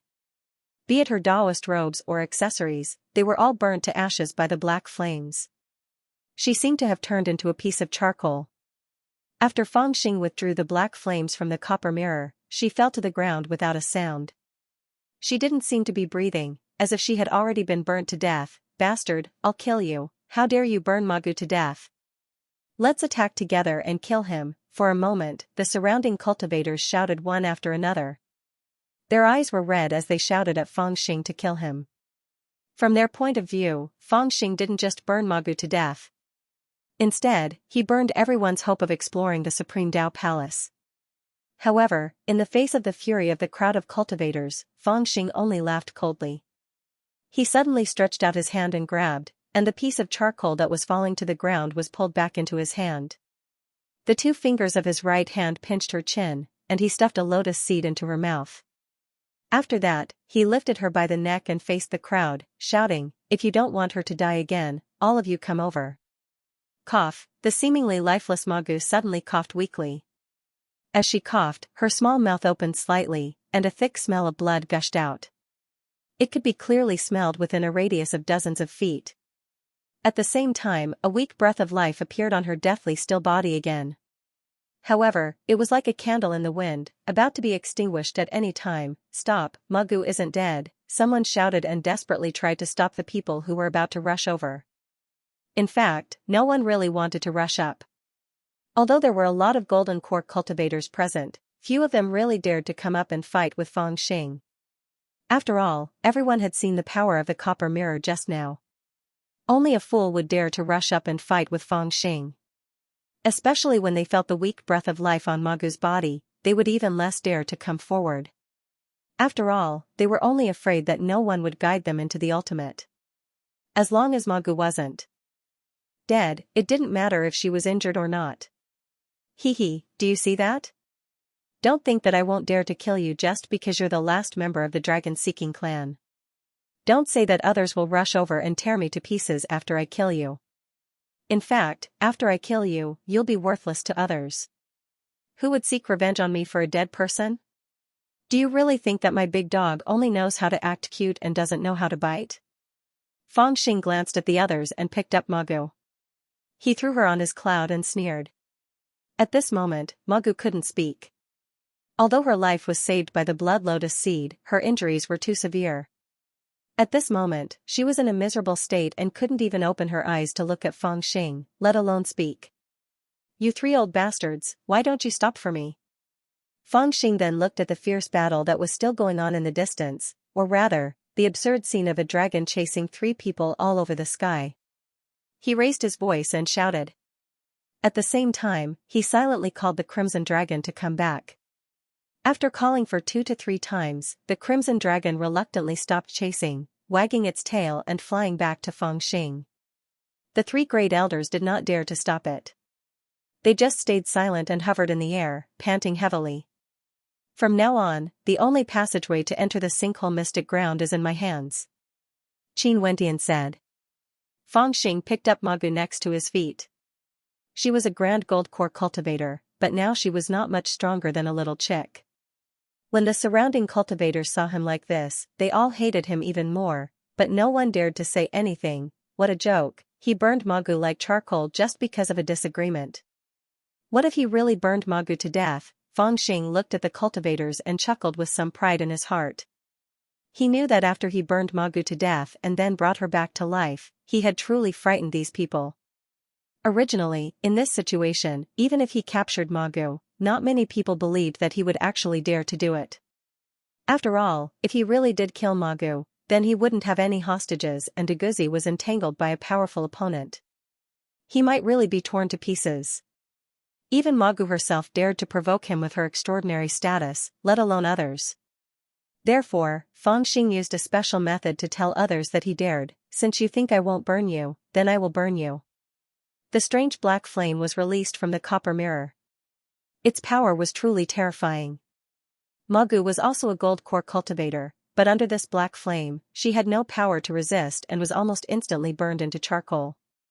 With this scene firmly imprinted in the minds of the cultivators, Feng Xing didn't believe that they wouldn't be afraid to take action. However, this action seemed reckless, but in fact, Feng Xing also knew in his heart that the black flame he released was immediately withdrawn. Magu's injury wasn't as serious as it looked. Simply put, she didn't die immediately, and as long as she didn't die immediately, Feng Xing had a way to save her life. A blood lotus seed was enough to keep her alive and even recover from the burn. But even if she ate the blood lotus seed, she would definitely be injured, which was exactly what Feng Xing wanted. He wanted to keep Magu as a hostage for a long time. If Magu wasn't injured, he really wouldn't dare to kidnap this hostage. Who knew when the other side would find an opportunity to turn the tables, and he would be the unlucky one. But now, not only did he subdue the cultivators, the most important thing was that a seriously injured person was much easier to control. After suppressing the crowd, Feng Xing picked up Magu and leaped onto the dragon's head, shouting, "Let's go!" The crimson dragon whipped its tail and flew into the distance. The golden core cultivators in front of them were unwilling to let them go, but they didn't dare to block the crimson dragon's path. All of them looked at the 3 grand elders with uncertain expressions. The 3 of them looked at each other helplessly. Who would dare to snatch Magu from that little bastard's hands? They could only put on a fake smile and took a few steps forward. "Where are you going?" Feng Xing replied lazily, "Of course I'm going to the Immortal Ascension platform to discuss how to enter the depths of the bottomless ruins." "You still dare to enter the depths of the bottomless ruins?" Elder Ling Long of the Moon Reverence clan asked with a frosty expression. Feng Xing sneered and said, "Of course I have to go. You have to set out quickly. I'm the person that's bound to obtain the Tao scripture. All of you bastards, quickly prepare the manpower and resources. Don't drag me down, he actually wants to enter the bottomless ruins. The crowd was surprised. In truth, what they were most worried about was that Fang Xing would cause trouble in the bottomless ruins. After all, he had captured Ma Gu and the cultivators were afraid of harming her. But when they heard that he also wanted to enter the bottomless ruins, they felt slightly relieved. However, they were also filled with doubt. Was this bastard really willing to use his Crimson Dragon as a sacrifice? In their doubt, the crowd could only follow behind the Crimson Dragon and fly towards the Immortal Ascension platform. When they came to the gathering place of the clans again, Fang Xing was no longer a lonely ghost hiding in the distance and eavesdropping. Instead, he became the absolute center and swaggered into Ma Gu's temporary imperial residence. Red Dragon was guarding the entrance of the temporary imperial residence majestically. He would roar at anyone who came over. If the person didn't leave after a roar, he would directly bite him. He was even fiercer than a wild dog. On the other hand, Fang Xing and Ma Gu entered the palace alone. After rummaging through the palace for a while, they found a large vat that seemed to be used to collect rainwater to make tea. They took it out and ordered someone to bring half a vat of spring water over. Then, they messily threw a dozen spirit medicines into the vat and Ma Gu, who was on her last breath, into the vat. At this time, Ma Gu's injuries were too serious. Even though the Blood Lotus Seed's powerful blood chi was constantly replenishing her blood chi, she was still in a state of life and death. Fang Xing didn't trust others to get close to her, so he had to treat her himself. However, although Fang Xing did not know much about other things, he still had some experience in treating injuries. After all, it was too common for him to be injured. Others had been sick for a long time, but he had been injured many times, so he could be considered half an expert. He had some experience in using healing medicine. Moreover, although Uncle Fang's medical knowledge wasn't strong, he had a lot of money. Not to mention the Blood Lotus Seed that saved Ma Gu's life, even the dozen or so spirit medicines he casually took out were all top-notch medicines. Although this vat of medicinal liquid was a bit messy, it was still priceless in terms of value and was enough to treat injuries. After finishing all of this, he lifted Ma Gu up and tore off her burnt robe like cutting a rabbit. Then, he threw her into the vat with a plop. He pressed his left hand on her forehead and examined her injuries. After hesitating for a long time, he transferred some spiritual power into her body to help her guide the blood chi of the Blood Lotus Seed to heal. Although Ma Gu was heavily injured and easier to control, he didn't want her to die. After all, he still needed her to lead the way into the depths of the ultimate ruins. To put it bluntly, Ma Gu was a living map. Moreover, Fang Xing also wanted to understand more about the forbidden curse of the four evils. 2 hours gradually passed. Fang Xing stopped his cultivation with a thin layer of sweat seeping out of his forehead. You're so ruthless. Ma Gu opened her mouth with difficulty and said her first words after waking up. Fang Xing sat to the side and meditated. Without looking at her, he said, "Don't talk nonsense. If I didn't do that, I would be on the run now. The whole ultimate is chasing after me. Even if I'm an expert at running away, I'm sure I'd be in a miserable state. I wouldn't be able to enter the mystic land of the ultimate. If I handed Deguzi over to you, I'm afraid I wouldn't have a good ending either. It was you who forced me into a dead end first. Now you're blaming me for being ruthless. What's the point? In any case, I spared your life." Ma Gu didn't expect him to say so much at once. She was seriously injured and confused, but she couldn't refute for a moment. In order to enter the gate of the four evils, you must sacrifice the blood of the four evils. Even if you control me, what's the use? After a long time, Ma Gu used all her strength to speak. Just a few words and she was already out of breath. That's not the same. Fang Xing lazily leaned against the wall of the temporary imperial residence. He grinned and said, "If it really comes to the last step, perhaps I will sacrifice Deguzi. But the one who does it has to be me. If it was anyone else who did it, I would risk my life to fight them. Right now, it's still too early to say this. I don't even know if you're telling the truth or not. What if you're just spouting nonsense?" Ma Gu's stiff face squeezed out a pained and disdainful smile. "You think I'll tell you? You're ruthless enough, but you still don't dare to let me die. Otherwise, you wouldn't have used so much effort to save me." Fang Xing chuckled and said, "Of course I can't bear to kill you, But I'll go kill those servants of yours right now. Magu was startled. A cold light flashed in her eyes. You dare? Fangxing took out the wine gourd and lazily drank a mouthful. He handed it to Magu. Do you want to drink? Magu was startled. She understood what Fangxing meant.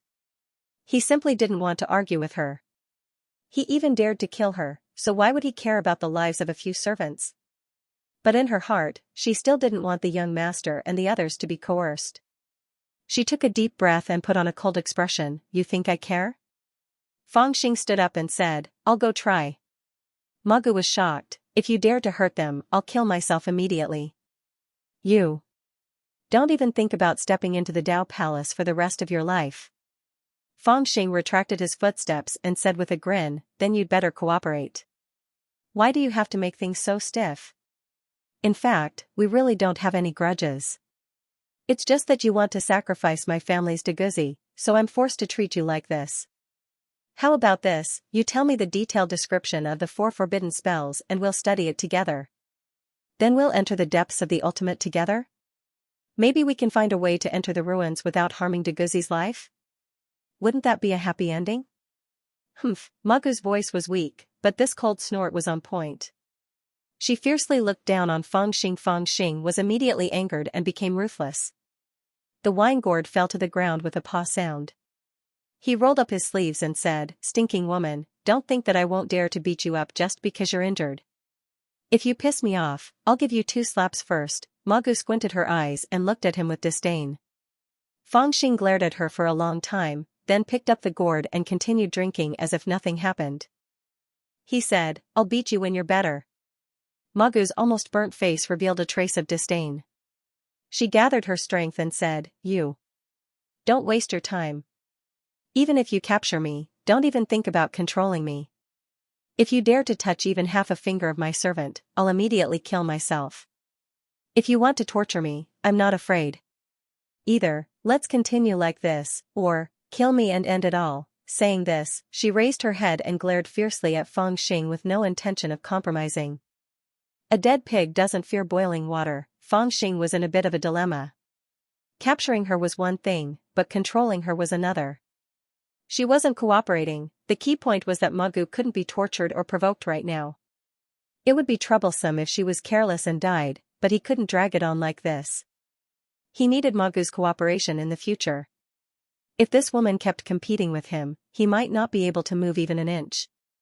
Even threatening her with her servants was not a long-term solution. If he made her angry, she would point out a dead end, and they would all die together. After thinking for a long time, he had to think of a way to pinch her weak spot. While thinking, he looked at Magu. Magu ignored him and closed her eyes to rest.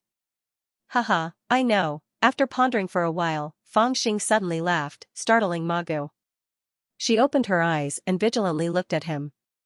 I just thought of a good idea. I don't believe I can't convince you. Fangxing threw away the gourd, stood up and began to take off his clothes. He said, but this is a good deal for you. His action scared Magu so much that her voice changed. What do you want to do? What Magu feared didn't happen. Fangxing unbuttoned his clothes and took out a storage pouch that he kept close to his body. He opened it and poured it on the ground. Impressively, it was a pile of female immortals' items. There was a jade-inlaid bone mirror, a jade-inlaid bone pill, and a row of 9 equally sized pearl flowers carved from spiritual essence. The pearl flowers formed an exquisite spirit-gathering formation. Magu was astonished to see that a bandit like Fangxing had so many female items on him. She couldn't help but poke her head out to take a look because there were a lot of things that girls would like. She saw Fangxing looking through the pile of items for a long time and then taking out a white jade mirror inlaid with pearls and jewels. He had an evil smile on his face. Ma Zi, do you know how ugly you are now? Fangxing held the white jade mirror in his hand and first looked at himself. He made a face at the mirror and thought that the guy in the mirror was really not bad. Then he looked at Magu in the jade jar and shook his head in disgust. He clicked his tongue and sighed. Magu's body stiffened. She had just woken up and was full of worries because she was captured. She didn't think about the fact that the bamboo hat covering her face was long gone and she didn't realize how serious the burns on her face were. At this moment, when she saw Fang Xing's disgust eyes, her heart trembled and an inexplicable sense of panic rose in her. She stared fixedly at Fang Xing and didn't answer. "Hey! Let me show you." Fang Xing suddenly turned the mirror around and pointed it at Magu's face. No matter how calm Magu's heart was, she couldn't help but turn her head, and then a hoarse scream rang out. Impressively, it was a badly burned face. It was almost impossible to distinguish the facial features and shape of a human. It was extremely terrifying. "Don't move." Fang Xing pressed his palm on Magu's forehead and injected some spiritual power into her, fearing that she would accidentally die from excitement. Then he said with a smile, "You are in the gold core realm, so ordinary small injuries really can't leave scars on your body. Even if an ordinary flame burns your entire face, you will only need to rest for a month or two to recover to your original state without leaving any scars. Maybe your skin will grow again and become smoother and more tender. Because we cultivators have strong bodies and strong recovery power, we can even control the recovery power to a certain extent so that scars don't appear. But the flame in my copper mirror is not an ordinary flame. After being burned by it, your body's recovery power can be said to be destroyed. Even if I use the best precious medicine to help you heal, after you recover, your face will be ruined and covered with burn scars. Unless you break through to the Yuanying realm or find a rare spiritual treasure, otherwise." At this point, he smiled without saying anything.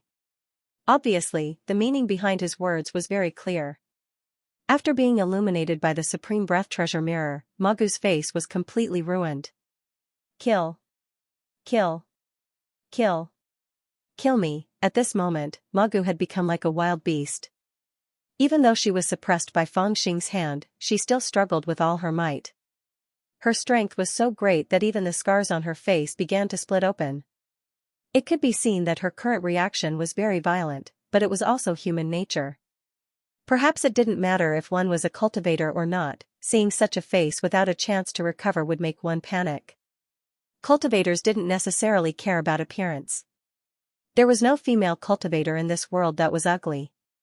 It wasn't because they were beautiful that they had the aptitude to cultivate, but because those who were mediocre or unattractive would spend some effort on their face. They would use elixirs or secret arts to make their face not too ugly. It could be said that they placed more importance on their appearance. In the face of Magu's struggle, Fang Xing firmly pressed her forehead.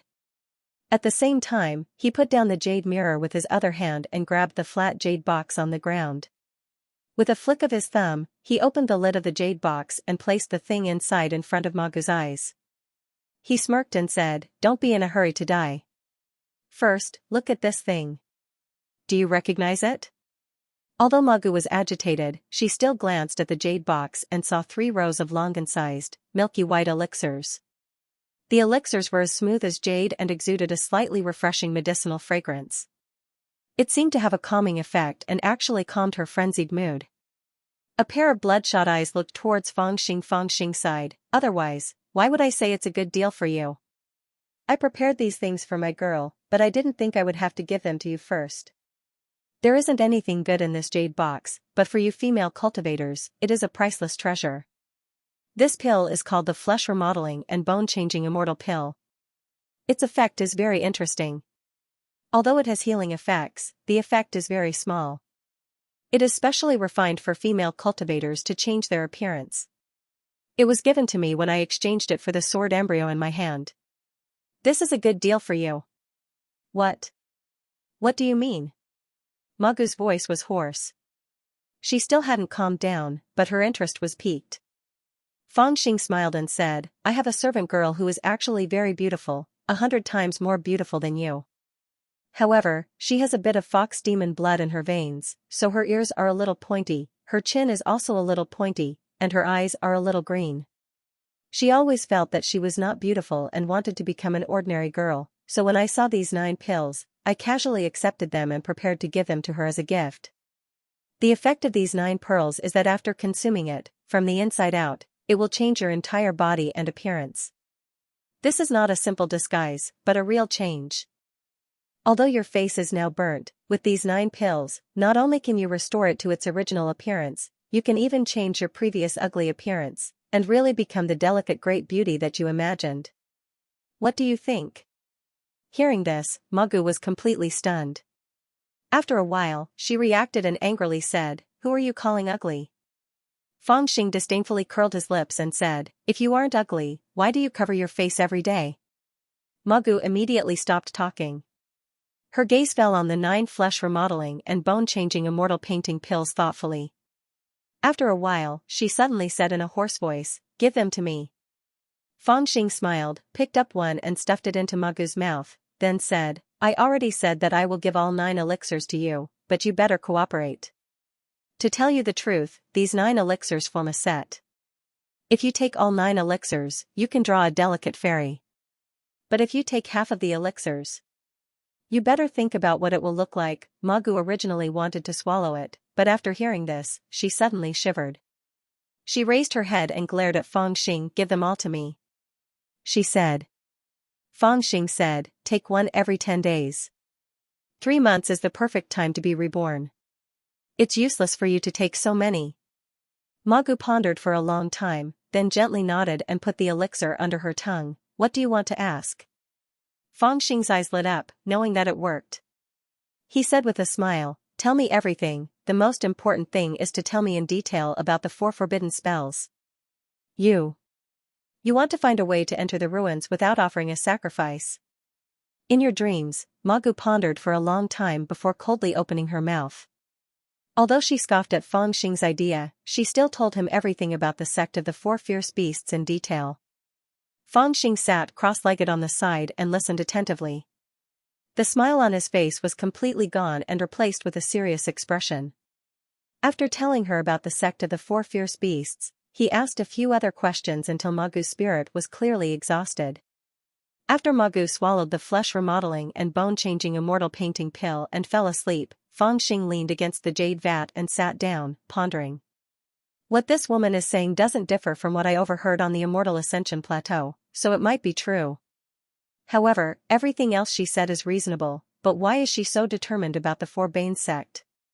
She also said that the 4 beasts' bloodline didn't exist in the ruins before, so how can she be sure that sacrificing the 4 beasts' bloodline is the only way to pass the mountain gate? The more he thought about it, the more he felt that there was something wrong with Magu. Even if this woman's identity is true, the method she said isn't necessarily reliable. After all, using the true dragon's bloodline as a sacrifice to appease the evil spirits is only her speculation. Maybe after the sacrifice, the 4 beast spirits will become even more ferocious. After all, they killed someone else's descendant. Who can I ask for justice? Besides, even if the Heaven Grudge clan can't break the 4 beasts' forbidden spells, it doesn't mean I can't. That old bastard Wan Luo said that I'm a demon on the outside but a saint on the inside. With the protection of the evil spirits, there's not even 1 in 10,000 cultivators. Maybe the evil spirits on the mountain gate feel the same aura as me and think I'm their relative, so they'll let me in? And the aura of the Dragon Ball seems to be inextricably linked with the true Dragon clan. Whether it's breaking the Lapis Lazuli Palace's restriction or Deguzi getting close to me, it's all related to it. One of the evil spirits on the gate of the 4 beasts is the ancient Azure Dragon. Maybe the Dragon Ball can also play a role. If it doesn't work, isn't there still the Vermilion Bird? After thinking for a while, although there were still many doubts, he had a little more confidence in the journey to the secret land of the ultimate. As for the doubts about Magu, Fangxing wasn't in a hurry. In any case, this woman had already fallen into his hands. He didn't believe that she could turn over any waves. The most important thing now was to act according to his original plan, to fight to the death. After thinking for a while, he suddenly heard the low roar of the red dragon outside the door. It seemed that it was confronting someone. Fangxing's anger surged. He carried the big jar and rushed out, shouting, "Bastards, you've got guts. Who dares to bully my family's Deguzi?" He angrily ran to the door and looked outside. Suddenly, he was startled and shrank back. Damn, so many experts. At this time, outside the palace, dozens of golden core cultivators appeared, riding on clouds, staring at the door of the palace like tigers watching their prey. When the countless gazes gathered together, it almost had the power to kill, causing people to feel a chill in their hearts. The red dragon was fearless. It raised its neck and let out a long roar. Its eyes were bloodthirsty as it stood guard in front of the palace. It stared at the group of people, ready to pounce at any time. The experts from the major clans have arrived, right? Fang Xing glanced at them. He had wanted to rush out and show off his power, but now he would rather die than go out. There were just too many experts. There were more than 10 people at the Golden Core Mahayana realm. In addition to the countless Golden Core cultivators, he suspected that at least 2/3 of the experts in the sinkhole were here. Facing so many experts, to be honest, even with the red dragon protecting him, he did not feel any sense of security.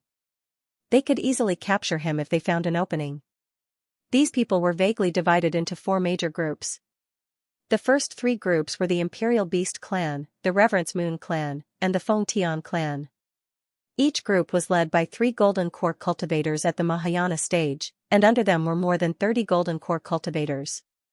Apart from these 3 groups, there was another group made up of the smaller clans and the Wandering Ghosts in the Ultimate.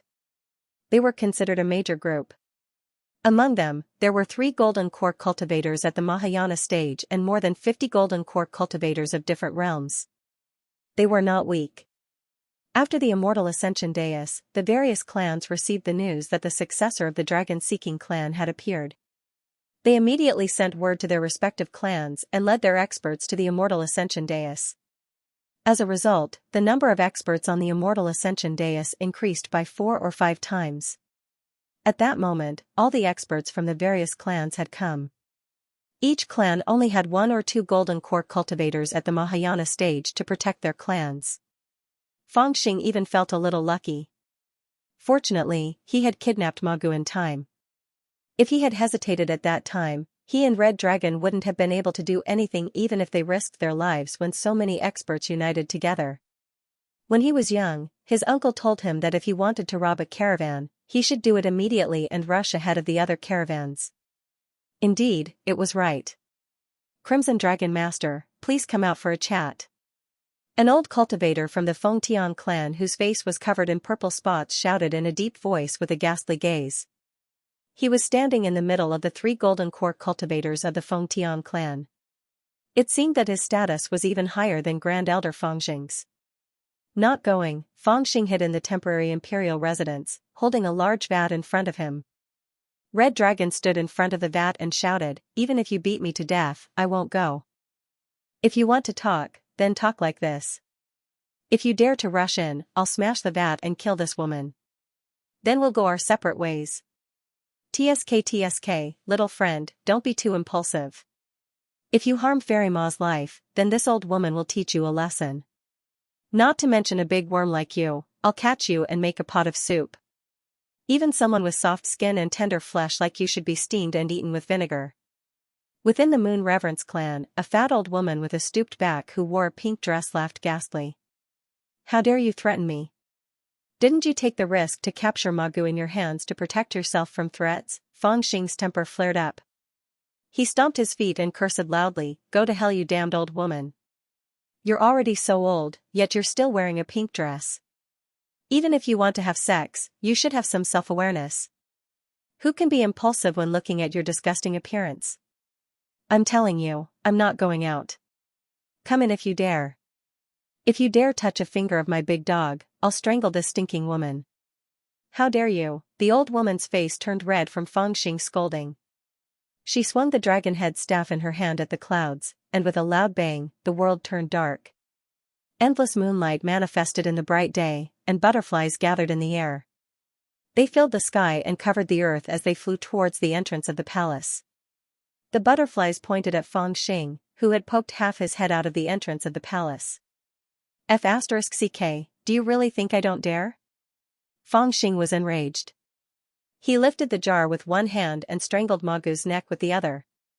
As for the old woman, her eyes were cold. She didn't seem to have any intention of withdrawing her divine ability. It seemed like she wanted to fight to the end, with Fang Xing watching helplessly as the butterfly skirt flew closer. The red dragon stretched out its neck and let out a long roar, preparing to pounce. Fang Xing suddenly grabbed Ma Gu's neck and lifted her up halfway. Her small body emitted a dense murderous aura. She didn't move or waver and didn't have the slightest intention of threatening her. "Granny Yao, please calm down. This kid really dares to kill. Elder Ling Long, who was beside the fat old woman, was shocked. She hurried to her side and reported in a low voice. A long-haired middle-aged man from the royal beast tribe also said softly, "Senior Yao, please withdraw your divine ability." The fat old woman didn't look at Ling Long. Instead, she looked at the long-haired middle-aged man and said coldly, "Do you really think he dares to risk his life?" The middle-aged man said indifferently, "We can't afford to gamble." The fat old woman immediately stopped talking. The middle-aged man's "I can't afford to gamble" had already explained the current situation. She stared at Feng Xing for a long time, and then the dragon head crutch stopped again. The butterflies in the sky disappeared, and the world returned to its original bright appearance. The surrounding cultivators all heaved a sigh of relief. They naturally knew that the fat old woman wanted to test Feng Xing's courage and see if he had a chance to take Magu back. However, after seeing how Feng Xing burned Magu to death with the mirror, they were really worried that the old woman would force Feng Xing into a corner and strangle Magu to death, taking everyone's wish to leave the bottomless ruins with him. They absolutely believed that Feng Xing would do it. "Fellow Daoist, it's useless for you to be in a deadlock with us. The 9 moons are rising into the sky, and there's only 1 day left before the Supreme Tao Palace's grand formation fully opens. We don't know what dangers await us on the way to the bottomless ruins. We can't waste our time here. I heard that you also plan to enter the depths of the bottomless ruins. Why don't we set off earlier?" A kind-looking old man from the alliance of small clans stood up and asked Feng Xing with a grin. Feng Xing rolled his eyes and scolded, "Go to hell, you old bastard. I can tell with one look that you're not a good person when you're smiling. You'd better stay away from me. Do you think I don't know that time is tight? Do I need you to say that? The woman in my hand has already said that after entering the depths of the bottomless ruins, we still need the blood of the 4 evils to be sacrificed. Now that you don't have the blood of the 4 evils to be sacrificed, how are you going to enter the Tao Palace?" The expression of the old man from the alliance of small clans suddenly stiffened. He didn't expect that he would be scolded when this kid threatened him. His expression immediately turned ugly. After a pause, he said, "Isn't there such a red dragon? I've already heard from Fairy Ma that we only need to use the blood of the red dragon as a sacrifice. Maybe we don't need to hurt its life, and only take a part of its true blood?" True blood my **s. Feng Xing was even more furious when he heard that. He scolded even more fiercely, "This kind of sacrifice is mainly about the spirit in the blood. If the blood is taken, the life will be lost. How can there be a sacrificial method that doesn't harm the life? Do you think I'm your grandson? So gullible?" The kind-looking old man didn't want to speak anymore. He glanced at the others helplessly. This little **** was young and his cultivation was weak. However, he wasn't easy to trick or scare. He was scolded even after persuading him. He was really difficult to deal with. At this moment, the purple-spotted old cultivator from the Feng Tian clan suddenly said, "If you don't want to let go of the red dragon, how are you going to explore the secret?" Feng Xing said, "This purple pockmarked face has finally said something." The purple-spotted old cultivator's expression suddenly became very ugly. Feng Xing continued, "To tell you the truth, even if I don't want the scripture of Tao, I won't sacrifice my doggy. If I'm forced into a corner, I'll crush this dragon-seeking woman to death. Then, I'll remove the seal on doggy's body and fight it out with you. But before that, there's another way. That is for you to immediately start searching and use all methods to find a vermilion bird in the bottomless ruins. Hee, if you catch it, everyone will be happy and we can still work together." A vermilion bird? The leaders of the clan's expressions darkened. However, the 2 old cultivators from the Feng Tian clan and the Yu Shou clan didn't show any signs of surprise. They just looked uncertain. Feng Xing had been using the Dharma Eye technique to observe them. He immediately understood that the clans with spies in the Heaven Resentment clan's territory had received news of the vermilion bird's appearance in the Heaven Resentment clan's territory.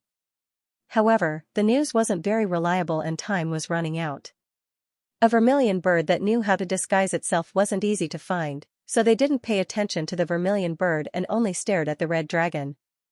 This made him feel that these old fellows were picking on the soft ones and he was treated as a soft pawn.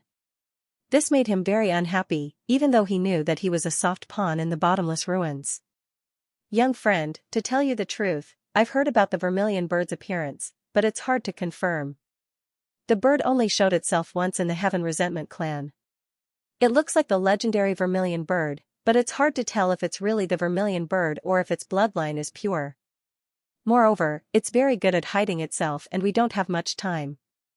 I'm afraid we won't be able to find it in such a short amount of time. Even if we do find it, what if its bloodline isn't pure? The purple-spotted old cultivator from the Fengtian clan said in a deep voice. Let's find it first. I can guarantee that its bloodline is very pure.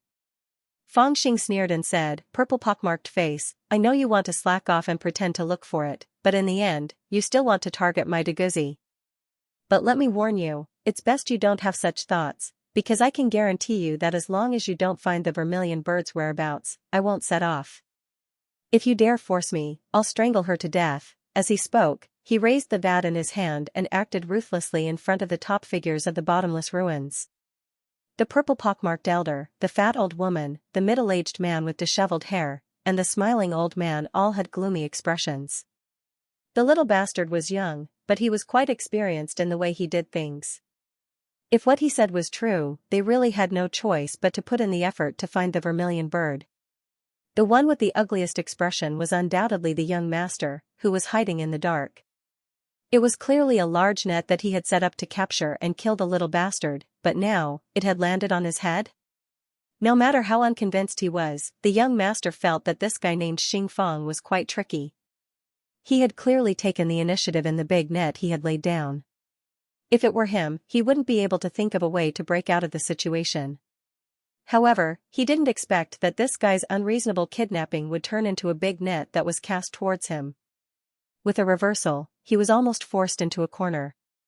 This guy is too bold. After thinking for a long time about the reason why he had lost, the young master bitterly made such a judgment for Feng Xing.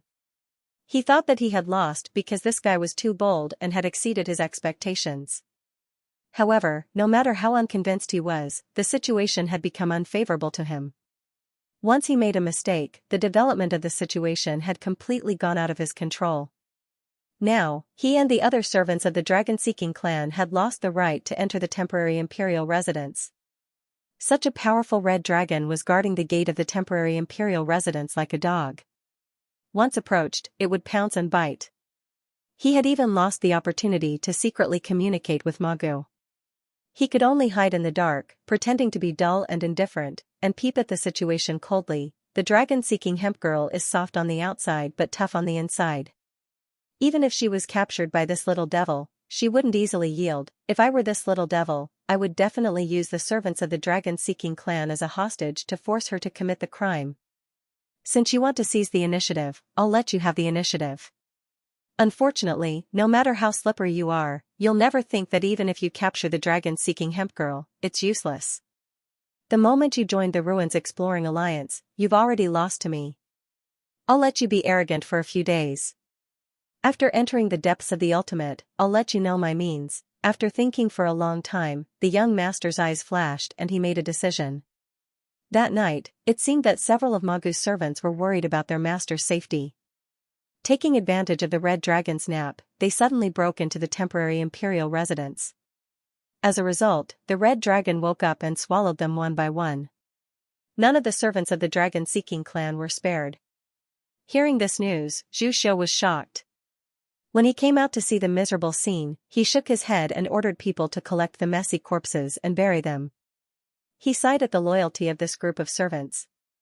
However, no one could see that the broken corpses on the ground couldn't be pieced together no matter how hard they tried, so they couldn't find out that one person had quietly gone missing.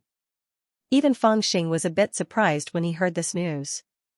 He glanced at Magu, only to find that Magu, who had been concentrating on healing and refining the flesh and bone changing immortal pill, didn't reveal any signs of wanting to perish together with him. Instead, she lowered her eyelids and let out a soft sigh after a long while. Did he have to use such a ruthless escape? Such a thought quietly floated in Magu's heart and gradually faded after a long time. She naturally understood that the young master had done this. Firstly, it was to escape, and secondly, it was so that Feng Xing would not have the capital to threaten her. However, even this little bastard had only mentioned using the lives of the servants to threaten her, and had not really done such a thing. Instead, it was because of the young master's idea that these servants who had always been loyal and devoted to her had instead been buried. Feng Xing also realized that something was wrong. He held the wine gourd and squatted in front of the temporary imperial residence for a long time. He couldn't understand why these servants didn't risk their lives when he first captured Ma Gu. Instead, they risked their lives to break into the palace. After pondering for a long time, he disdainfully spat on the ground and returned to the palace to sleep. At this time, the alliance of the clans began to display their abilities and concentrated their efforts to find the whereabouts of the vermilion bird. They really didn't have any confidence in finding the vermilion bird in a short month, but they couldn't afford to gamble. Feng Xing, who had Ma Gu in his hands, held the only hope of entering the depths of the ultimate. If this little demon insisted on not setting off, they would be at a loss. Therefore, although they were extremely unwilling, they still sent out a large number of people to search for the vermilion bird. At the same time, the old fellows gathered day and night in an attempt to come up with an effective plan. Unfortunately, there was no good plan. Feng Xing hid in the palace all day long and didn't step out of the door. With the crimson dragon guarding the entrance, the cultivators had to shout if they wanted to speak to him. They couldn't even get within 30 zhang of him, let alone conspire against him. They even thought of using poison, a colorless and tasteless poison made by Granny Yao of the Reverence Moon clan. On the surface, they would disguise it as medicine and deliver it to Ma Gu. As long as Feng Xing smelled it, he would unknowingly fall unconscious. Unfortunately, that little brat actually saw through the trick of the medicine without batting an eyelid. He directly raised his sword and killed the person they sent to deliver the medicine to Ma Gu. For a time, the old fellows were helpless. How did this little bastard grow up to be so crafty? 7 to 8 days passed, but there was no news. This was expected and no one was in a hurry. Feng Xing was already aware of this and wasn't in a hurry. Every day, he would talk to Ma Gu, intentionally or unintentionally, like an annoying child, endlessly asking questions. Ma Gu wanted to ignore him, but she was tempted by the flesh remodeling and bone-changing immortal painting pill in his hand. Under this threat, she could only patiently reply to him. Of course, she was also vigilant and never spoke of important matters.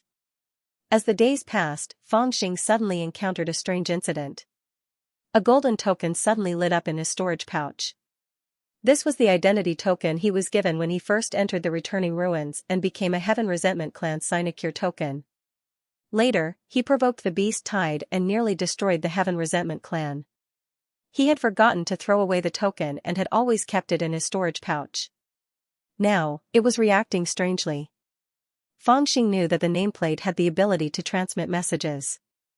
Astonished, he took it out to listen to the divine sense. After listening to it, Feng Xing pondered for a moment. Then, he picked up the jar, rode the crimson dragon, and flew in a certain direction. When he left the palace, 4 or 5 divine senses immediately surrounded him and closely watched him. Feng Xing didn't mind. He knew that his every move was being watched and he was long used to it. He swaggered away from the Immortal Ascension platform and flew to a mountain peak 100 miles away. On the mountain peak, there was only a thin figure standing on the highest rock. He was wearing a hood over his head. Without saying a word, Feng Xing threw out the immortal binding rope to tie him up and carried him back to the palace. His abrupt action caused several old cultivators who were monitoring him to be filled with suspicion. After a short discussion, the smiling tiger from the alliance of small clans pretended to inadvertently appear on Feng Xing's way back to the temporary imperial residence. Chuckling, Feng Xing asked, "Aha, the weather is pretty good. Where are you going, fellow Daoist Xing? Who is the person you're carrying?" Feng Xing rolled his eyes. "None of your business." The smile on the smiling tiger's face froze. He had the urge to pinch this little bastard to death. Back in the palace, Feng Xing threw the person in sackcloth out. The person rolled on the ground twice and slowly got up. After taking off the hood, a haggard little face was revealed. Her features were clear and her eyes were bright. It was Hen Tianing, the second young mistress of the Heaven Hatred clan. She was now much thinner than when they first met. The baby fat on her face had disappeared and her big eyes were bloodshot. "Your father sent me a message to bring you to the Immortal Ascension platform." He said you had something to say. Fang Xing asked lazily. Han Tianing was no longer as unruly as before. Instead, she seemed more gentle and quiet. She stood on the ground and fixed her eyes on Fang Xing. After staring for a long time, Fang Xing was getting impatient. She lowered her head and said softly, "I'm here to send a message on behalf of the Heaven Hatred clan. The patriarchs of the clan are all dead. Father wanted to come but was afraid that you would be afraid. If it were someone else, it wouldn't be enough, so I came." "They're all dead?" Fang Xing was slightly taken aback. "Aren't there 2 old men?" Han Tianing lowered her head and said, "The second great elder died the next morning after the beast tide. He was crying and laughing when he died. Father said that his Taoist heart was in a mess and he died of exhaustion. The high priest didn't die at the time, but he was ambushed and his injuries worsened. Before he died, he discussed with Father for a few days and asked me to send you a message. He wants to discuss a condition with you." "A condition?" Fang Xing's eyes flickered and he asked suspiciously, "Is this old man trying to trick me even before he died?" Han Tianing raised her head and looked at Fang Xing. "Father asked me to pass a message to you after I see you. The high priest has always admired you. He didn't stop us when we wanted to take your Crimson Dragon, but he's always been on your side. When we wanted to take your Crimson Dragon, the other patriarchs wanted to kill you but the high priest took the initiative to persuade you. If there's anyone in the Heaven Hatred clan that you can trust, it's the high priest." Fang Xing was silent for a while when he heard this. He then raised his head and asked, "What is the old man trying to say?" Han Tianing took out a black iron talisman and handed it over. "It's all in here." Fang Xing glanced at it and recognized that it was a magic tool that could store souls. He was slightly startled and then sneered. He thought that if the high priest wanted to attack his soul, he was looking for the wrong person. His sea of consciousness was protected by the true Samadhi fire. Even when he was in the spiritual movement realm, he wasn't afraid of Daphne, who was in the golden core realm. Not to mention now that the true Samadhi fire was complete. Fang Xing sneered and took it. Just as he was about to read its contents, Han Tianing suddenly started sobbing. Fang Xing glanced at her, only to see that Han Tianing's legs suddenly gave way and she knelt on the ground. She said in a low voice, "Can you save us?" Fang Xing ignored Han Tianing, who was kneeling on the ground. Instead, he lowered his head to examine the contents of the ritual implement. After a while, he raised his head and looked at Han Tianing with a strange expression. "Are you serious?" Han Tianing sobbed. "Father said that in the cultivation world, the strong prey on the weak. There is no right or wrong. You should understand this, especially in the bottomless chasm. Back then, the Heaven Abhorrence clan did indeed let you down. However, you immediately took your revenge and should have calmed down. Before the high priest died, he dragged his broken body and left this imprint. It is the Heaven Abhorrence clan's greatest secret. Only the 5 elders know about it. Even my father was not told because his life was less than 600 years old. The high priest did not intend to tell him either. He only left the secret in the metal plate and told him that if he did not want the Heaven Abhorrence clan to be exterminated, he should give it to him." Fang Xing was slightly stunned. "Are you trying to say that if I agree to the contract, I will be the only one who knows about this secret?" Han Tianing lowered his head. "Not only that, if you agree, the Heaven Abhorrence clan has 3 gifts for you." "What gifts?"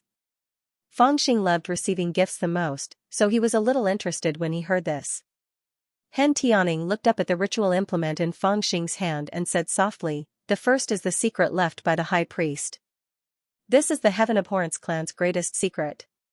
Neither my father nor I know about it. The ritual implement in your hand is the only way to know about it. Otherwise, even if you kill me, even if you destroy the Heaven Abhorrence clan, you will never get it. It's related to the secret of the copper mirror." "Interesting. What about the second item?" Han Tianing bit his lips and continued, "On the second day of the beast tide, someone snuck into the Heaven Grudge clan and launched a sneak attack on the heavily injured high priest. However, the high priest retaliated and managed to leave behind something on him. Father said that this thing should be of use to you now. He asked me to give it to you as the second gift for you today." As she spoke, She gently took out a fiery red feather and placed it in front of Feng Xing. It's that thieving bird's feather. So it was that bird that ambushed the high priest. Feng Xing recognized the aura on this feather, and with 2 fingers, he held it in his hand. This feather was more than a foot long, and it contained an astonishing fire intent. Others didn't know, but he could tell the origin of this feather at a glance. It was the feather of the vermilion bird that he had seen once before. For him, who was currently searching for it, it would indeed come in handy. After putting away the scarlet feather, he lifted the gourd and drank some wine. At the same time, his eyes flickered as he said, "The third one?" Han Tianing stood up silently. She suddenly untied the cloak around her chest, causing it to fall to the ground. She was not wearing anything underneath. She stood naked in front of Feng Xing. Her small body seemed to be shivering from being exposed to the cold air. Goosebumps could be seen on her fair skin. Feng Xing suddenly spat out the wine in his mouth. "What's wrong with you? We're talking about serious matters. Why are you taking off your clothes?" Han Tianing crossed her arms and covered the vital parts of her body. She lowered her head and said softly, "My sister has been missing since the day of the beast tide. Otherwise, she would be the one to come. However, since she can't come, I'll be the only one. Father said that I'll be the third gift to you. As long as you agree to the high priest's conditions, I'll be yours." In your dreams, Feng Xing was speechless. Did she think that she was an old bachelor in the village who could not find a wife? Did she think that she could be his woman just because she said so? He impatiently tossed her a dress and waved his hand. "Go over there and get dressed. I'll think about it first." Han Tianing lowered her head and went behind the pillar. Feng Xing sat down with a strange expression on his face, looking at the ritual implement in his hand. When he went out to fetch Han Tianing, he received a message from the clan leader of the Heaven Grudge tribe. It had been at least 4 to 5 days, but the iron amulet was in his storage pouch and isolated from the world. He had not received it until he accidentally opened the storage pouch and received this message. It said that the Heaven Grudge tribe had sent Han Tianing to discuss something important with him. Now that the immortal ascension stage was surrounded by the tribes, they could not send Han Tianing in. Feng Xing had to go and fetch her personally. He had only gone there today, but Han Tianing was still there. This meant that she had been waiting for 4 to 5 days. Sealed within the ritual implement was the high priest's spirit. To be precise, it was a remnant spirit. Before the high priest died, he had used a secret technique to leave his spirit in the ritual implement to pass a message and a contract to Feng Xing. This contract was the high priest's request. As long as Feng Xing agreed, he would be able to obtain an important message sealed within the ritual implement. According to the high priest's words in the ritual implement, it was related to the secret of the Heaven Grudge ancestors' copper mirror. Feng Xing could only obtain this message after signing the contract. If he did not agree and tried to forcefully pry out the secret, the ritual implement would be incinerated. From then on, no one in the Heaven Grudge tribe would be able to tell Feng Xing this message. This was because only the 5 elders of the Heaven Grudge tribe knew this secret. Even the clan leader of the Heaven Grudge tribe was not qualified to know, so killing them would be useless. What made Feng Xing very unhappy was the content of the contract. The high priest was asking him to become the lord of the Heaven Grudge tribe and protect the people of the Heaven Grudge tribe. In his words, the Heaven Grudge tribe had an ancient rule that whoever obtained the Heaven Grudge ancestors' copper mirror would be the new lord of the Heaven Grudge tribe. Although he did not know where Feng Xing had obtained the copper mirror, since Feng Xing had obtained it, it was not too abrupt to ask him to become the lord of the Heaven Grudge tribe. Although both sides had a grudge against each other, things had changed. He still had to look at the bigger picture. Of course, the bigger picture was the bigger picture of the Heaven Grudge tribe. After asking Heaven Grudge Ning, Feng Xing found out that the Heaven Grudge tribe was in a sorry state. After he led the beast tide and killed 3 of the 5 elders, the next day, the bald second elder of the Heaven Grudge tribe also lost his Dao heart when he saw the copper mirror in Feng Xing's hands. He only lasted a few hours before he died. On the night of the second day, the vermilion bird that had escaped from the Heaven Grudge tribe sneaked into the tribe's territory and ambushed the high priest. The 5 Golden Core and Mahayana stage cultivators of the Heaven Grudge tribe were all killed. As a result, the Heaven Grudge clan was in deep trouble. The clan's formation was destroyed, the 5 elders were all killed, and many of the clan's experts were killed as well. The remaining clansmen had also betrayed the clan. The huge clan fell apart in a short period of time, struggling at death's door. They hid in a small valley, trembling with fear as they waited for the clan's extermination to befall them. Extermination was no joke. Several clans had their eyes on the Heaven Grudge clan, including the Fengtian clan and the Yusho clan. The Heaven Grudge clan couldn't resist their power. Once the clan was exterminated, the name of the Heaven Grudge clan would be erased from the ultimate. Those who weren't related to the Heaven Grudge clan might have a chance to be put in an important position, but the direct descendants of the Heaven Grudge clan would become the slaves of the other clans.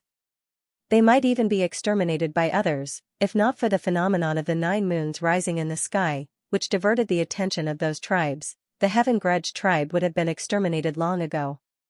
However, to the outside world, the high priest's soul dissipated on the spot after he was ambushed. In reality, the person who ambushed the high priest did not know that. The old man was an old man after all.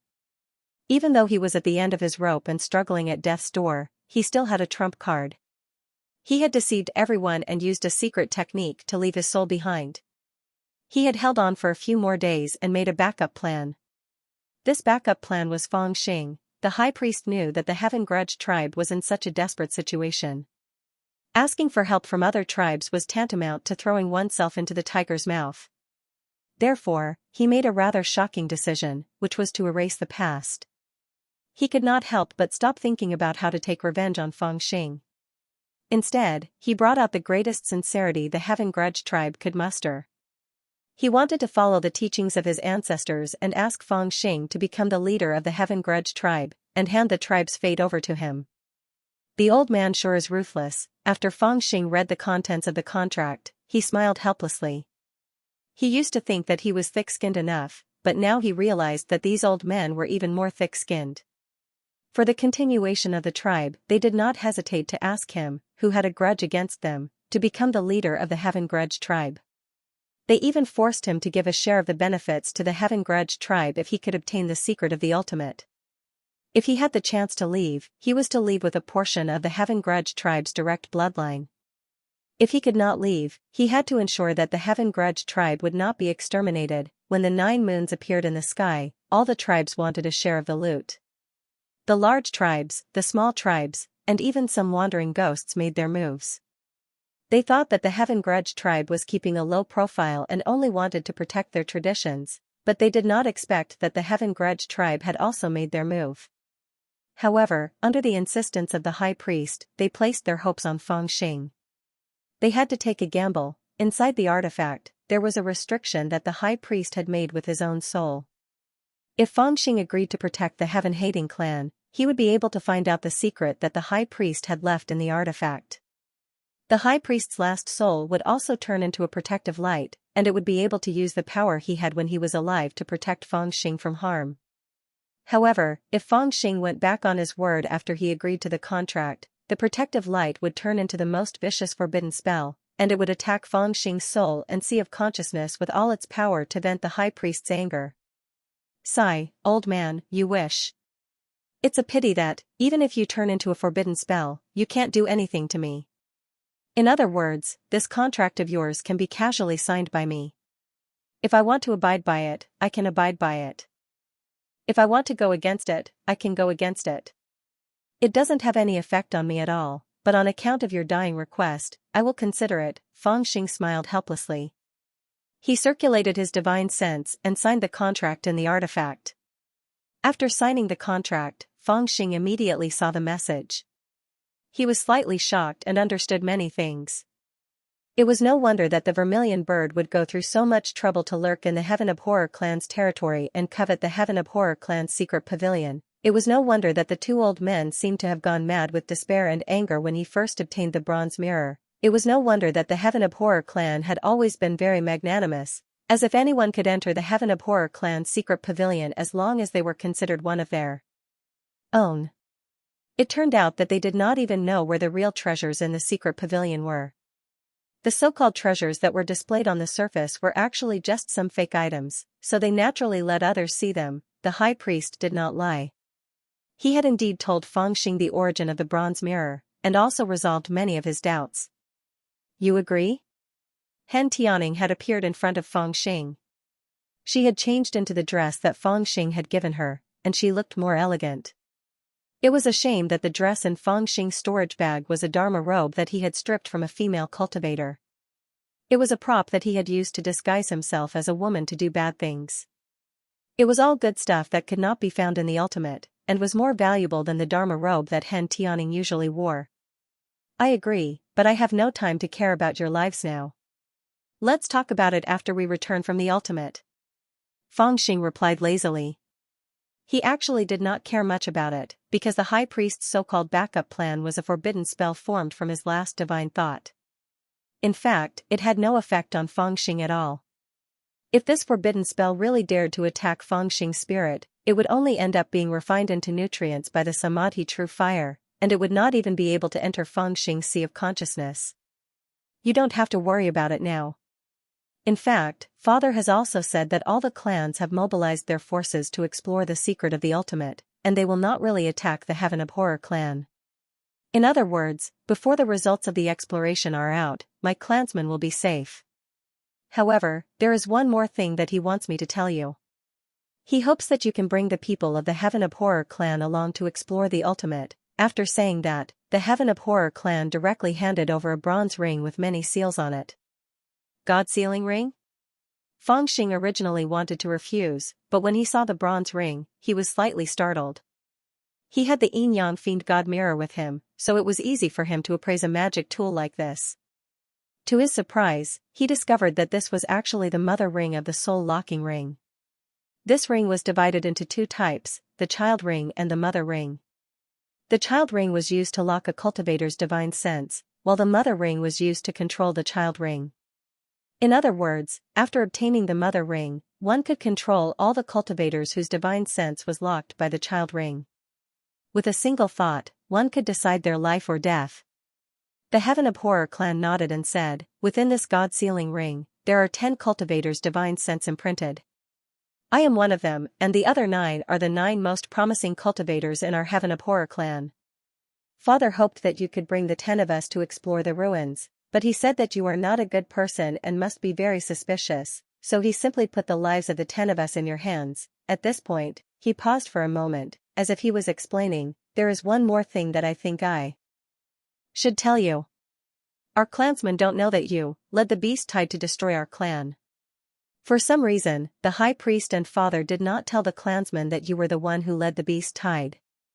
However, they vaguely revealed that it was because the clansmen wanted to forcefully extract the crimson dragon's soul, causing the true dragon's blood essence to leak, which led to the beast tide. Therefore, we reap what we sow. Blame. You are not to be blamed. When Feng Xing heard this, he was slightly taken aback.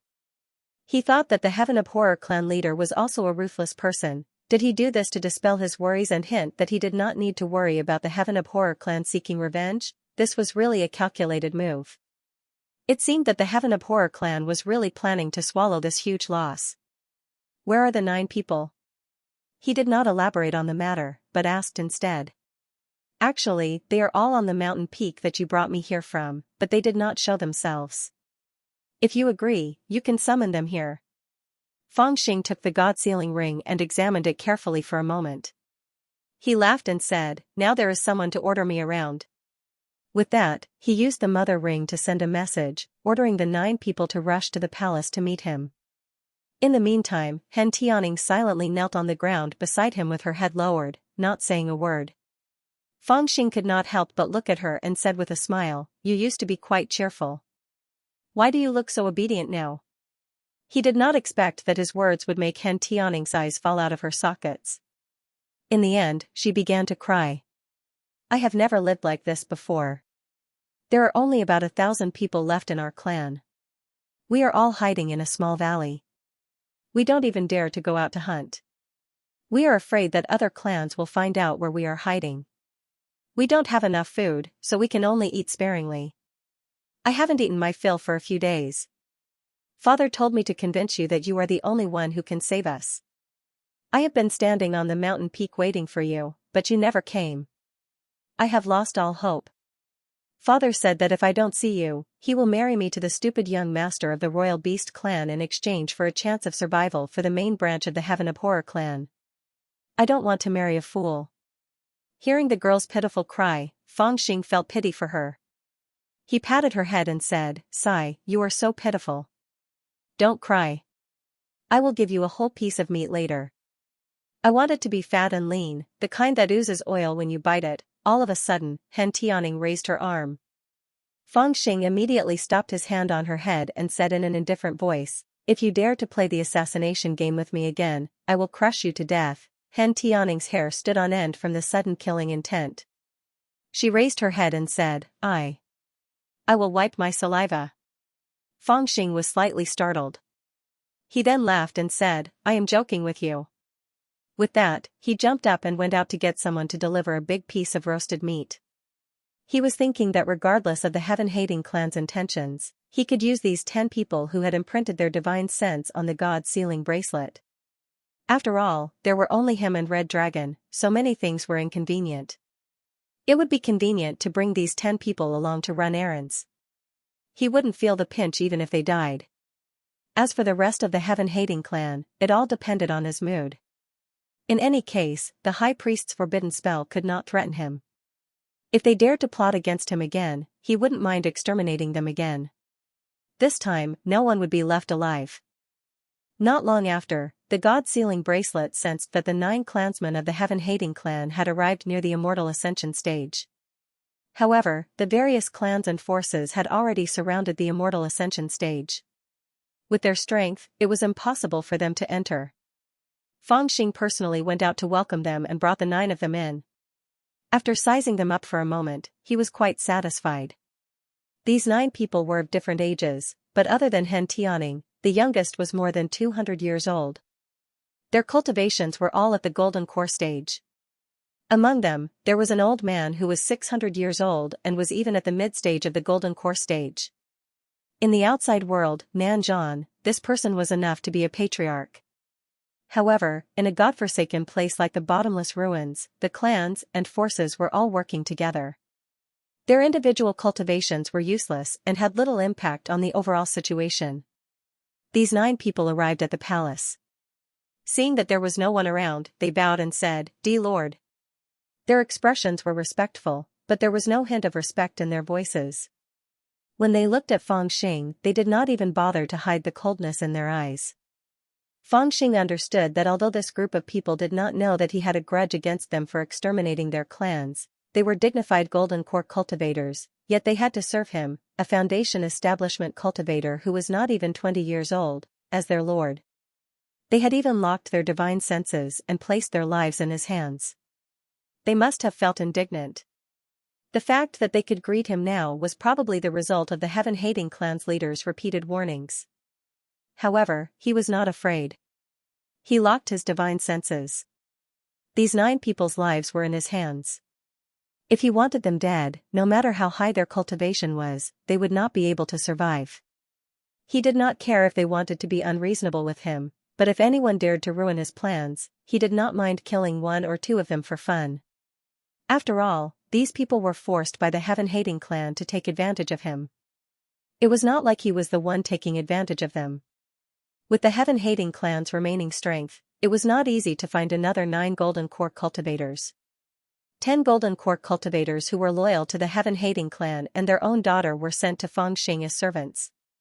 It was clear that the heaven-hating clan's leader had made up his mind this time. After the head priest chose to bet on Fangxing, the heaven-hating clan's leader placed a heavy bet on him. "All of you can leave. I will instruct you if there's anything. Just do your own things and don't bother me if there's nothing important." With a lazy wave of his hand, Fangxing drove them out without even asking for their names. Seeing this, the 9 golden core cultivators were a little surprised. One of them, a short and fat man with a red face, said in a displeased tone, "Mr. Priest Xing. Clan leader, although the clan leader has ordered us to assist you and even said to treat you with the same respect as the great elder and the others, you should not look down on us so much. The journey into the ruins is extremely dangerous. Shouldn't we discuss it?" Fangxing became impatient when he heard this and said, "F*ck off. Do I need to discuss things with you? The short and fat man immediately looked angry.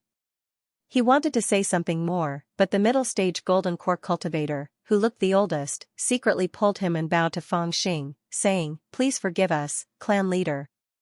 Before we came, the clan leader had already told us the importance of this trip. Naturally, we will follow your lead. Now, we will go to the periphery of the palace and guard it. If there's anything, clan leader, please tell us."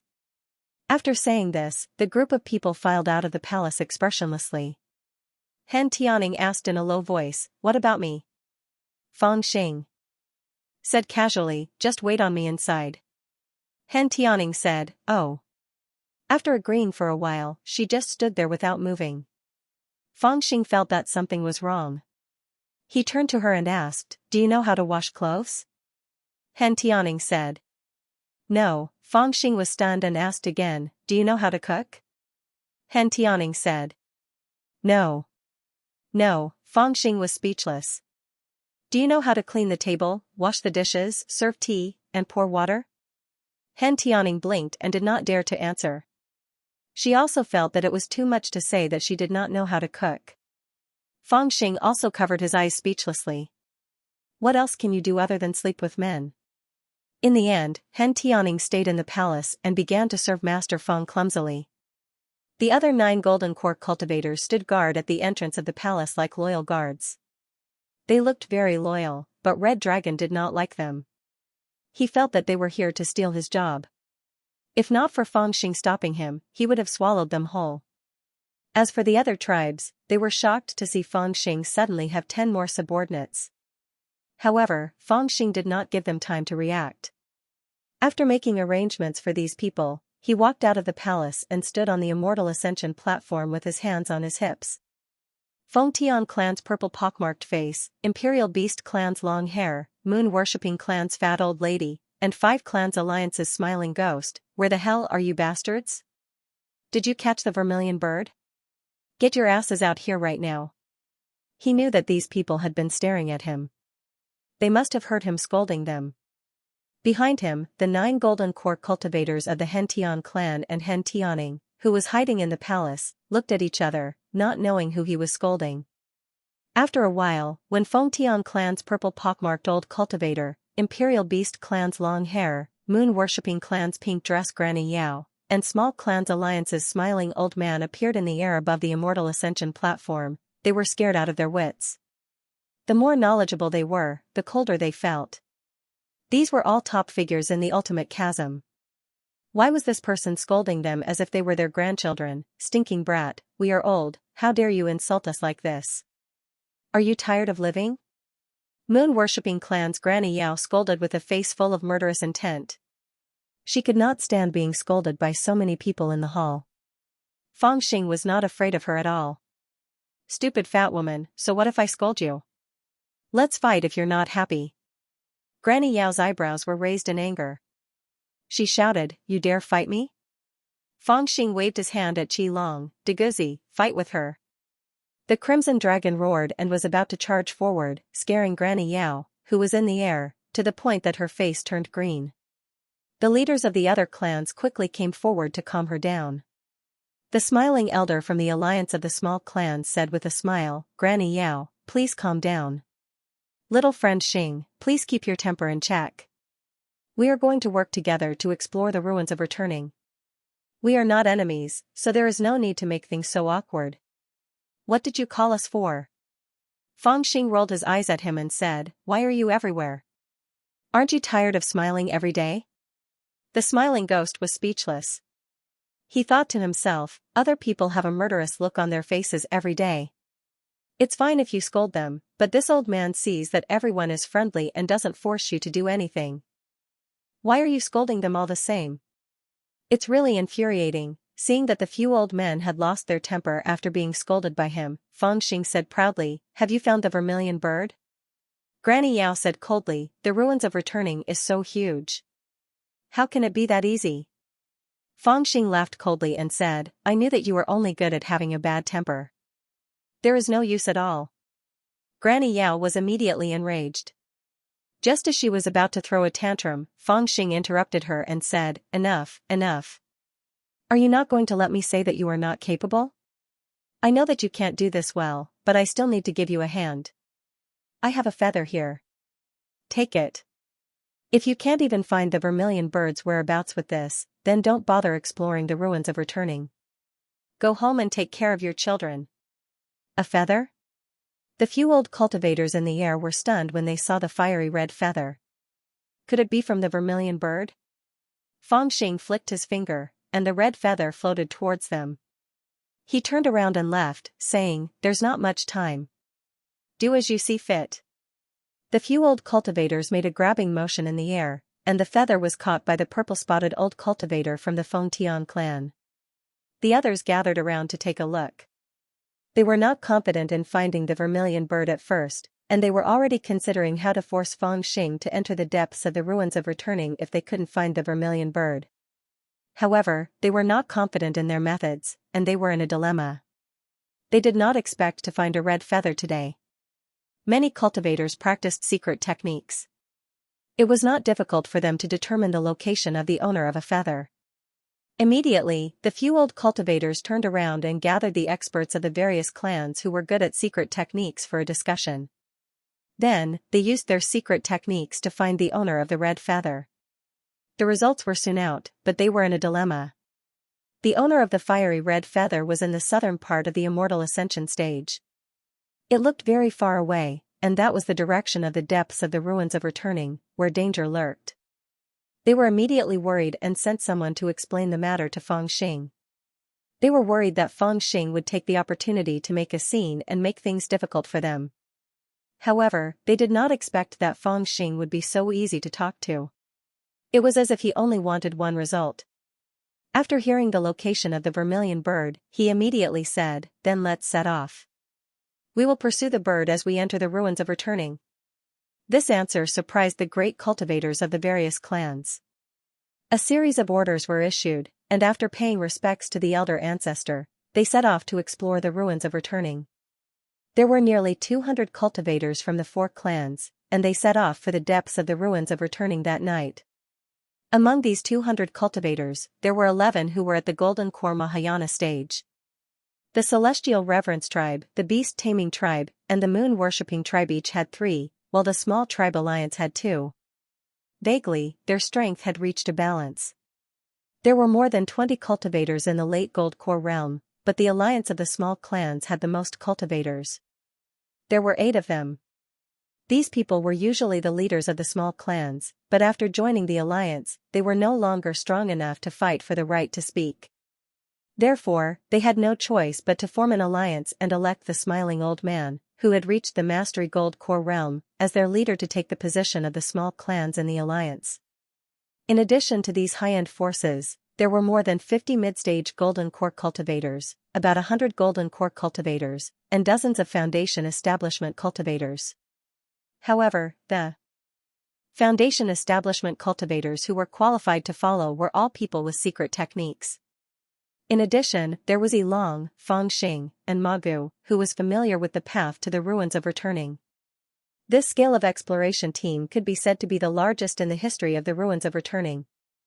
As they set off, the cultivators were full of confidence. To be honest, this trip had mobilized nearly 2/3 of the high-end forces in the ruins of returning. In addition, there was Magu, who was familiar with the path to the ruins of returning. In addition, there were 9 moons in the sky. It was a rare opportunity in thousands of years. If they were unable to enter the ruins of returning and open the secret of the Supreme Tao Palace, then the cultivators could forget about this idea. When the second red light rose in the sky, the cultivators had already set foot on the path to the depths of the ruins of returning. There were many dangers in the ruins of returning, but the most troublesome were 2 types. The first type was the ferocious beasts that occupied the various mountain regions. The deeper they went, the stronger the ferocious beasts were. 4th-level ferocious beasts were already considered beast kings, while 5th-level ferocious beasts were the overlords of a 1,000-mile area. However, in the depths of the ruins of returning, there were 6th-level and even 7th-level ferocious beasts. If they could fight 6th-level ferocious beasts, they would not dare to provoke 7th-level ferocious beasts. Not to mention these golden core cultivators, Fangxing estimated that even Red Dragon would find it difficult to fight a 7th-level ferocious beast head-on. This was because, compared to the cultivation realm of humans, such a 7th-level ferocious beast should have reached the Yuanying realm. The second biggest problem was the void turbulence that densely covered the void. It was said that the Taisheng orthodoxy had been struck by lightning for 33 days, causing the void in the ruins of returning to shatter and become unstable. It was still constantly changing, with chaotic and complicated void cracks that appeared and disappeared from time to time. It was impossible to guard against them, and if one were to accidentally barge into a void crack, no matter how strong one's cultivation or physical body was, one would be torn apart by the void crack and even lose one's physical body. It was because of this situation that the cultivators did not dare to soar into the sky. At most, they could only fly close to the ground at a slow speed. As they slowly entered the ruins of returning, Fangxing secretly clicked his tongue after he learned about the dangers of entering the ruins of returning from Magu. Fortunately, he did not rush in with Red Dragon to search for the Tao scriptures. Faced with the countless dangers in the ruins of returning, his and Red Dragon's strength was really too weak. They did not have enough strength to barge in, nor did they have enough experience. Such a ruins of returning could only be explored by gathering the strength of various clans to withstand the consumption of resources and loss of personnel. To put it bluntly, some of the difficulties required human lives to fill the gap. If there were fewer people, it would not be able to fill the gap. Of course, it was fine to take anyone's life, as long as it was not his and Deguzi's lives. With this idea in mind, Fangxing was quite low-key along the way. Surrounded by the Golden Core 9 servants, he spent all day drinking and sleeping on Red Dragon's back. Otherwise, he would call Magu and Han Tianing to squat on the dragon's head and play cards and quarrel. He forcibly made the dangerous ruins of returning feel like an outing. The result of this was that after 2 months, when they finally entered the depths of the ruins of returning, the cultivators of the 3 clans and the small clans were exhausted from killing ferocious beasts and searching for the path. They suffered heavy casualties, while Fangxing had gained 3 kilograms.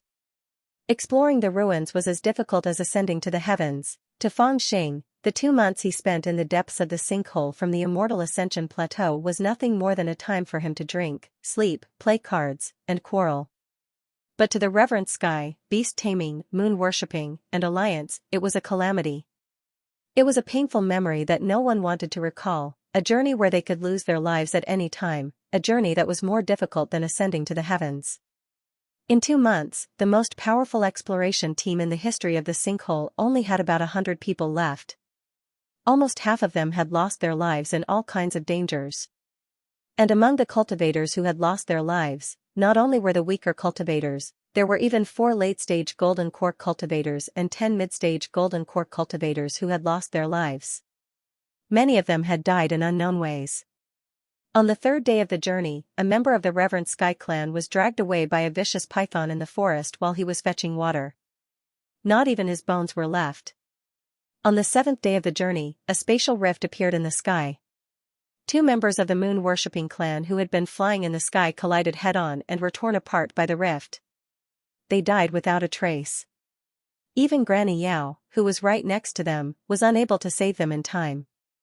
On the 21st day of the journey, the cultivators who had followed the safe route encountered a herd of beasts that had been alarmed by the aura of a newly ascended 7th-rank beast and were frantically fleeing for their lives.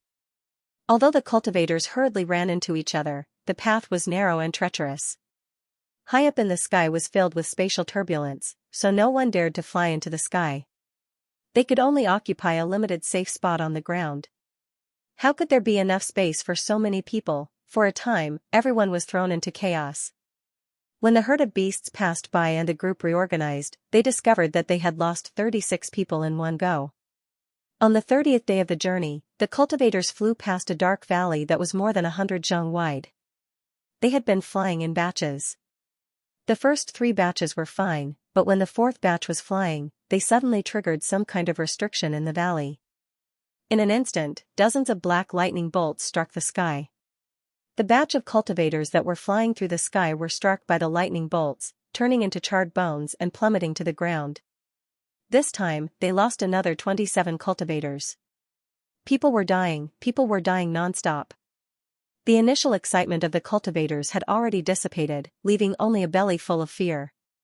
There were too many dangers in the sinkhole. Usually, the cultivators hid in the periphery of the sinkhole, and it was enough for them to survive carefully in the forest overrun with fierce beasts.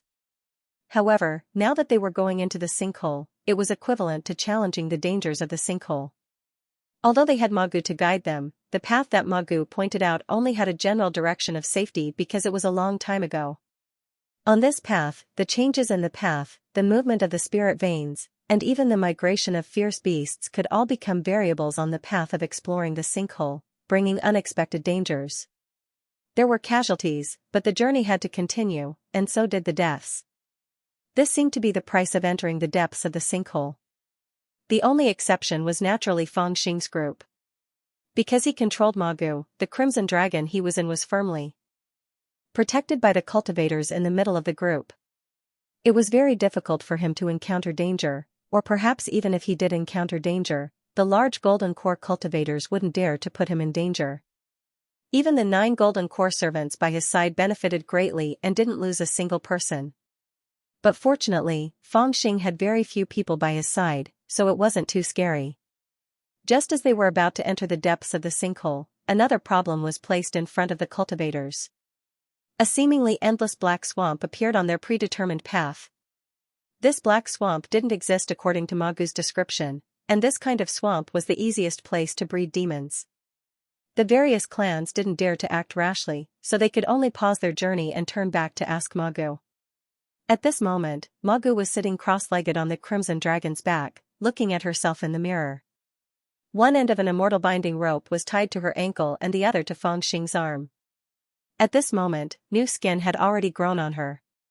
It was delicate and fair, and her facial features were perfectly proportioned. She was the living embodiment of a delicate beauty, but unfortunately, like an unfinished painting, there were always some flaws. When Hen Tianing received the report from an outsider, he didn't go find Magu, but instead went to find Fang Xing, who was sleeping on the dragon's head. He shook him awake and told him what happened. Only then did Fang Xing arrive in front of Magu in a daze. He stretched and asked, "Those old fellows said that a black swamp appeared in front of us that doesn't exist on the route. What's going on?" Magu was slightly startled. She pulled a veil over her face and said, "Take me out to have a look." Fang Xing had no choice but to grab her arm and lift her up. At this moment, Magu's injuries were mostly healed, but she still didn't have the strength to truss a chicken and was no different from a mortal. However, she was also tricked by Fang Xing. When she took the 3rd immortal painting pill, she felt that her bones were weak and her meridians were weak. She once asked Fang Xing about it, but Fang Xing's answer was very straightforward: "It's the immortal painting pill, after all. Before it's completed, your bones aren't fixed, and your meridians aren't in place. Naturally, you can't use spiritual power or divine abilities. Just stay here." Magu finally understood that the immortal painting pill this little demon gave her could give her the appearance of a fairy, but at the same time, it was a kind of poison that controlled her. Unless she stopped using the immortal painting pill, she wouldn't be able to use spiritual power or divine abilities. She accepted her fate and thought that it was the price she had to pay. Fang Xing carried Magu and flew out of the palace. The red dragon and the 9 golden core servants naturally followed behind him. Everywhere they passed, the cultivators all opened up a path. Soon, they arrived at the front of the group.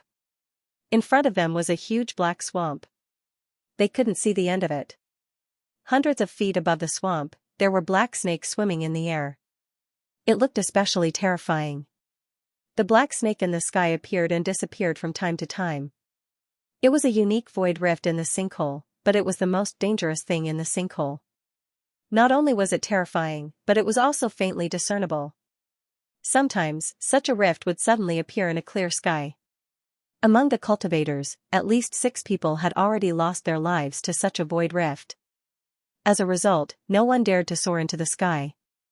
"Goddess Ma, according to what you said earlier, we should be arriving at 3 World Mountain very soon.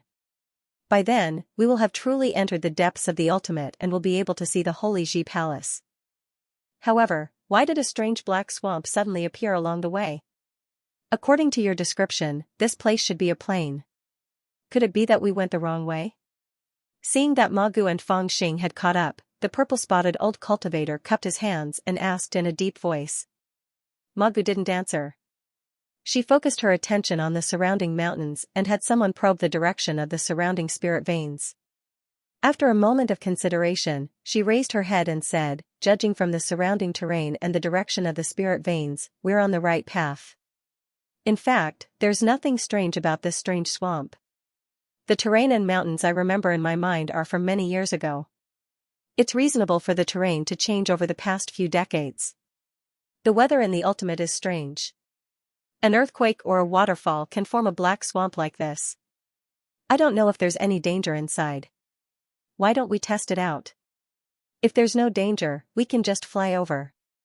Otherwise, we'll have to take a detour. According to what I know, taking a detour will take at least 10 more days to reach Three World Mountain. The old cultivators fell silent when they heard that. A moment later, Granny Yao of the Reverence Moon clan spoke in a deep voice, we've already spent 2 months on the road. Including the first 10 days, we've spent 70 days. 7 red lanterns have risen in the sky, and there are only 20 days left before the 9th moon rises into the sky. Although the Daoist Palace ruins are not far away, we can't afford to waste 10 days, the others had the same thoughts as her. They nodded to one another and didn't intend to take a detour. After a brief discussion, they ordered their men to capture a few living low-level beasts to use as scouts. The purple-spotted old cultivator and Granny Yao each used their spiritual energy to capture a few beasts and used their arts to toss them into the swamp. The beasts struggled and sank into the swamp, but no other dangers appeared. This kind of scouting was carried out 3 times. After the 3rd time, they were almost certain that there were no other dangers in the swamp. The Golden Core Realm cultivators used their Transcendence vision to peer into the swamp, but they didn't discover any signs of demons or beasts living in the swamp. Furthermore, the swamp seemed to have formed not too long ago, so the possibility of beasts living in it was rather low. After a brief discussion, they prepared to fly over. Hey, why don't we take a detour?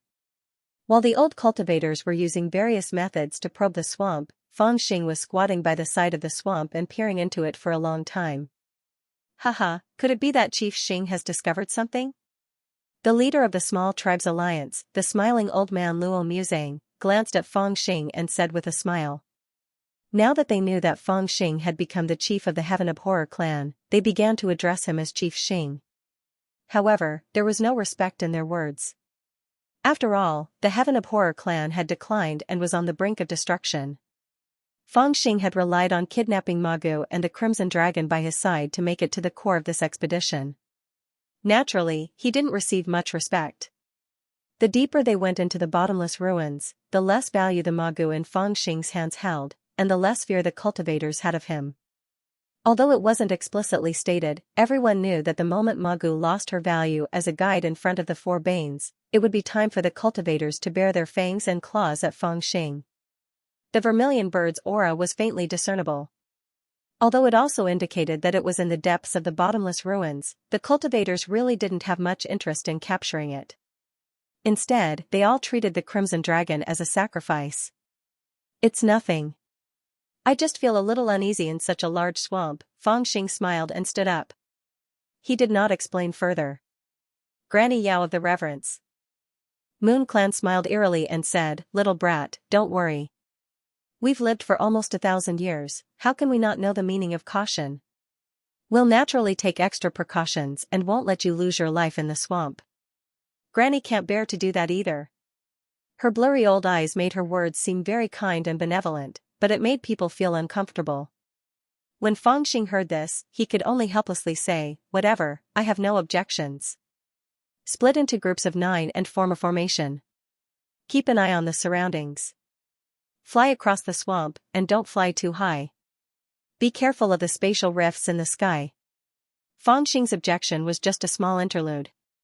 Even he himself did not insist on it. As for the purple-robed old cultivator, Granny Yao, and the others who had personally probed the black swamp and felt that there was no danger, they naturally did not mind it at all. In fact, they even thought that Feng Xing had said such a thing because he could sense that they were about to reach the door of the 4 Banes, and as a result, he was afraid and was purposely trying to stir up trouble. Soon, they divided all the troops into 9 groups, standing on the shore of the Black Swamp, and flew over separately. "Fellow Taoist Luo, please." The purple-robed old cultivator looked at the leader of the small clan's alliance, the smiling tiger, and said politely. Whenever they encountered a situation where they weren't sure if it was going to be dangerous, the first group of people to test the waters would naturally be those from the small clan's alliance. However, this was still determined by their strength. The small clan's alliance wasn't united to begin with, and their combined strength wasn't necessarily comparable to that of the Reverence Sky clan, the Imperial Beast clan, and the Reverence Moon clan. "Us again?" Luo Musang was stunned. He laughed dryly and said, haha, about that, can we?" Granny Yao of the Reverence Moon clan said, "Fellow Taoist Luo, time is of the essence. We can't delay any longer." Luo Musang had no choice but to turn to his subordinates and ask, which clan should send people this time. The people from the small clan's alliance had no choice but to discuss among themselves in hushed voices. In the end, they decided to send a small clan, but it was also the weakest among them. They only had 2 gold core cultivators, while the other 6 were foundation establishment cultivators. With determined expressions on their faces, they flew toward the swamp. They looked at their surroundings with trepidation, then hurriedly flew to the other side of the swamp. They flew for over 10,000 zhang, disappearing into the black mist of the Black Swamp. Their shadows were barely visible, and the swamp was still peaceful. Only then did the purple-mottled old cultivator, Granny Yao, and the others from the 3 clans nod their heads. They began to arrange for people to cross the swamp. There were a total of 9 groups of people, and each group was separated by a distance of 100 zhang. It was a distance where they could take care of each other. Besides that, there was an expert at the advanced stage of the Golden Core realm or above holding down the fort between every group of people for the sake of safety. From this, it could be seen that Granny Yao was right. They had lived for quite a long time, and there was no way they would be so foolish as to joke around with their lives. Fong Xing, Crimson Dragon, Jin Dan 9 servants, Henchening, and the others were in the 4th group. There were people in front and behind them, both for protection and surveillance. He was already used to it, not showing the slightest bit of dissatisfaction. Instead, he looked at Black Marsh seriously. The Black Swamp was boundless and seemed to have a radius of several dozen miles. As they flew past it, all they could see was the pitch-black, seemingly bottomless swamp that seemed to suck in their gazes. However, although the Black Swamp carried an indescribable atmosphere of fear, the cultivators still did not dare to fly too high. Compared to the terrifying Black Swamp, the faintly discernible void cracks in the sky were undoubtedly more frightening. Just a Black Swamp and he's scared to this extent. How can someone as timid as a mouse be the leader of our Henchening clan? Seeing that Fong Xing had been staring at the Black Swamp attentively, one of the 9 servants who were flying around the Crimson Dragon as a guard around the Crimson Dragon, the short and plump man transmitted his voice to a clansman beside him with slight disdain. This person's name was Xianxia. He was the servant who had been scolded by Fong Xing for speaking rudely the first time he met Fong Xing. All this while, he had been feeling indignant, and the more he looked at Fong Xing, the more he disliked him. However, his life was in the latter's hands, so he did not dare to confront him directly. He only dared to talk about it to the cultivators in private, mocking Fong Xing's cowardice and shamelessness. However, he seemed to have forgotten that it was Fong Xing's shamelessness that allowed the 9 of them to travel so far unscathed. "Third brother Qing, you're only saying this to me through voice transmission. Don't let this brat hear it. He has the mother confining ring, and he can take our lives with just a thought. Besides, he has the ancestors' treasure mirror. The patriarch said that it's an ancient teaching that the one who has the treasure mirror is the master of the Henchening clan. We have no choice but to serve him as our master. Don't complain, it's more important to explore the ruins." Xianxia, who had received Xianxia's voice transmission, also replied and tried to persuade him. Xianxia, however, was still a little dissatisfied. He smiled coldly and said, "Brother Hong, if we find an opening and subdue him before he can react, he won't have the chance to activate the mother confining ring. Then, we can use his life to threaten Crimson Dragon not to act presumptuously. Then, we can snatch that girl from the dragon-seeking clan. Wouldn't we have all the right to speak in the ruins exploring alliance in one fell swoop?" Xianxia's eyes flickered when he heard this. After a while, he said softly, "It's too risky. Let's not do it." Xianxia sneered and was about to answer when he suddenly heard Fangxing's stern voice beside him. "Rise, quickly rise." Without further explanation, he patted Crimson Dragon's back and urged it to rise rapidly into the sky. In an instant, it flew to a height of 700 or 800 feet. In the sky, the black snakes were almost hanging over his head. It could be said that it was extremely dangerous. When the 9 servants saw this, they were shocked and shouted in unison, "Patriarch, come down quickly, it's too dangerous." Fangxing poked his head out from above and scolded, "It's dangerous down there. Come up quickly." The 9 Jingdan servants were all startled and hesitant. The black snakes in the air, which were the cracks in the void, were truly frightening. If they touched them, no one would be able to survive. And the height of 70 to 80 feet was already incomparably close to the area where they appeared. If any of the black snakes fell slightly lower, they would swallow the cultivators flying in the air and tear them to pieces. Thus, they really didn't dare to go up and take the risk. Furthermore, the black swamp below was incomparably calm and didn't seem to contain any danger. At this juncture, Xianxia, who had been quietly following beside Fangxing, gritted her teeth and quickly rose to a higher altitude. She moved closer to Fangxing, scaring Xianxia and the others into shouting, "Second mistress, come down quickly." Xianxia did not listen. She shouted at them, "Come up quickly." She moved closer to Fangxing and jumped onto Crimson Dragon's back, waving at them. When the old cultivator with the highest cultivation among the 9 servants saw this, he said in a low voice, "Before we came, the patriarch specifically instructed us to listen to the patriarch's every command. Since he's beckoning, we can't disobey him. Let's go up and accompany him." Having said that, he also rose to a higher altitude and moved closer to Fangxing. The remaining 3 also flew up with him. However, among the 9 servants, there were still 5 who were hesitant. Xianxia said angrily, "Does the patriarch think he can send us to our deaths as he pleases? The sky is filled with cracks in the void, and great danger could appear at any time. He is Crimson Dragon and can avoid it as fast as lightning, but we can't fly on clouds and can only travel by air. If we encounter a crack in the void, how are we going to avoid it?" At this moment, he was so angry that he shouted these words out loud. When the 4 golden core servants saw this, they immediately hesitated, unsure whether they should fly up or not. As for Fangxing, he lowered his head and looked at him with a fierce look in his eyes. Suddenly, he reached into his robe and took out a metal hoop. Holding it in his hand, he sneered and said, "I'll only ask you one question. Are you coming up or not?" When the golden core servants saw this, they were shocked. Naturally, they recognized that the bronze hoop was the Mother God locking hoop. The Mother God locking hoop was the Dharma treasure that Fangxing used to restrain them. However, they did not expect Fangxing to take it out so easily. Was he going to kill them over such a small matter? Even Xianxia's expression changed. He did not dare to say anything, wondering if he should give in. At this moment, if someone tried to persuade him, or if Fangxing scolded him, he would take the opportunity to comply, even if he was unwilling. In fact, the golden core servant next to Fangxing was also ready to scold him, but Fangxing was impatient. Seeing that Xianxia's face was filled with hesitation, he immediately channeled his spiritual energy into the bronze hoop. "Patriarch, don't kill him." This action shocked Xianxia and the old golden core cultivator and they tried to stop him. However, Fangxing did not hesitate. He held the bronze mirror in his hand, and with a buzzing sound, the bronze hoop suddenly flashed with a light. At the same time, a rune suddenly lit up on Xianxia's forehead, emitting a faint red light through his skin.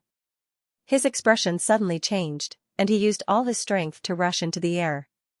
It was not because he wanted to counterattack Fangxing before he died, but because he wanted to carry out Fangxing's order. Unfortunately, before he could reach 30 feet, there was a sudden flash of light from his forehead. A bloody hole suddenly appeared on his forehead, and he fell to the ground in a daze. The 9 golden core servants were shocked at the same time. They looked at the bronze hoop in Fangxing's hand in shock. That's right, the patriarch had told them to listen to this little brat's orders, and he had also said that he would hand over the Mother God locking hoop to them. However, they were all golden core cultivators, and each of them had a higher realm than this little brat. Even if he had no respect for them, he could not just kill them on a whim. What did he think they were? I'm warning you, I have no time to play tricks with you. Since the Hentian clan has handed you over to me, you'd better listen to me. Even if I send you to your deaths, you'd better die quickly, or I'll send you to the next world in advance. Having said that, he glanced coldly at the old golden core cultivator, and then at Hen Tianing's face. Including you. Seeing that the usually joking little brat had suddenly become so serious, the old golden core servants did not dare to be negligent. Risking being hit by the void cracks, they gathered around Fang Xing and said in unison, yes. It's good that you understand. If you don't want to die, rush forward with all your might. Don't fall below 60 feet, Fang Xing took a deep breath and gave the order. He patted the dragon's head and rushed forward as fast as lightning.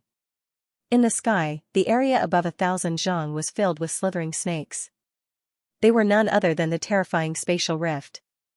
And at the height of 70 to 80 zhang, black slithering snakes would occasionally appear and disappear without a trace. It was a frightening sight to behold. Yet, under such circumstances, Fang Xing led the Heaven Grudge clan cultivators to raise their altitude to more than 600 zhang, risking their lives to escape. Little brat, why are you flying so high? Behind Fang Xing, a stern shout suddenly sounded.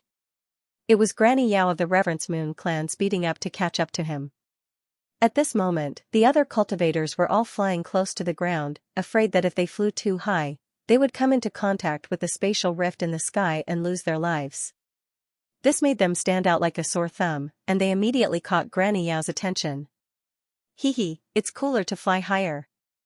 Fang Xing turned around with a smile and said, Old Granny, why don't you come up and stay for a while? Impudent. Do you want to be sucked into the spatial rift and die? Granny Yao yelled. She reached out and grabbed at the air, trying to pull Fang Xing down. However, the Crimson Dragon sensed the sinister aura coming from her and immediately turned around. Its eyes were filled with bloodthirst, but it still managed to suppress her. Granny Yao was still fuming with rage, but she was caught off guard.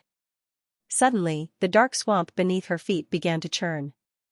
It was as if the waves of the sea were surging. Starting from the center of the swamp, it soon caused the entire swamp to tremble. For a moment, it was as if the entire swamp was boiling. Granny Yao was shocked. She lowered her head to look, but she had already forgotten about Fang Xing. She was completely dumbfounded. Rise. Quickly, rise. All of a sudden, the fat granny screamed as if her life depended on it. She yelled for the Reverence Moon clan members to rise into the sky. Almost at the same time, a pitch-black vine as thick as a water bucket suddenly shot out from the mud. The vine was covered with dark blue barbs, and it looked like a strange snake. It moved as fast as lightning as it whipped through the air toward the group of Reverence Moon clan disciples who were standing not far away from Granny Yao.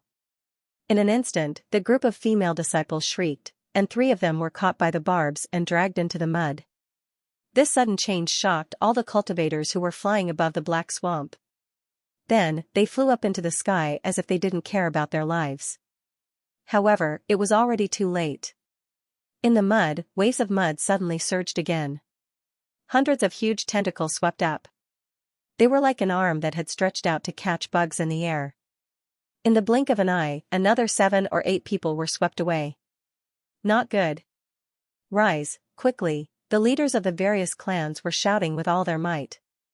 Disregarding the threat of the spatial rifts in the sky, they desperately tried to rise into the sky. However, they were too late. Countless tentacles reached into the sky from the swamp. They were like a dense forest. Not only did the tentacles sweep toward the cultivators, their thorns were poisonous, and they even possessed divine abilities. As they stirred in the air, they stirred up gusts of wind. These gusts of wind were extraordinarily powerful, forming strange vortexes in the swamp. The cultivators who were caught in the wind were immediately unable to move. Unless they were late golden core cultivators, they were completely unable to break free. They were tightly controlled. Under such circumstances, even if the cultivators were not caught by the tentacles, it would be difficult for them to escape. In an instant, countless cultivators fell into the swamp as if it was raining. They cried out in pain. That is, when the old golden core servants around Fangxing saw this scene, they broke out in a cold sweat. Originally, they were extremely resentful that Fangxing killed Han Tianqing without any explanation, but when they saw the scene in front of them, they immediately understood that if Fangxing didn't call them up just now, they would probably end up the same as those people. They would probably have lost at least a few lives by now. That's the wood demon of Kuei, a kind of plant demon that likes to grow in the swamp, but it's different from the fierce beasts. This plant demon has intelligence, so it naturally can't be tested using the simple method of testing fierce beasts. Hehe, I didn't expect that there are also monsters in the ultimate. You guys are really unlucky. This wood demon of Kuei is very difficult to deal with. It's not easy to fight, and it can't be killed. Ordinary people can only run when they encounter it. Fangxing sneered and explained casually. Then, he looked forward with a flash of light in his eyes. Looking around coldly, he seemed to be determining something, then he suddenly turned around and looked at Magu behind him. Magu's expression was still indifferent, without the slightest abnormality, but compared to the panic of others, she seemed to be too calm. Fangxing looked at her eyes. Magu was about to say something, but he suddenly took out a soul-lock talisman and stuck it on her forehead. Then, he made a gesture with his fingers. Suddenly, a green mist spread around him, intertwining with the black smoke in the black swamp. Under the cover of the green mist, he quickly stuffed the 8 formation flags into the hands of the 8 old golden core servants. At the same time, he secretly passed a divine thought to the 8 of them. Clan leader, when the 8 old golden core servants heard this, they suddenly looked panicked and a little shocked. This is your military pledge. Do this well, I won't treat you badly. If you don't do it well, I'll see you with my head. Fangxing didn't give them any room for doubt at all. He made a resolute conclusion and then put the bronze ring on his wrist. When the 8 old golden core servants saw this, their hearts skipped a beat. If it was any other time, they might have some doubts about Fangxing's murderous intent. But just now, Han Tianqing had died tragically in front of them, so they didn't doubt Fangxing's determination to kill him. Moreover, the other Golden Core and Mahayana stage cultivators of the other clans hadn't discovered this neo-demon hiding in the Black Swamp, but Fangxing had predicted it in advance. This caused them to feel a little more respect for this young Foundation establishment cultivator. Okay, let's do this for now, Fangxing muttered to himself. Suddenly, he paused and looked at Han Tianqing, frowning. He made another hand seal and another green mist surged out. After a while, the green mist dissipated and the cultivators continued to fly forward, as if nothing had happened. Now that the void was in chaos, all of Fangxing's actions were fast. He finished everything within a breath or two. Even when he was giving instructions to the 8 old golden core servants, he didn't slow down. When he used the breath concealment technique to summon the green mist, his movements were also very secretive. Even if someone was watching from 10 feet away, it would only look like a piece of green mist flying past him. It was extremely difficult to see any flaws. Boom, from time to time, cracks appeared in the void. It was like a big lake, the surface of the water was broken and calm, and ripples appeared. The cracks in the void were like ripples on the surface of the water, and the cultivators were like reflections in the water. If they were affected by the cracks, their bodies would be shattered like shadows. Below, the wood monster Kuei, whose body size was unknown, stretched out its hundreds of feet-long tentacles and grabbed at the cultivators in the air. Above and below, it was hell. Only a small space between 60 to 70 feet was considered safe for the time being. Fangxing and the others were flying quickly in this space as if they wanted to escape to the other side of the black swamp. Fortunately, he rose to the sky in advance and was not within the range of the monster's tentacles, so he didn't have to worry about dying in the monster's stomach. He only needed to avoid the cracks in the void. At this time, he could only rely on his quick eyes and hands. He couldn't even use the Golden Core teleportation technique. The prerequisite for the teleportation technique was that the space was stable. In the depths of the ultimate where the space was so unstable, using the teleportation technique was almost like holding a spear and standing on the top of a mountain on a rainy day to attract lightning. It was simply courting death. The early vigilance played a role. Along the way, Fangxing actually rushed to the other side without any danger. Boom, it was a pity that extreme joy turned to sorrow. The other side was in sight, and they had even escaped the prey range of the wood monster Kuei. A black snake suddenly appeared on the top left of the head of the red dragon that was swimming forward rapidly. It was a void crack that appeared abruptly. Fangxing's divine sense was powerful. When the void crack formed, he was already alert and hurriedly warned loudly. However, once the void crack appeared, it was abrupt. The red dragon's body was huge, so it was difficult to avoid it. Fight. Watching helplessly as the crimson dragon was about to crash into the crack, Fangxing suddenly gritted his teeth, flipped his hand, and took out a bronze mirror. He shone it in front of him, and with a rumble, a towering mountain actually appeared in the bronze mirror. At the same time, the soil and rocks beneath the black swamp began to grow upwards, and mud flew everywhere. Unexpectedly, a small mountain that was hundreds of feet high rose from the ground and flew into the air. Boom, that crack happened to hit the small mountain, splitting it into pieces. The crack's power was also exhausted, and it disappeared into the air. It was only a moment later that the crimson dragon, who couldn't stop its body, smashed its head into the small mountain. Its body was sturdy, and its head smashed the small mountain that had already been split into two halves. Countless gravel flew in all directions. And Fangxing also let out a strange cry.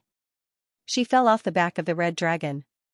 The bronze mirror in her hand and Magu, who was tied by the immortal binding rope, were both sent flying. The 8 old gold core realm servants who were protecting him were also affected by the force of the hill's collapse and scattered in all directions. Some fell directly to the ground, and some were even knocked into the air 700 feet high by the force. Everything happened in a split second, and almost no one could expect this result. But there was someone who seized this opportunity. Just as Fangxing's copper mirror left his hand, Magu, who had been tied up by the immortal binding rope, flew into the air. Suddenly, a red shadow appeared from the side. The appearance of this red shadow was extremely abrupt, but it seemed to have long been prepared. As soon as the figure appeared, it grabbed the immortal binding rope with a claw.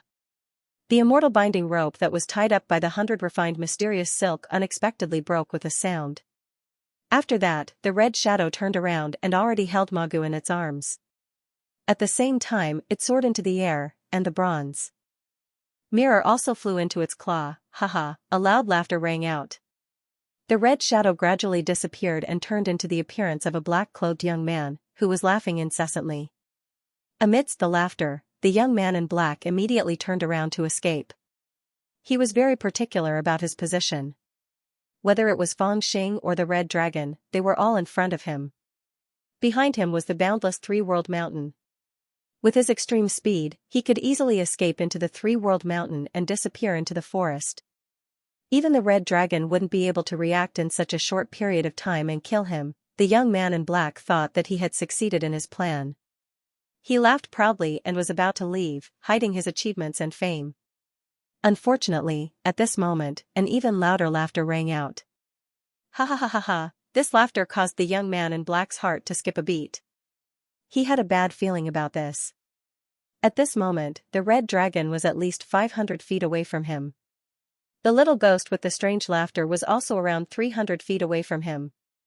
They were clearly safe. However, he seemed to have a bad feeling about this, and he wanted to retreat in a hurry.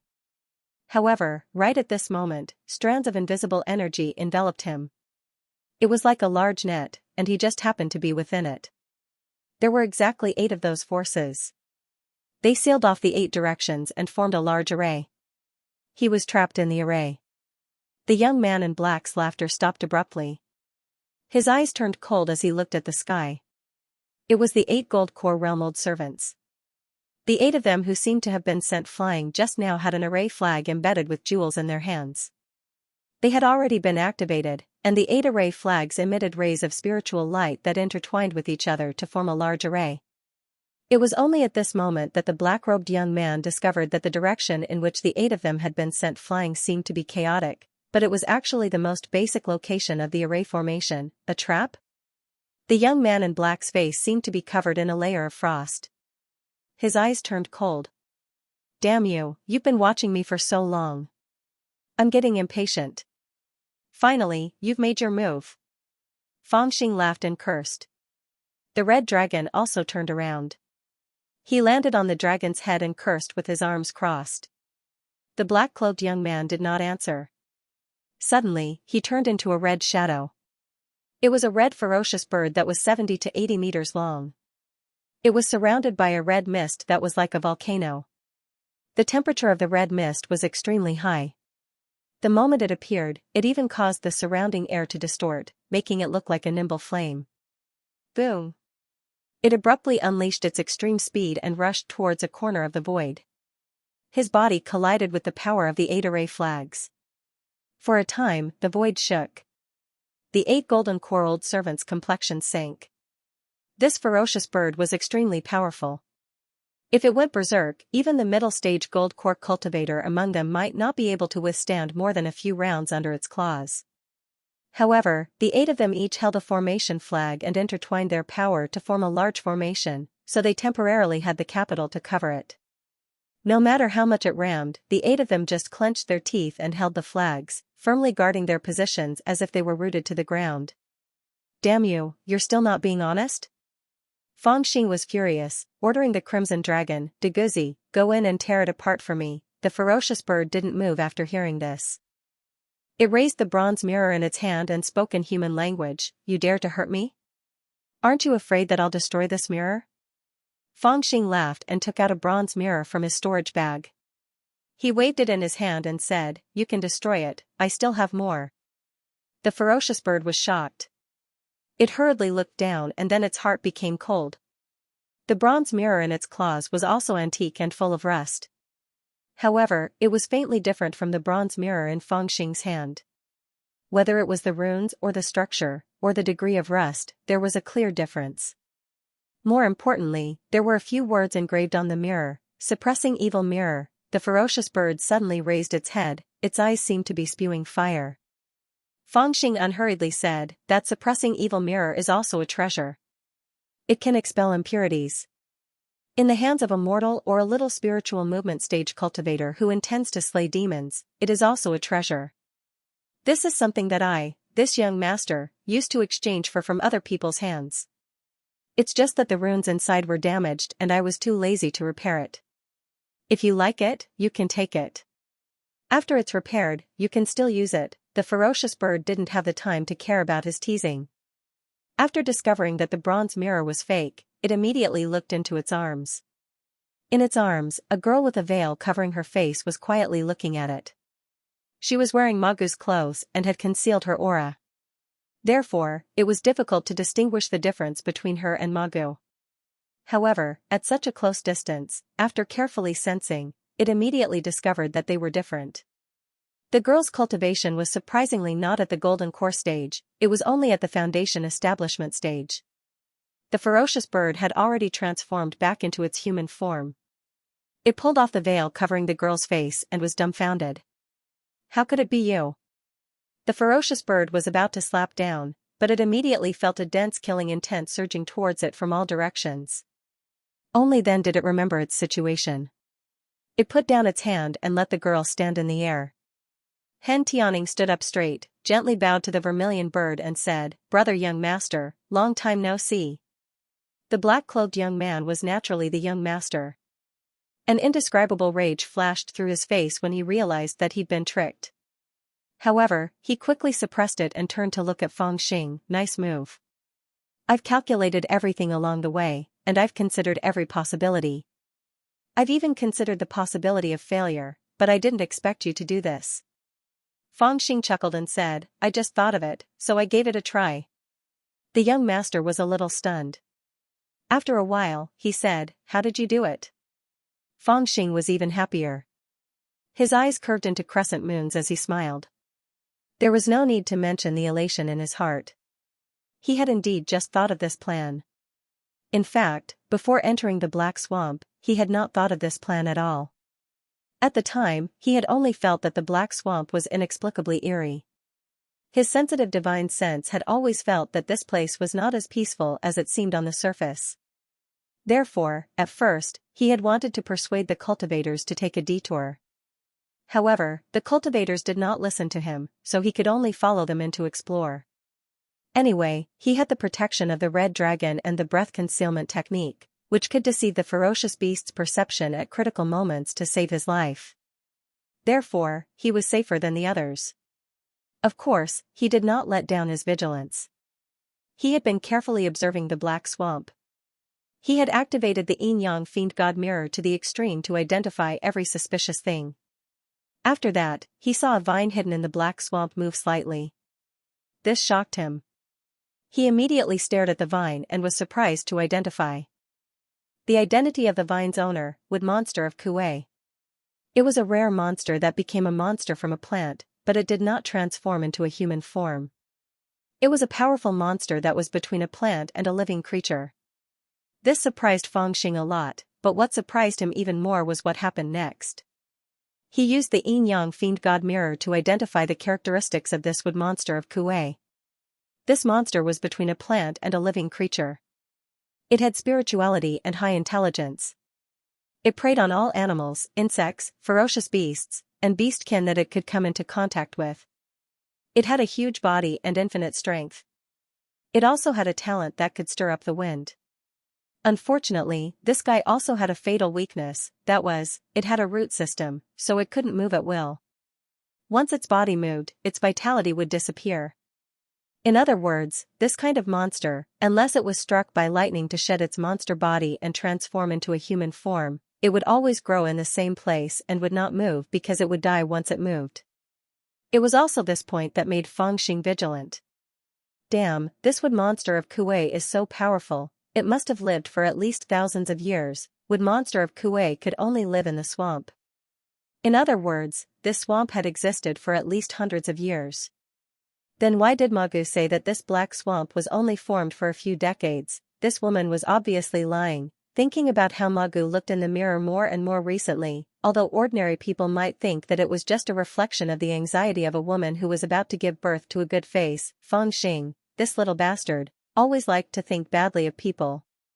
When he saw Magu's expression when she looked in the mirror, he couldn't help but have the thought of this bitch is going to have a little lover.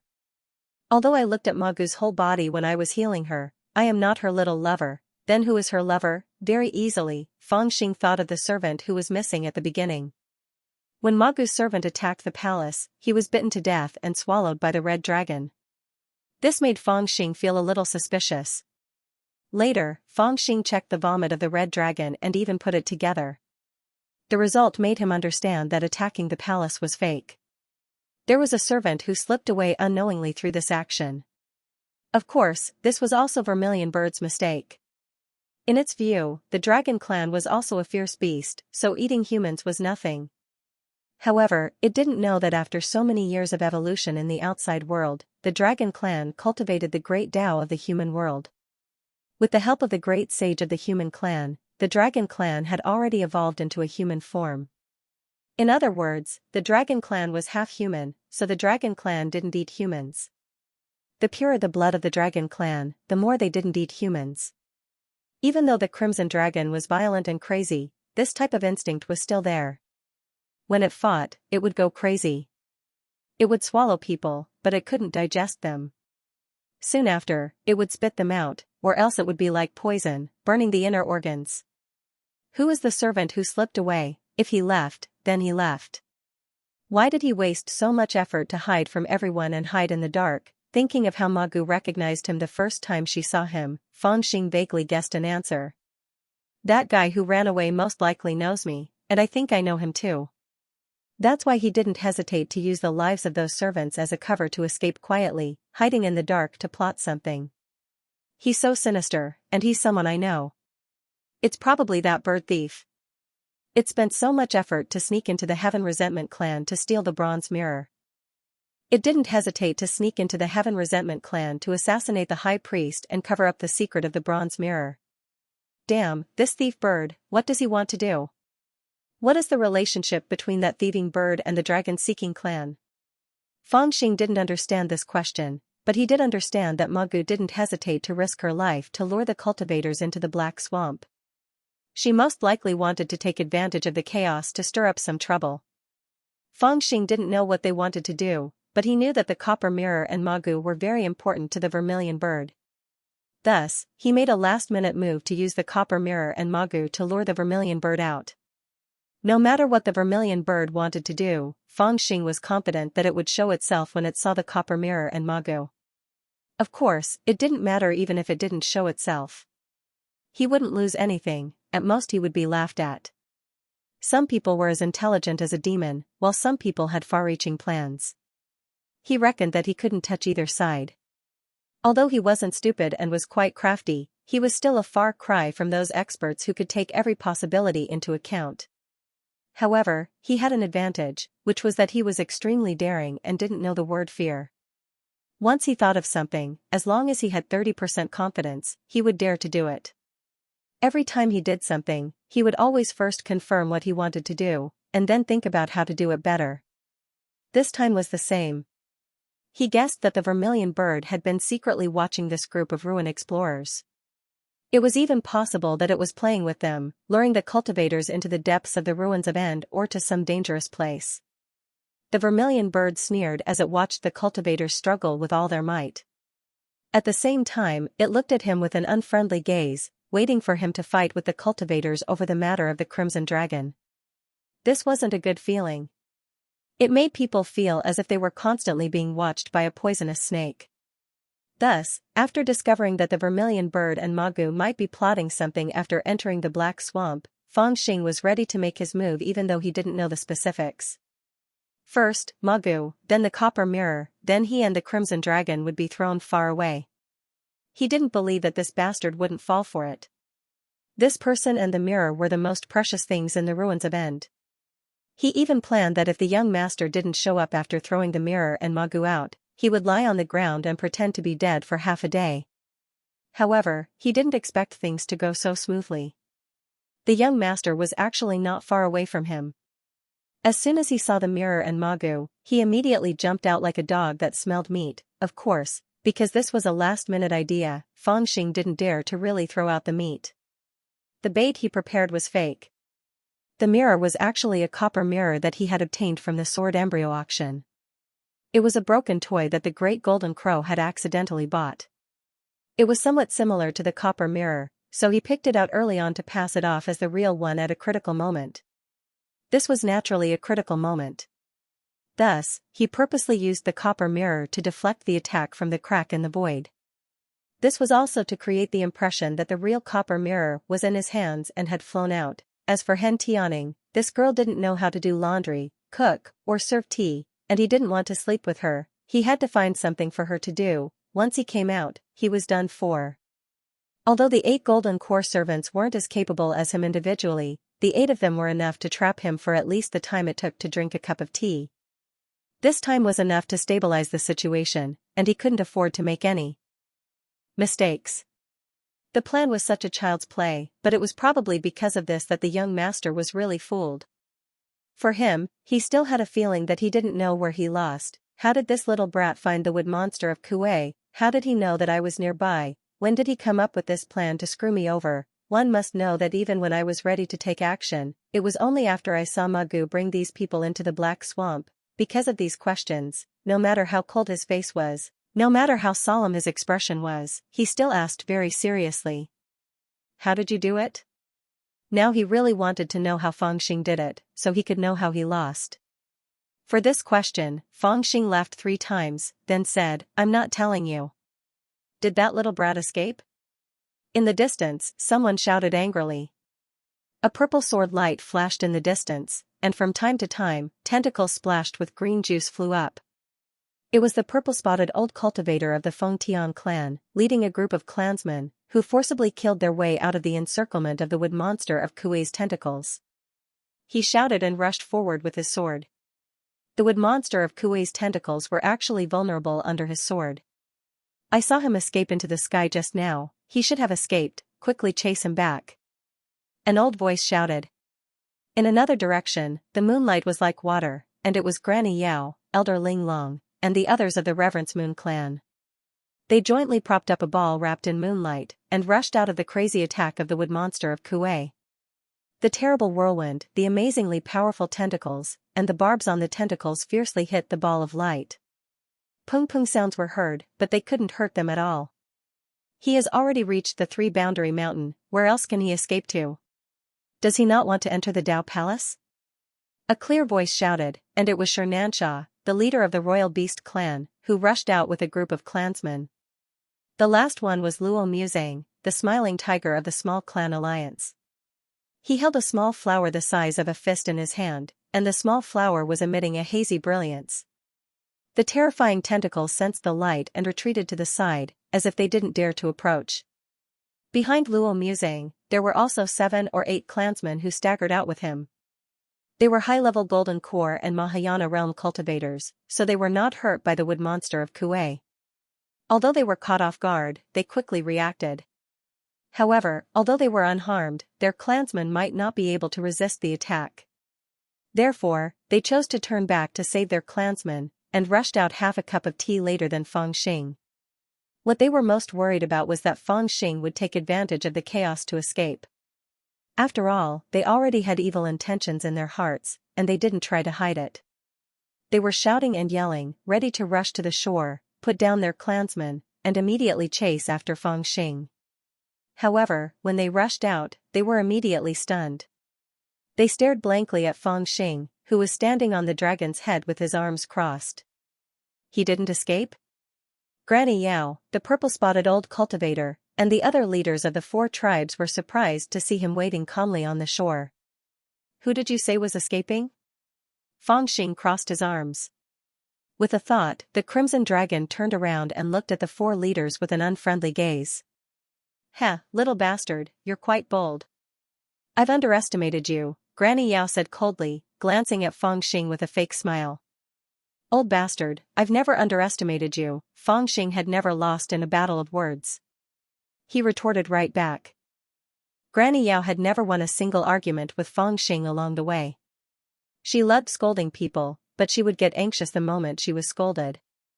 It was the same at this moment. Her face suddenly darkened, and she said sinisterly, little bastard, you've been speaking rudely to me along the way. Seeing that you're too young, I've been going easy on you. But do you really think that I can't kill you? As she spoke, she took a step forward and bellowed, let me ask you. You clearly sensed danger in advance in the Black Marsh earlier, so why didn't you warn me? Feng Xing wasn't afraid of her. Standing on the Crimson Dragon's head, he said with a smile, didn't I invite you up here to enjoy the shade? You, Granny Yao was already enraged, and her killing intent surged. Feng Xing rolled his eyes and scolded, what about you? Don't put on the airs of an elder in front of me every day. I didn't grow up drinking your milk. It's enough for you to give me a reminder. You're so stupid that you couldn't discover the danger, yet you want to blame me? What are you glaring at me for? So what if I'm scolding you? If you have the guts, why don't you try fighting my big dog?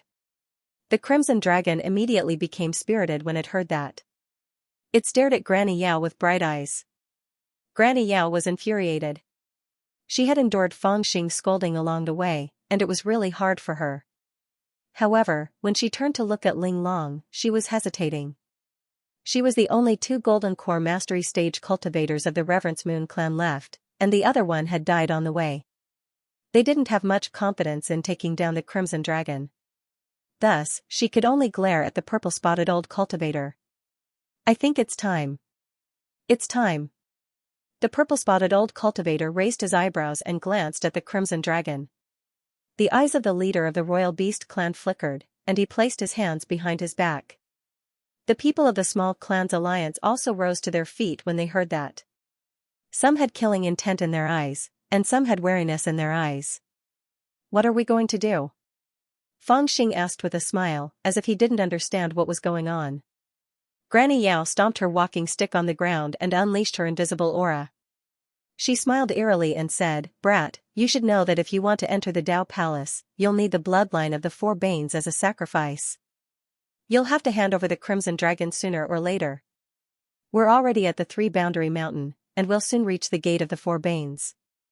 If you don't hand over the Crimson Dragon now, when will you? As she spoke, her beady eyes glowed with killing intent. Now that they were at the 3-boundary mountain, the descendants of the Dragon clan were no longer of much use to them. Their fear of taking action against the Crimson Dragon had lessened significantly. What they were worried about now was how to take down the Crimson Dragon. As long as the Crimson Dragon surrendered, she wouldn't have to worry about this brat at all. The bloodline of the four Banes. Didn't I say I was going to find the vermilion bird? Fang Xing asked in a daze, as if he had yet to react to Granny Yao's threat. Haha, the smiling tiger of the small clan alliance, Luo Muzang, suddenly took a step forward and laughed. My young friend Xing, it's not that we want to force you, but where are we going to find the vermilion bird at this juncture? Even though we have its plume, its aura is only faintly discernible, making it difficult for us to search for it. Moreover, the depths of the ultimate are too dangerous, so it's not good for us to run around. Why don't you cooperate and hand over the Crimson Dragon to us? I guarantee that you'll get a share of the benefits once we enter the Dao Palace. What do you think? Among the ruin seekers, he had been scolded no less than Granny Yao, so he was very concerned. Fang Xing narrowed his eyes and glanced at Luo Muzang and Granny Yao, making a mental note of this grudge. Then, he laughed and pointed at the young master trapped in the formation.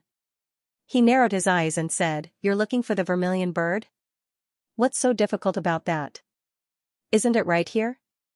End of chapter 440. Don't forget to subscribe, like, and share the video to support the channel.